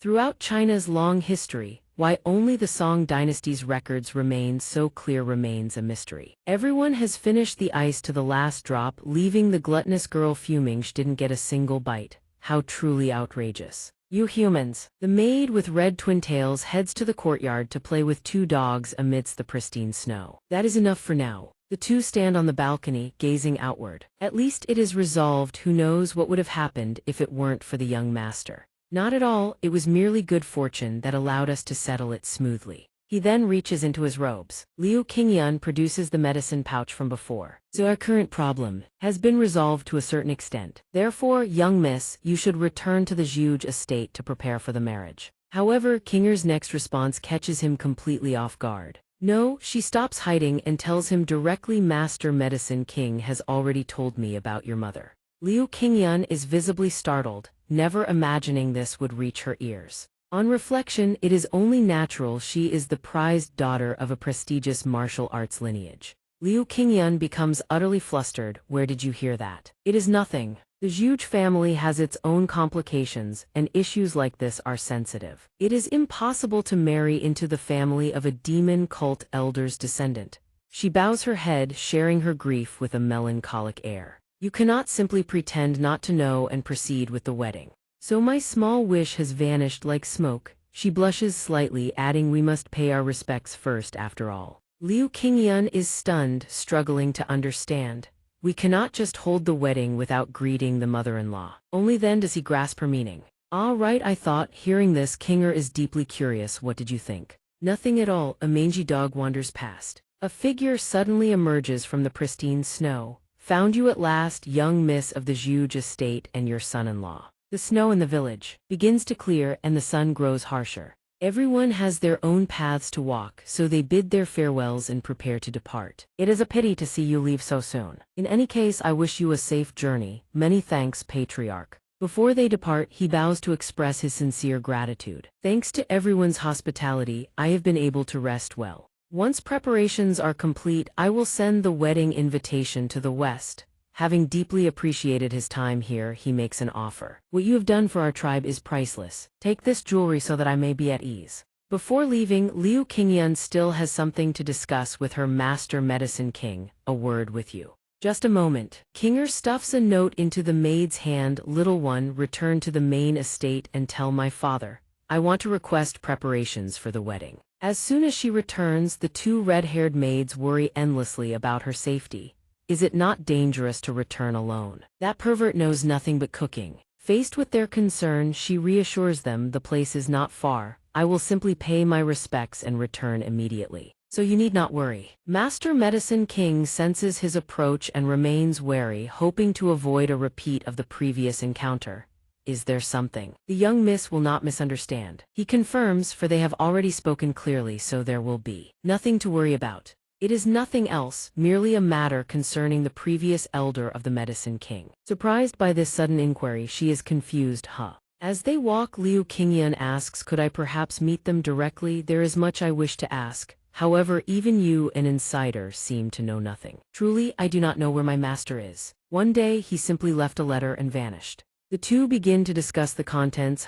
What did the letter say? Truthfully, it said nothing. It was rude of me to pry into personal matters. However, she quickly changes her tune. No, that is not what I meant. The content, the letter really was. He left it for the Master Medicine King, containing only one simple character, Gui, return, as in returning to the origin. Having said all she knows, she adds, thus, I truly have nothing else to share. After hearing her explanation, he speculates, meaning a return to the origin. Could it be? Master Medicine King understands his intent and confirms yes. Perhaps Liu Qingyan's guess is correct. He is stunned that his random thought could be right. Could it really be possible? Master Medicine King's knowledge reaches its limit there, so she cannot reveal more. I do not know. While they are conversing, Kinger runs over excitedly. Young master, we are late. Seeing her failure to provide useful information, she feels apologetic. Forgive me for not being able to help you. Kinger urges Liu Qingyan to leave. Hurry, we must depart before it is too late.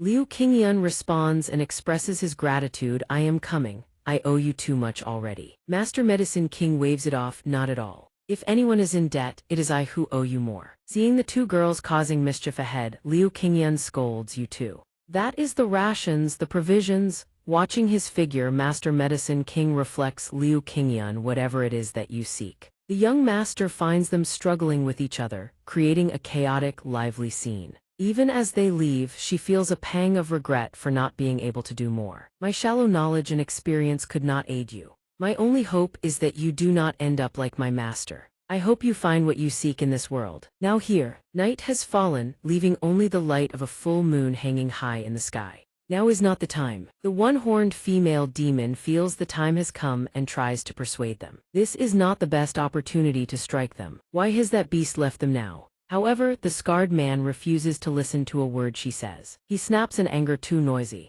Not yet, he replies while chewing on the salamander meat, refusing to let her impatience ruin his plans. I cannot spoil the moment I have waited decades for. The one-horned demon is startled. The scarred man decides to wait a while longer before taking action. That boy will soon find his mother. Only then will I quietly follow from behind. Sitting before the flickering flames, the scarred man suddenly recalls something. Moreover, that girl you said, she is the daughter of the Zhuge family, correct? The one-horned female specter immediately confirms, then adds, yes. Her surname is Zhuge. She is a person of extreme cunning and meticulousness.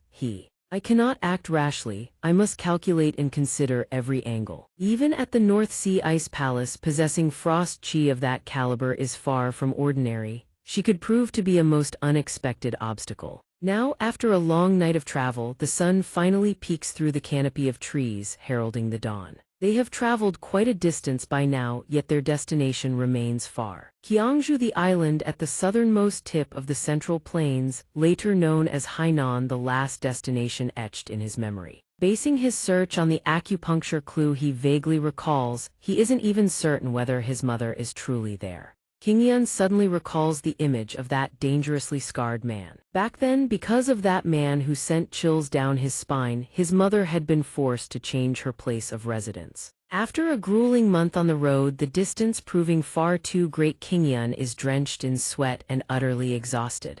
The bigger problem is that it's much farther than he had thought. Already 15 days of walking have passed. The journey is anything but short. It stretches on as if endless. At this moment, Qingyan suddenly recalls the modern era, when technology was far more advanced. But now, he must rely entirely on his own 2 feet. 1,000 years from now, a flight would take less than 2 hours. Hainan in this era is a land inhabited by fugitives and convicts. Naturally, there are no proper paved roads, only paths of gravel and stone. They press on through a bamboo forest.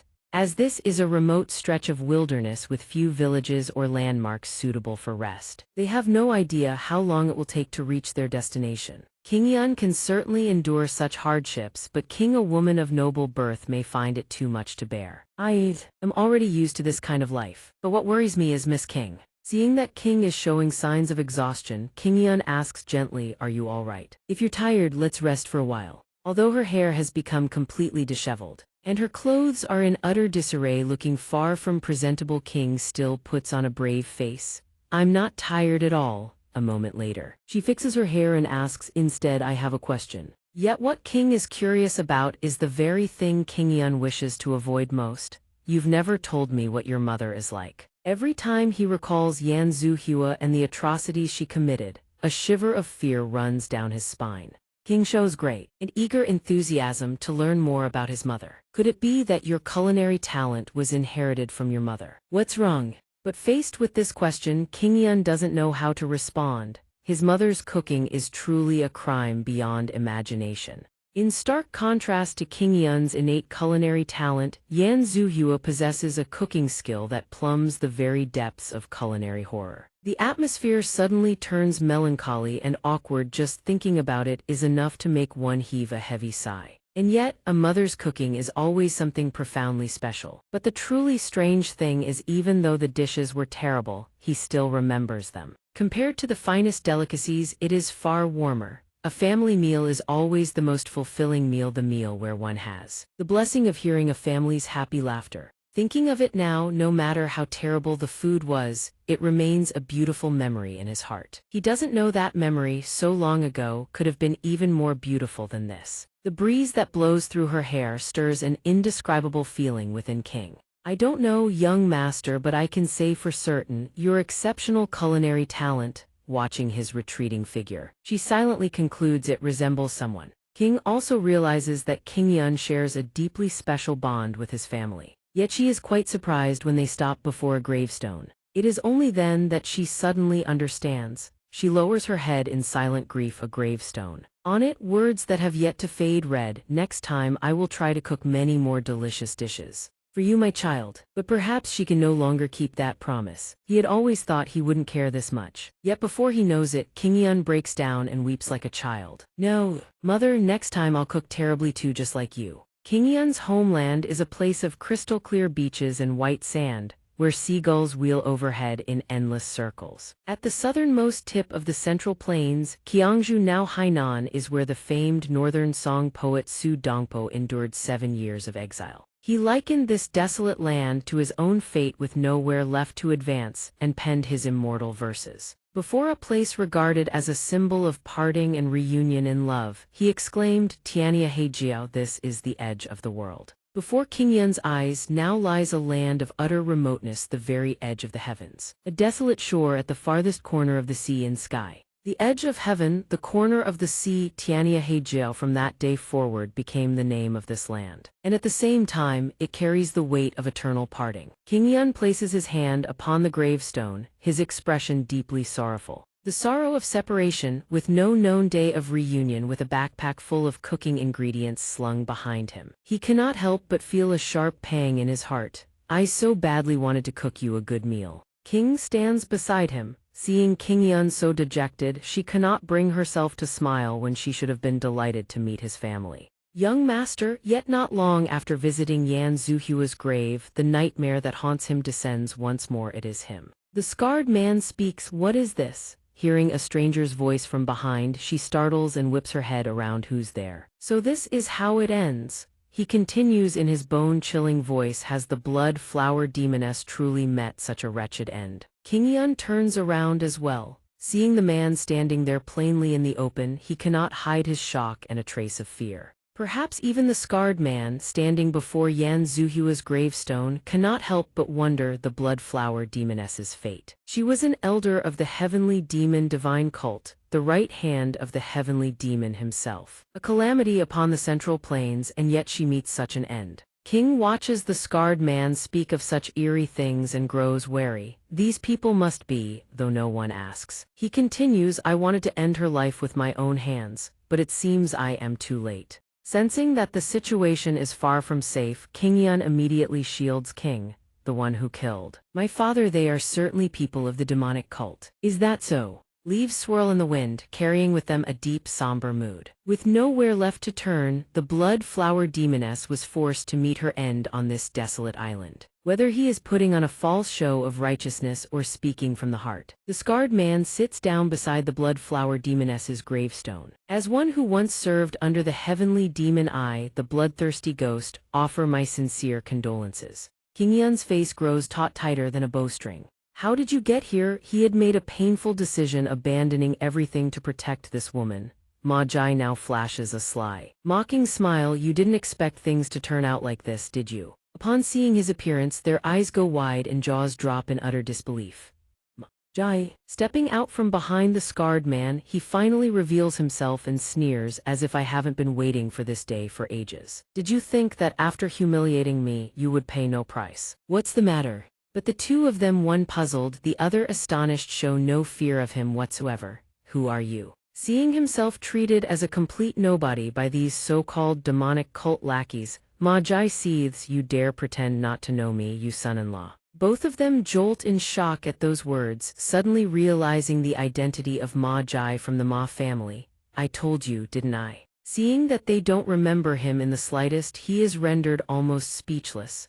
That name, I cast it away long ago. Upon hearing this, King Yun is utterly baffled. What are you talking about? After a long pause, Ma Jai finally cuts straight to the heart of the matter. I have shed the glamorous facade of a martial arts noble family, all for the sake of revenge. Then, brimming with confidence and fury, he confronts the wounded and enraged one before him. That is who he truly is. Call me Ma Jai the Vengeful. Hearing every word crystal clear, King Yun breaks out in a cold sweat, unable to believe his own ears. King Yun truly never imagined Ma Jai would transform himself into this, all over something so insignificant. All because he lost a bet over steamed buns. And what about you? He isn't one to back down and retorts sharply. And what about you? Even if it was a small contest, losing to the Zhuge family is an insult our Ma family cannot endure. I cannot simply close my eyes to such humiliation. After hearing this, King Yun not only fails to empathize with Ma Jai's grievance but concludes the man is beyond saving. Our father-in-law has created a monster. After a long tirade of wild gesturing and endless words, Ma Jai yields the stage to the scarred man, Lord Bloodthirsty Ghost. Rain down the heavenly demon's wrath upon that country bumpkin's head.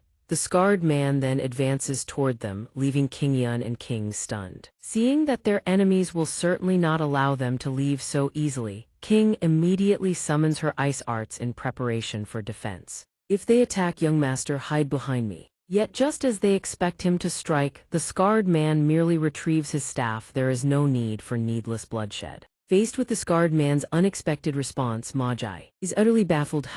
What are you implying? Hearing this, the deranged pervert could wait no longer and urged the scarred man to act. Hurry up and finish him for the Tianmo cult. Seeing the grass-like weakness of his opponent, the scarred man seemed to have lost interest in the fight. Blood Blossom Witch, I have no reason to remain here anymore. He refused to give up, insisting on calling out to him.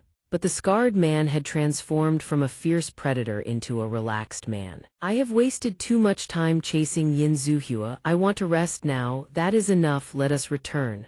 Watching them turn away, Liu Qingyan wondered, is it truly over? However, was it really that simple? The next second the man flipped his attitude faster than a pancake. Ending it like this felt a pity. Isn't it? Then, to Liu Qingyan's confusion, he asked, I hear you are called the Food Dragon. I assumed it was just nonsense rumors from the Central Plains. The scarred man then uttered words that left Liu Qingyan frozen. Time truly flies. The child who wept by his father's side back then is now called the Food Dragon. Far from being ashamed, he made a request. We will likely never meet again, so this is my final chance. May I ask a favor of you? Dragon's dish. Hearing these 4 words, Liu Qingyan stood stunned for 5 seconds, his eyes widening at this final request.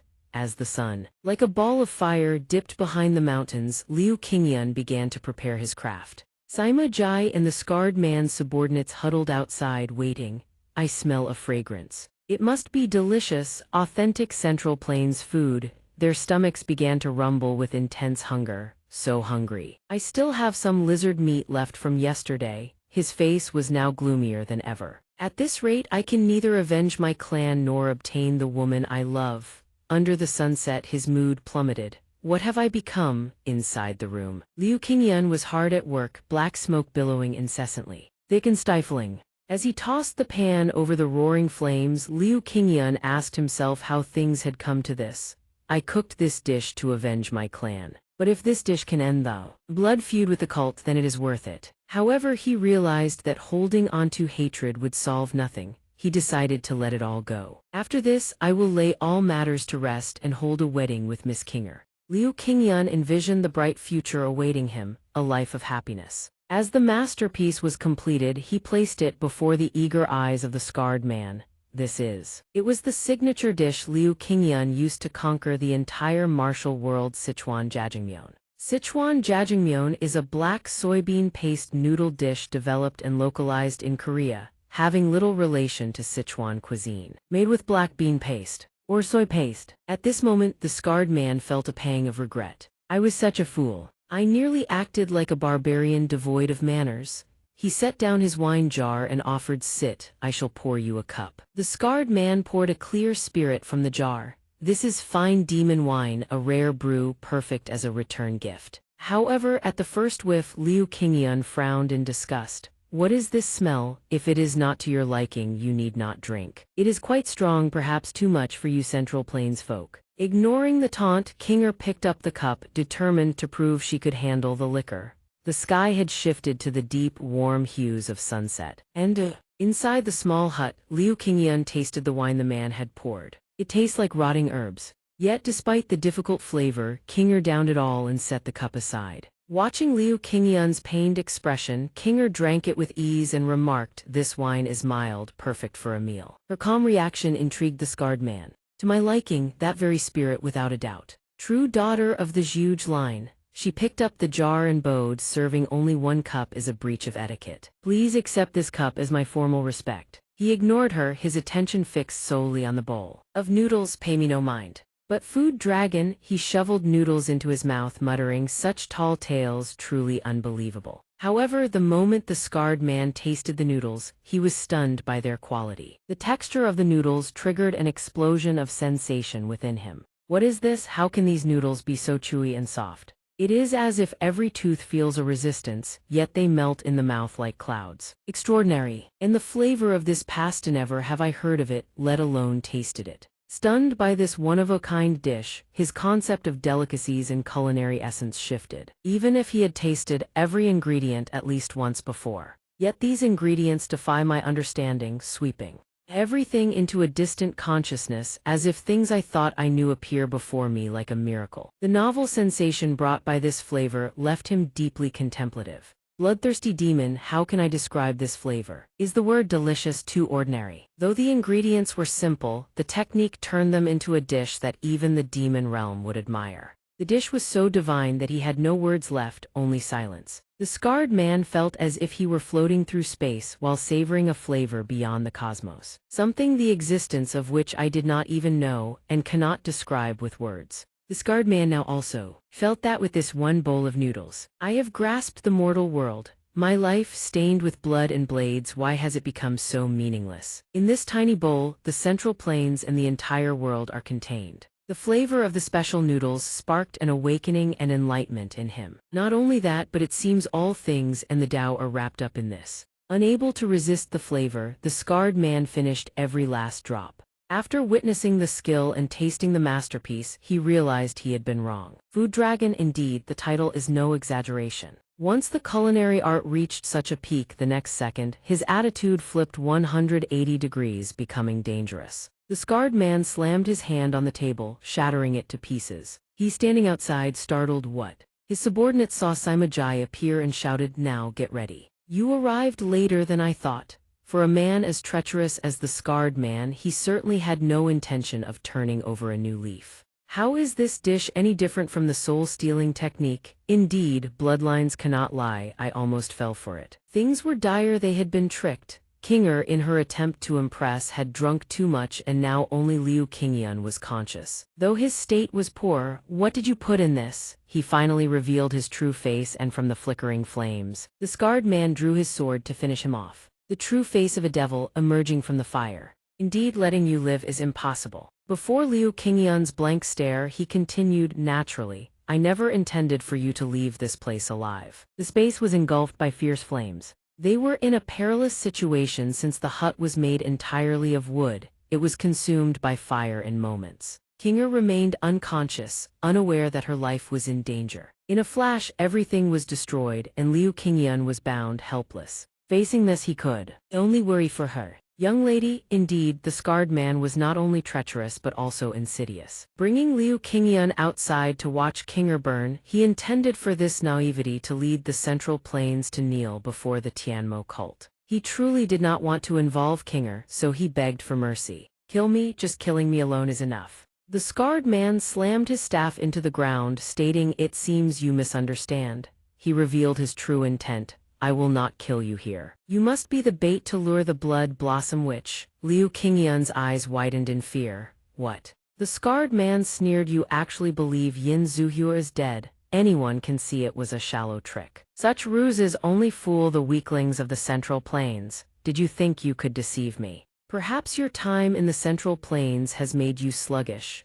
Liu Qingyan was torn between doubt and hope. Is mother alive? Seeing the fun, Simajai could not resist joining in. How is it, foolish son-in-law? This is the outcome for those who dare look down on the Sima clan. He laughed triumphantly at Liu Qingyan, the outcome for those who dare to look down on the great Tianmo. The scarred man turned and called Simajai. He quickly replied, Do you have instructions, bloodthirsty demon lord? Staring at the burning hut, he ordered, I am talking about the daughter of the Zhuge family. I must make this clear.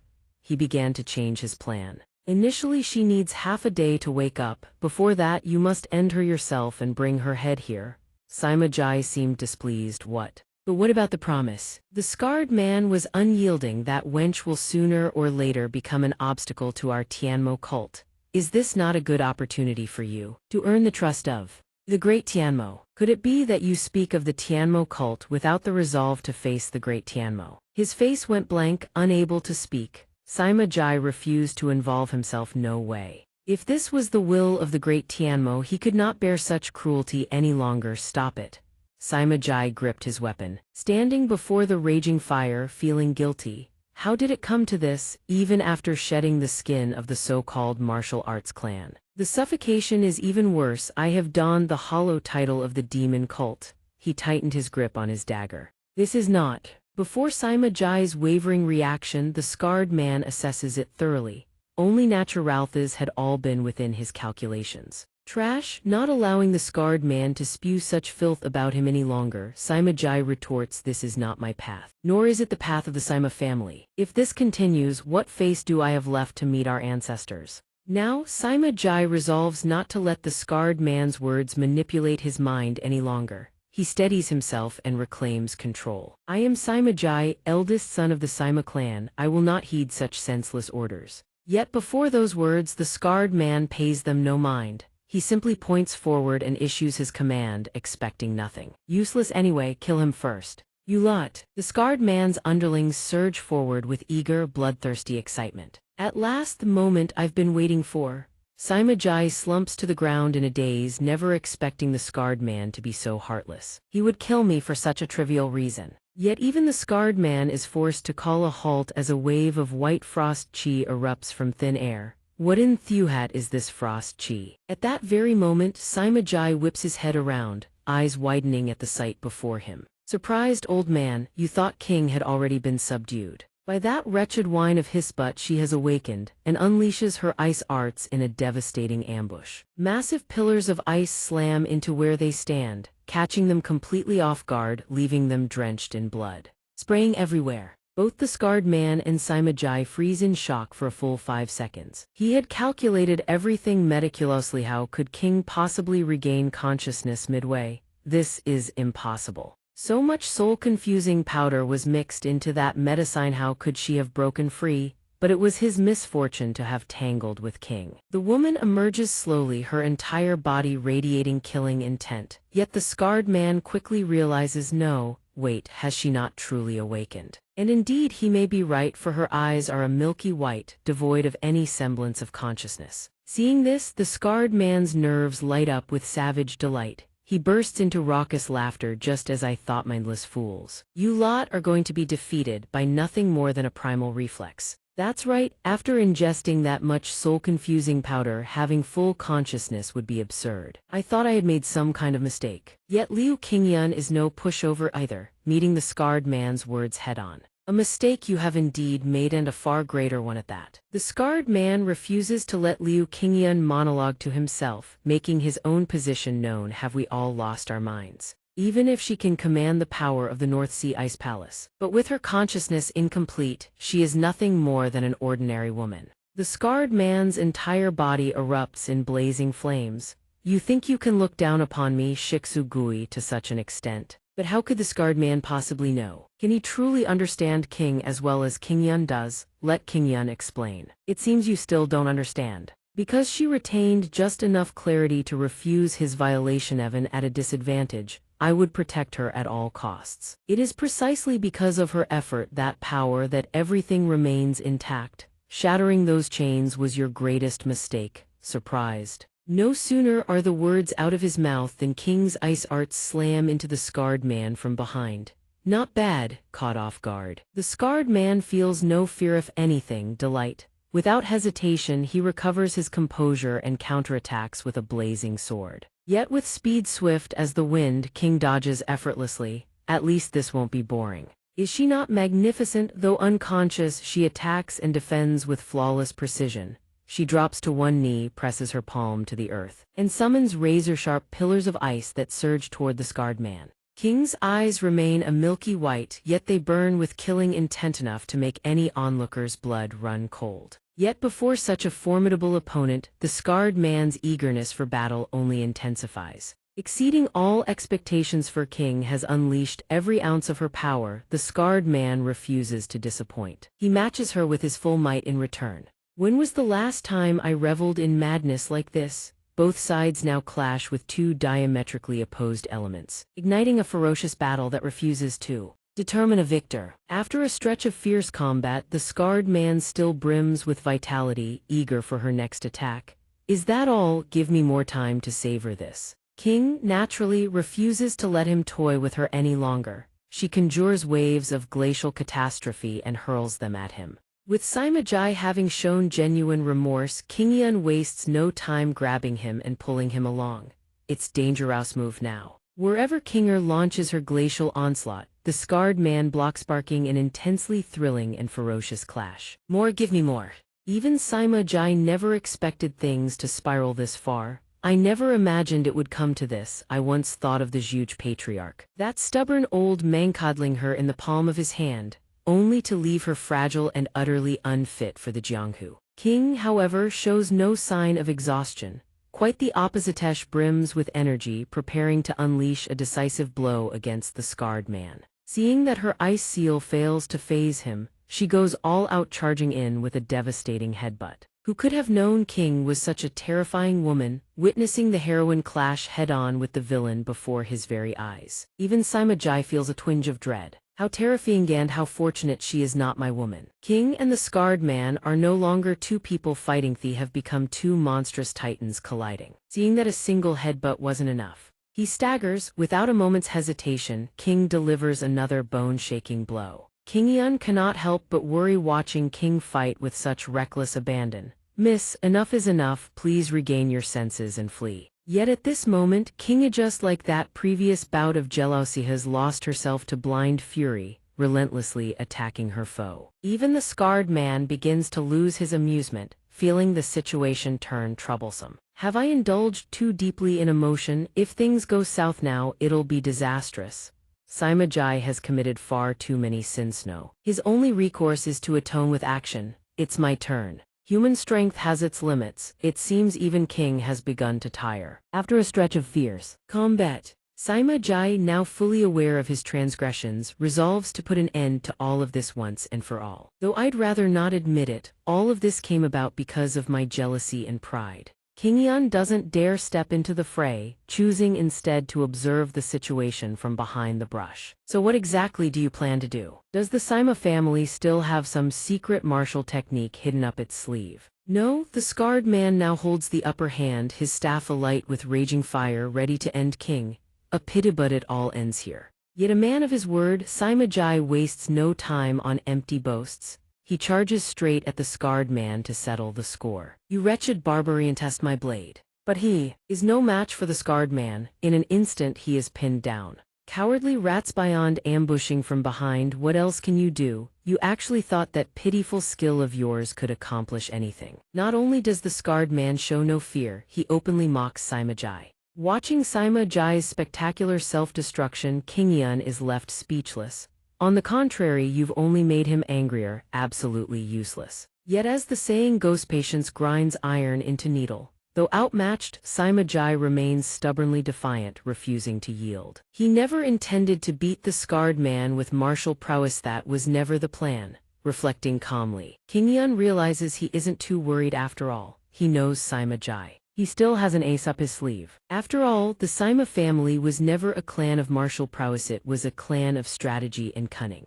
Could he be hiding some scheme, poison arts perhaps, or illusion techniques? Even the scarred man grows curious. Challenging him, don't tell me you're concealing something as mundane as dark chi. If the scarred man truly wishes to know, Sima Jai is more than willing to oblige. I hide nothing. If you want to see, I'll show you everything. Indeed, the Sima name is legendary for good reason. The very next instant, Sima Jai unleashes his ultimate technique, succeeds, contaminating both of the scarred man's eyes. What are you doing? That's disgusting, absolutely revolting. King Yun never saw this coming either. Cornered and desperate, Sima Jai has thrown his dignity into the gutter. So be it, thine is all my karmic retribution. Yet at this very moment, Kinger regains consciousness at the most opportune time, only to witness the pervert's grotesque display of flexibility. The scarred man is psychologically devastated, his attack ceasing entirely. After what you've done to my eyes, I will never forgive you. Not only has Sima Jai shed every last shred of dignity, even begins to dance. Not yet. Mocking the scarred man, the atmosphere turns unbearably awkward. You've never seen anything like this before. The barbarian, of course, refuses to let Sima Jai's sacrifice of dignity go to waste. King seizes the moment, snatching up a blade beside her and, while the scarred man is utterly distracted, drives a lethal strike into his abdomen. The scarred man never imagined that after all his years, he'd be lured into such a ploy. He lets out a bitter laugh. I must be getting old, falling for a trick this foolish. Yet he appears entirely unfazed, calmly pulling the blade from his flesh. But with a toy sword like this, King, however, is far from finished. She speaks to him, consider this your warning and my apology in advance. Surprised, old man, that sword was merely the bait, the real attack starts now. She conjures pillars of ice that impale straight through his body. What? Finding himself utterly immobilized, the scarred man is bewildered. What are you doing? King has now fully regained her consciousness and cannot help but feel the weight of guilt. I'm sorry. But even so, in his final moments, the scarred man refuses to give up, resolved to play his last card to the bitter end. If I cannot live, then neither shall you. Don't make me laugh. I will not die alone.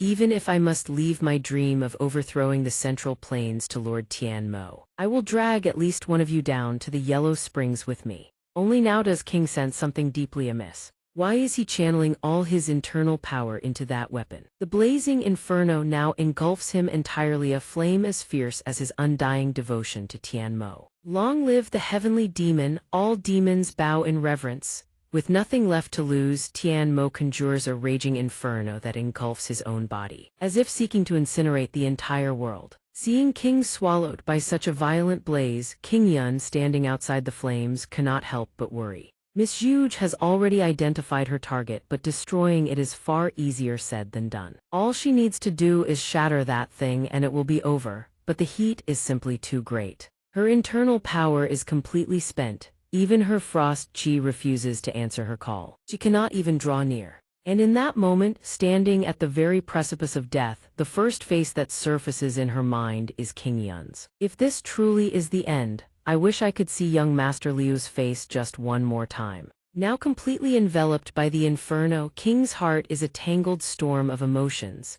Memories and thoughts surge unbidden through her mind. She does not want to drag him into this deadly ring of fire, and so she can only silently whisper her gratitude. Yet even so, why does her mind keep drifting back to him? Is this how it ends? Thank you, my husband. But with a love that burns brighter than any flame, King Yun would never abandon her. They have weathered joy and sorrow together, and now, no matter the peril, they will face it side by side, never to part. It's scorching. Seeing King Yun throw himself without a shred of self-preservation into the deadly inferno just to save her, King is seized by terror. But how can he not? Why does he risk so much for me? Because no matter how fiercely the flames sear his flesh and scorch his bones, not even that can make him falter. How fierce can the flames be? If a man flinches at a mere tongue of fire, how can he dare call himself a chef? King Yun stops retreating. He turns to face the inferno head-on. But after only a brief moment, the flames are completely dispelled.